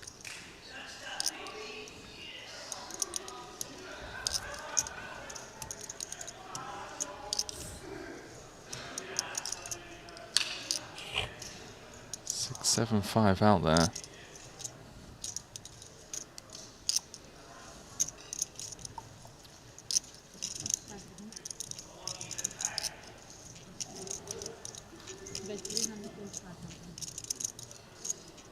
It's a sizable c-bet, you know. Just shy of half pot. Friends and girlfriend on the rail for Mosbok. Just behind Fedor. As he scoops in a pot against his good friend Fedor. You know, Triton need to design a limited edition Marion Mosbok inspired They need to pick scarf, size. man. I mean, I've seen a few people turning their hoodies into scarves. Why not just make one?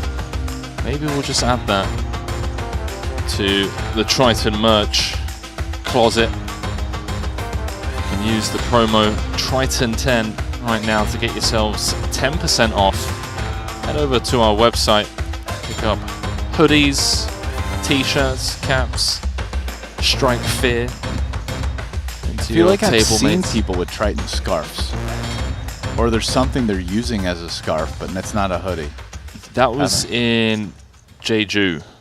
They did sell scarves. No, they gave them away to the players. That was only for players, not on the merchandise shop store. Okay. So you can't buy that. Yeah. Sorry, guys. Sorry, guys. Yeah, I mean, the players got some.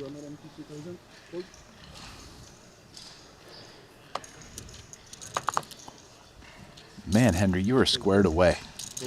Just have an answer for everything. Jesus, man. Wow. I wish that was the case. What's the meaning of life, you know? What's Mario gonna do here, bro? He's going to defend. God, Jesus, how do you know these things? God. This is not correct. That's 2.5 back. Yeah, 2.5 back, yeah. Oh. Very good flop for Mario and seemingly decent flop for Soiza, although we can see that in fact is not.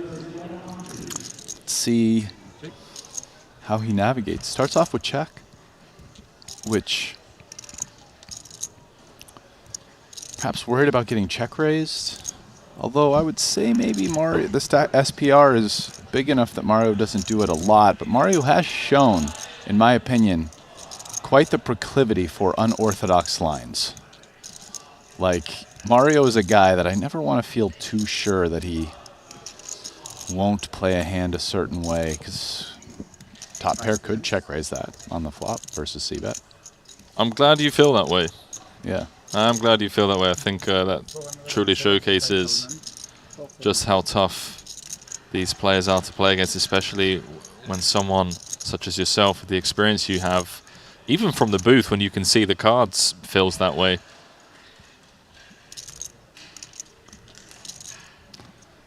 Soiza against that sizing, just going to pitch it. Couple of hands not going his way. Wow, Soiza lost stone minimum on that one.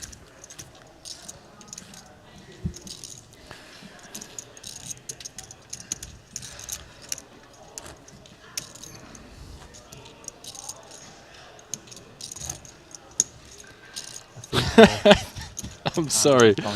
I need to defend you, Brian, because oh, the comment got deleted. But someone said, someone said Brian structurally sounds pissed at Henry all the time. Really? Oh yeah. I'm definitely not. I know you're not. I know you're not. That's why I kind of it made me laugh. But no, guys, I think they trusted him. that's just how Brian talks, man. And also, imagine having to talk to me for 7 days in a row. Even I would, you know, throw shade. Bro, my I'm way so every pissed at you. I messaged you to go to the sauna today before. How mad could I really be? Invited me for lunch, invited me to the sauna, invited me to the gym. Out watching the final table. Okay, hang out. You have to pick one side. Not me. They're picking the champion side. Well, now you're just exaggerating. There's no lunch invitation. But yes, definitely to the sauna. Oh, that's a tricky one, man. WPT Global Mystery Hand. I do want to win, you know. Trying to load up this YouTube. Having internet problems. Oh, we got the mystery hand. Let's go. So this is just a standard big blind defense, and okay. I mean, this is second in chips v chip leader. Wow, and Queen's immediately playing pot control. And then just ace bangs right off.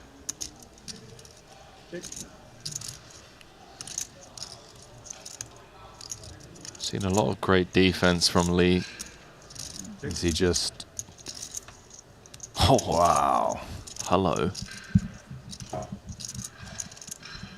Just rivers a set of queens. So bet raise tank. 6-7-5 out there.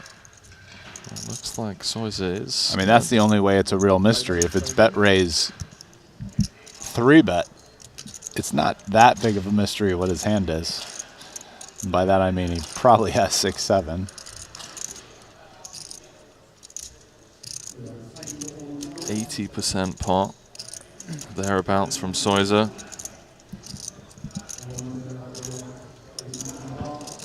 Yeah, this is a big bet. So, I mean, I don't think one pair ace-x hands are going to be super happy to raise it, but Kiat doesn't have that. He has the third nuts, only losing to aces, which Soiza can't have, and 6-7, which Soiza can. Kiat basically, as played, can't have a straight. Really just think if he did raise 6-7 suited in the cutoff, would he really check it twice to the river? I mean, I guess it's possible, but just at this point, pretty unlikely. But Kiet definitely can have both 3 aces and 3 queens, or even like ace queen. You do? So those are the most likely value hands that Kiet has here. And if Sois is thinking about calling, my guess is he can't beat those value hands. And if you'd want something with a good blocker to bluff catch with, you'd probably want something with an ace or a queen, right? You want to block ace, queen, aces, or queens. So 5 seconds. for a bet this big, though, he probably doesn't have queen X, right? You're really going to bet like not 85% pot with queen X on this run out? No. So I'm going to go with Soisa has like ace, jack. Oh my word. Okay. Well, okay. 4.5 million. The bet 3-bet after it checks down to the Queen of Clubs river where Lee rivered a set of queens in this single raise pot. This is first squaring off against second in chips right now. Yeah, this is, for value, he's repping 6-7. Because if Kiat Lee has 3 aces and 3 queens is a decent portion of his value range, this big re-raise, when he can't have aces, is 6-7, and therefore his bluffs are going to be, you know, maybe a great bluff would be like ace-7. It's not as relevant if he's blocking 7-6, because Kiat really can't have a straight very often here, as I said. Maybe you'd rather be blocking 3 aces. So you think the better bluff candidate is a hand like ace-7, yeah? Ace-7 or ace-6, yeah. That's pretty sick. It's kind of a big size on the river, though. 500K into, what was it, 670? Yeah. With that's exactly ace-7.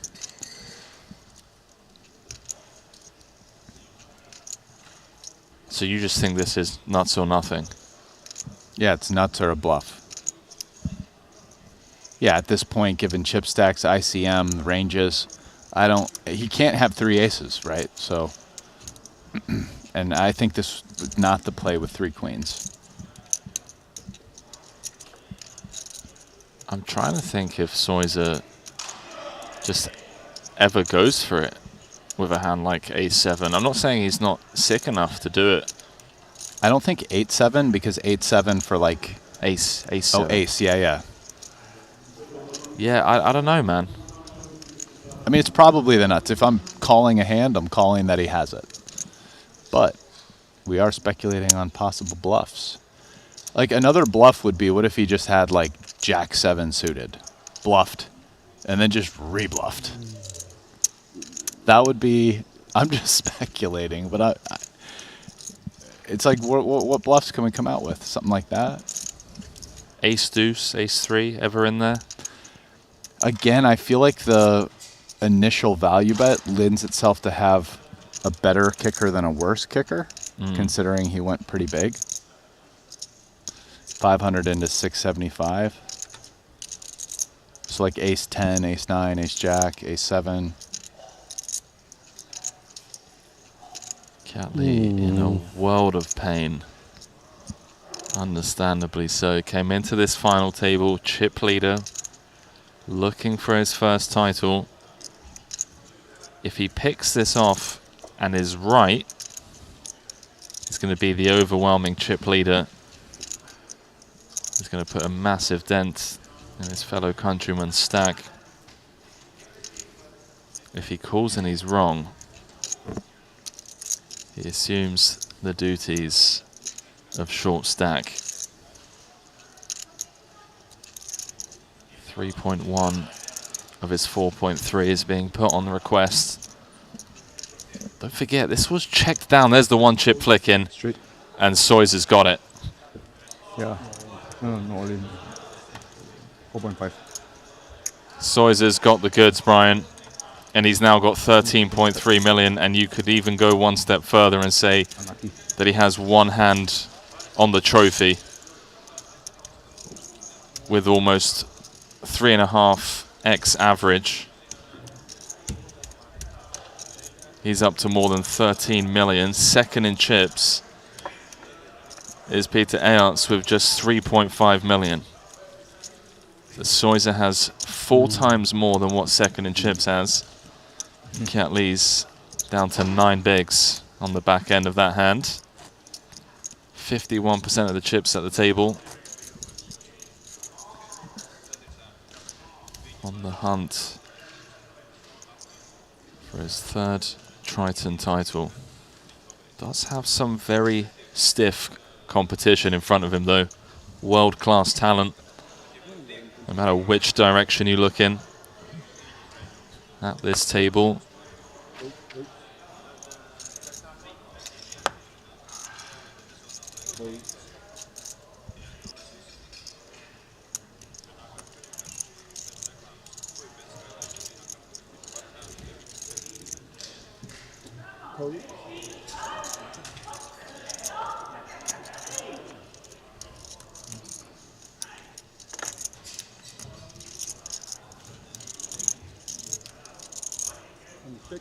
Là.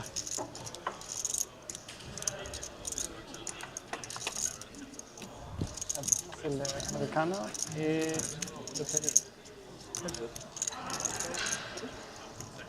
Both players connecting. Check. Middle pair.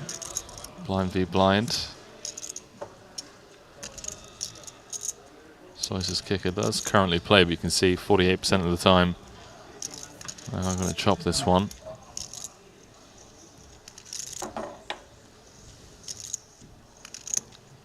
King of clubs is a spicy one. Great card for Steve now because the kickers don't play and he picked up clubs.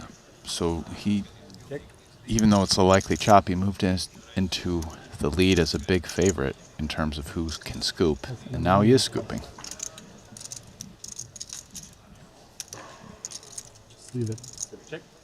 He's mid-hand getting a menu and a Coca-Cola brought over. He's like, hang on a minute, love. I just backdoored into a flush. Give me a second.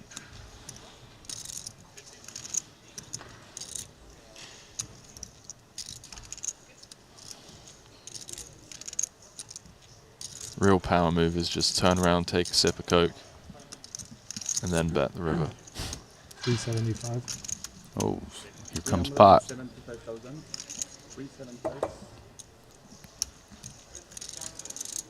Well, Soisa's got a bluff catcher, but it doesn't strike me as a particularly good one. I think you'd prefer to have a club. And I think you'd prefer to have a king or queen as opposed to a 10. 5 seconds. The Dwyer could bet a hand like king 5.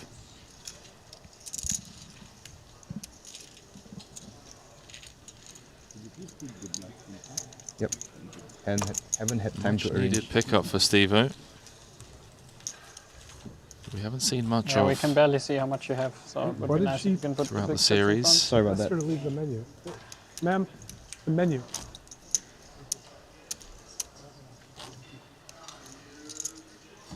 Oh for 4 so far. Them. Guaranteed 701,000 here.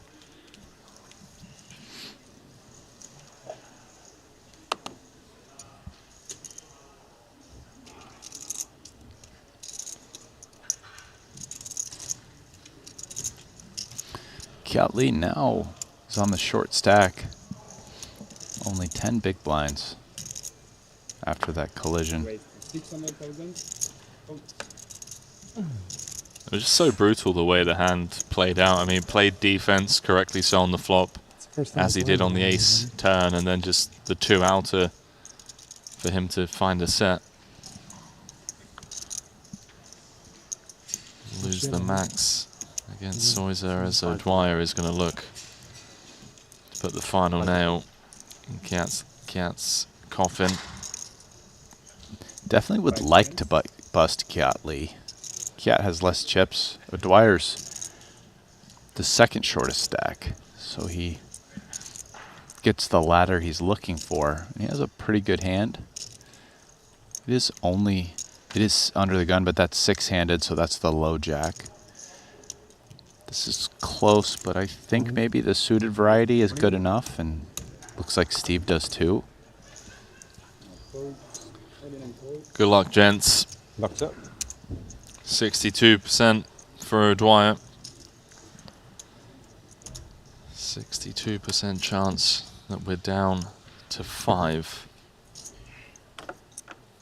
As Kiat Lee's hopes of picking up his first title after coming into this FT as the chip leader are becoming slimmer, especially after the 8-6-4 board. Does have running spades that don't present themselves on the turn, and he's now drawing to 6 outs once to get back in this fight. Doesn't find them. 2.5 million chip pot going O'Dwyer's way as Kiat Lee bows out in 6th. 701,000. Everyone now guaranteed 904,000 last of the 6-figure payouts. And this creates a real interesting chip configuration where Soiza has 106 blinds. The other 4 players all have 25, 26, 28, and all their blinds add up to about what O'Dwyer has. I'm sorry, Soiza has. Anyways.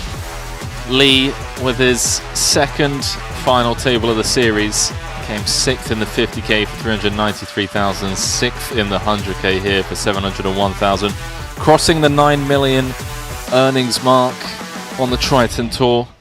His 27th cash, but that elusive piece of gold will once again have to wait for him. And what I can only imagine is going to be a bit of a bittersweet couple of days for him. Coming in 1 of 9 to then being out in 6th is, yeah, it hurts, man. It's a rough river card for him, rivering the set of queens. Very unlucky. Steve-O on the button. Ace King and outs with a interesting spot here. Yeah. Could see a lot of options on the table, even just ripping it. He has less than 30 blinds, like 27 or something. Yeah, mash certainly seems an option. Yeah. He agrees with you. He's taking the aggressive line. Wow.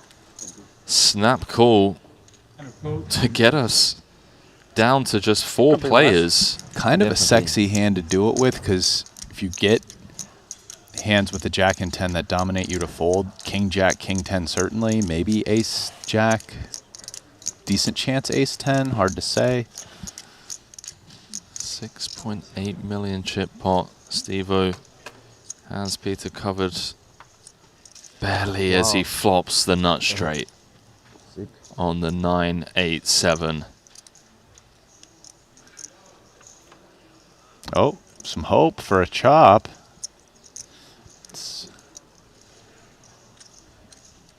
Jack needed to just win half the pot. Doesn't find it. With that, I also flopped the straight. Peter doubling up to 6.9 million. O'Dwyer down to just over a big blind through no fault of his own. Getting it in good. Tournament poker displayed right there in a nutshell.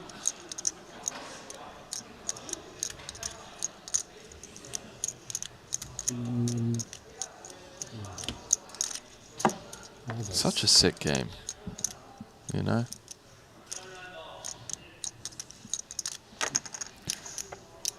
Yeah, pretty big pot there. The loser basically goes out 5th, and the winner slides into that like solid second place stack, who can be a little bit more patient waiting on the 3 million stacks. So rough turn of events for the Shaman.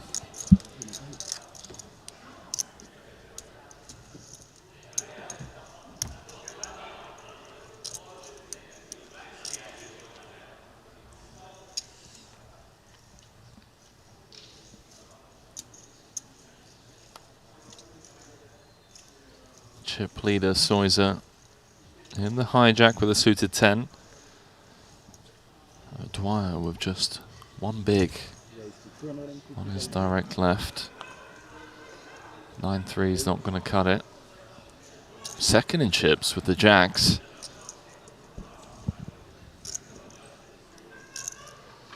And now this is a spot with somebody having a single blind. I just think he's going to flat, right? Crazy ICM on this spot.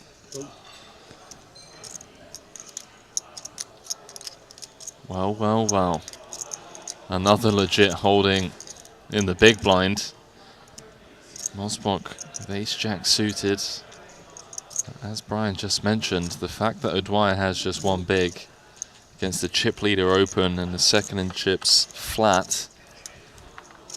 Mosbok just going to click call, and that's going to allow Soiser to flop a double gut shot and a flush draw. Yeah, what a flop for Soiser, who, with the chip lead, such a big draw, only 10 high, showdown. You have to think he's going to start betting at this pot. 9-2-5 out there. Goes meaty, north of half pot. Ayat's not even interested in playing defense with the jacks, as the chip leader continues to do chip leader things.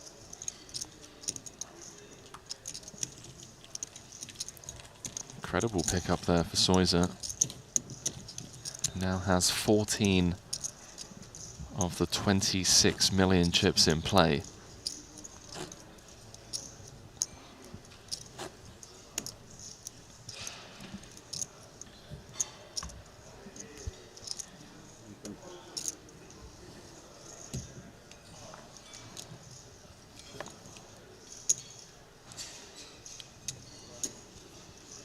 If Dwyer folds this hand, then he will be all in the next hand. With 120, all in for 125, and the spare 25K would be posted as an ante, which makes this kind of an interesting spot, except his hand is quite bad. And even if he wins this pot, it just means he posts a bigger ante next hand, right? Exactly. So it takes away some of the value of gambling here, with specifically his stack size, weird 1 to 2 big blind nuances that I didn't even know existed, but realize they do now that I'm talking through the spot. I wonder if Soiser just gets a walk here. I mean, Fedor, a couple of deuces on the button. Yeah, he's just going to pitch it. Wow. I mean, someone study this spot. Good luck. I don't know. I don't think I'm folding nines. 5 seconds. You got. Yeah. He's just going to jam. Mosbok's just, you know, ICMs for poor people. I mean, it's a pretty big hand. You have the 6th biggest pair here. Only one hand to go through. Right. 223k ladder between 4th and 5th. O'Dwyer going to be forced all in the next hand. Mosbok unfazed. Sees the spot in front of him. Soiser's thinking this through, but I feel like this would just be a torch if he called it off, and it's not, because we can. I mean, actually, you can see with the hands, he wouldn't be in that bad a shape. But I hope you had a really strong hand. I had a really strong hand. Yeah. Way too strong to shove, but.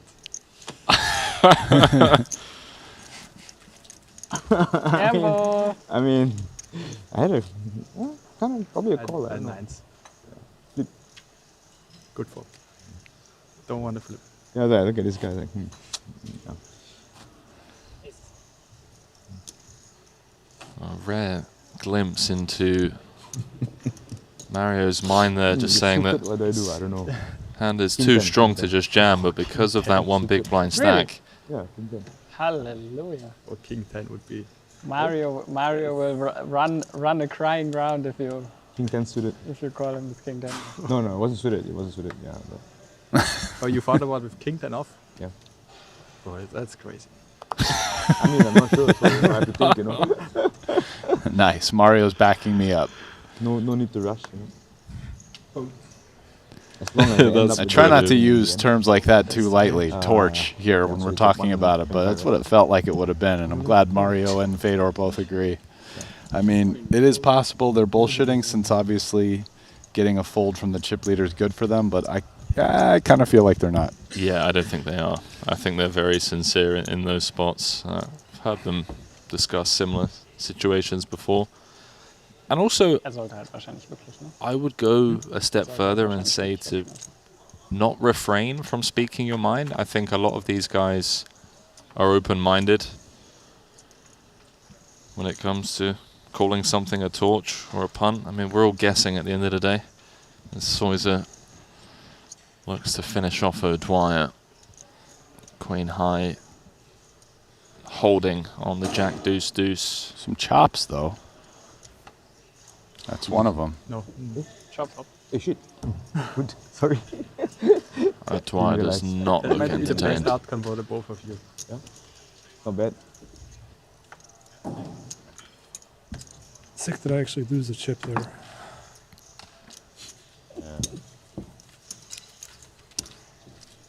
O'Dwyer is not entertained in the slightest after losing a 7 million chip pot. Ace King against Jack 10.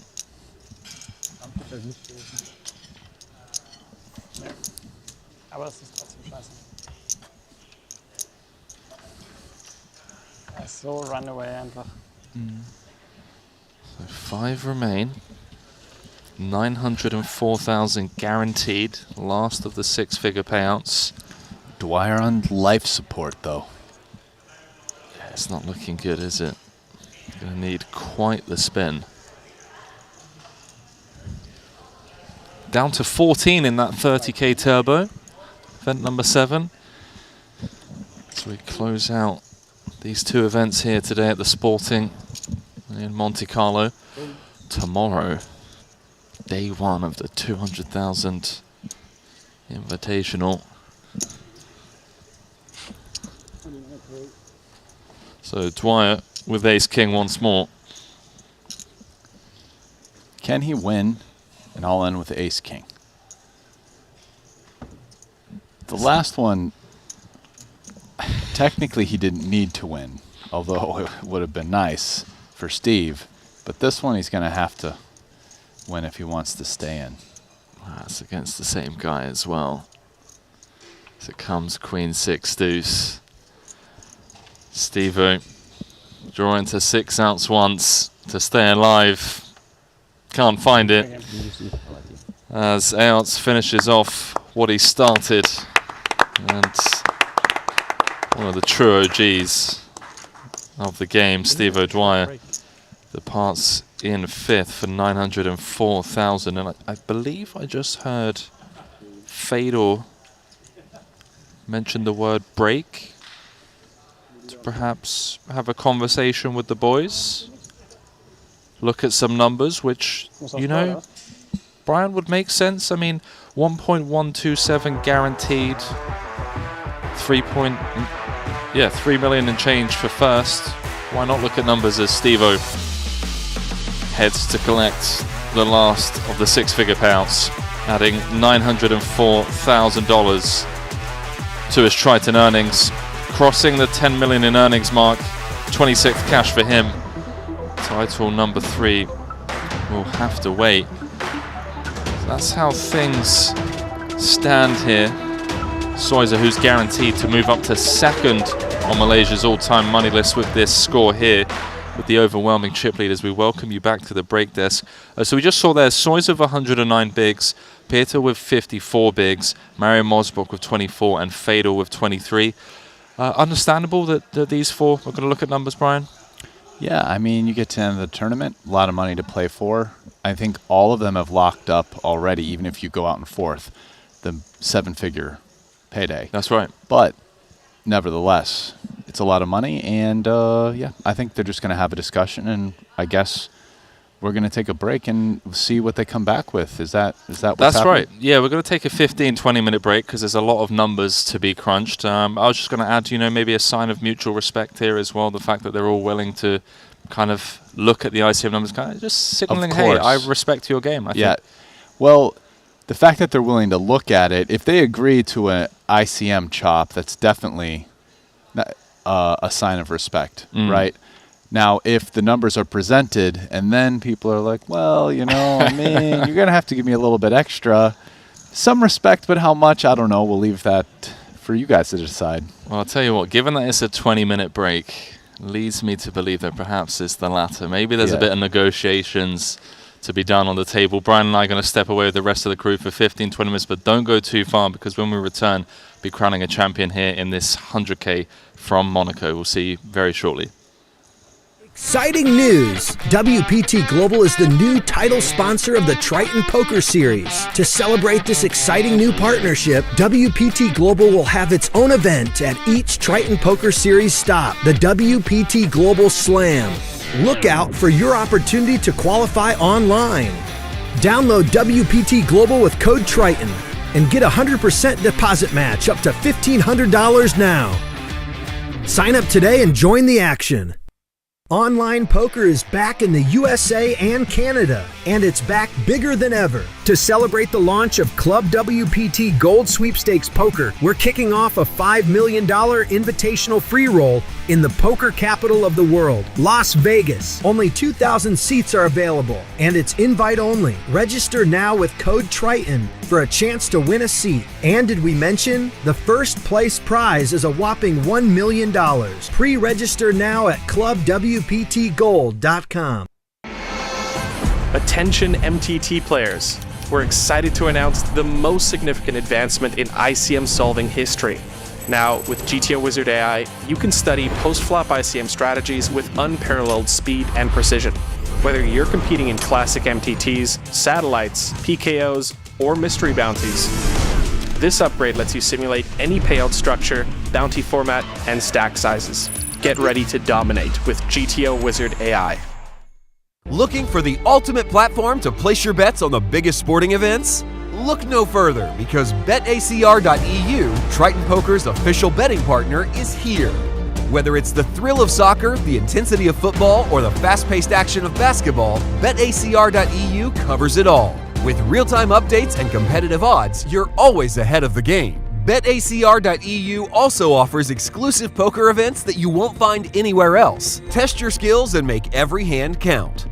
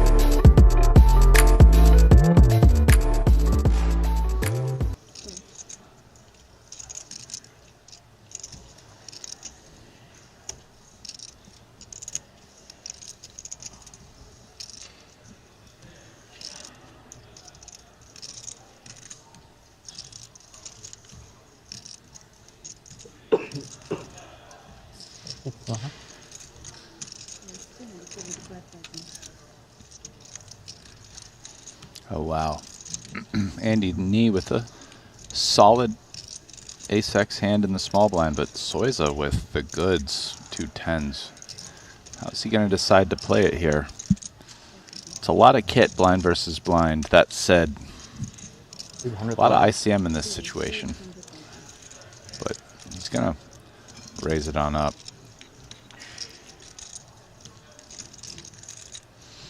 When you come up against someone like Soiza in Andy's shoes, oh my. Oh wow, Soiza has to call here, although you're not that happy about it. Oh my word, out of nowhere, a 6 million chip pot. And this pot will define a solid chip leader. The class structure that I had previously defined is at risk with this one, unless they find a chop. Out of nowhere, knee jamming the 30 bigs. Jack 9-5, safe for Soiza, who is diamondless on the 2 diamond board.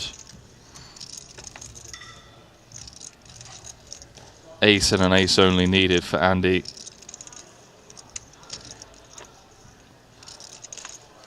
Doesn't find it. Soiza holds with the 2 10s, and out of nowhere, he becomes the overwhelming chip leader. That was 2nd versus 5th in chips with Christoph Vogelsang on just 5 bigs. He guarantees himself a ladder of 77k. And Andy Nee's just out in 9th. Vogelsang, number 3. Andy just ripped it in the first spot, going for it. Just wagging the finger in the face of Soiza, who was happy to bite it off. Just 4 hands into this final table, we have our first elimination, and that really changes things in terms of the table dynamics. As our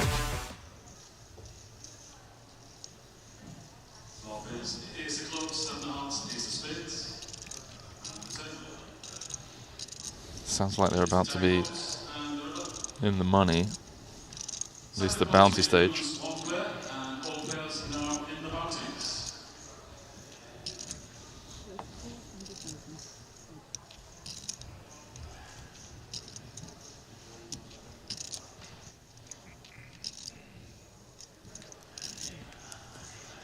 Well, Mosbach with a couple of 10s. Vogelsang putting in 4 of his 4.7 bigs from under the gun. Yeah, just going to come with call, as one would expect.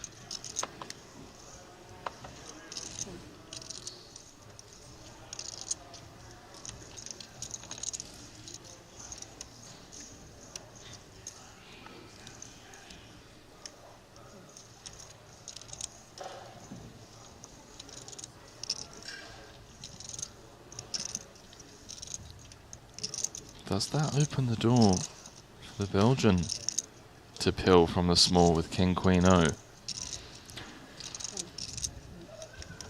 There's your answer. Large size, extra annoying being out of position as well.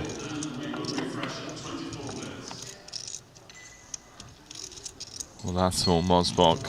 Vogelsang with a gut shot and 1 over. We can see that gut shot is no good, of no use, as the 6 would give Mario a 10 high straight.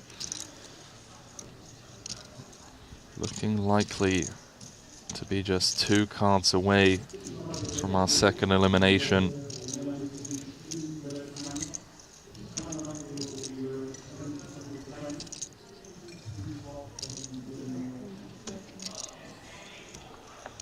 Good luck, chaps. Vogelsang took down this event in Monaco last year, beating Nacho Barbero heads up. He's going to need some help here in the form of the 3 aces left in the deck. Because they're going to have to fade as well. Now out of 5, he goes from 3 to 5 outs. Doesn't find it. Vogelsang getting 1 ladder, courtesy of that Andy Nee elimination just a few moments ago. He knew it was an uphill climb for him coming into this final table with just 5 bigs. Just getting that 77k ladder, I'm sure is going to be reinvested immediately into that 200k invitational that starts tomorrow. He heads home in 8th for $381,000. The Germans 16th cash of the Triton Tour. He's now earned 5.8 million in Triton earnings. His third cash of the series, and again, just knocking on the door as Triton continues to put on world-class poker production free of charge year-round. Not just these super high roller series, but as well as the high-stakes nosebleed cash games. Get involved in the chat. Let us know where you're watching from, as Roland with the open jam as the shortest stack from the cutoff, and he's going to get looked up here, one would assume, by the chip leader. Yeah, it's only 10 big blinds. Oh, Dwyer. Feels like ace-jack off is like just good enough here. It's tough though. It's like ICM, a guy's already all in. Is that going to be enough to make him fold? Yeah, wow, that's a tough spot. That's sick. Really sick for O'Dwyer there, as he has to get out of the way due to the chip leader calling in front of him. So cards on their back, all in brought to you by WPT Global. We could be down to 6 in the blink of an eye. We kicked things off around 30 minutes ago or so. Keita in need of some hearts or a 9. This matchup would be much better for Roland if it was in short deck. They'd be like 55-45 or something, but... Chop, chop. Fedor calling for a chop. It's going to need a spade, which doesn't find itself on the turn, and now Rokita drawing to just 3 outs once for his tournament life. Can he find it? No. Ace of spades on the river. Improving Soizer's ace-10 to top pair. And with that, the ever-impressive Roland Rokita departs in 7th for $519,000. Another incredible run here for him, this being his 4th series, Triton series. Picked up a title in Jeju earlier this year in the 20K for 904,000. This 7th place run, picking him up just shy of $500,000. His 2nd best cash to date. You know, throw shade. Bro, I'm so pissed at you. I messaged you to go to the sauna today before. How mad could I really be? Invited me for lunch, invited me to the sauna, invited me to the gym. Out watching the final table. Okay, hang out.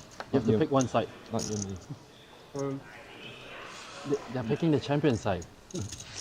Now you're just exaggerating. It was no lunch invitation, but yes, definitely to the sauna. Oh, that's the tricky one, man. WPT Global Mystery Hand. I do want to win, you know. Trying to load up this YouTube. Having internet problems. Oh, we got the mystery hand. Let's go. So this is just a standard big blind defense, and okay. I mean, this is 2nd in chips v chip leader. Wow, and Queen's immediately playing pot control. And then just ace bangs right off.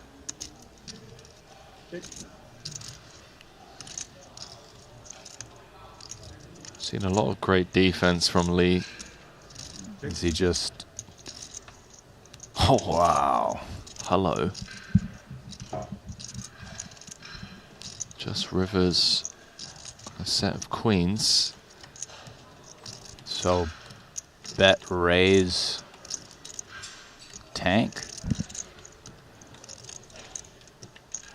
6-7-5 out there. It looks like Soizer is. I mean, that's the only way it's a real mystery. If it's bet raise 3-bet, it's not that big of a mystery what his hand is. And by that I mean he probably has 6-7.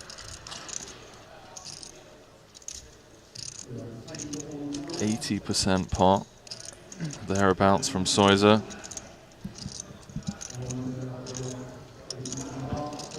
Yeah, this is a big bet. So, I mean, I don't think one pair ace-x hands are going to be super happy to raise it, but Kiat doesn't have that. He has the third nuts, only losing to aces, which Soisa can't have, and 6-7, which Soisa can. Kiat, basically, as played, can't have a straight.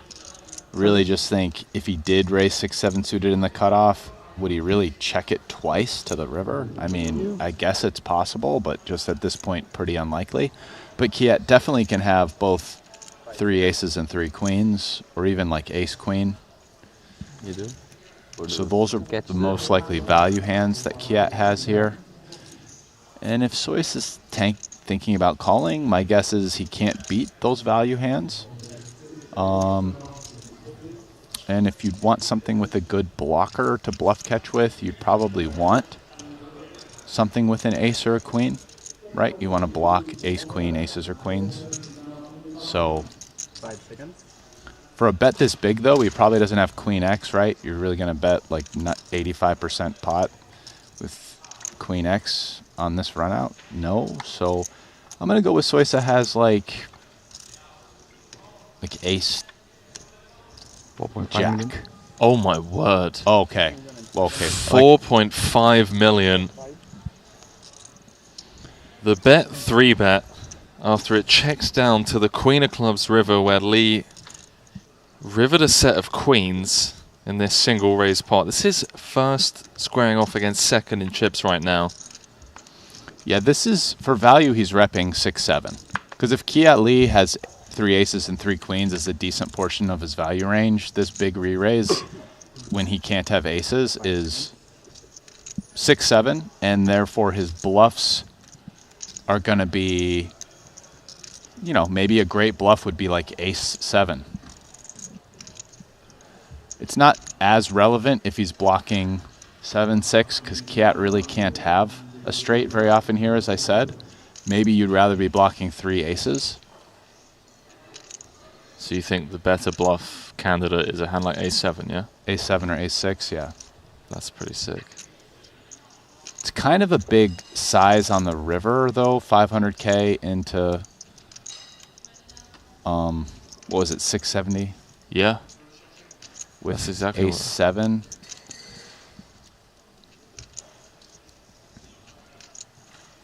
So you just think this is nuts or nothing? Yeah, it's nuts or a bluff. Yeah, at this point, given chip stacks, ICM, ranges, he can't have 3 aces, right? So, and I think this was not the play with 3 queens. I'm trying to think if Soiser just ever goes for it with a hand like ace-7. I'm not saying he's not sick enough to do it. I don't think 8-7, because 8-7 for like ace. Oh, ace, yeah. Yeah, I don't know, man. I mean, it's probably the nuts. If I'm calling a hand, I'm calling that he has it. But we are speculating on possible bluffs. Like, another bluff would be, what if he just had, like, Jack-7 suited, bluffed, and then just rebluffed? That would be, I'm just speculating, but it's like, what bluffs can we come out with? Something like that?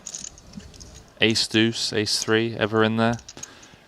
Again, I feel like the initial value bet lends itself to have a better kicker than a worse kicker, considering he went pretty big. 500 into 675. So like ace-10, ace-9, ace-jack, ace-7. Kiat Lee in a world of pain. Understandably so. Came into this final table, chip leader, looking for his first title. If he picks this off and is right, it's going to be the overwhelming chip leader. He's going to put a massive dent in his fellow countryman's stack. If he calls and he's wrong, he assumes the duties of short stack. 3.1 of his 4.3 is being put on the request. Don't forget, this was checked down. There's the one chip flicking, and Soy's has got it. Yeah, no, all in 4.5. Soy's has got the goods, Brian, and he's now got 13.3 million, and you can...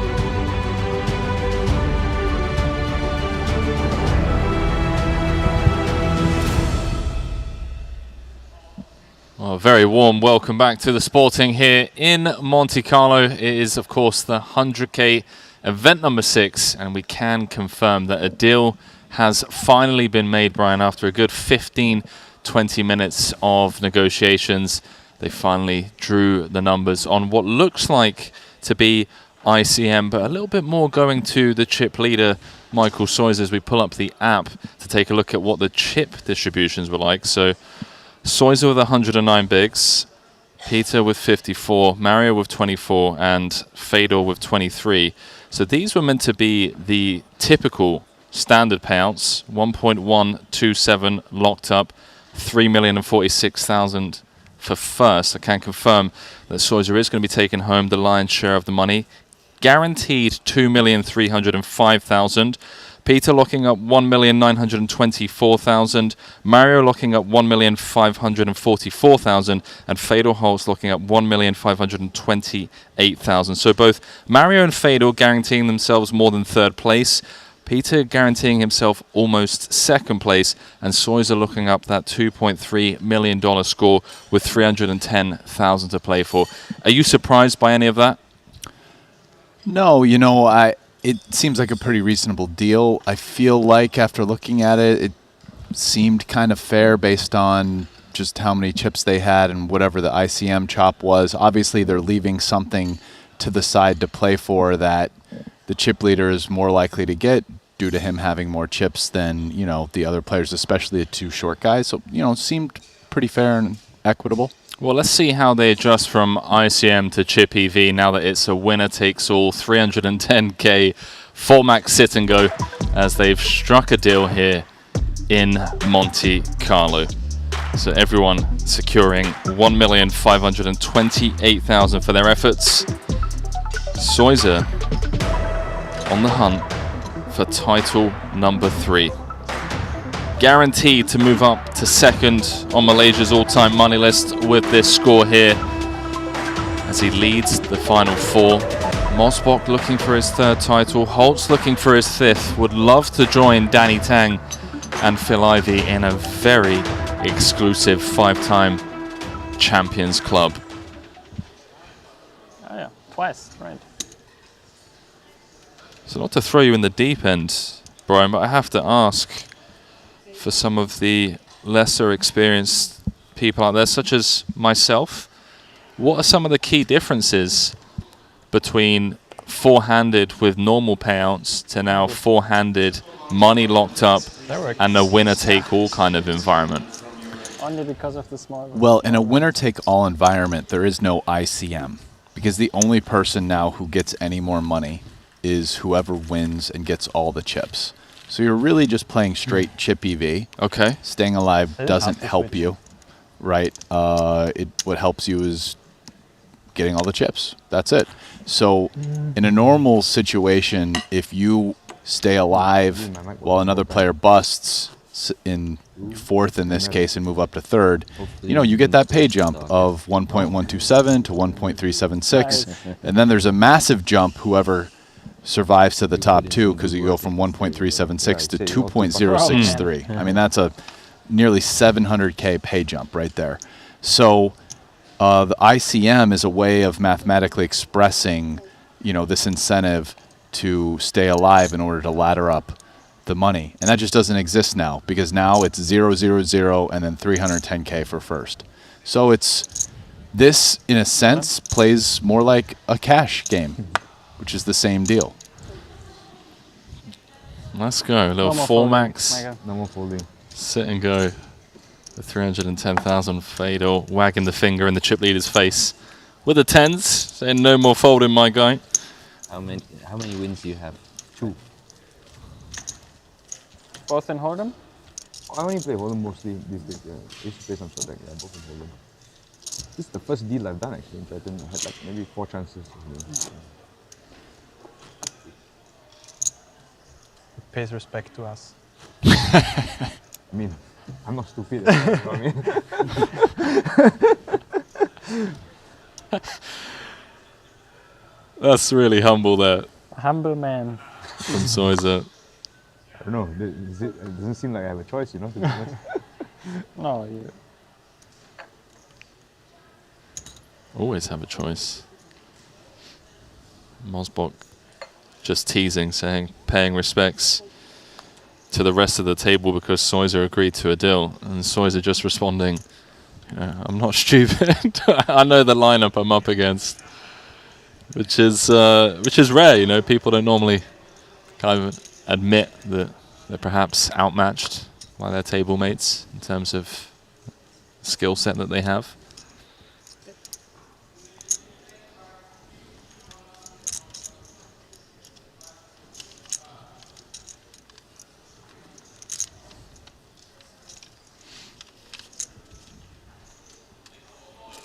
So for those of you just joining us back from break and missed the break desk, the deal was made.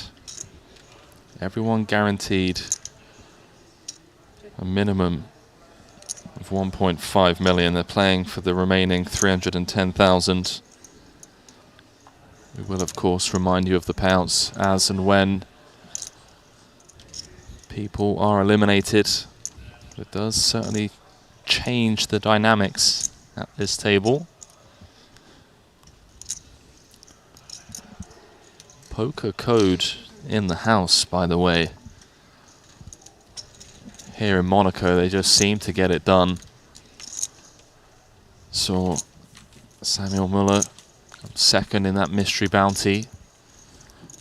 Now we've got the poker code co-founder, co-owner, Fedor with his buddy Mario four-handed, as we have 100% deposit bonus match up to $1,500 over on WPT Global. It is of course the new title sponsor of the Triton Poker Series. It is the best and only place to qualify for Triton events. You could be playing the new WPT Global Slam at future Triton stops by winning your way in online. Download WPT Global with code Triton for that 100% deposit match now. Yeah, so there's a tell as well, you see, so. Who have you got, ladies and gents? Who's going to be taking this one down? Get involved over on YouTube. Only 1.2k likes, by the way, over on YouTube. What's going on, people? We've got 4 7-figure payouts guaranteed. We've got a 200k tomorrow. Come on, Peter. Let's dance. There's a 6-figure buy-in with this lineup, and you can't click the like button. What's that all about, Brian? It's insanity, Henry.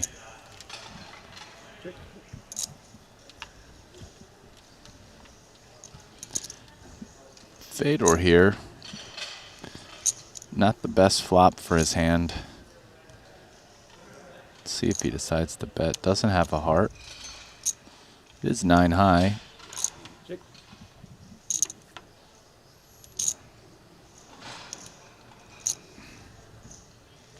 Let's see how Étoiles proceeds. Scary turn card. Yeah, a card that hits Fedor more than Peter, especially Fedor's check back range. Quite a lot of ace-x, but then also some hands like what Fedor has. Let's see if he bets right here. He does. Just shy of half pot. Don't think he's going to be shaking the Belgian anytime soon. Call and reevaluate rivers. Fedor has a diamond. Feel like that makes him more likely to bluff a third diamond than, say, a third heart. But that is about as dry a river as you could hope for. Fedor doesn't have 4x in this line really ever, but does have aces up, gives up. He also has decent showdown, right? Yeah, of course. The exact same combo that I kicked Steve. Yeah. Lucky again.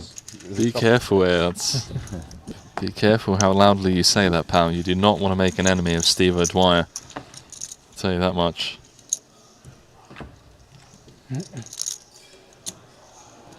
It's the rail. Should I actually fold my small blind? Definitely not, right? I thought about it, I was thinking about it, but it's like, I mean, he still has equity in a way as well. I don't know, like to fold it and then like, yeah. I think it's smart to fold. Is it? You think so? Yeah. I mean, I think it's actually. Yeah.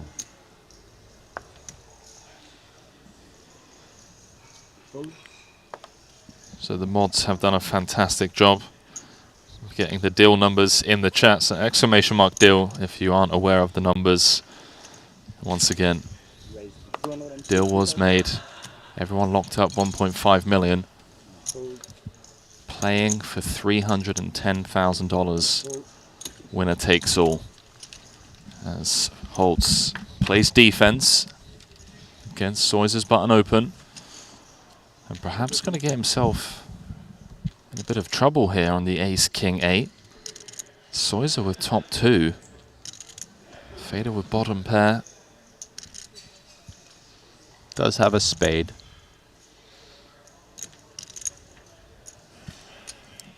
Fedor, Michael has a definite nut advantage on this board. Fedor really can't have, I would say maybe he can have ace-8, and that's or king-8, strongest hands he can have. Probably not ace-queen, maybe not even ace-jack, ace-10. So really doesn't have many very strong hands on this board, which means Soyser can do quite a bit of betting. The 10 of clubs turn does present a two-tone texture. Looks like Soyser's sizing up a bit. 650,000. Looking to set up a river jam. A snap mark from Fedor, no nonsense on that turn. As the chip leader extends. We're down to 11 in that 30k Turbo Bounty Quattro, event number 7. I got a funny feeling we're going to be here for a while. They are very deep. Total blinds, right? Soyser has over 100 blinds. Yeah, with the blinds just going up to 75k, 150k. Brings the average stack down to 44 bigs. With 28 million in play, there's just shy of 200 big blinds in play. And even though these guys are all locked up, a decent chunk of change, the ICM pressure now off. Let's not forget about that coveted Triton trophy that's up for grabs as well, as all 4 of these players look to add to their poker legacy.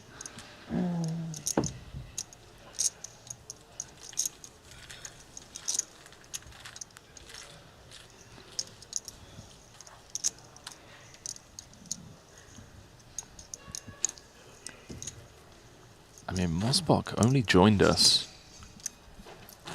in March of 2023, so he's only been playing these for a year and a half. This is his 6th series. 12 cashes, 2 titles. Now has 8 million in Triton earnings. It's pretty sick.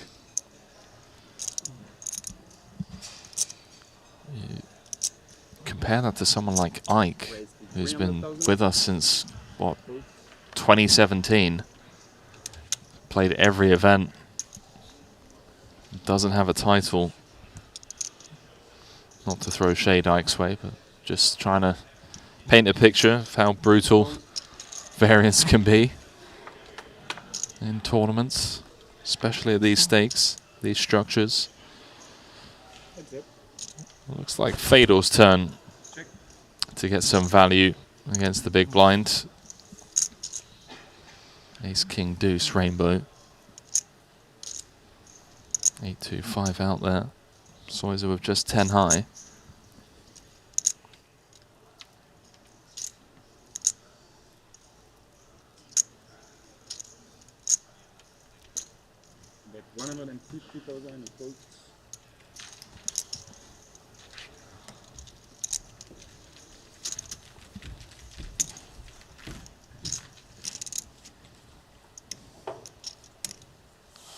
If you head over to the Instagram page of Triton, you can check out some of the exciting pairings.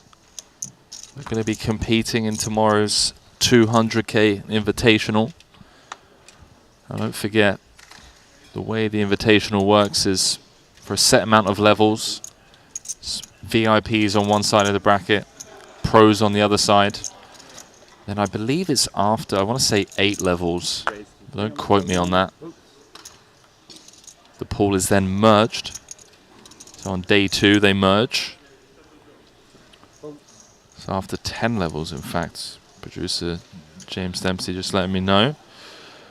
Got the likes of,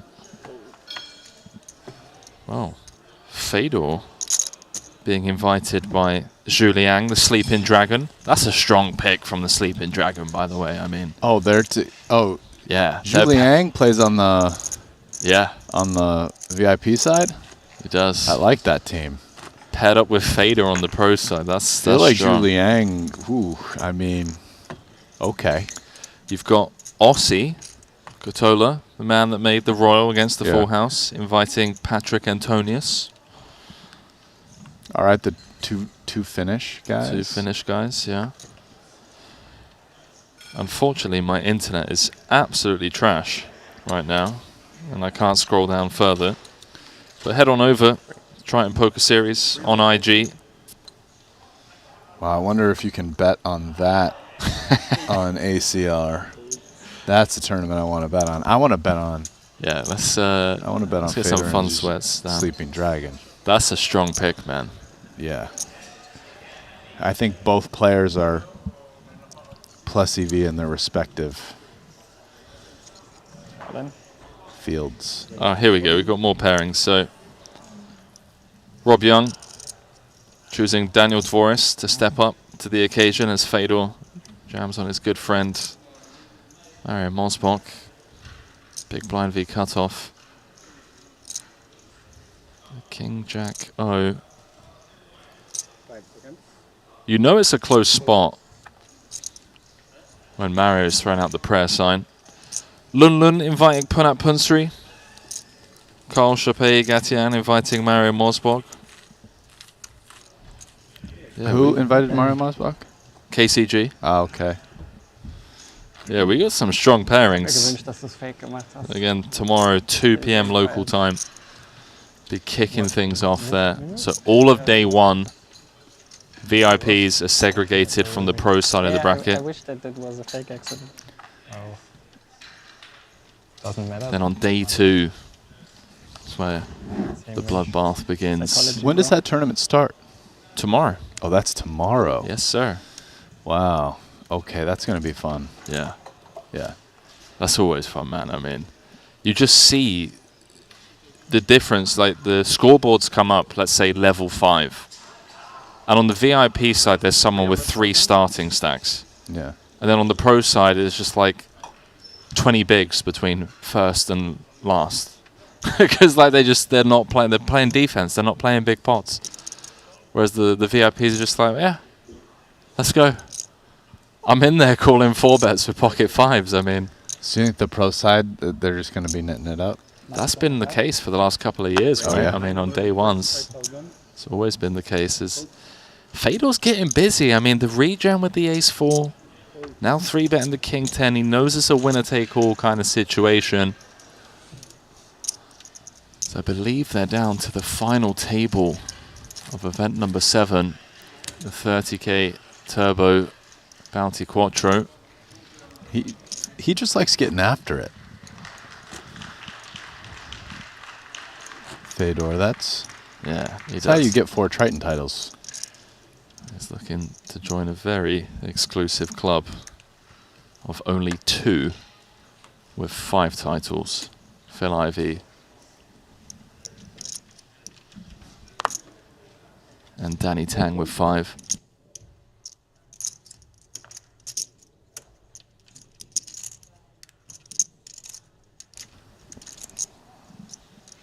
Mosbach in the small. Blinds have gone up. You know, there's a players' party going on. Oh yeah, we're missing out on that. Oh, this is getting called. This is definitely getting called. So this for 15.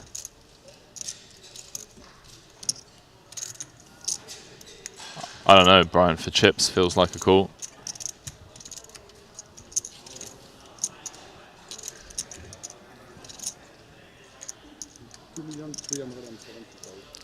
Small blind, big blind. I think so, yeah. Yeah, we're talking like 15 blinds or so. Yeah. 16, something like that. There's no ICM. There's some future game stuff like, okay, if Mosbach doubles, then he's up to 6 million, 40 bigs, but an ace just feels too strong. Yeah, I'm pretty sure Yeah, I this. feel like borderline buy. That's heard Soiser say he feels like it's borderline. Wow, he's going to pitch it. Don't tell him that one. Soiser. I mean, get on over, GTO Wizard. Have a look. King 9, King 8. Yeah, it's actually. Don't tell him, bro. Maybe should call. I feel like it's borderline, but I can't remember if I'm like. Yeah. Don't tell him, bro. These sharks with their big smiles and Austrian accents. You would have called Mario earlier with the King 10, that would have been funny. Yeah, I've done it before. I mean, funny for everyone else, not for Mario. Not for Mario. That would have been definitely borderline. Yeah. Yeah. Yeah. But yeah, I was going to say, there's a players' party going on, but look at the rail. Muller dialed in. Mulocker dialed in. Tom Fuchs dialed in. They're not here to drink and party, mate. They're here to rail the boys. You know? Dialed in railing? Yeah, man. I mean, they could be out partying right now in Monaco. 900. Young and single, mingling, you know? Yeah. Instead, they're out here just locked in.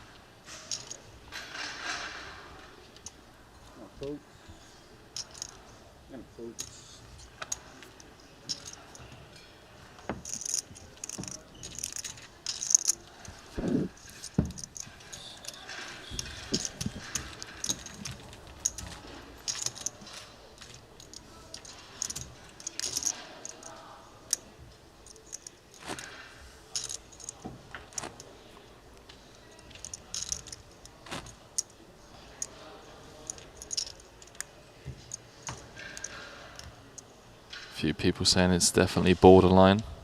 What, the ace-3 off? Yeah. I am going to go out on a limb and say that with a high degree of confidence, I believe a solver calls ace-3 off. 1 big blind ante, we're talking like 16 big blind, small blind, open rip. I agree. Yeah. And in that sense, I would say it's, yeah, I mean, you're not printing EV with it, but I think it's not like a mix.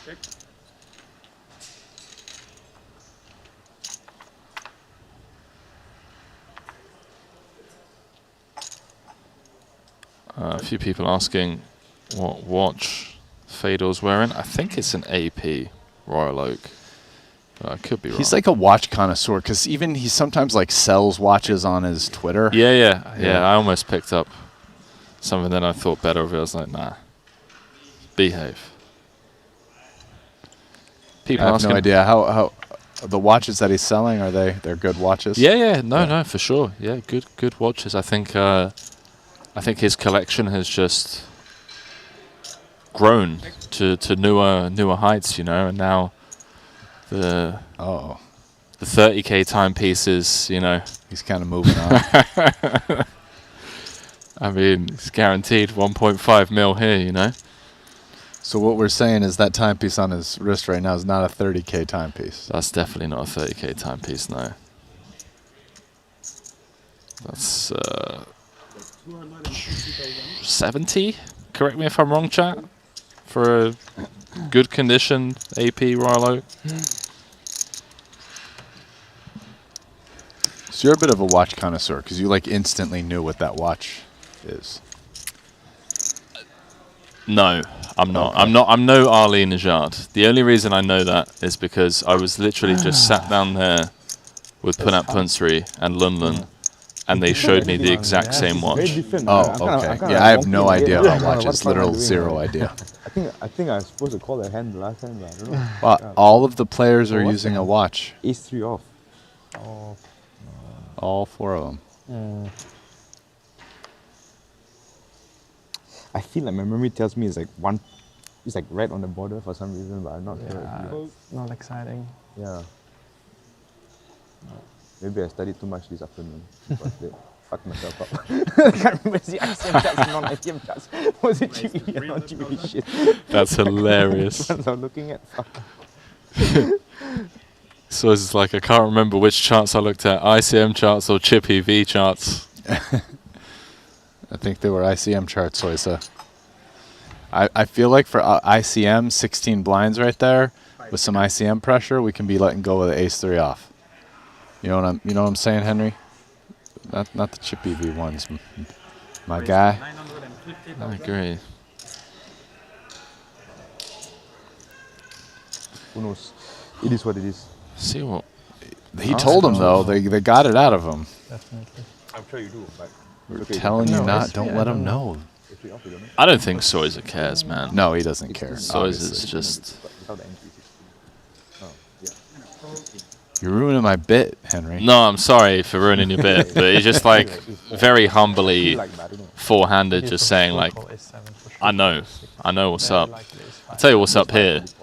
Potential double for Fedor Holtz, 2.2 million out there, SPR of 1.5. And he's flopped top pair, top kicker, but more importantly, his opponents also flopped top pair.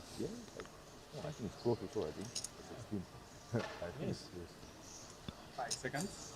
I think these hands want to shot. Yeah, but it still depends on the strategy, right? Yeah. Do you mix or do you just, I don't know. I don't know, man. Say whatever. You're just gambling here, you know. 800,000. Anything could have happened. Been a long day. Yeah.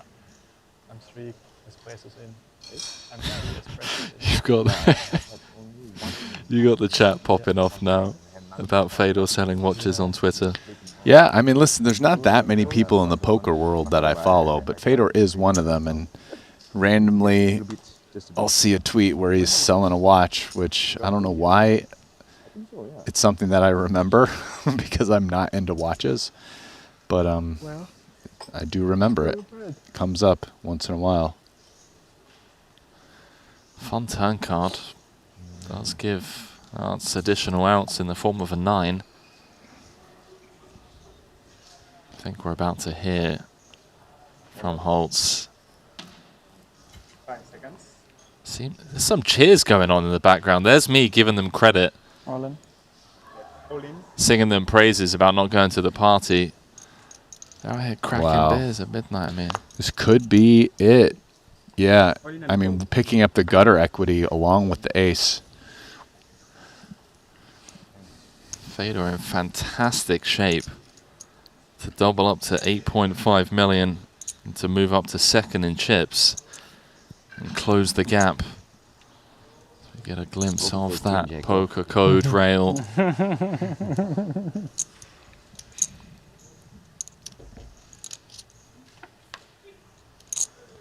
Double up for Holtz. Back in business. It's a fair thing to hope for. Yeah. On the hunt for title number 5. As Peter drops down to 2 million. A bit of a modern day cooler. Button v small blind. Top pair v top pair. SPR of 1.5 in a 3-bet pot. Feels unavoidable. Yeah, the only way out of that one would have been Peter deciding to fold to the 3-bet, which would have been on the snug side. But once he doesn't fold to the 3-bet, it's all over. 12:30 tomorrow. Yeah. But there's like meetup, and I think one is start, no? Sorry? We need to be here 12:30, and then playtime is 1, no? We just says 12:30, that's all. Oh yeah. Yeah. I Probably, think they do, probably, like, yeah. ceremony kind Or of. the draw, the seed draw? Did you see draw tomorrow? Or today? Yeah, tomorrow probably. Tomorrow, I All of a sudden, 12:30 or Vader something separated himself from the pack. Whacking. And Peter and Mario both quite short.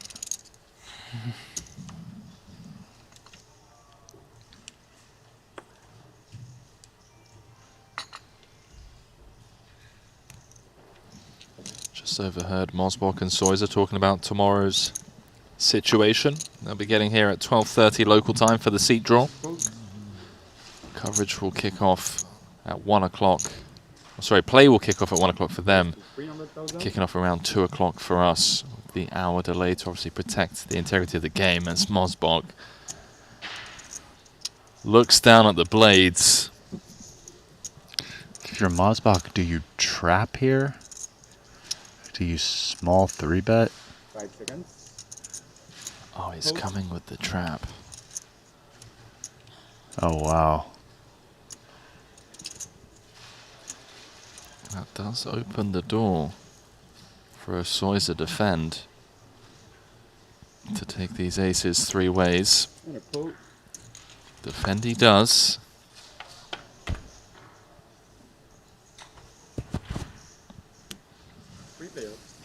A complete whiff for Soiser and Fedor, fortunately so.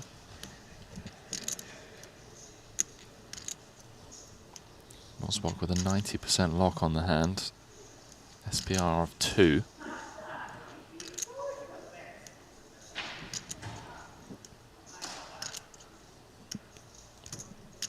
Fedor not slowing down. Continues for quarter pot.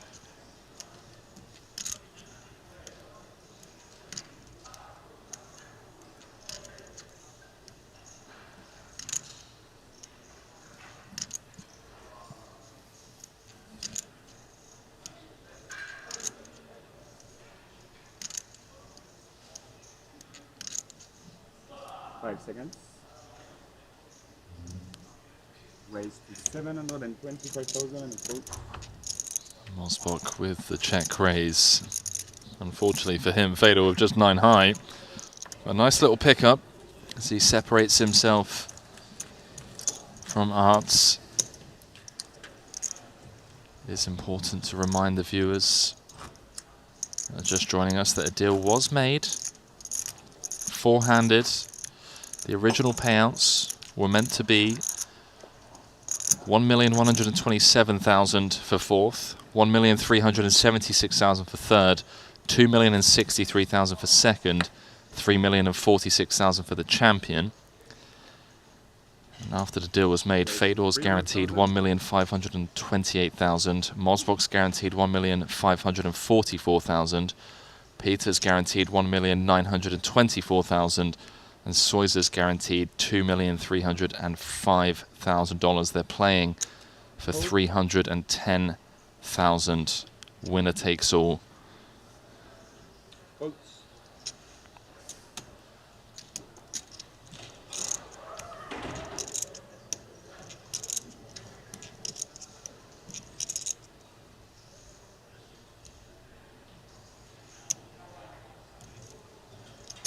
And a quote.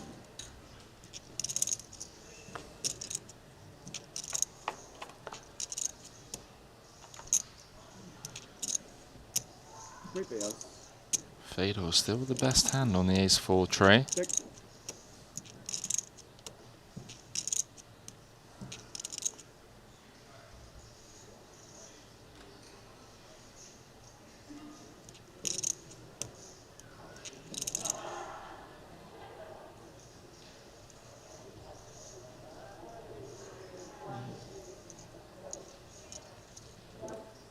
325,000.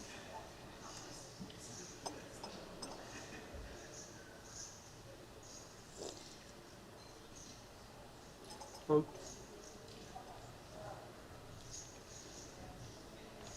And fold. I'll tell you what, Fedor's found some momentum in the last 25, 30 minutes or so.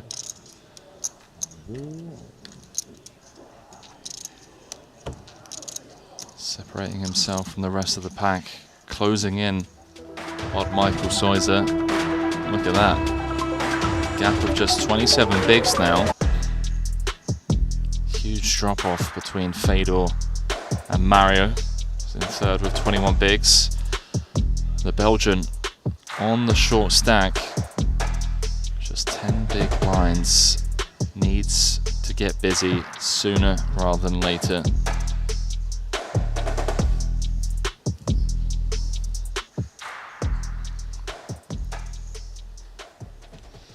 Oh, there was. Aha, what happens here? Miss Deals? Okay. Aces, no? Oh. Oh. Were you stacking me? GG, bro. The gods look They upon you. saved me? Yeah. They saved you.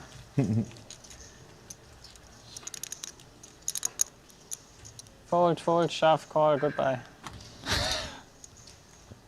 Dominated.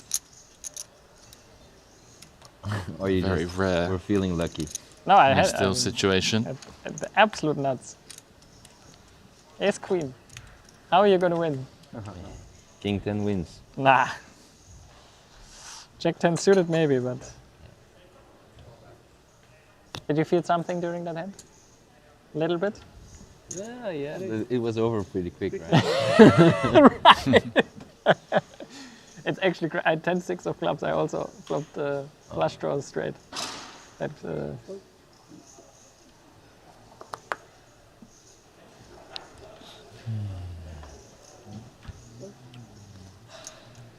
Fedor asking us if he felt anything during that huge double up against Steve O'Dwyer, and well, we got our answer. Soulless is the man as Mosbok flops the straight. What? This is not the worst spot to check back.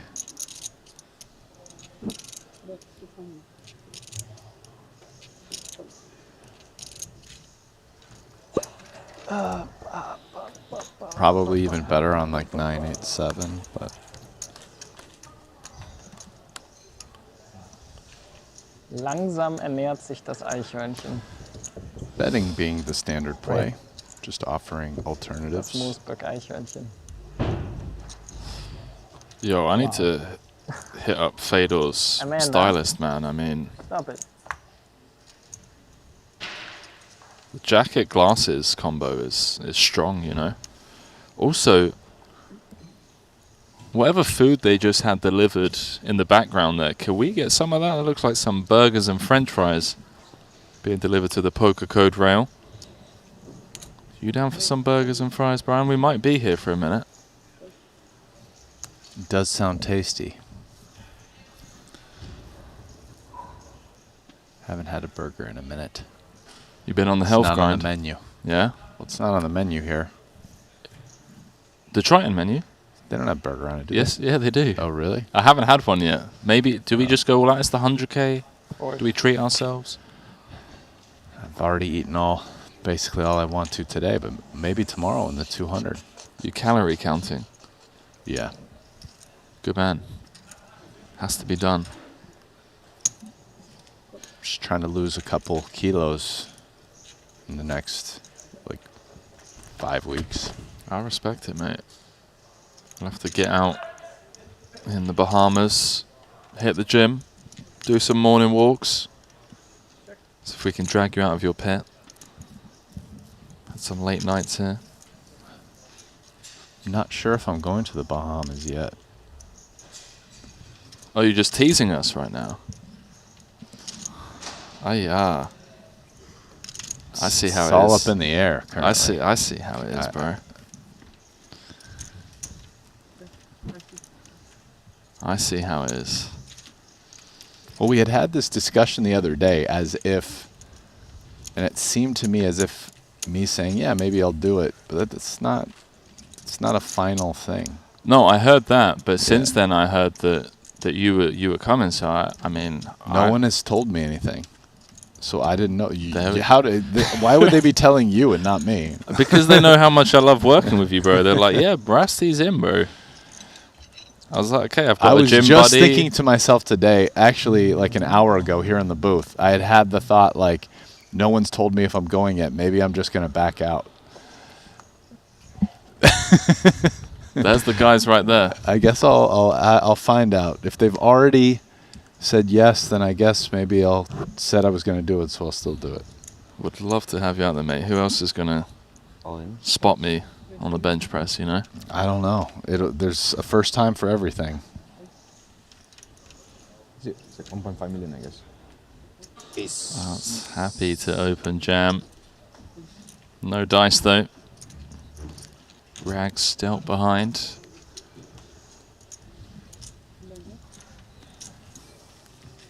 I thought you were waiting for the blinds to go up on your big blind. No, I don't It's think going up to 100,000, 200,000. Bringing the average stack down to 32 bigs. Soiza still way out in front with 65 big blinds. Cash dropping game. down to less than 10. Look, man, you come to the Bahamas, you wake up early, get some vitamin D in, go for some morning walks, hit the gym, sauna sesh, let me jump in the booth for the 500K. No. It doesn't get much better than that, man. Bitcoin's going to be at all-time high. Oh. It's going to be, it will be. What do you want him to do? Be like 90K. But it'll be 90K if I stay in Vegas as well. That's true. That's true. I can't argue with that, man. I can't argue with that. All right, here we go. Peter is quite short, and there's a 10 and a lot of other high cards that'll likely prevent Fedor from losing too much on this hand.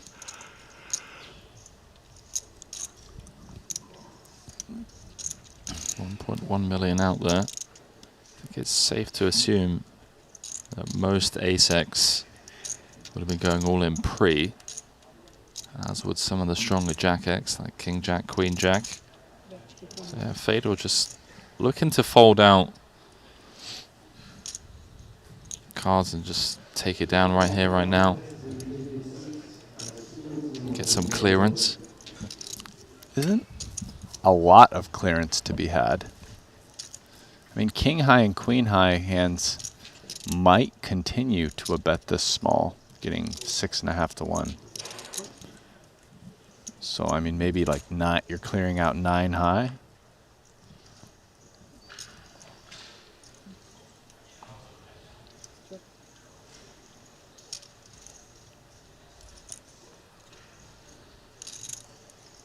Yeah, it's with a 95% lock on the hand. But I wonder if he bet the flop with 8s. Does he have bad intentions here? I mean, Peter is reshoving an ace-X pre-flop a lot, so he rarely has an ace. You're trying to bluff out Jack-X, 10X. Yeah, Fedor's going for it.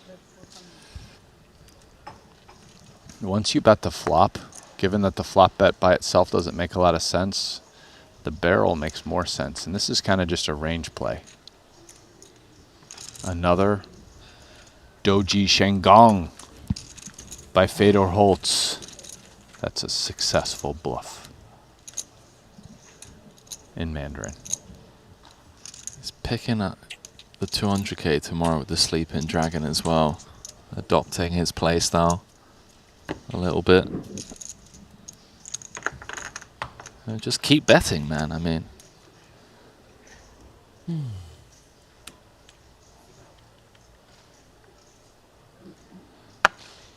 So yeah, tomorrow is the 200K Invitational. See some people asking about that. That's going to be a fun one. That's probably going to be the highlight of the trip.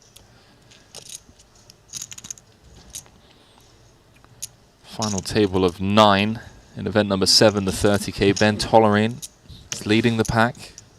Adri Mateos in second. Jamil Wakil in third. David Benefield over there. Renlin, Nikita Kuznetsov. Paulie V. Espen Jorstad and Artur Martirosyan. It's okay, you couldn't have known.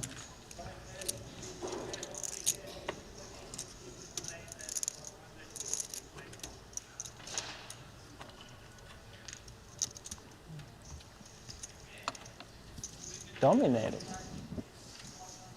Interesting. 4-7 off. 4. Wow, that's sad.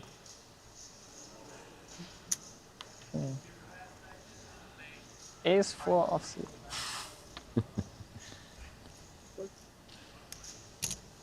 I think the stream just catching up there.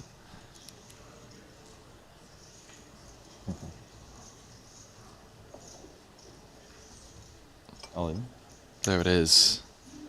Now it's finally picking up a hand. He's more than happy to run with Ace 7 of spades.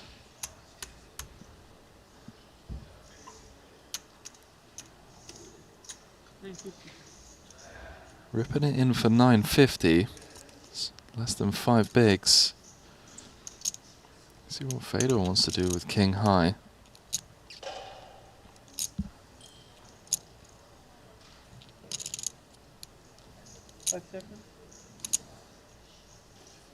Looks like he's going to make the call. Try and get us three-handed here. Yeah? Ace 7? I thought it was 9-6 of spades. That is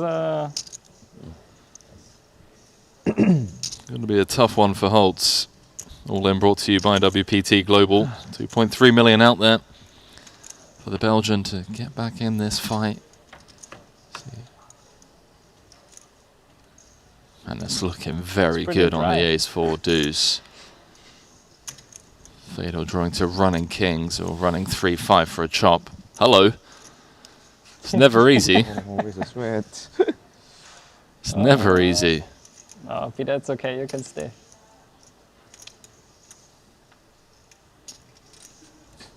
Peter does hold and bounces back to 11.5 bigs. It's a winner-takes-all situation. 310,000 will be going to the champion as they made a deal, four-handed.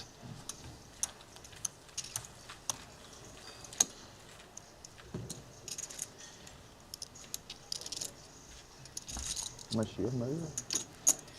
14 big blinds, so 2.8 million. Don't forget, you can head on over to the Triton Poker Plus app 1.7 and sweat along. In that event number 7, you can watch all of the hands.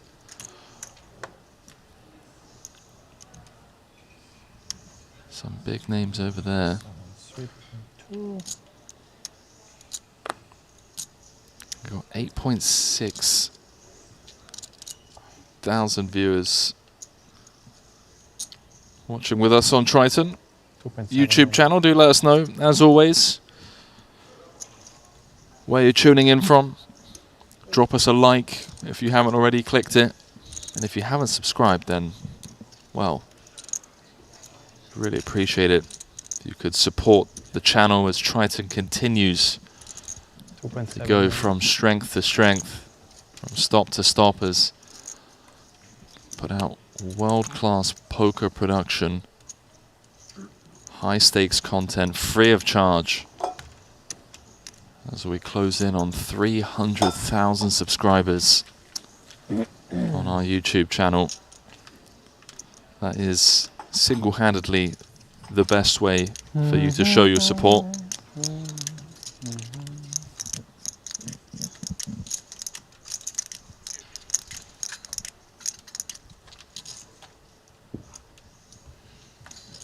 Bit of a gridlock since the deal was made.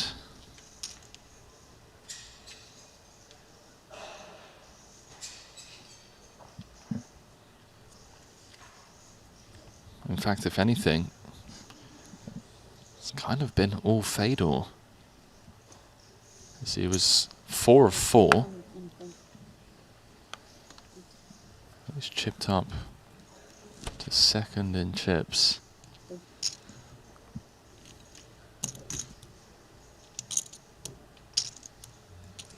People tuning in from Belgium, Scotland, USA, Spain, Nashville. Shout out Nashville.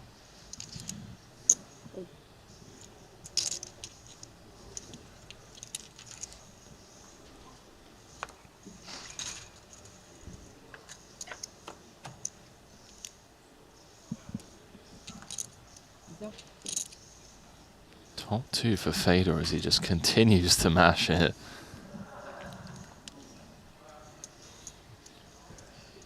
Yeah, and he's really building up his stack, but these short stacks just keep hanging around. Peter and Mario. Fedor's been doing his best to try and get rid of them.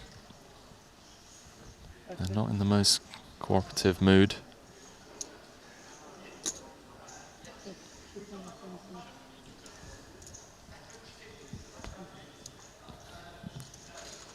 Fedor getting it done with the C-bet. People asking if we're going to be picking up coverage of the 30K. That really just depends when this finishes. If this finishes in 20 minutes, then sure, but I don't think it's going to be likely.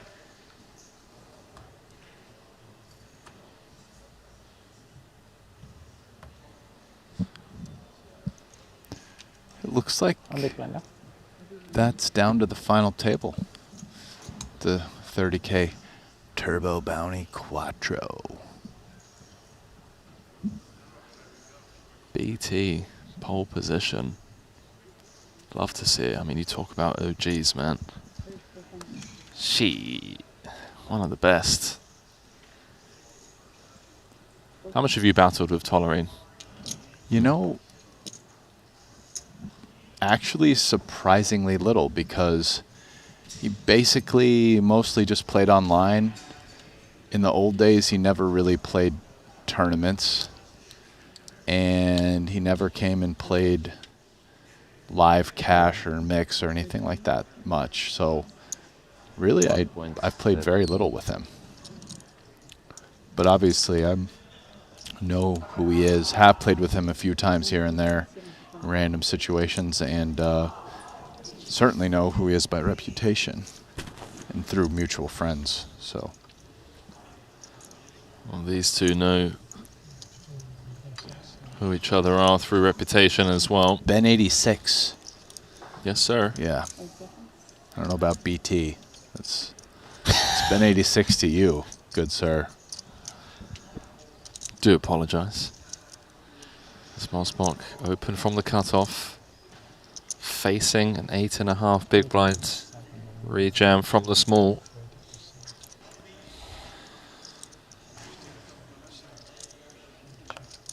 Really thinking this one through.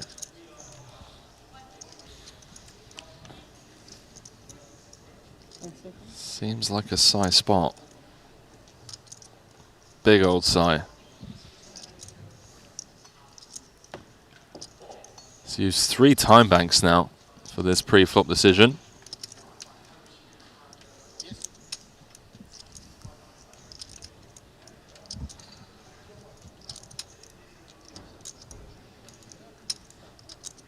Arts would love to just take this down. Move up to 12.5 bigs. Yeah, look at that. Mosbok pitches it. That one's going to get reviewed in the Poker Code House. It's not a very tough one to review, though. It's not a lot going on there. Just the fold? No, I mean, like... straight pre-flop charts for big blind. I mean, there's no ICM. You know? You look at the chart, you see what it says. You probably check out the reshove range. You decide if Aerts is really shoving all these hands or not. Maybe if you want to really get in the weeds in it, and that's it. It's a pretty simple. That one's a simple hand review. That spot. As easy as that, eh? Yes. Check the chart. Chart says yes or no. No, you can get into the weeds by deciding if Aerts has a different reshove range. No, but that's it. It does, like it's like this hand doesn't matter what you got, always a chance.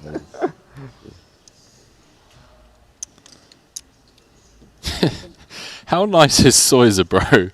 He's just reassuring. He's like, hey, you got 10 big blinds. There's always a chance, bro. Like, you could still win this. Oh, man. Love to see it. He is very positive. I actually played with him briefly 500 in Vegas this summer in the main event. We were like at the same table on like day 5 or 4 or something like that. I think like right after we had made the money, but just the same day. So maybe it was day 4. Oh, I remember sweating you this summer. You ran like top 100? No, I got like 24th or something. Yeah, top 100, but I mean, top 100, it could be like 90th. There's actually a pretty big difference between 90th and 24th when you get that deep. I do apologize. Yeah. Now I know the difference between top 100 and top 100. I mean, it'd be like saying... I'm learning. I'm learning. It'd be like saying you didn't learn anything in that exchange. It'd be like saying I bench close to 100, but only benching 65. I get what you're saying. No, that wouldn't be like saying. That'd be like saying this. Oh, how'd you do? Oh, did you make the final 5 tables? And you'd be like, well, actually, I final tabled it. But yeah, technically, I did make the final 5 tables. No one would ever put it that way, but you did. So man. Good on you. I can always tell when Brian's had less than 6 hours sleep. I know last night was one of those nights. It's true. How'd you know? Ace 5-3, nut flush draw for Fedor as he... I'm particularly abrasive today. As he gets to work against his good friend Mario, who ISO'd out of the big to 500k pre-flop. Fedor called. Check. Raise to 600 against the 250k continue. And now has a 93% lock on this 9 of spades turn. 2.4 million out there.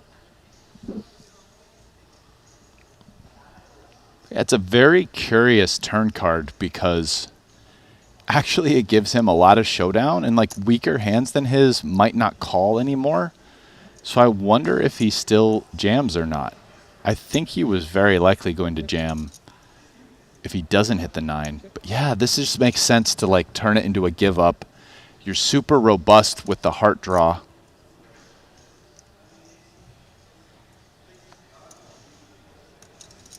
In terms of giving up free cards to your opponent.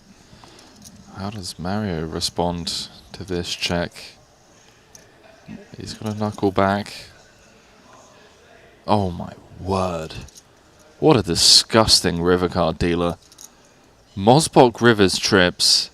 Fedor rivers the nut flush. SPR of 0.55.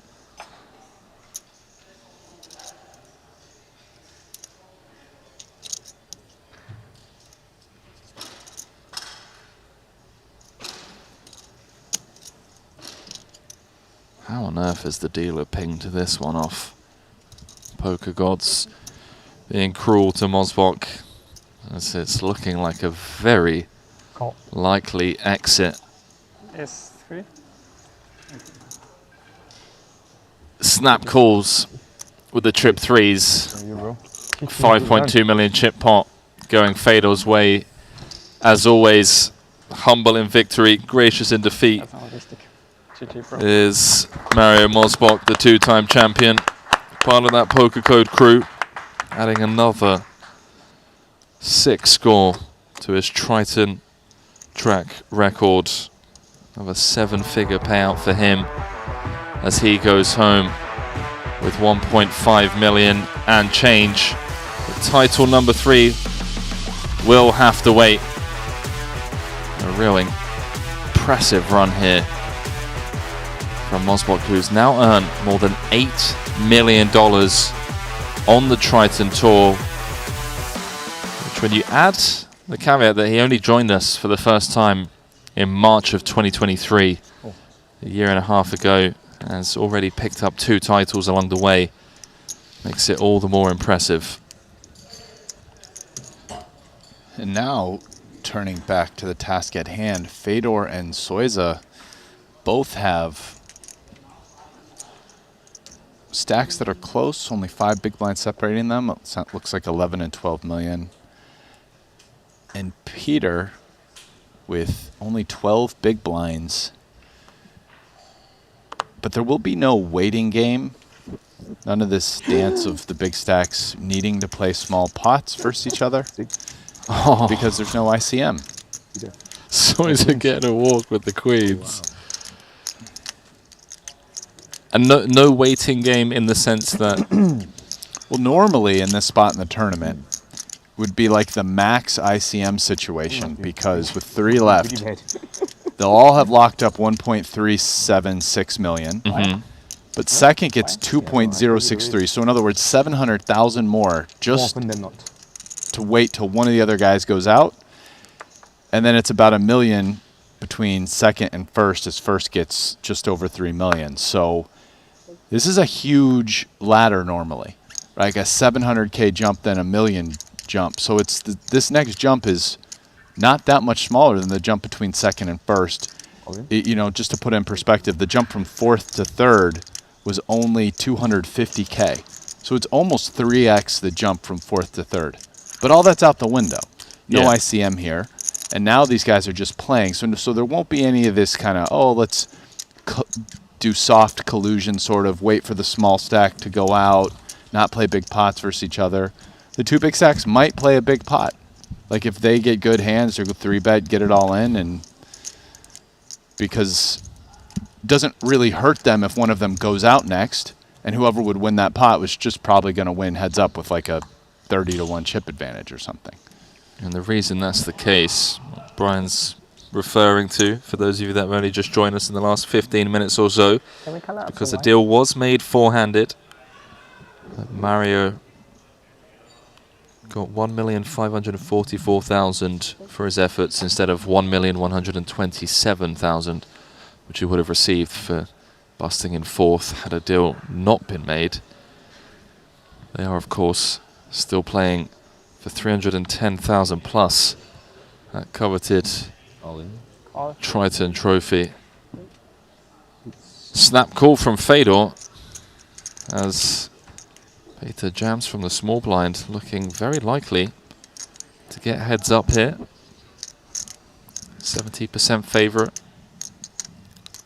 All in brought to you by BetACR. Bit of a cooler, Peter. I mean, blind v blind, king high, 10 bigs. In it goes. Hunting some paint. And paint he finds on the king 9-7. Flops top pair. Holtz picking up a gut shot from 2 to 6 outs. Needs a 10 or an 8 to get us heads up. Doesn't find it. That's Peter, the man with 9 lives. Running good in these all-in situations. Doubling up to 4.4 million, and the show goes on three-handed. Looked like we were going to go from 4 to 2 in quick fashion.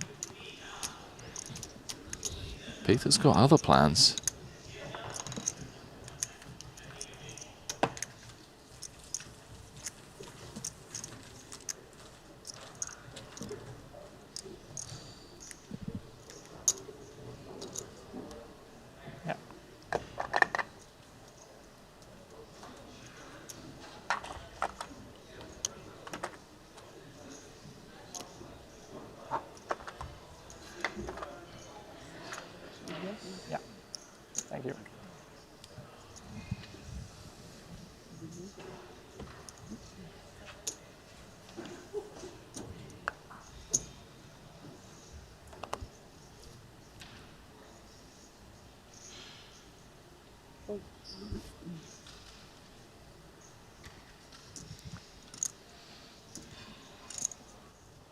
Aces for Fedor. Let's see how he decides to play them. 45 big blinds effective.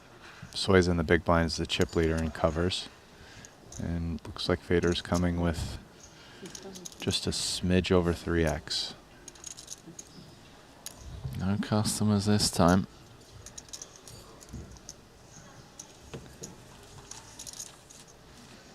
This might be a bit grindy.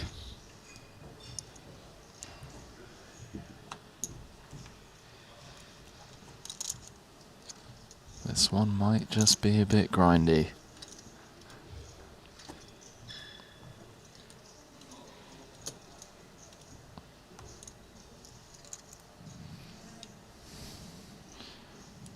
It's interesting, in the 50K, when a deal was made with Alex Foxen, Ponakovs, and the Lithuanians, they reduced the clock from 35 minutes to 10 minutes. Oh, really? They were like, okay, deal's been made. Let's just turn this into a hyper turbo set and go. I like that, actually. It's interesting. I think they're going to play for a little while longer, but as the clock does tick and you have a 200K to wake up to tomorrow, Curry. one does start asking the question, do you really want to be sat here until 3 a.m.? Which, you know, yeah, 130 bigs in play. We've seen two-hour heads-up matches before.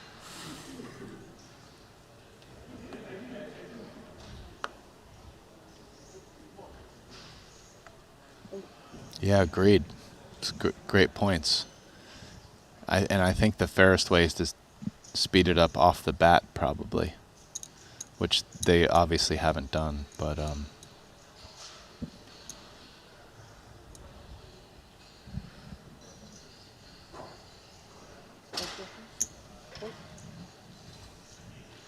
yeah, 40-minute clock in this one.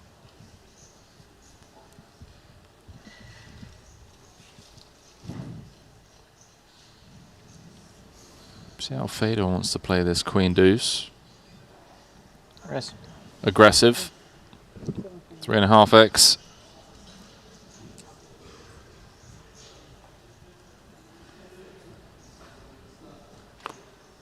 Peter suspicious perhaps, but nothing he can do about it with the 10. 10-3. Down to 7 in event number 7, the 30K Bounty Quattro. That was a 4-way all-in.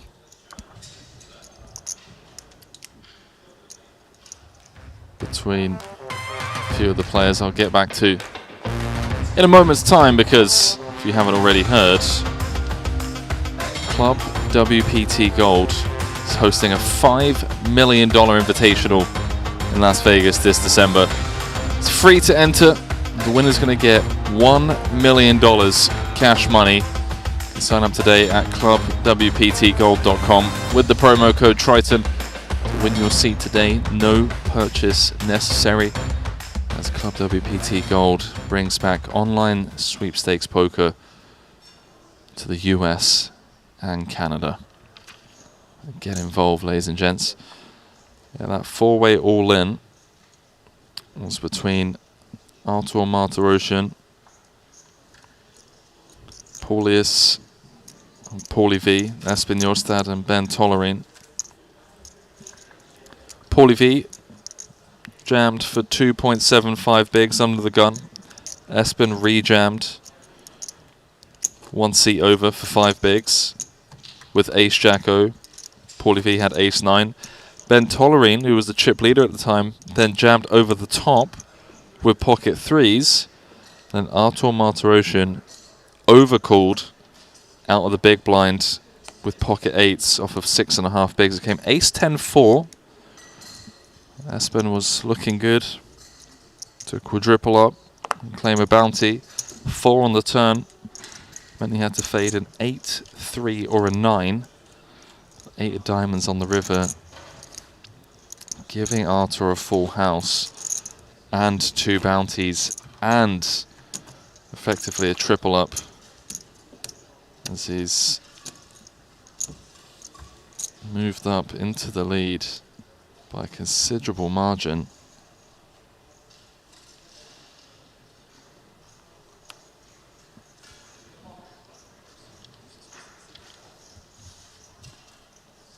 $531,000 up top in that one. 40K for every bounty you collect.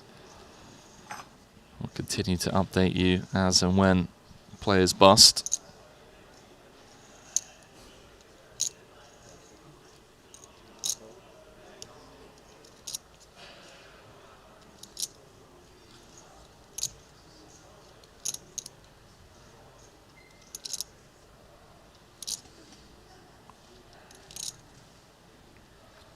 So Fedor 3.5x. 4 million. Last time he was in the big. 4 million. This time he's just going to ask for all of it.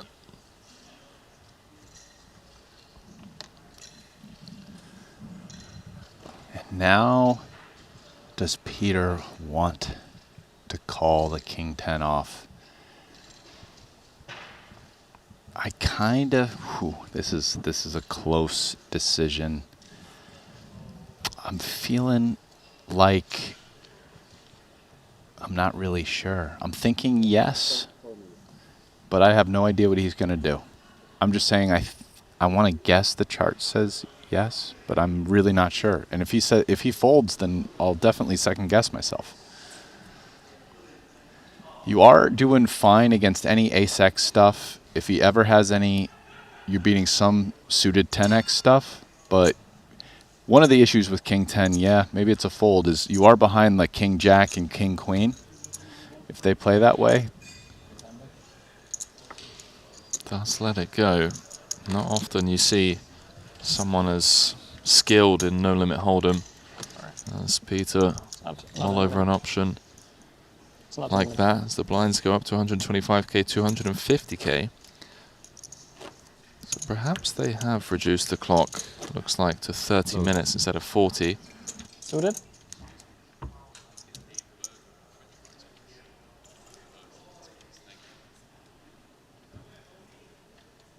I had to do it, Brian. Okay. Just ordered the burger and french fries, mate. Strong. We're going to be here a while. Just buckle up.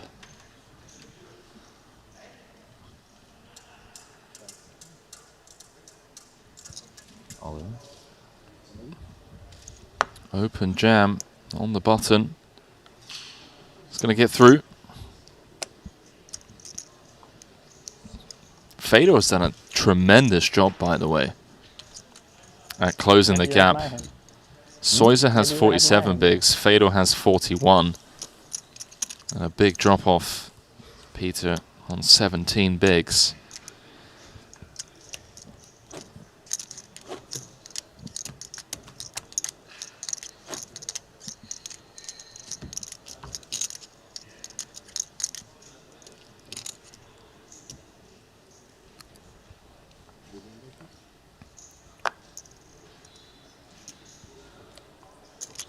First 6-figure buy-in of the series. Had a stacked final table. Saw Steve O'Dwyer get really unlucky, actually. I mean, at the time it was for a second in chip stack. Button v small blind against this man right here. Peter Ayart's ace king for Steve-O against Ayart's jack 10 suited, which he re-jammed for 25 bigs out the small. Cat Lee came in chip leader, 1 of 9, out in 6th after a disgusting cooler. Rivered a set of queens on an 8-5-4 ace-queen rainbow board against the flop straight rather from Soiser as it's Ayart's turn to flop a straight. Flopped straight. And our opponent is betting at it. The dirty diaper, in fact. 3-deuce offsuit. Is that the hand made famous a couple of years ago, the World Series? Yeah. It's still famous? Famous is strong. It's a strong word. Just yeah. Went viral. Yeah, it went viral. You know, there's now a nickname associated with it, and we can leave it at that. I did look up the King 10 hand. It's the worst hand King X offsuit that you're pure limp calling at 20 blinds. Really? Yeah. That's now, that cool. doesn't mean he should in game. What if our opponent's range is different, this or that? But, you know, Solver says yes. Wow, so basically Peter thinks Fedor's a net. I mean, there's no way. Bro, he did it, not me. Sometimes I wonder in these spots, guys are so used to, like, taking ICM into account, if somehow it's not still, like, kind of dirtying their thought process. You know what I mean? Like, they know they're not supposed to think about ICM, but it just kind of gets in there and messes, you know, oh, we're at the final table. These guys have been playing for 7 days straight as well. They've been here since 1 p.m. today. It's now gone midnight. You know, 11 hours into a day of playing poker where they've navigated the bubble, final 2 tables, final table, ICM, all of that stuff. It's a lot of brain power. A lot of endurance, too. It's a long time. Stay awake, stay sharp.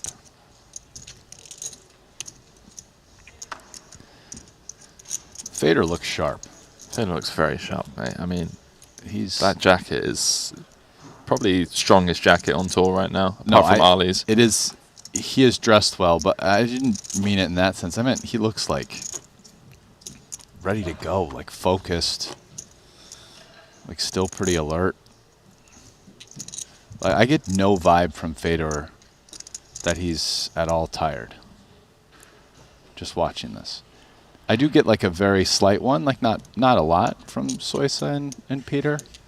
Like they're good. I know what but you they're mean. not like 100%. you know? Like I look at Fedor and he's like, what's up? I just had a coffee. I could run a marathon right now.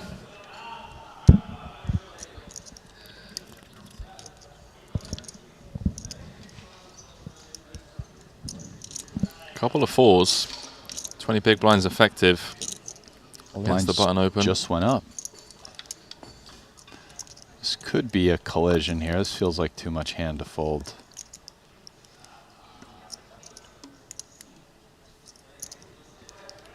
In it goes. Huge flip. To get us heads up. Soisa a slight equity favorite with the black 4s, as we've been anticipating this collision. Pocket 4s. Ace-8 suited. 10.7 million chip pot to get us heads up. All in brought to you by WPT Global. As the man who took the lion's share of the deal money looks to square off against Fedor, but the ace in the window with the 8 and deuce behind. Going to make this very tough. What does that mean? Low card? Two side. Two side. Yeah. 2 side. That's what's being called for. A 4 and a 4 only needed for the Malaysian to get us heads up in event number 6, the 100K. Doesn't find it. Close but no cigar. As Peter Hayarts, who was down to 10 bigs at one point, less than that actually, now takes the chip lead 3-handed. 5.1. Soisa drops down to 20 bigs. Doubles through Soisa, and we'll have 100K more than Soisa had at the beginning of the hand. He's So back. basically, Back in kind of business. just these two guys back in traded business. chip Gotta win a spots lot in of the all-ins. tournament. Yeah. Soisa think now I've has lost one. about Yeah. what Peter Shit. started the hand with. Just donated post flop and it's a good strategy. Better this way than the other way around. Yeah.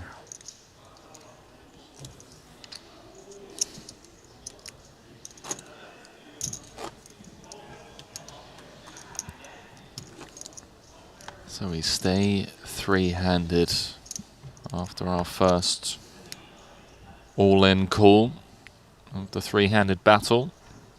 First flip. Going Peter's way. Sorry, I do apologise. There was the ace-7 against king-7, but I'm fairly sure that was four-handed.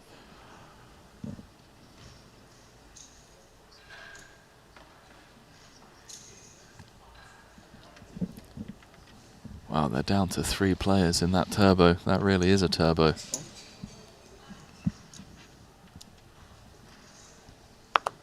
Every time I open Coin Market Cap, I smile. Oh, has it been going up? I mean, it feels like it. I mean, I just looked like an hour or so ago. How about that flop? Oh no, it's like the same price, dude. Sorry, bro. I was thinking we just like Sorry. 77 or 78. Soisa's flopped the joint. Fedor has top and bottom. 1.5 million out there. It's a monotone texture. Both players without a club.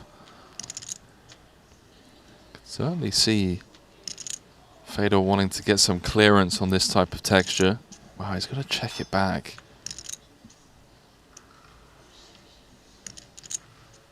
That's so sick. Honestly, I love this game, man. Just learn so much watching from these guys. Well, now Fedor's hand has gone down quite a bit in value. 2 pair. It's not good enough to get 2 streets of value at this point.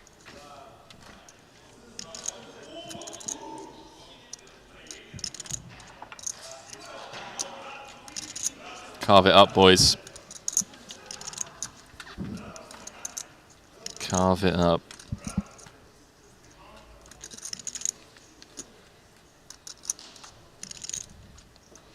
And the backdoor chop. There it is.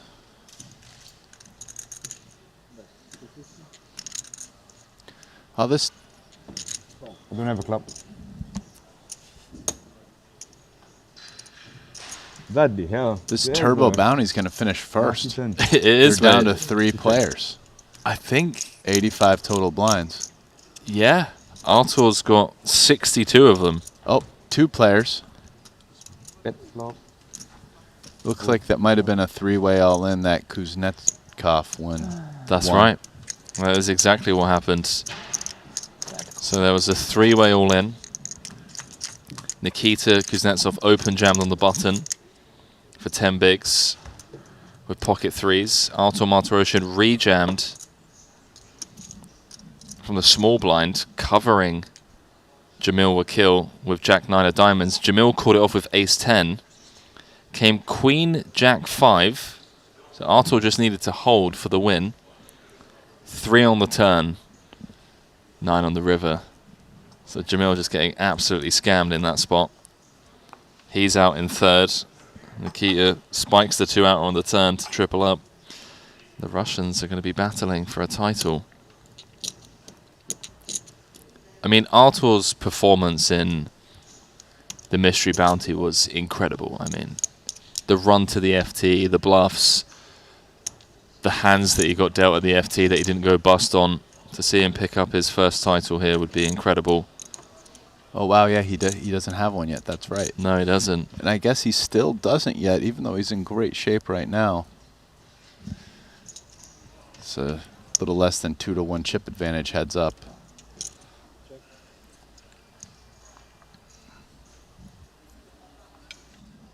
Open-ender for the Belgian.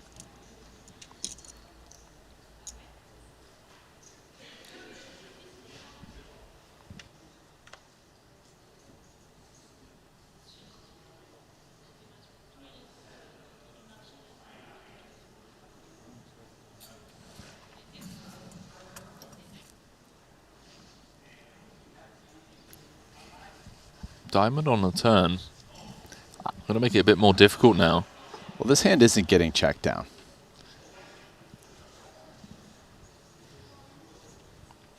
Someone is going to be bluffing.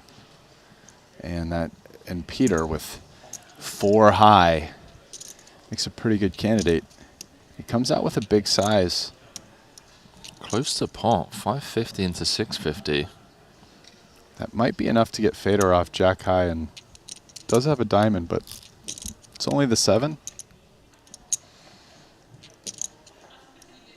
It's not, it turns out. And now, the river. Oh. Fedor playing defense on the turn with the best of it. Still the case on this 4 of diamonds river. I don't really think Peter can have many worse hands than a 4 here on this run out. So he still might bluff. He's blocking any rivered boats. And he has no showdown. If somehow a pair of 4s was good here for 2 pair, Fedor would definitely bluff, right? Like if Fedor had like jack 10. I don't even know. Fedor has what can he be, 7-9 with no diamond. It's almost impossible for Fedor to have a worse hand. I agree. Yeah. That plays this way. Like he doesn't raise pre, so he doesn't have like ace queen. If he did have an ace high, is he really calling pot on the turn without a diamond? Just, yeah. That's not big enough. Peter just trying to get, what, like a 6 to fold? 6, maybe a king, but not a diamond. Yeah, this bet's not going to get a flush to fold. A 4. Fedor extends the chip lead as he hunts title number 5 here in Monaco. No all in? This was a little bit too easy. Yeah, maybe.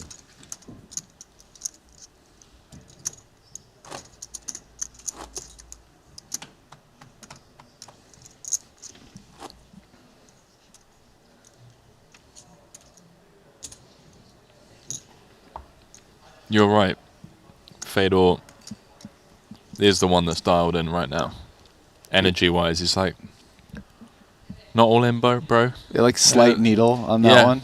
Like just making it too easy for me. And then like a sleepy response from Peter as well. See, if Peter's super dialed in back and wants to give like kind of a respectful, but just like, I'm not going to let you out-alpha me here, what you say is, he says, what did Fedor say again? He said, you made it too easy for me. And what Peter should say is, well, for your hand, yes. Right? Because then you're pointing out, well, yeah, for a flush, sure. But that wasn't really what I was trying to bluff out. Now, was it Fedor? But see, Peter's not on the ball like Fedor is right now. Man, that was my point. Fedor's locked in. Okay.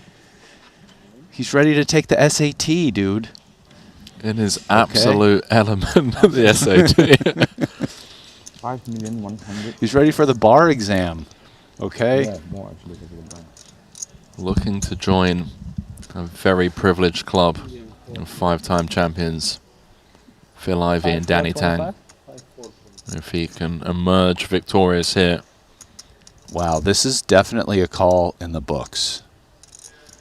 I mean, we basically just looked up the spot and King 10 off was. I'm pretty confident. You know, technically, actually, this is 22 big blinds, so it is slightly more, but pretty sure this is a call. Yeah, button open, small blind flat, jam from the big. Oh, wait. Oh, button open. I missed that. I thought this was just like limp. No, so this is a different spot. Excuse me, guys. It's all right, man. Sorry, You're I missed. excused. I was busy mentally. You're excused. Button open and then folded. Yeah, that changes this quite a bit, actually.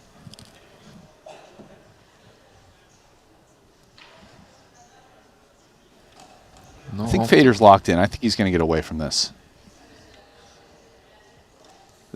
This is real close, and I think he's just going to go with... I don't think Michael's messing around right here often enough.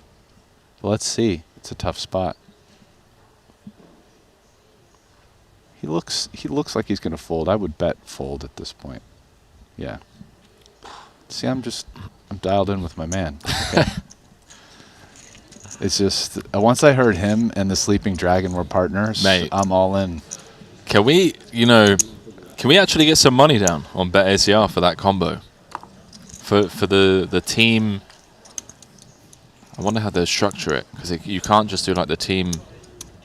I guess the team to make the most money, although that's going to be whoever wins it most of the time. Yeah. But they're pretty good picks to win, too. I think they are, man. Because they're like, I mean, they're two guys who are like miniature versions of ICMs for poor people. Like, they're not straight blasting, but they're both, you know, they like building up big stacks. They swing those chips around.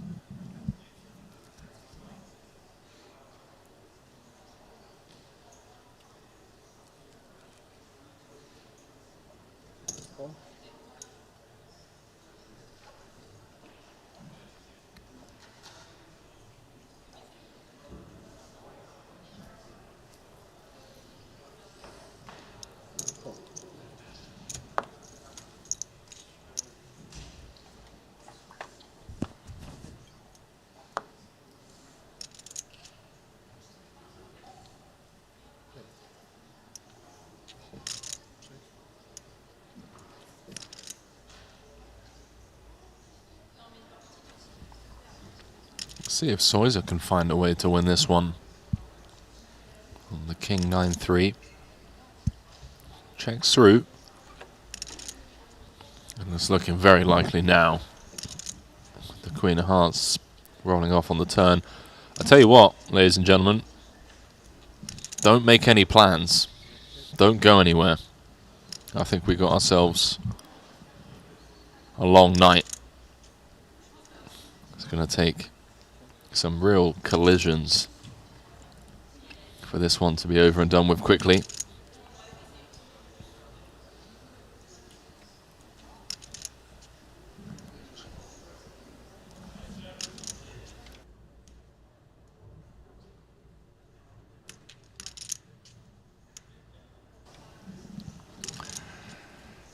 Now it's on Fedor.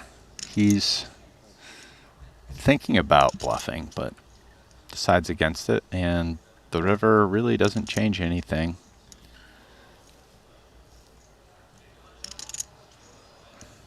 Soisa trying to decide if there's any value in betting. If not, maybe we just check, decide versus bets, bluff catch.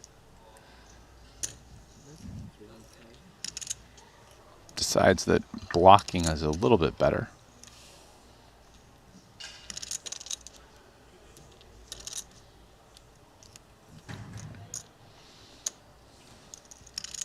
Vader is getting 7-1. Given those odds, is Soisa bluffing often enough here with this line, this river bet size, for me to call? And he decides no.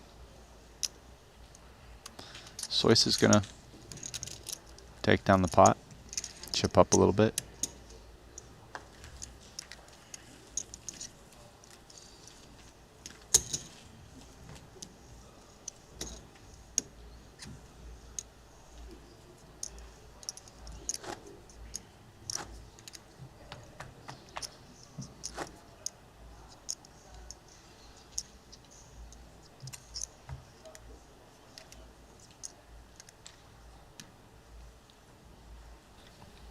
I wish we could have seen how it would have played out had a deal not been made. This has still been really cool, but ICM really does change a lot.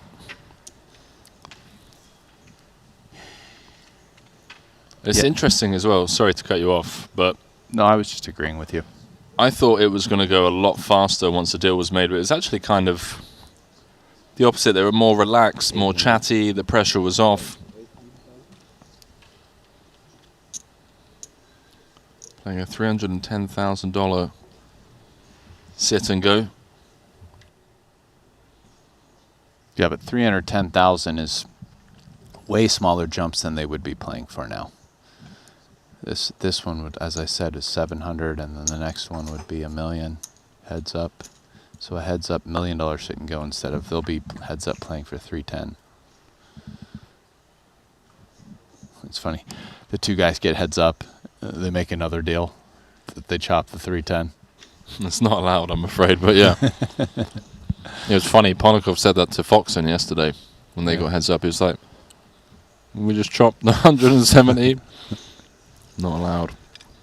Oh, it's not allowed by Triton. Yeah. 2 deals. Yeah, not allowed. You're allowed to make a deal. Have to leave 3% of the prize pool, I believe it is, and of course the trophy.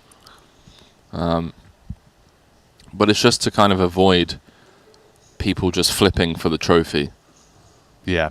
Because you see that sometimes, right? Like, guys get heads up, they made a deal, there's no money left on the table, they're like, yeah, let's just randomly flip for, you know. I saw Adamo do that for a bracelet. That was pretty sick.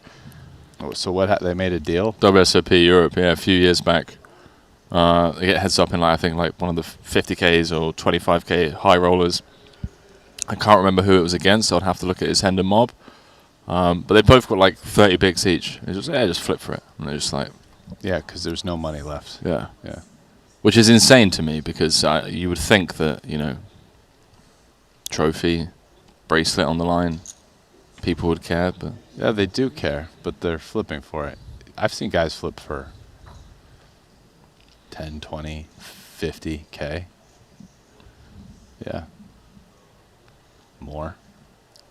Especially in your line of work. Cash games. How about this?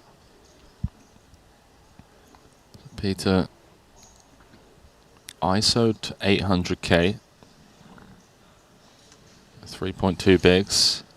Flop check through. Turn, he just bombs. Close to pot. Little eyebrow raise thrown Fedor's way. I don't know about that one. Yeah, Fedor's spidey senses are tingling, man. He's in his element, like you were saying, and like we've been saying all week. The #1 training app for poker players, of course. I'm talking about GTO Wizard. You can win more MTTs with precise ICM solutions. You want to play like a Triton champ. GTO Wizard has the tools to help you elevate your game, and now you can win a 1-year GTO Wizard Elite subscription to sharpen your skills and crush the competition by simply following GTO Wizard on X and Instagram. That you made a deal then? Yeah, of course. Like I said, I'm not stupid, you know. I feel like I was just born. Race. Did you say you feel like you're just born? Yeah, I feel super awake and alert. Excited. Yeah, they're talking about it. See, guys, I don't lead you wrong out here. I'm not just bullshitting. Not only do I call it like I see it, the players confirm it afterwards. See, I confirmed it by independently thinking about it. You and I, we're not the same. Hey, listen, man. There seems to be a lot more independent thinking coming from your side of the pond. I mean... Whoa. Bro, we can't go there. We can't go there, bro. Come on, you know that. Stop it. Stop it, bro. You know the rules. But yeah, no, you're dialed in, man. You know, for someone on 4 hours sleep, you're dialed in. 900. Fedor's locked in. He's feeling it, saying he's just been born. And it's not the first time I've heard Fedor openly talk about this at FTs, and I wonder if there is some like psychological mind trick element behind it. Just very casually saying, yeah, guys, I'm locked in. I'm good to go. I feel like I just woke up, which is insane to say after playing for 12 hours straight. He's definitely taking little competitive edges, I feel like, with some of his comments. He's also made a few other comments here and there the one that we discussed with Peter. Like, was it like 10 minutes ago where I said if Peter was really on the ball, he would have responded with a little comeback to let him know, you're not going to out-alpha me here with your witty remarks. But, yeah, I think Fedor, listen, he's a competitor, man. He definitely is. He's trying to win every chip all the time. I played in spots. I played actually, you asked me who I played. I played with Fedor quite a bit. I'll tell you, there's spots where you're like, oh, the ICM part of the tournaments, and we'll be at some table at the WSOP 25K or whatever, and it's like people are starting to play tight. And there's Fedor off of like a 25 big blind stack, just like opening every other hand. And you're like, wow, this guy's just really, he's just ready to go. He's relentless, He's man. just relentless. He really is. Style is impetuous. Defense is impregnable. Wants to eat your heart out. This is a lot to ask. Well, how deep are they? We're talking, what, 9 mil at this? It's just 35 blinds? What does Fedor think about this? No ICM. Let's go. 8-6 suited. Suited 1 gapper. Let's see him flop. Wow, that's a complete whiff. I mean, top set. Almost too much of a hand. I mean, he might even check. 5 of hearts on the turn for max entertainment value. It's just like you've drilled it so hard and there's so little else going on. I mean, I know check is mildly suspicious, but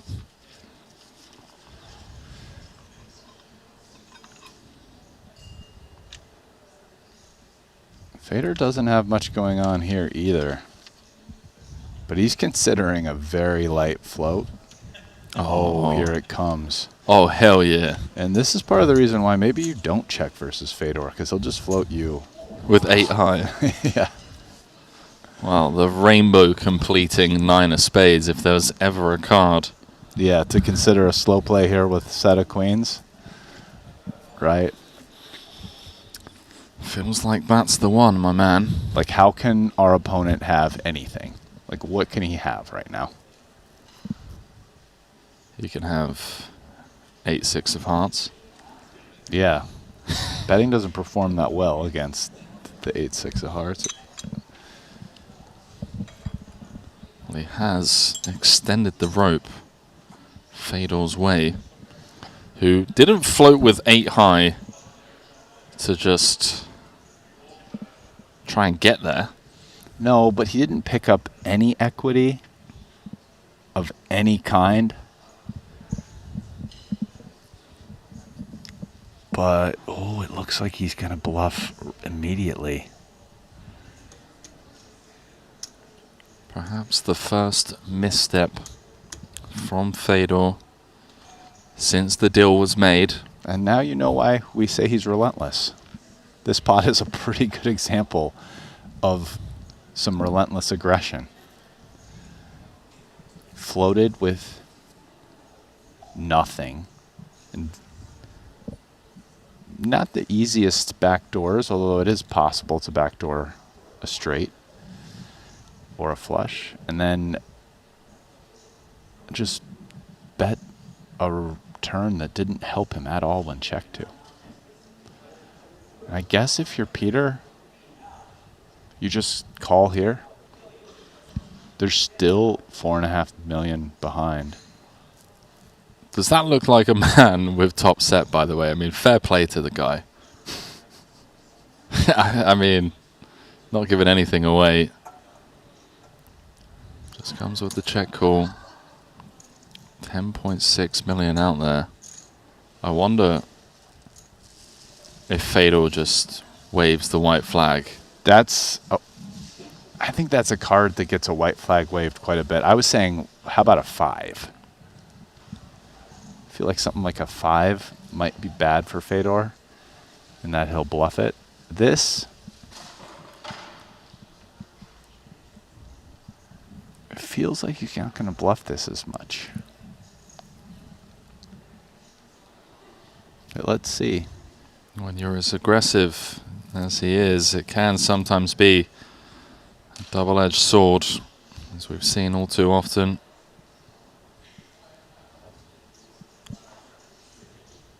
I mean, this card changed nothing, so all the draws missed. Queen's full. Yeah. Yeah. Fedor waves the white flag, and rightly so, as the Belgian Did you restart the break or not? Peter Arts announces Queen's Yeah, you full, restart and then we can start up again. to 15 million almost, 56% of the chips in play, and considering that he was sub 10 bigs four-handed, to now find himself atop of the chip counts. The blinds will be going up to 150k, 300k, meaning that there are less than 100 bigs in play now. Perhaps this is going to be the level that we get heads up in. Let's see. We never know. Fedor looking for his 5th title, Soiser looking for his 3rd. Peter looking for his 2nd, as we welcome you back to the break desk. Brian Rast alongside myself, Henry Kilbane. Really epic four-handed battle, and then now down to 3. It looked like Fedor was going to run away with it at one point, but just, you know, the first misstep there that we perhaps saw from him, relinquishing the chip lead to the Belgian. Yeah, push and pull, give and take. These guys are out here battling. They really are. Some pretty sick hands. I mean, Fedor with an inventive, relentlessly aggressive float, followed up by no equity bluff into top set. I mean, these guys are battling out here. They may have made a deal, but they haven't given up.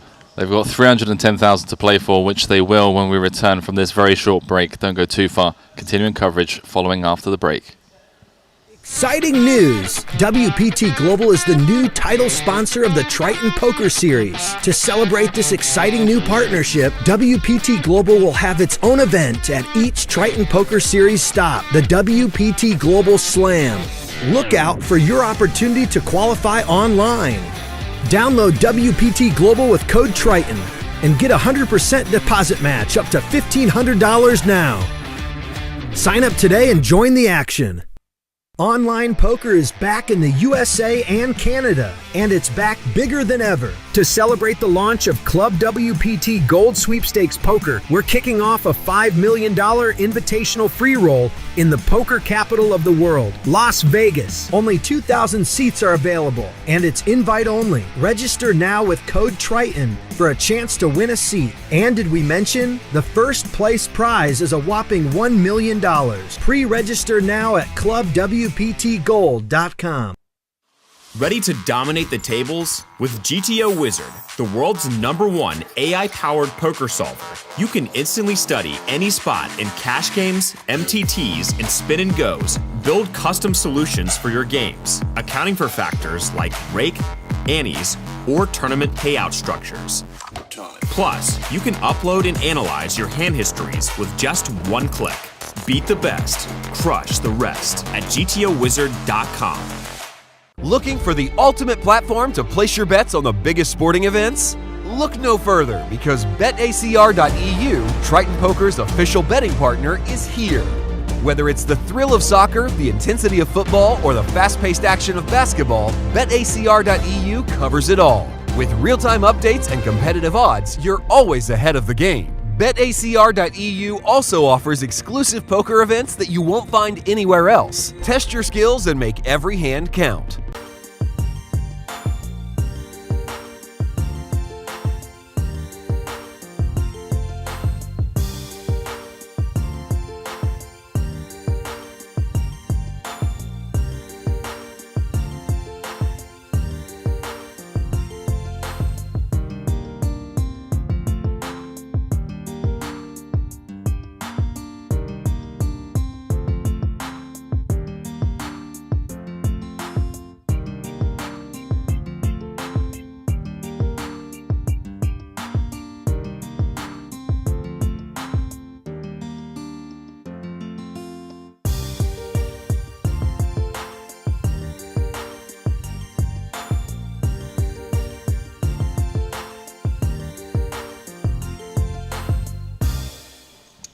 Them. Guaranteed 701,000 here.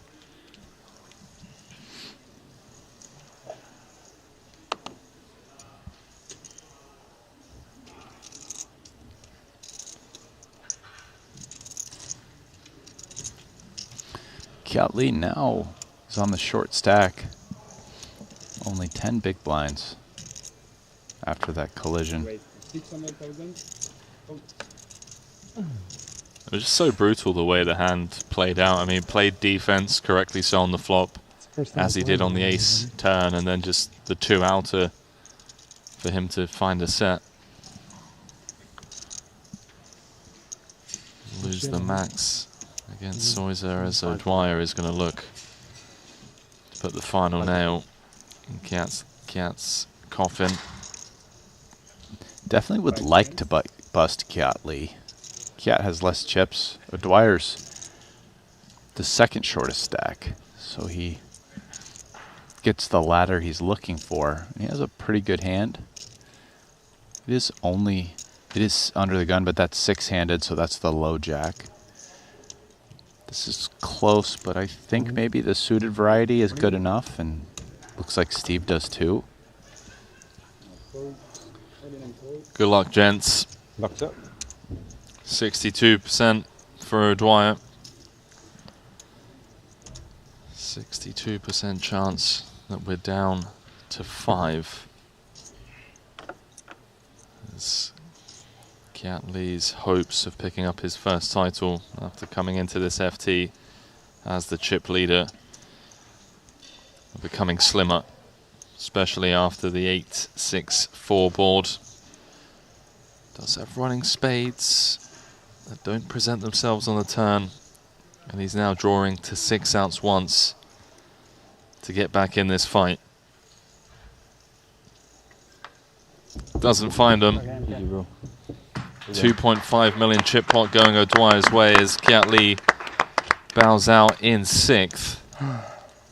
701,000. Everyone now guaranteed 904,000 last of the 6-figure payouts. And this creates a real interesting chip configuration where Soiza has 106 blinds. The other 4 players all have 25, 26, 28, and all their blinds add up to about what O'Dwyer has. I'm sorry, Soiza has. Anyways.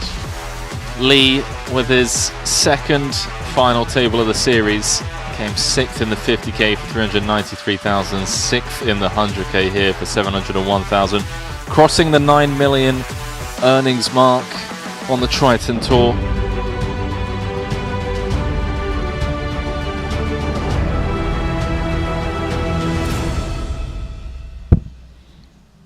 A very warm welcome back to the Sporting in Monte-Carlo. We are 3-handed in event number 6, the 100k 8 max Brian Rast, alongside myself, Henry Kilmain, for this one. It's been an epic battle back and forth, rather 3-handed. Fedor emerged to the top of the chip counts, taking it away from Michael Soiser, who reigned supreme for quite some time. But it's now the Belgian, Peter Aerts, who has taken the top spot, 49 big blinds as the levels increase to 150k, 300k. Less than 90 bigs in play now. And the Belgian, Brian, on the hunt for title number 2. Yes, he is. In fact, everybody here is a Triton title holder, so they're just looking to add additional trophies to the trophy case, aren't they? They are indeed. They are also playing for $310,000. That's because 4-handed a deal was struck.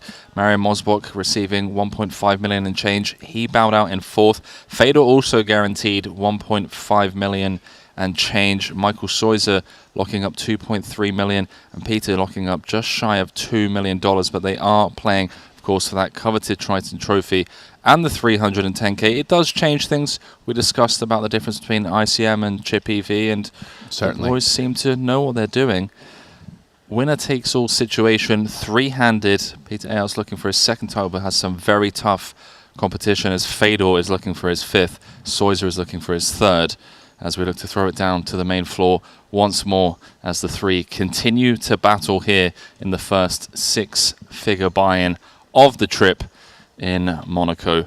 Fedor with 15 bigs, Soiser with 24, and Peter with 49. As we're getting teased by the guys, they're maybe making a slow way back to the floor as we continue.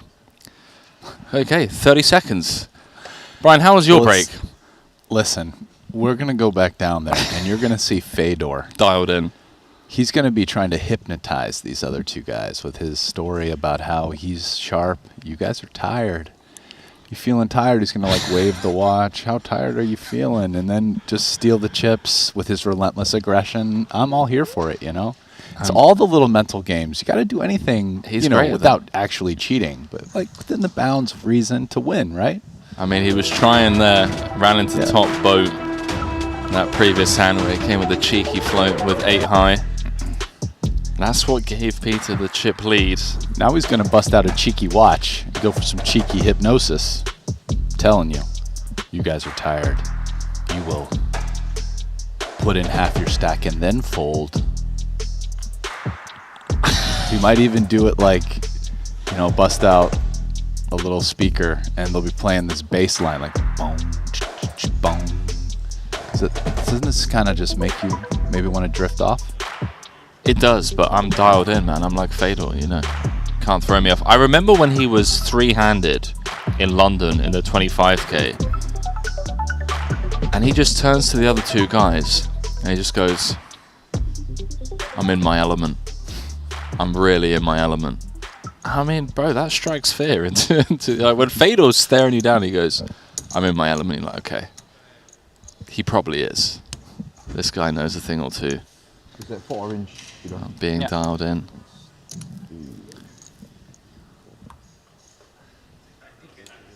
Thanks.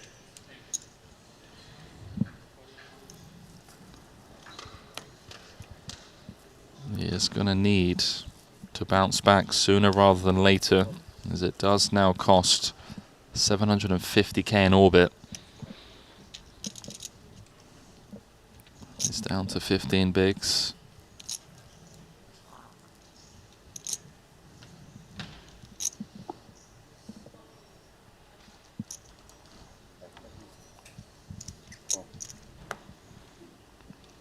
Peter kicking things off with a limp from the small. Fedor do here with check it back, jam. He's going with check back.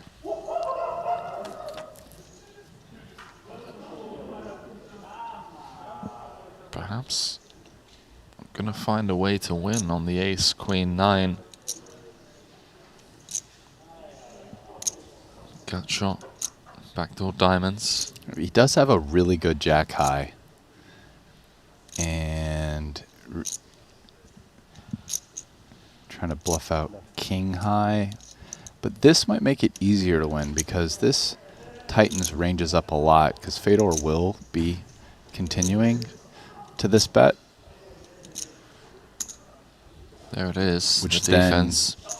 when he bets on a future street, makes it tougher for Peter to continue because he'll have less bluffs and more pairs. But when the guy floats you with 8-6 of hearts, the hand before the break, he doesn't know what Fedor had. That's true. Yeah, the delay hasn't caught up yet. And that's if he even has somebody reporting hands, which good chance he does. But you never know. Oh yeah, this is. We're betting that we got a lot of equity. Picked up diamonds as well. Fedor declines. Oh no. Oh, this is kind of a check card right here. It really is. The opportunity perhaps was on the turn. Fedor didn't take.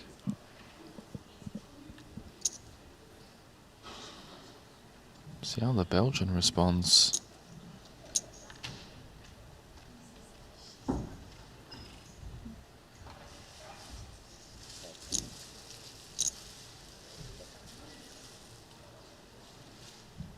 Oh, Fedor out-pipped by 1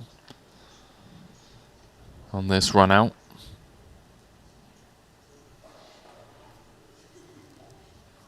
Check. King high. The Belgian extends his lead up to 15.6 million now.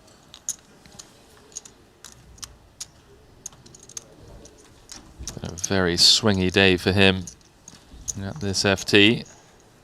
Just thank you.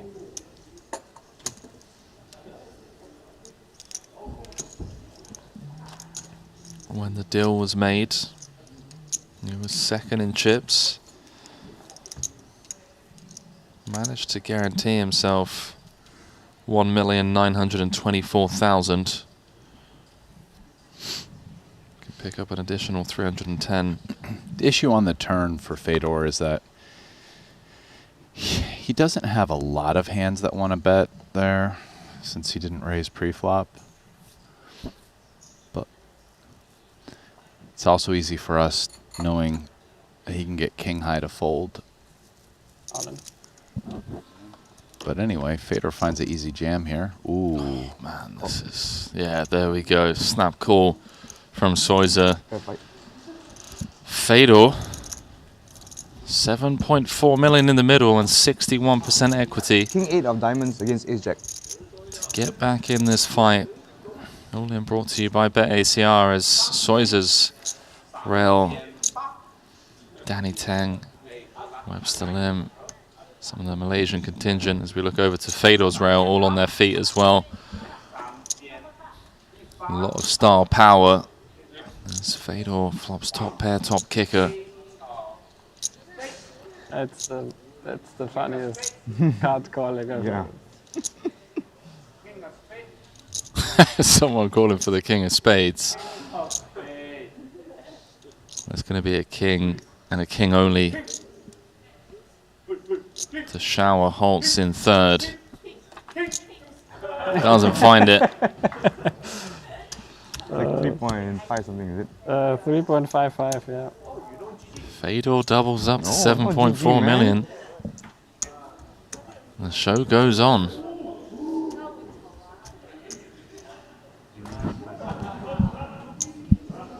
Peter now has the biggest chip stack I think I've seen so far. He has 16 million, 52 blinds, and I believe the other two players only have 36 blinds between them. That's correct. So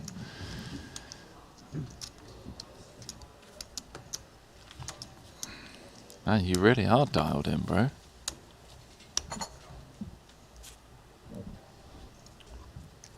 It's gone 1 AM local time, chat. all these guys do know they have a 200K tomorrow. Yeah, but like you said, I think if they don't reduce the level immediately after making the deal, then it's just not likely to happen. Yeah. A later stage.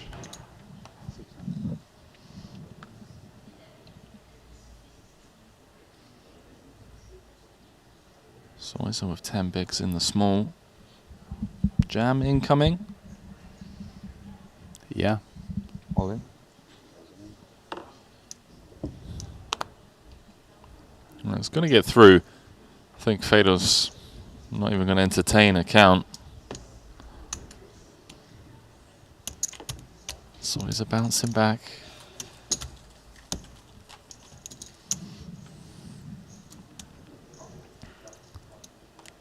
Talk about Soiser's Triton track record. I mean, going back to Jeju 2019, his first ever event played was the 500K HKD 6 Max. He shipped it for 11 million HKD in his first ever event, March of 2019.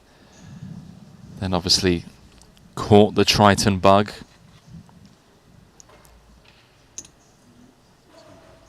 Came fourth in the 100K No Limit main event in London 2019 for £1,120,000 sterling.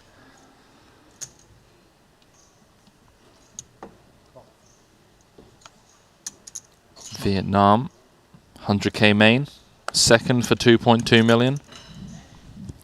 Then Cyprus, 2023, picked up his second title in the 75K for 1.7 million. Beating Mikita Badzikowski, heads up.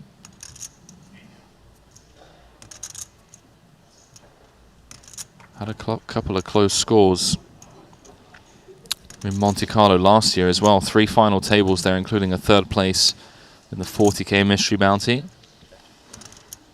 And he's been on a bit of a dry spell since. Did have a final table in Jeju in the 50K. Montenegro is a trip that he's going to look to forget about.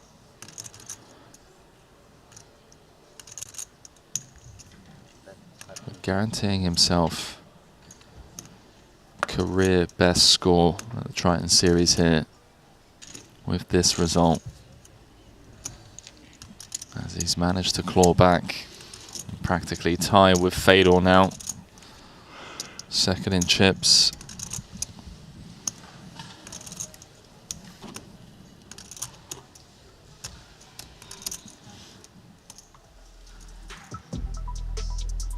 That's how things stand. 49 bigs, plays 20, plays 18. Tail of the tape.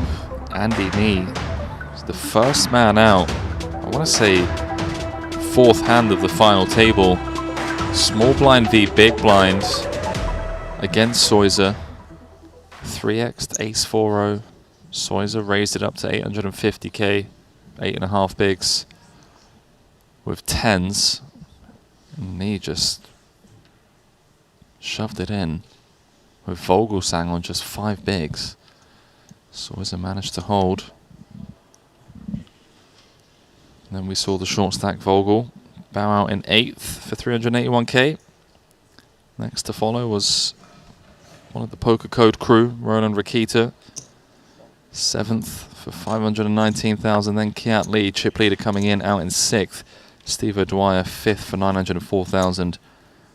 Mario out in 4th for 1,544,000. The worst hand flops the best hand. Soiser takes the lead with a pair of 3s. That's a great strat. I'm going to include that in my book. What strat? When you have the worst hand to flop the best hand. Yeah. Yeah. That's a strong play. That's key part of winning poker tournaments. Brian's done, chat. He's over it. He's going to hand in his resignation tomorrow. It's a beautiful turn card for Soiser, by the way. Board pairing deuce. Neither of his opponents are very likely to have a deuce. So, short of a 3 or a 9, one of his best cards. See how he wants to proceed. Value and clearance, perhaps. 2.1 out there.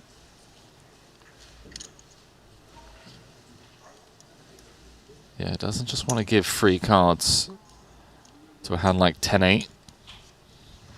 Wants to get value from some hands like ace-10. Probes for 1/3.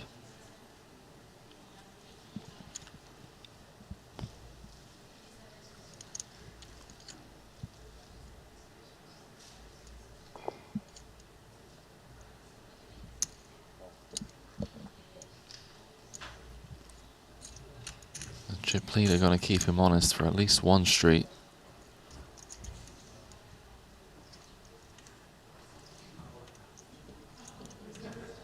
Value perhaps to be extracted by Soiser. I'm going to guess that he checks. And I think Peter definitely checks. 3.5 million chip pot going Soiser's way as he moves back up into 2nd, overtaking Fedor, looking to close the gap on the chip leader. I do think there are some adventurous souls who would try to seek value there, though. Even if Soiser didn't. It's dicey. I'll tell you what's not dicey. In fact, maybe it is. Betting on Triton Poker Series exclusive at BetACR. Check out the all-new BetACR Sportsbook, your exclusive live betting destination. To wager on players in Triton events. Receive a 15% free play, up to $250 on your first deposit. And if you ask either me or Brian, we're betting on the Sleeping Dragon and Fedor tomorrow. Betting on the Sleeping Dragon and Fedor in the 200K Invitational. Well, I haven't looked at all the options, nor have I looked at the prices. And, well, if I'm... Perhaps might not we want should to tell the public yeah, who I was to about bet to on. say. They'll screw up the price for us. Maybe we shouldn't be out here giving these free alphas at 1 o'clock in the morning, you know? Do your own research. Or only after we actually get our bet down, right? Normally you don't say who you bet on until after you get the action down. Then you, whatever, tell the market. It's no big deal at that point. Yeah, do your own research, chat. As always. I'm going to give it a look tonight, as long as I remember. I have my computer here. Maybe I'll do it once we finish, whenever that is. Ace, Queen Deuce, bottom 2 for Fedor. For Soiza, wow. Been a long, not even in the pot. Long night, bro. Long night.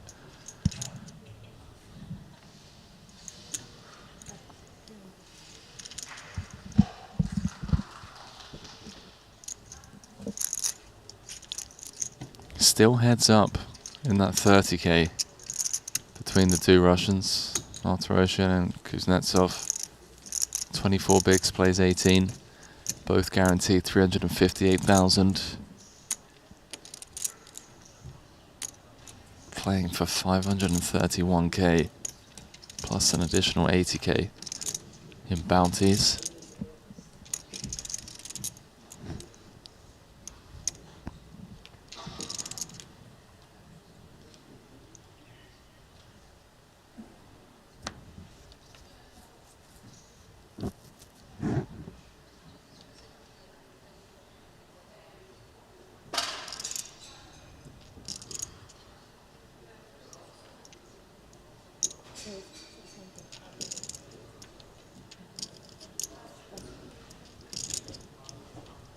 Soiza now gets to open buttons.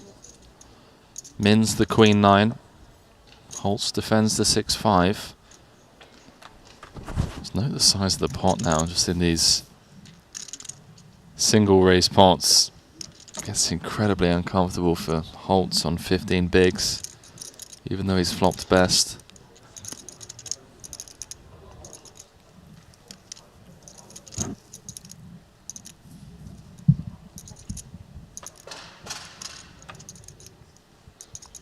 Not as uncomfortable now after turning trips.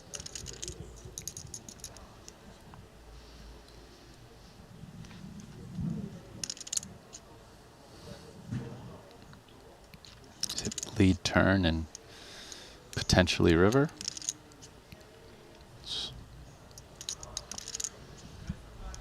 Fedor's considering. Hand is good enough now to get 2 streets of value. Unless a club gets there, of course.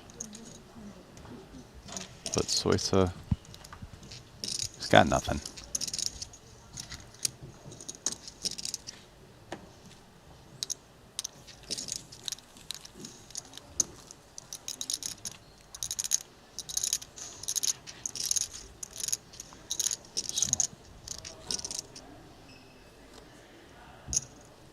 Dude, I'm receiving text messages from stateside.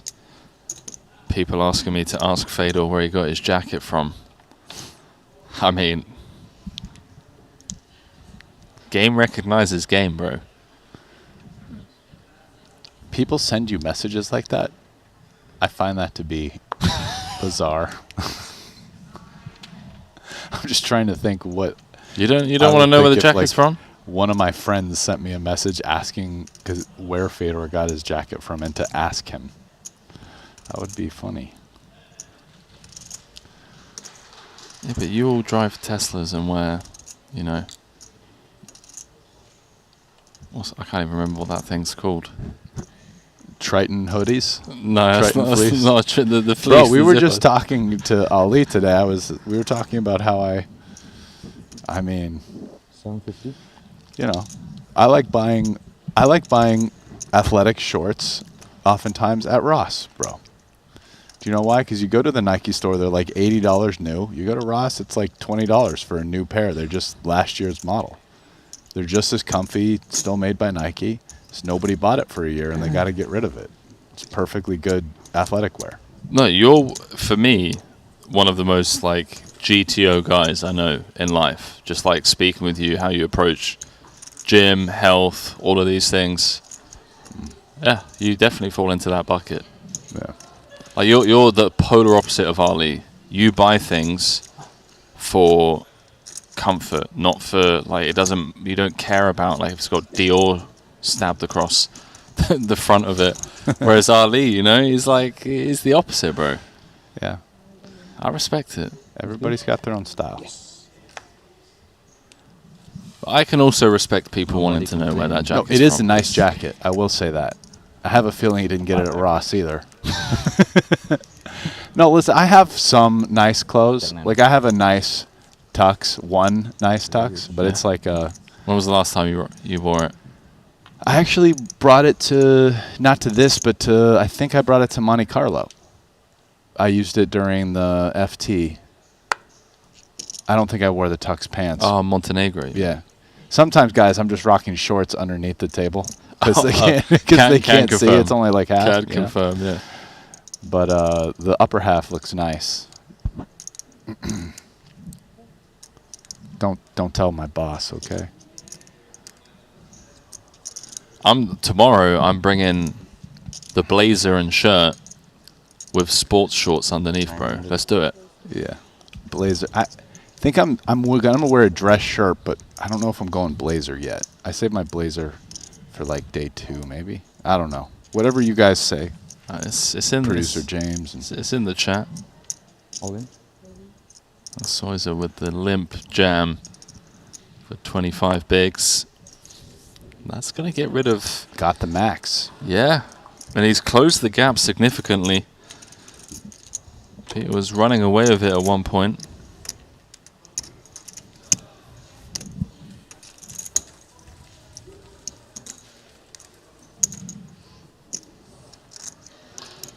So far, he's been feasting on the limp jam. He's done some limping, and Fedor or somebody else attacked him earlier. He limp jammed the ace-3 suited, and now he's doing it with 5s, and no one ever has anything.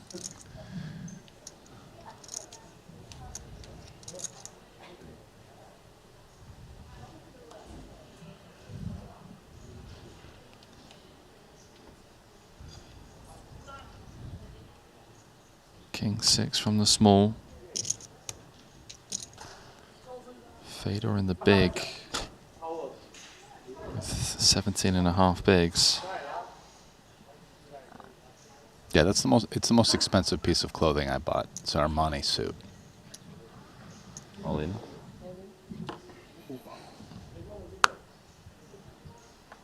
No nonsense from Holtz, just pitching the 9 high.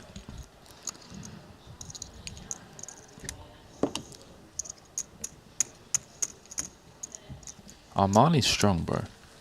It's, I mean, after tailored, it does look sharp when I'm rocking it.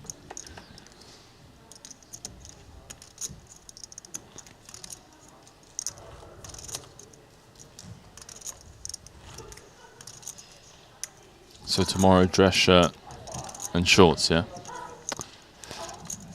I might wear, like, athletic pants. I'm not sure. But, yeah, it's not going to be dress pants, though. No. We've got a bit of a rail developing. They got Lun, so Punat Punsri.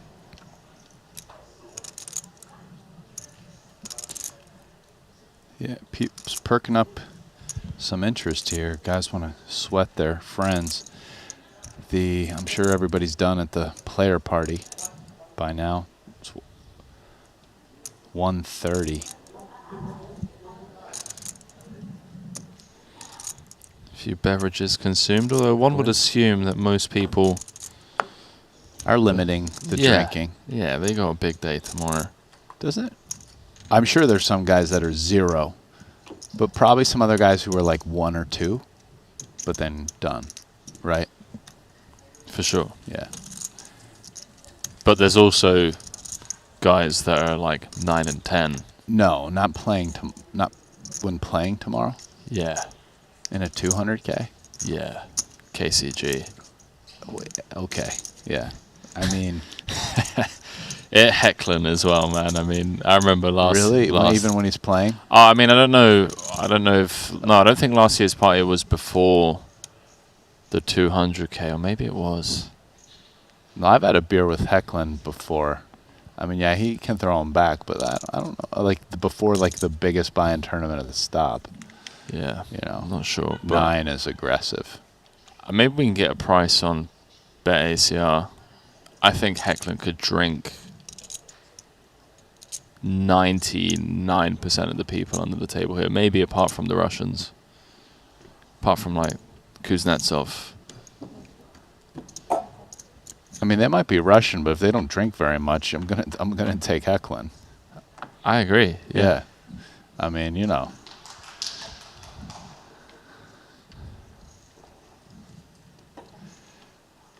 Not off anything. Not that I really even know how much Hecklin drinks, just based off what you're saying. It's all about your time in the trenches, bro. He's been out there, mate. He's been gaining that experience.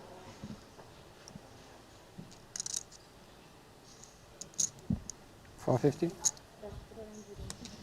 All right, here we go. We got 2 guys fighting for a pot with nothing. And sure enough, the pre-flop raiser takes it down.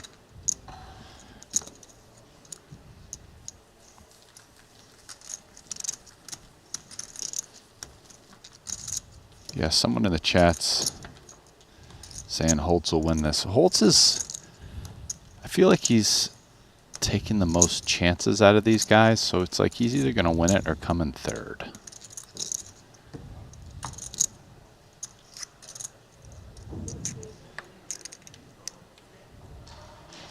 I mean, I guess right now, actually, he's the last in chips by a decent amount. It's like 6 to 9 to 11 million.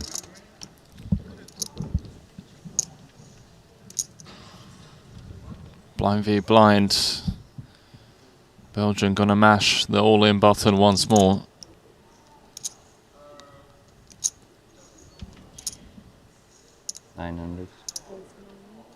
Just 3 X's. It is 20 bigs effective, so maybe deciding he doesn't want to have too much of an open jam range for 20 bigs. Or if so, he wants it to be more like offsuit ace X.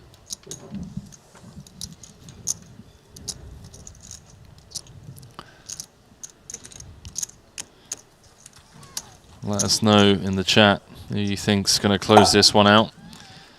Still have almost 7,000 of you watching over on YouTube. Shout out to each and every one of you. Let us know whereabouts in the world you are joining us from, who you think's going to win. If you haven't already, dropped us a like, click the subscribe button as Triton continue to grow the game on the highest level. Just world-class production from series to series. Free for your viewing pleasure. The Belgian activates once more, no slowing down. Fedor with a spot here. 17.5 bigs. Feels like a spot he's going to take. That's the very active button. Yeah, I mean, suited wheel ace. What else you going to do? Oh my word. He's run into number 1. The blades of Soiser. And Holtz is got 1 foot out the door. Stone top of range.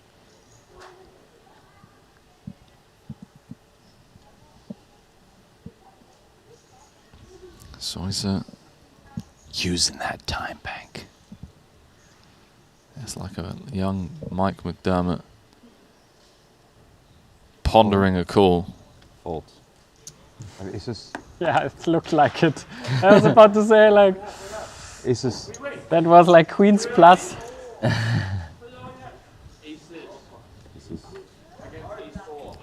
Holtz knew he was in trouble. Didn't know he was in this much trouble.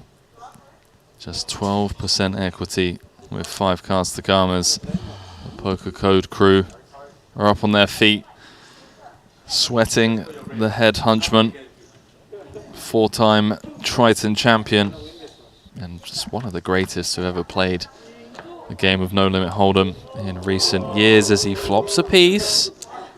It's a decent piece at that. I mean, it's a start. Keeps him alive. Backdoor hearts. And a 4 just immediately.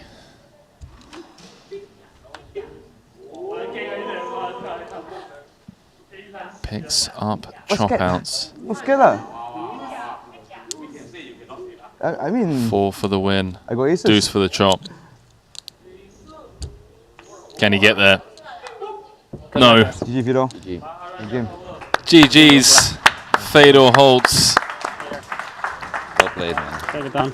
The rejam, a profitable one, of course, against the button open, but unfortunately running into top of range. Soiser waking up with the blades out of the big as Fedor departs in third after a deal was made.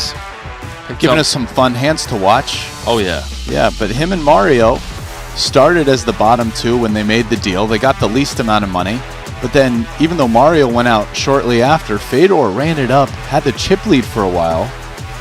Thought like maybe he's going to win it, but then ended up coming in third anyways. Yeah, really unfortunate for Fedor, and I guess when we look back, you'd have to say the hand that really shifted that was that 8-6 of hearts 3-bet pot against Peter. He had the chip lead and then, yeah, kind of crippled after that. But hey, another impressive run for the German phenom, going home with 1.528 million. Heads up, Brian. Michael Soiser looking for his 3rd title. Peter Ayals looking for his 2nd. Is Soiser going to be coming in with a 50 big blind stack, playing against the Belgians 38? We're going to throw it to a very quick break. Don't go too far. When we return, be crowning the champion of this 100K event number 6 here in Monaco. We'll see you very shortly.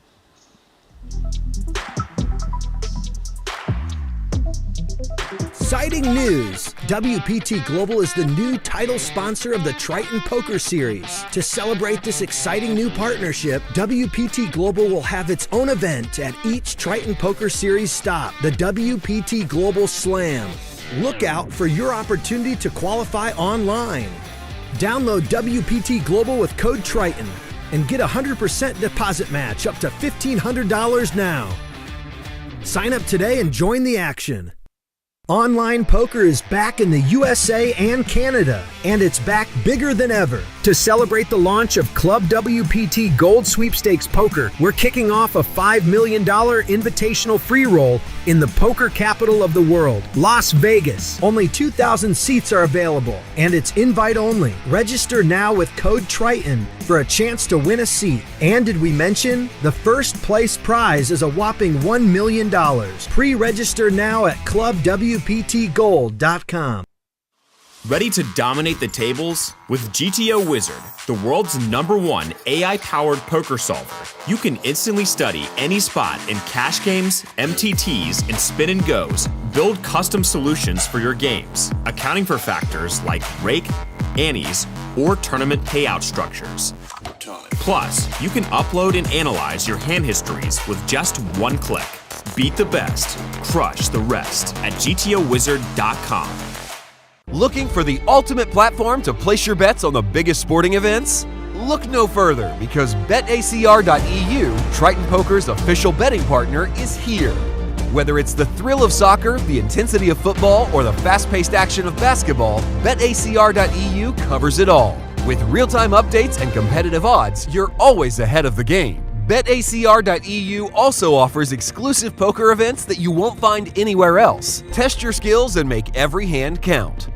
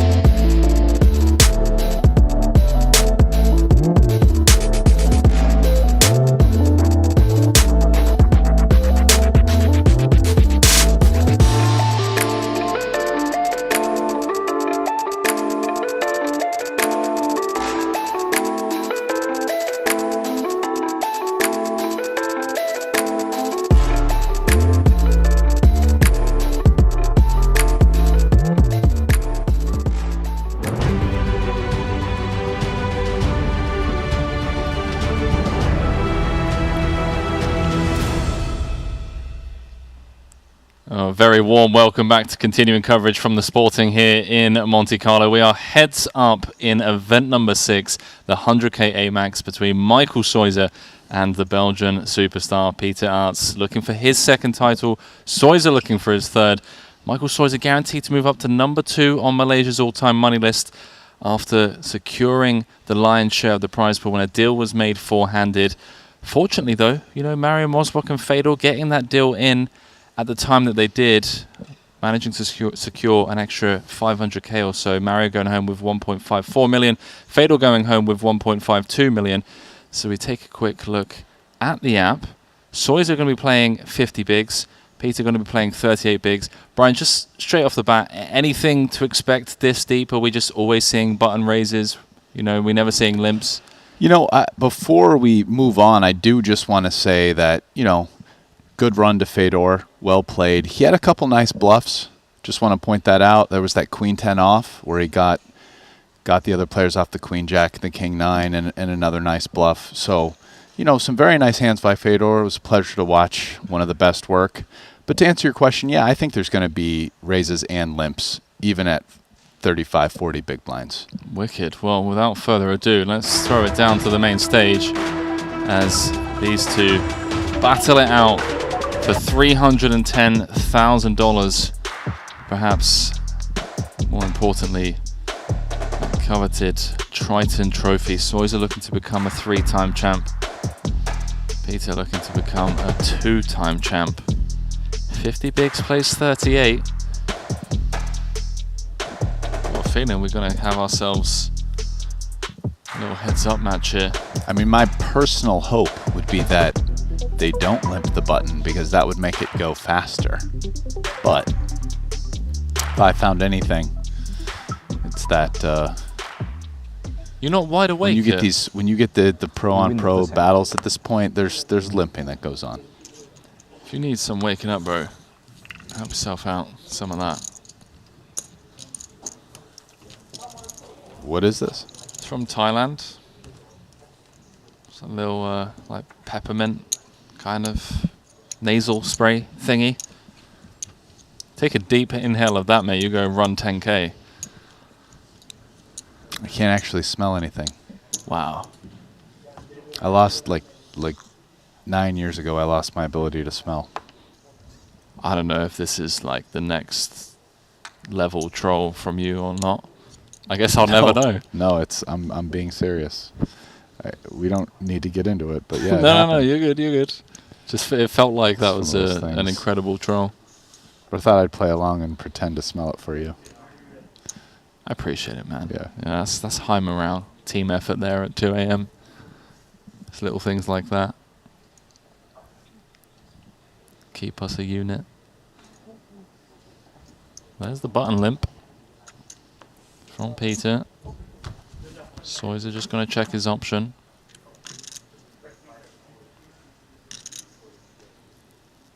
Fun one, by the way. I mean, Queen 9, spades, open ender for Soizer.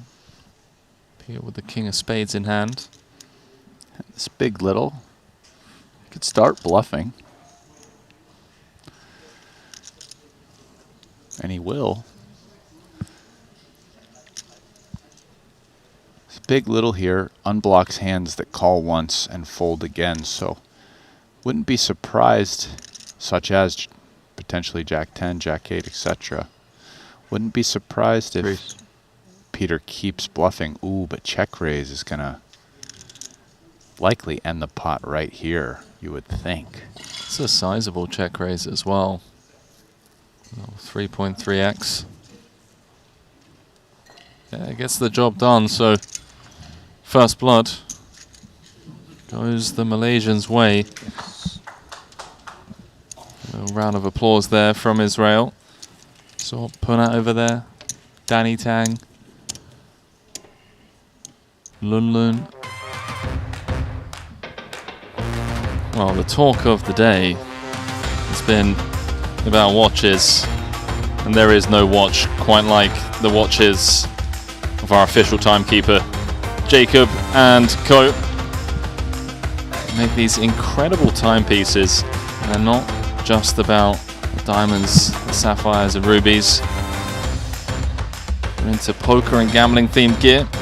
This really is just the one brand to check out. They've been embedding playful spirit into the watch functions, including a roulette wheel in the Astronomia Casino piece, which we've seen on display. I remember in Vietnam they had a Jacob & Co. cabinet. I think Phil Nagy snagged the piece for like 500k. KT was rocking the roulette watch.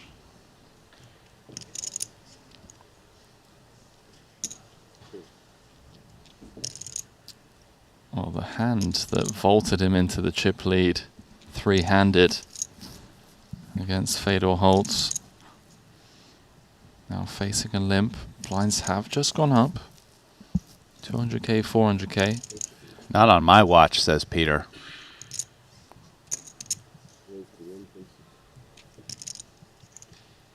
This is a lot to put in with 10 deuce, even suited. Too much, in fact. Soiser agrees.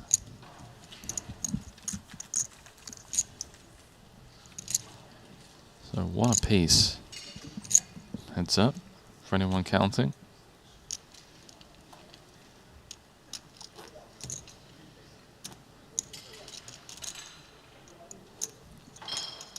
There it is, the sleek and elegant Triton trophy, one of a kind.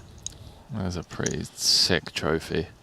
Every poker player would want one for their trophy case.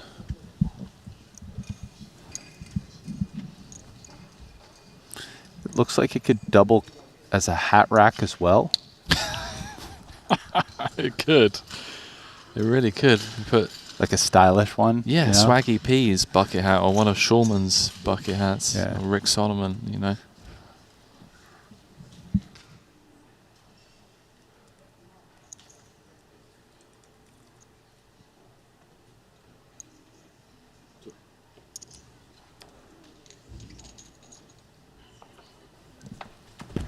Soiser knuckling this one back. Good job he did. Peter wouldn't have been going anywhere pre-flop, and he certainly wouldn't have been going anywhere on this flop. Open-ender, backdoor spades.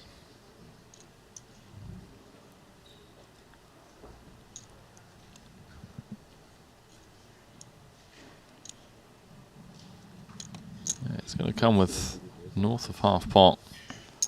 No nonsense from Soiser. So I didn't realize that the blinds were going to go up so quickly. There was only 5 minutes left of big blind 300k. So we're looking at a 33 big blind average stack. 36 bigs plays 30 with a 30-minute clock. Good luck, gentlemen. This is exactly what we asked for at the beginning of the final table. It's like a 30 to 35 big blind average heads-up match. May the best man win.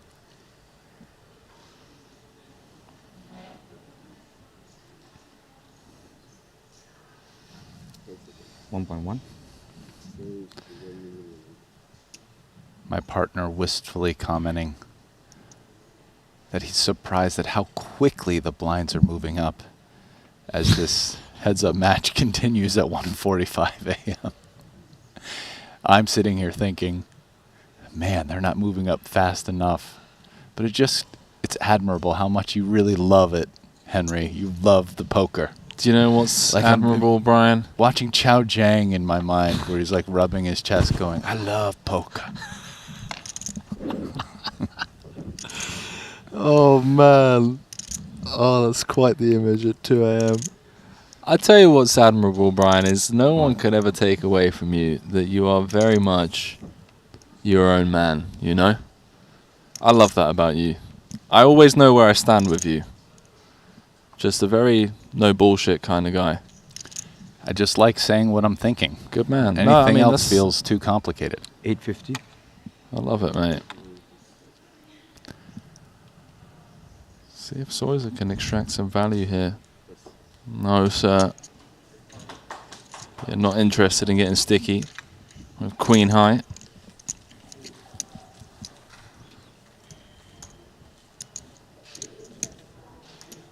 Soiser extending.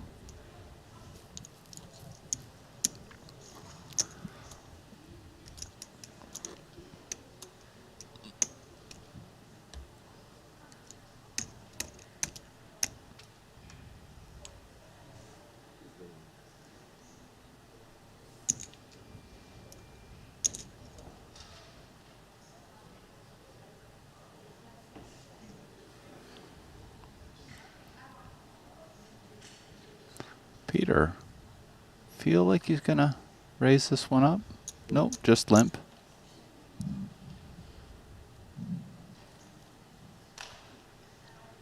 So far, I think he's limped every button. Check.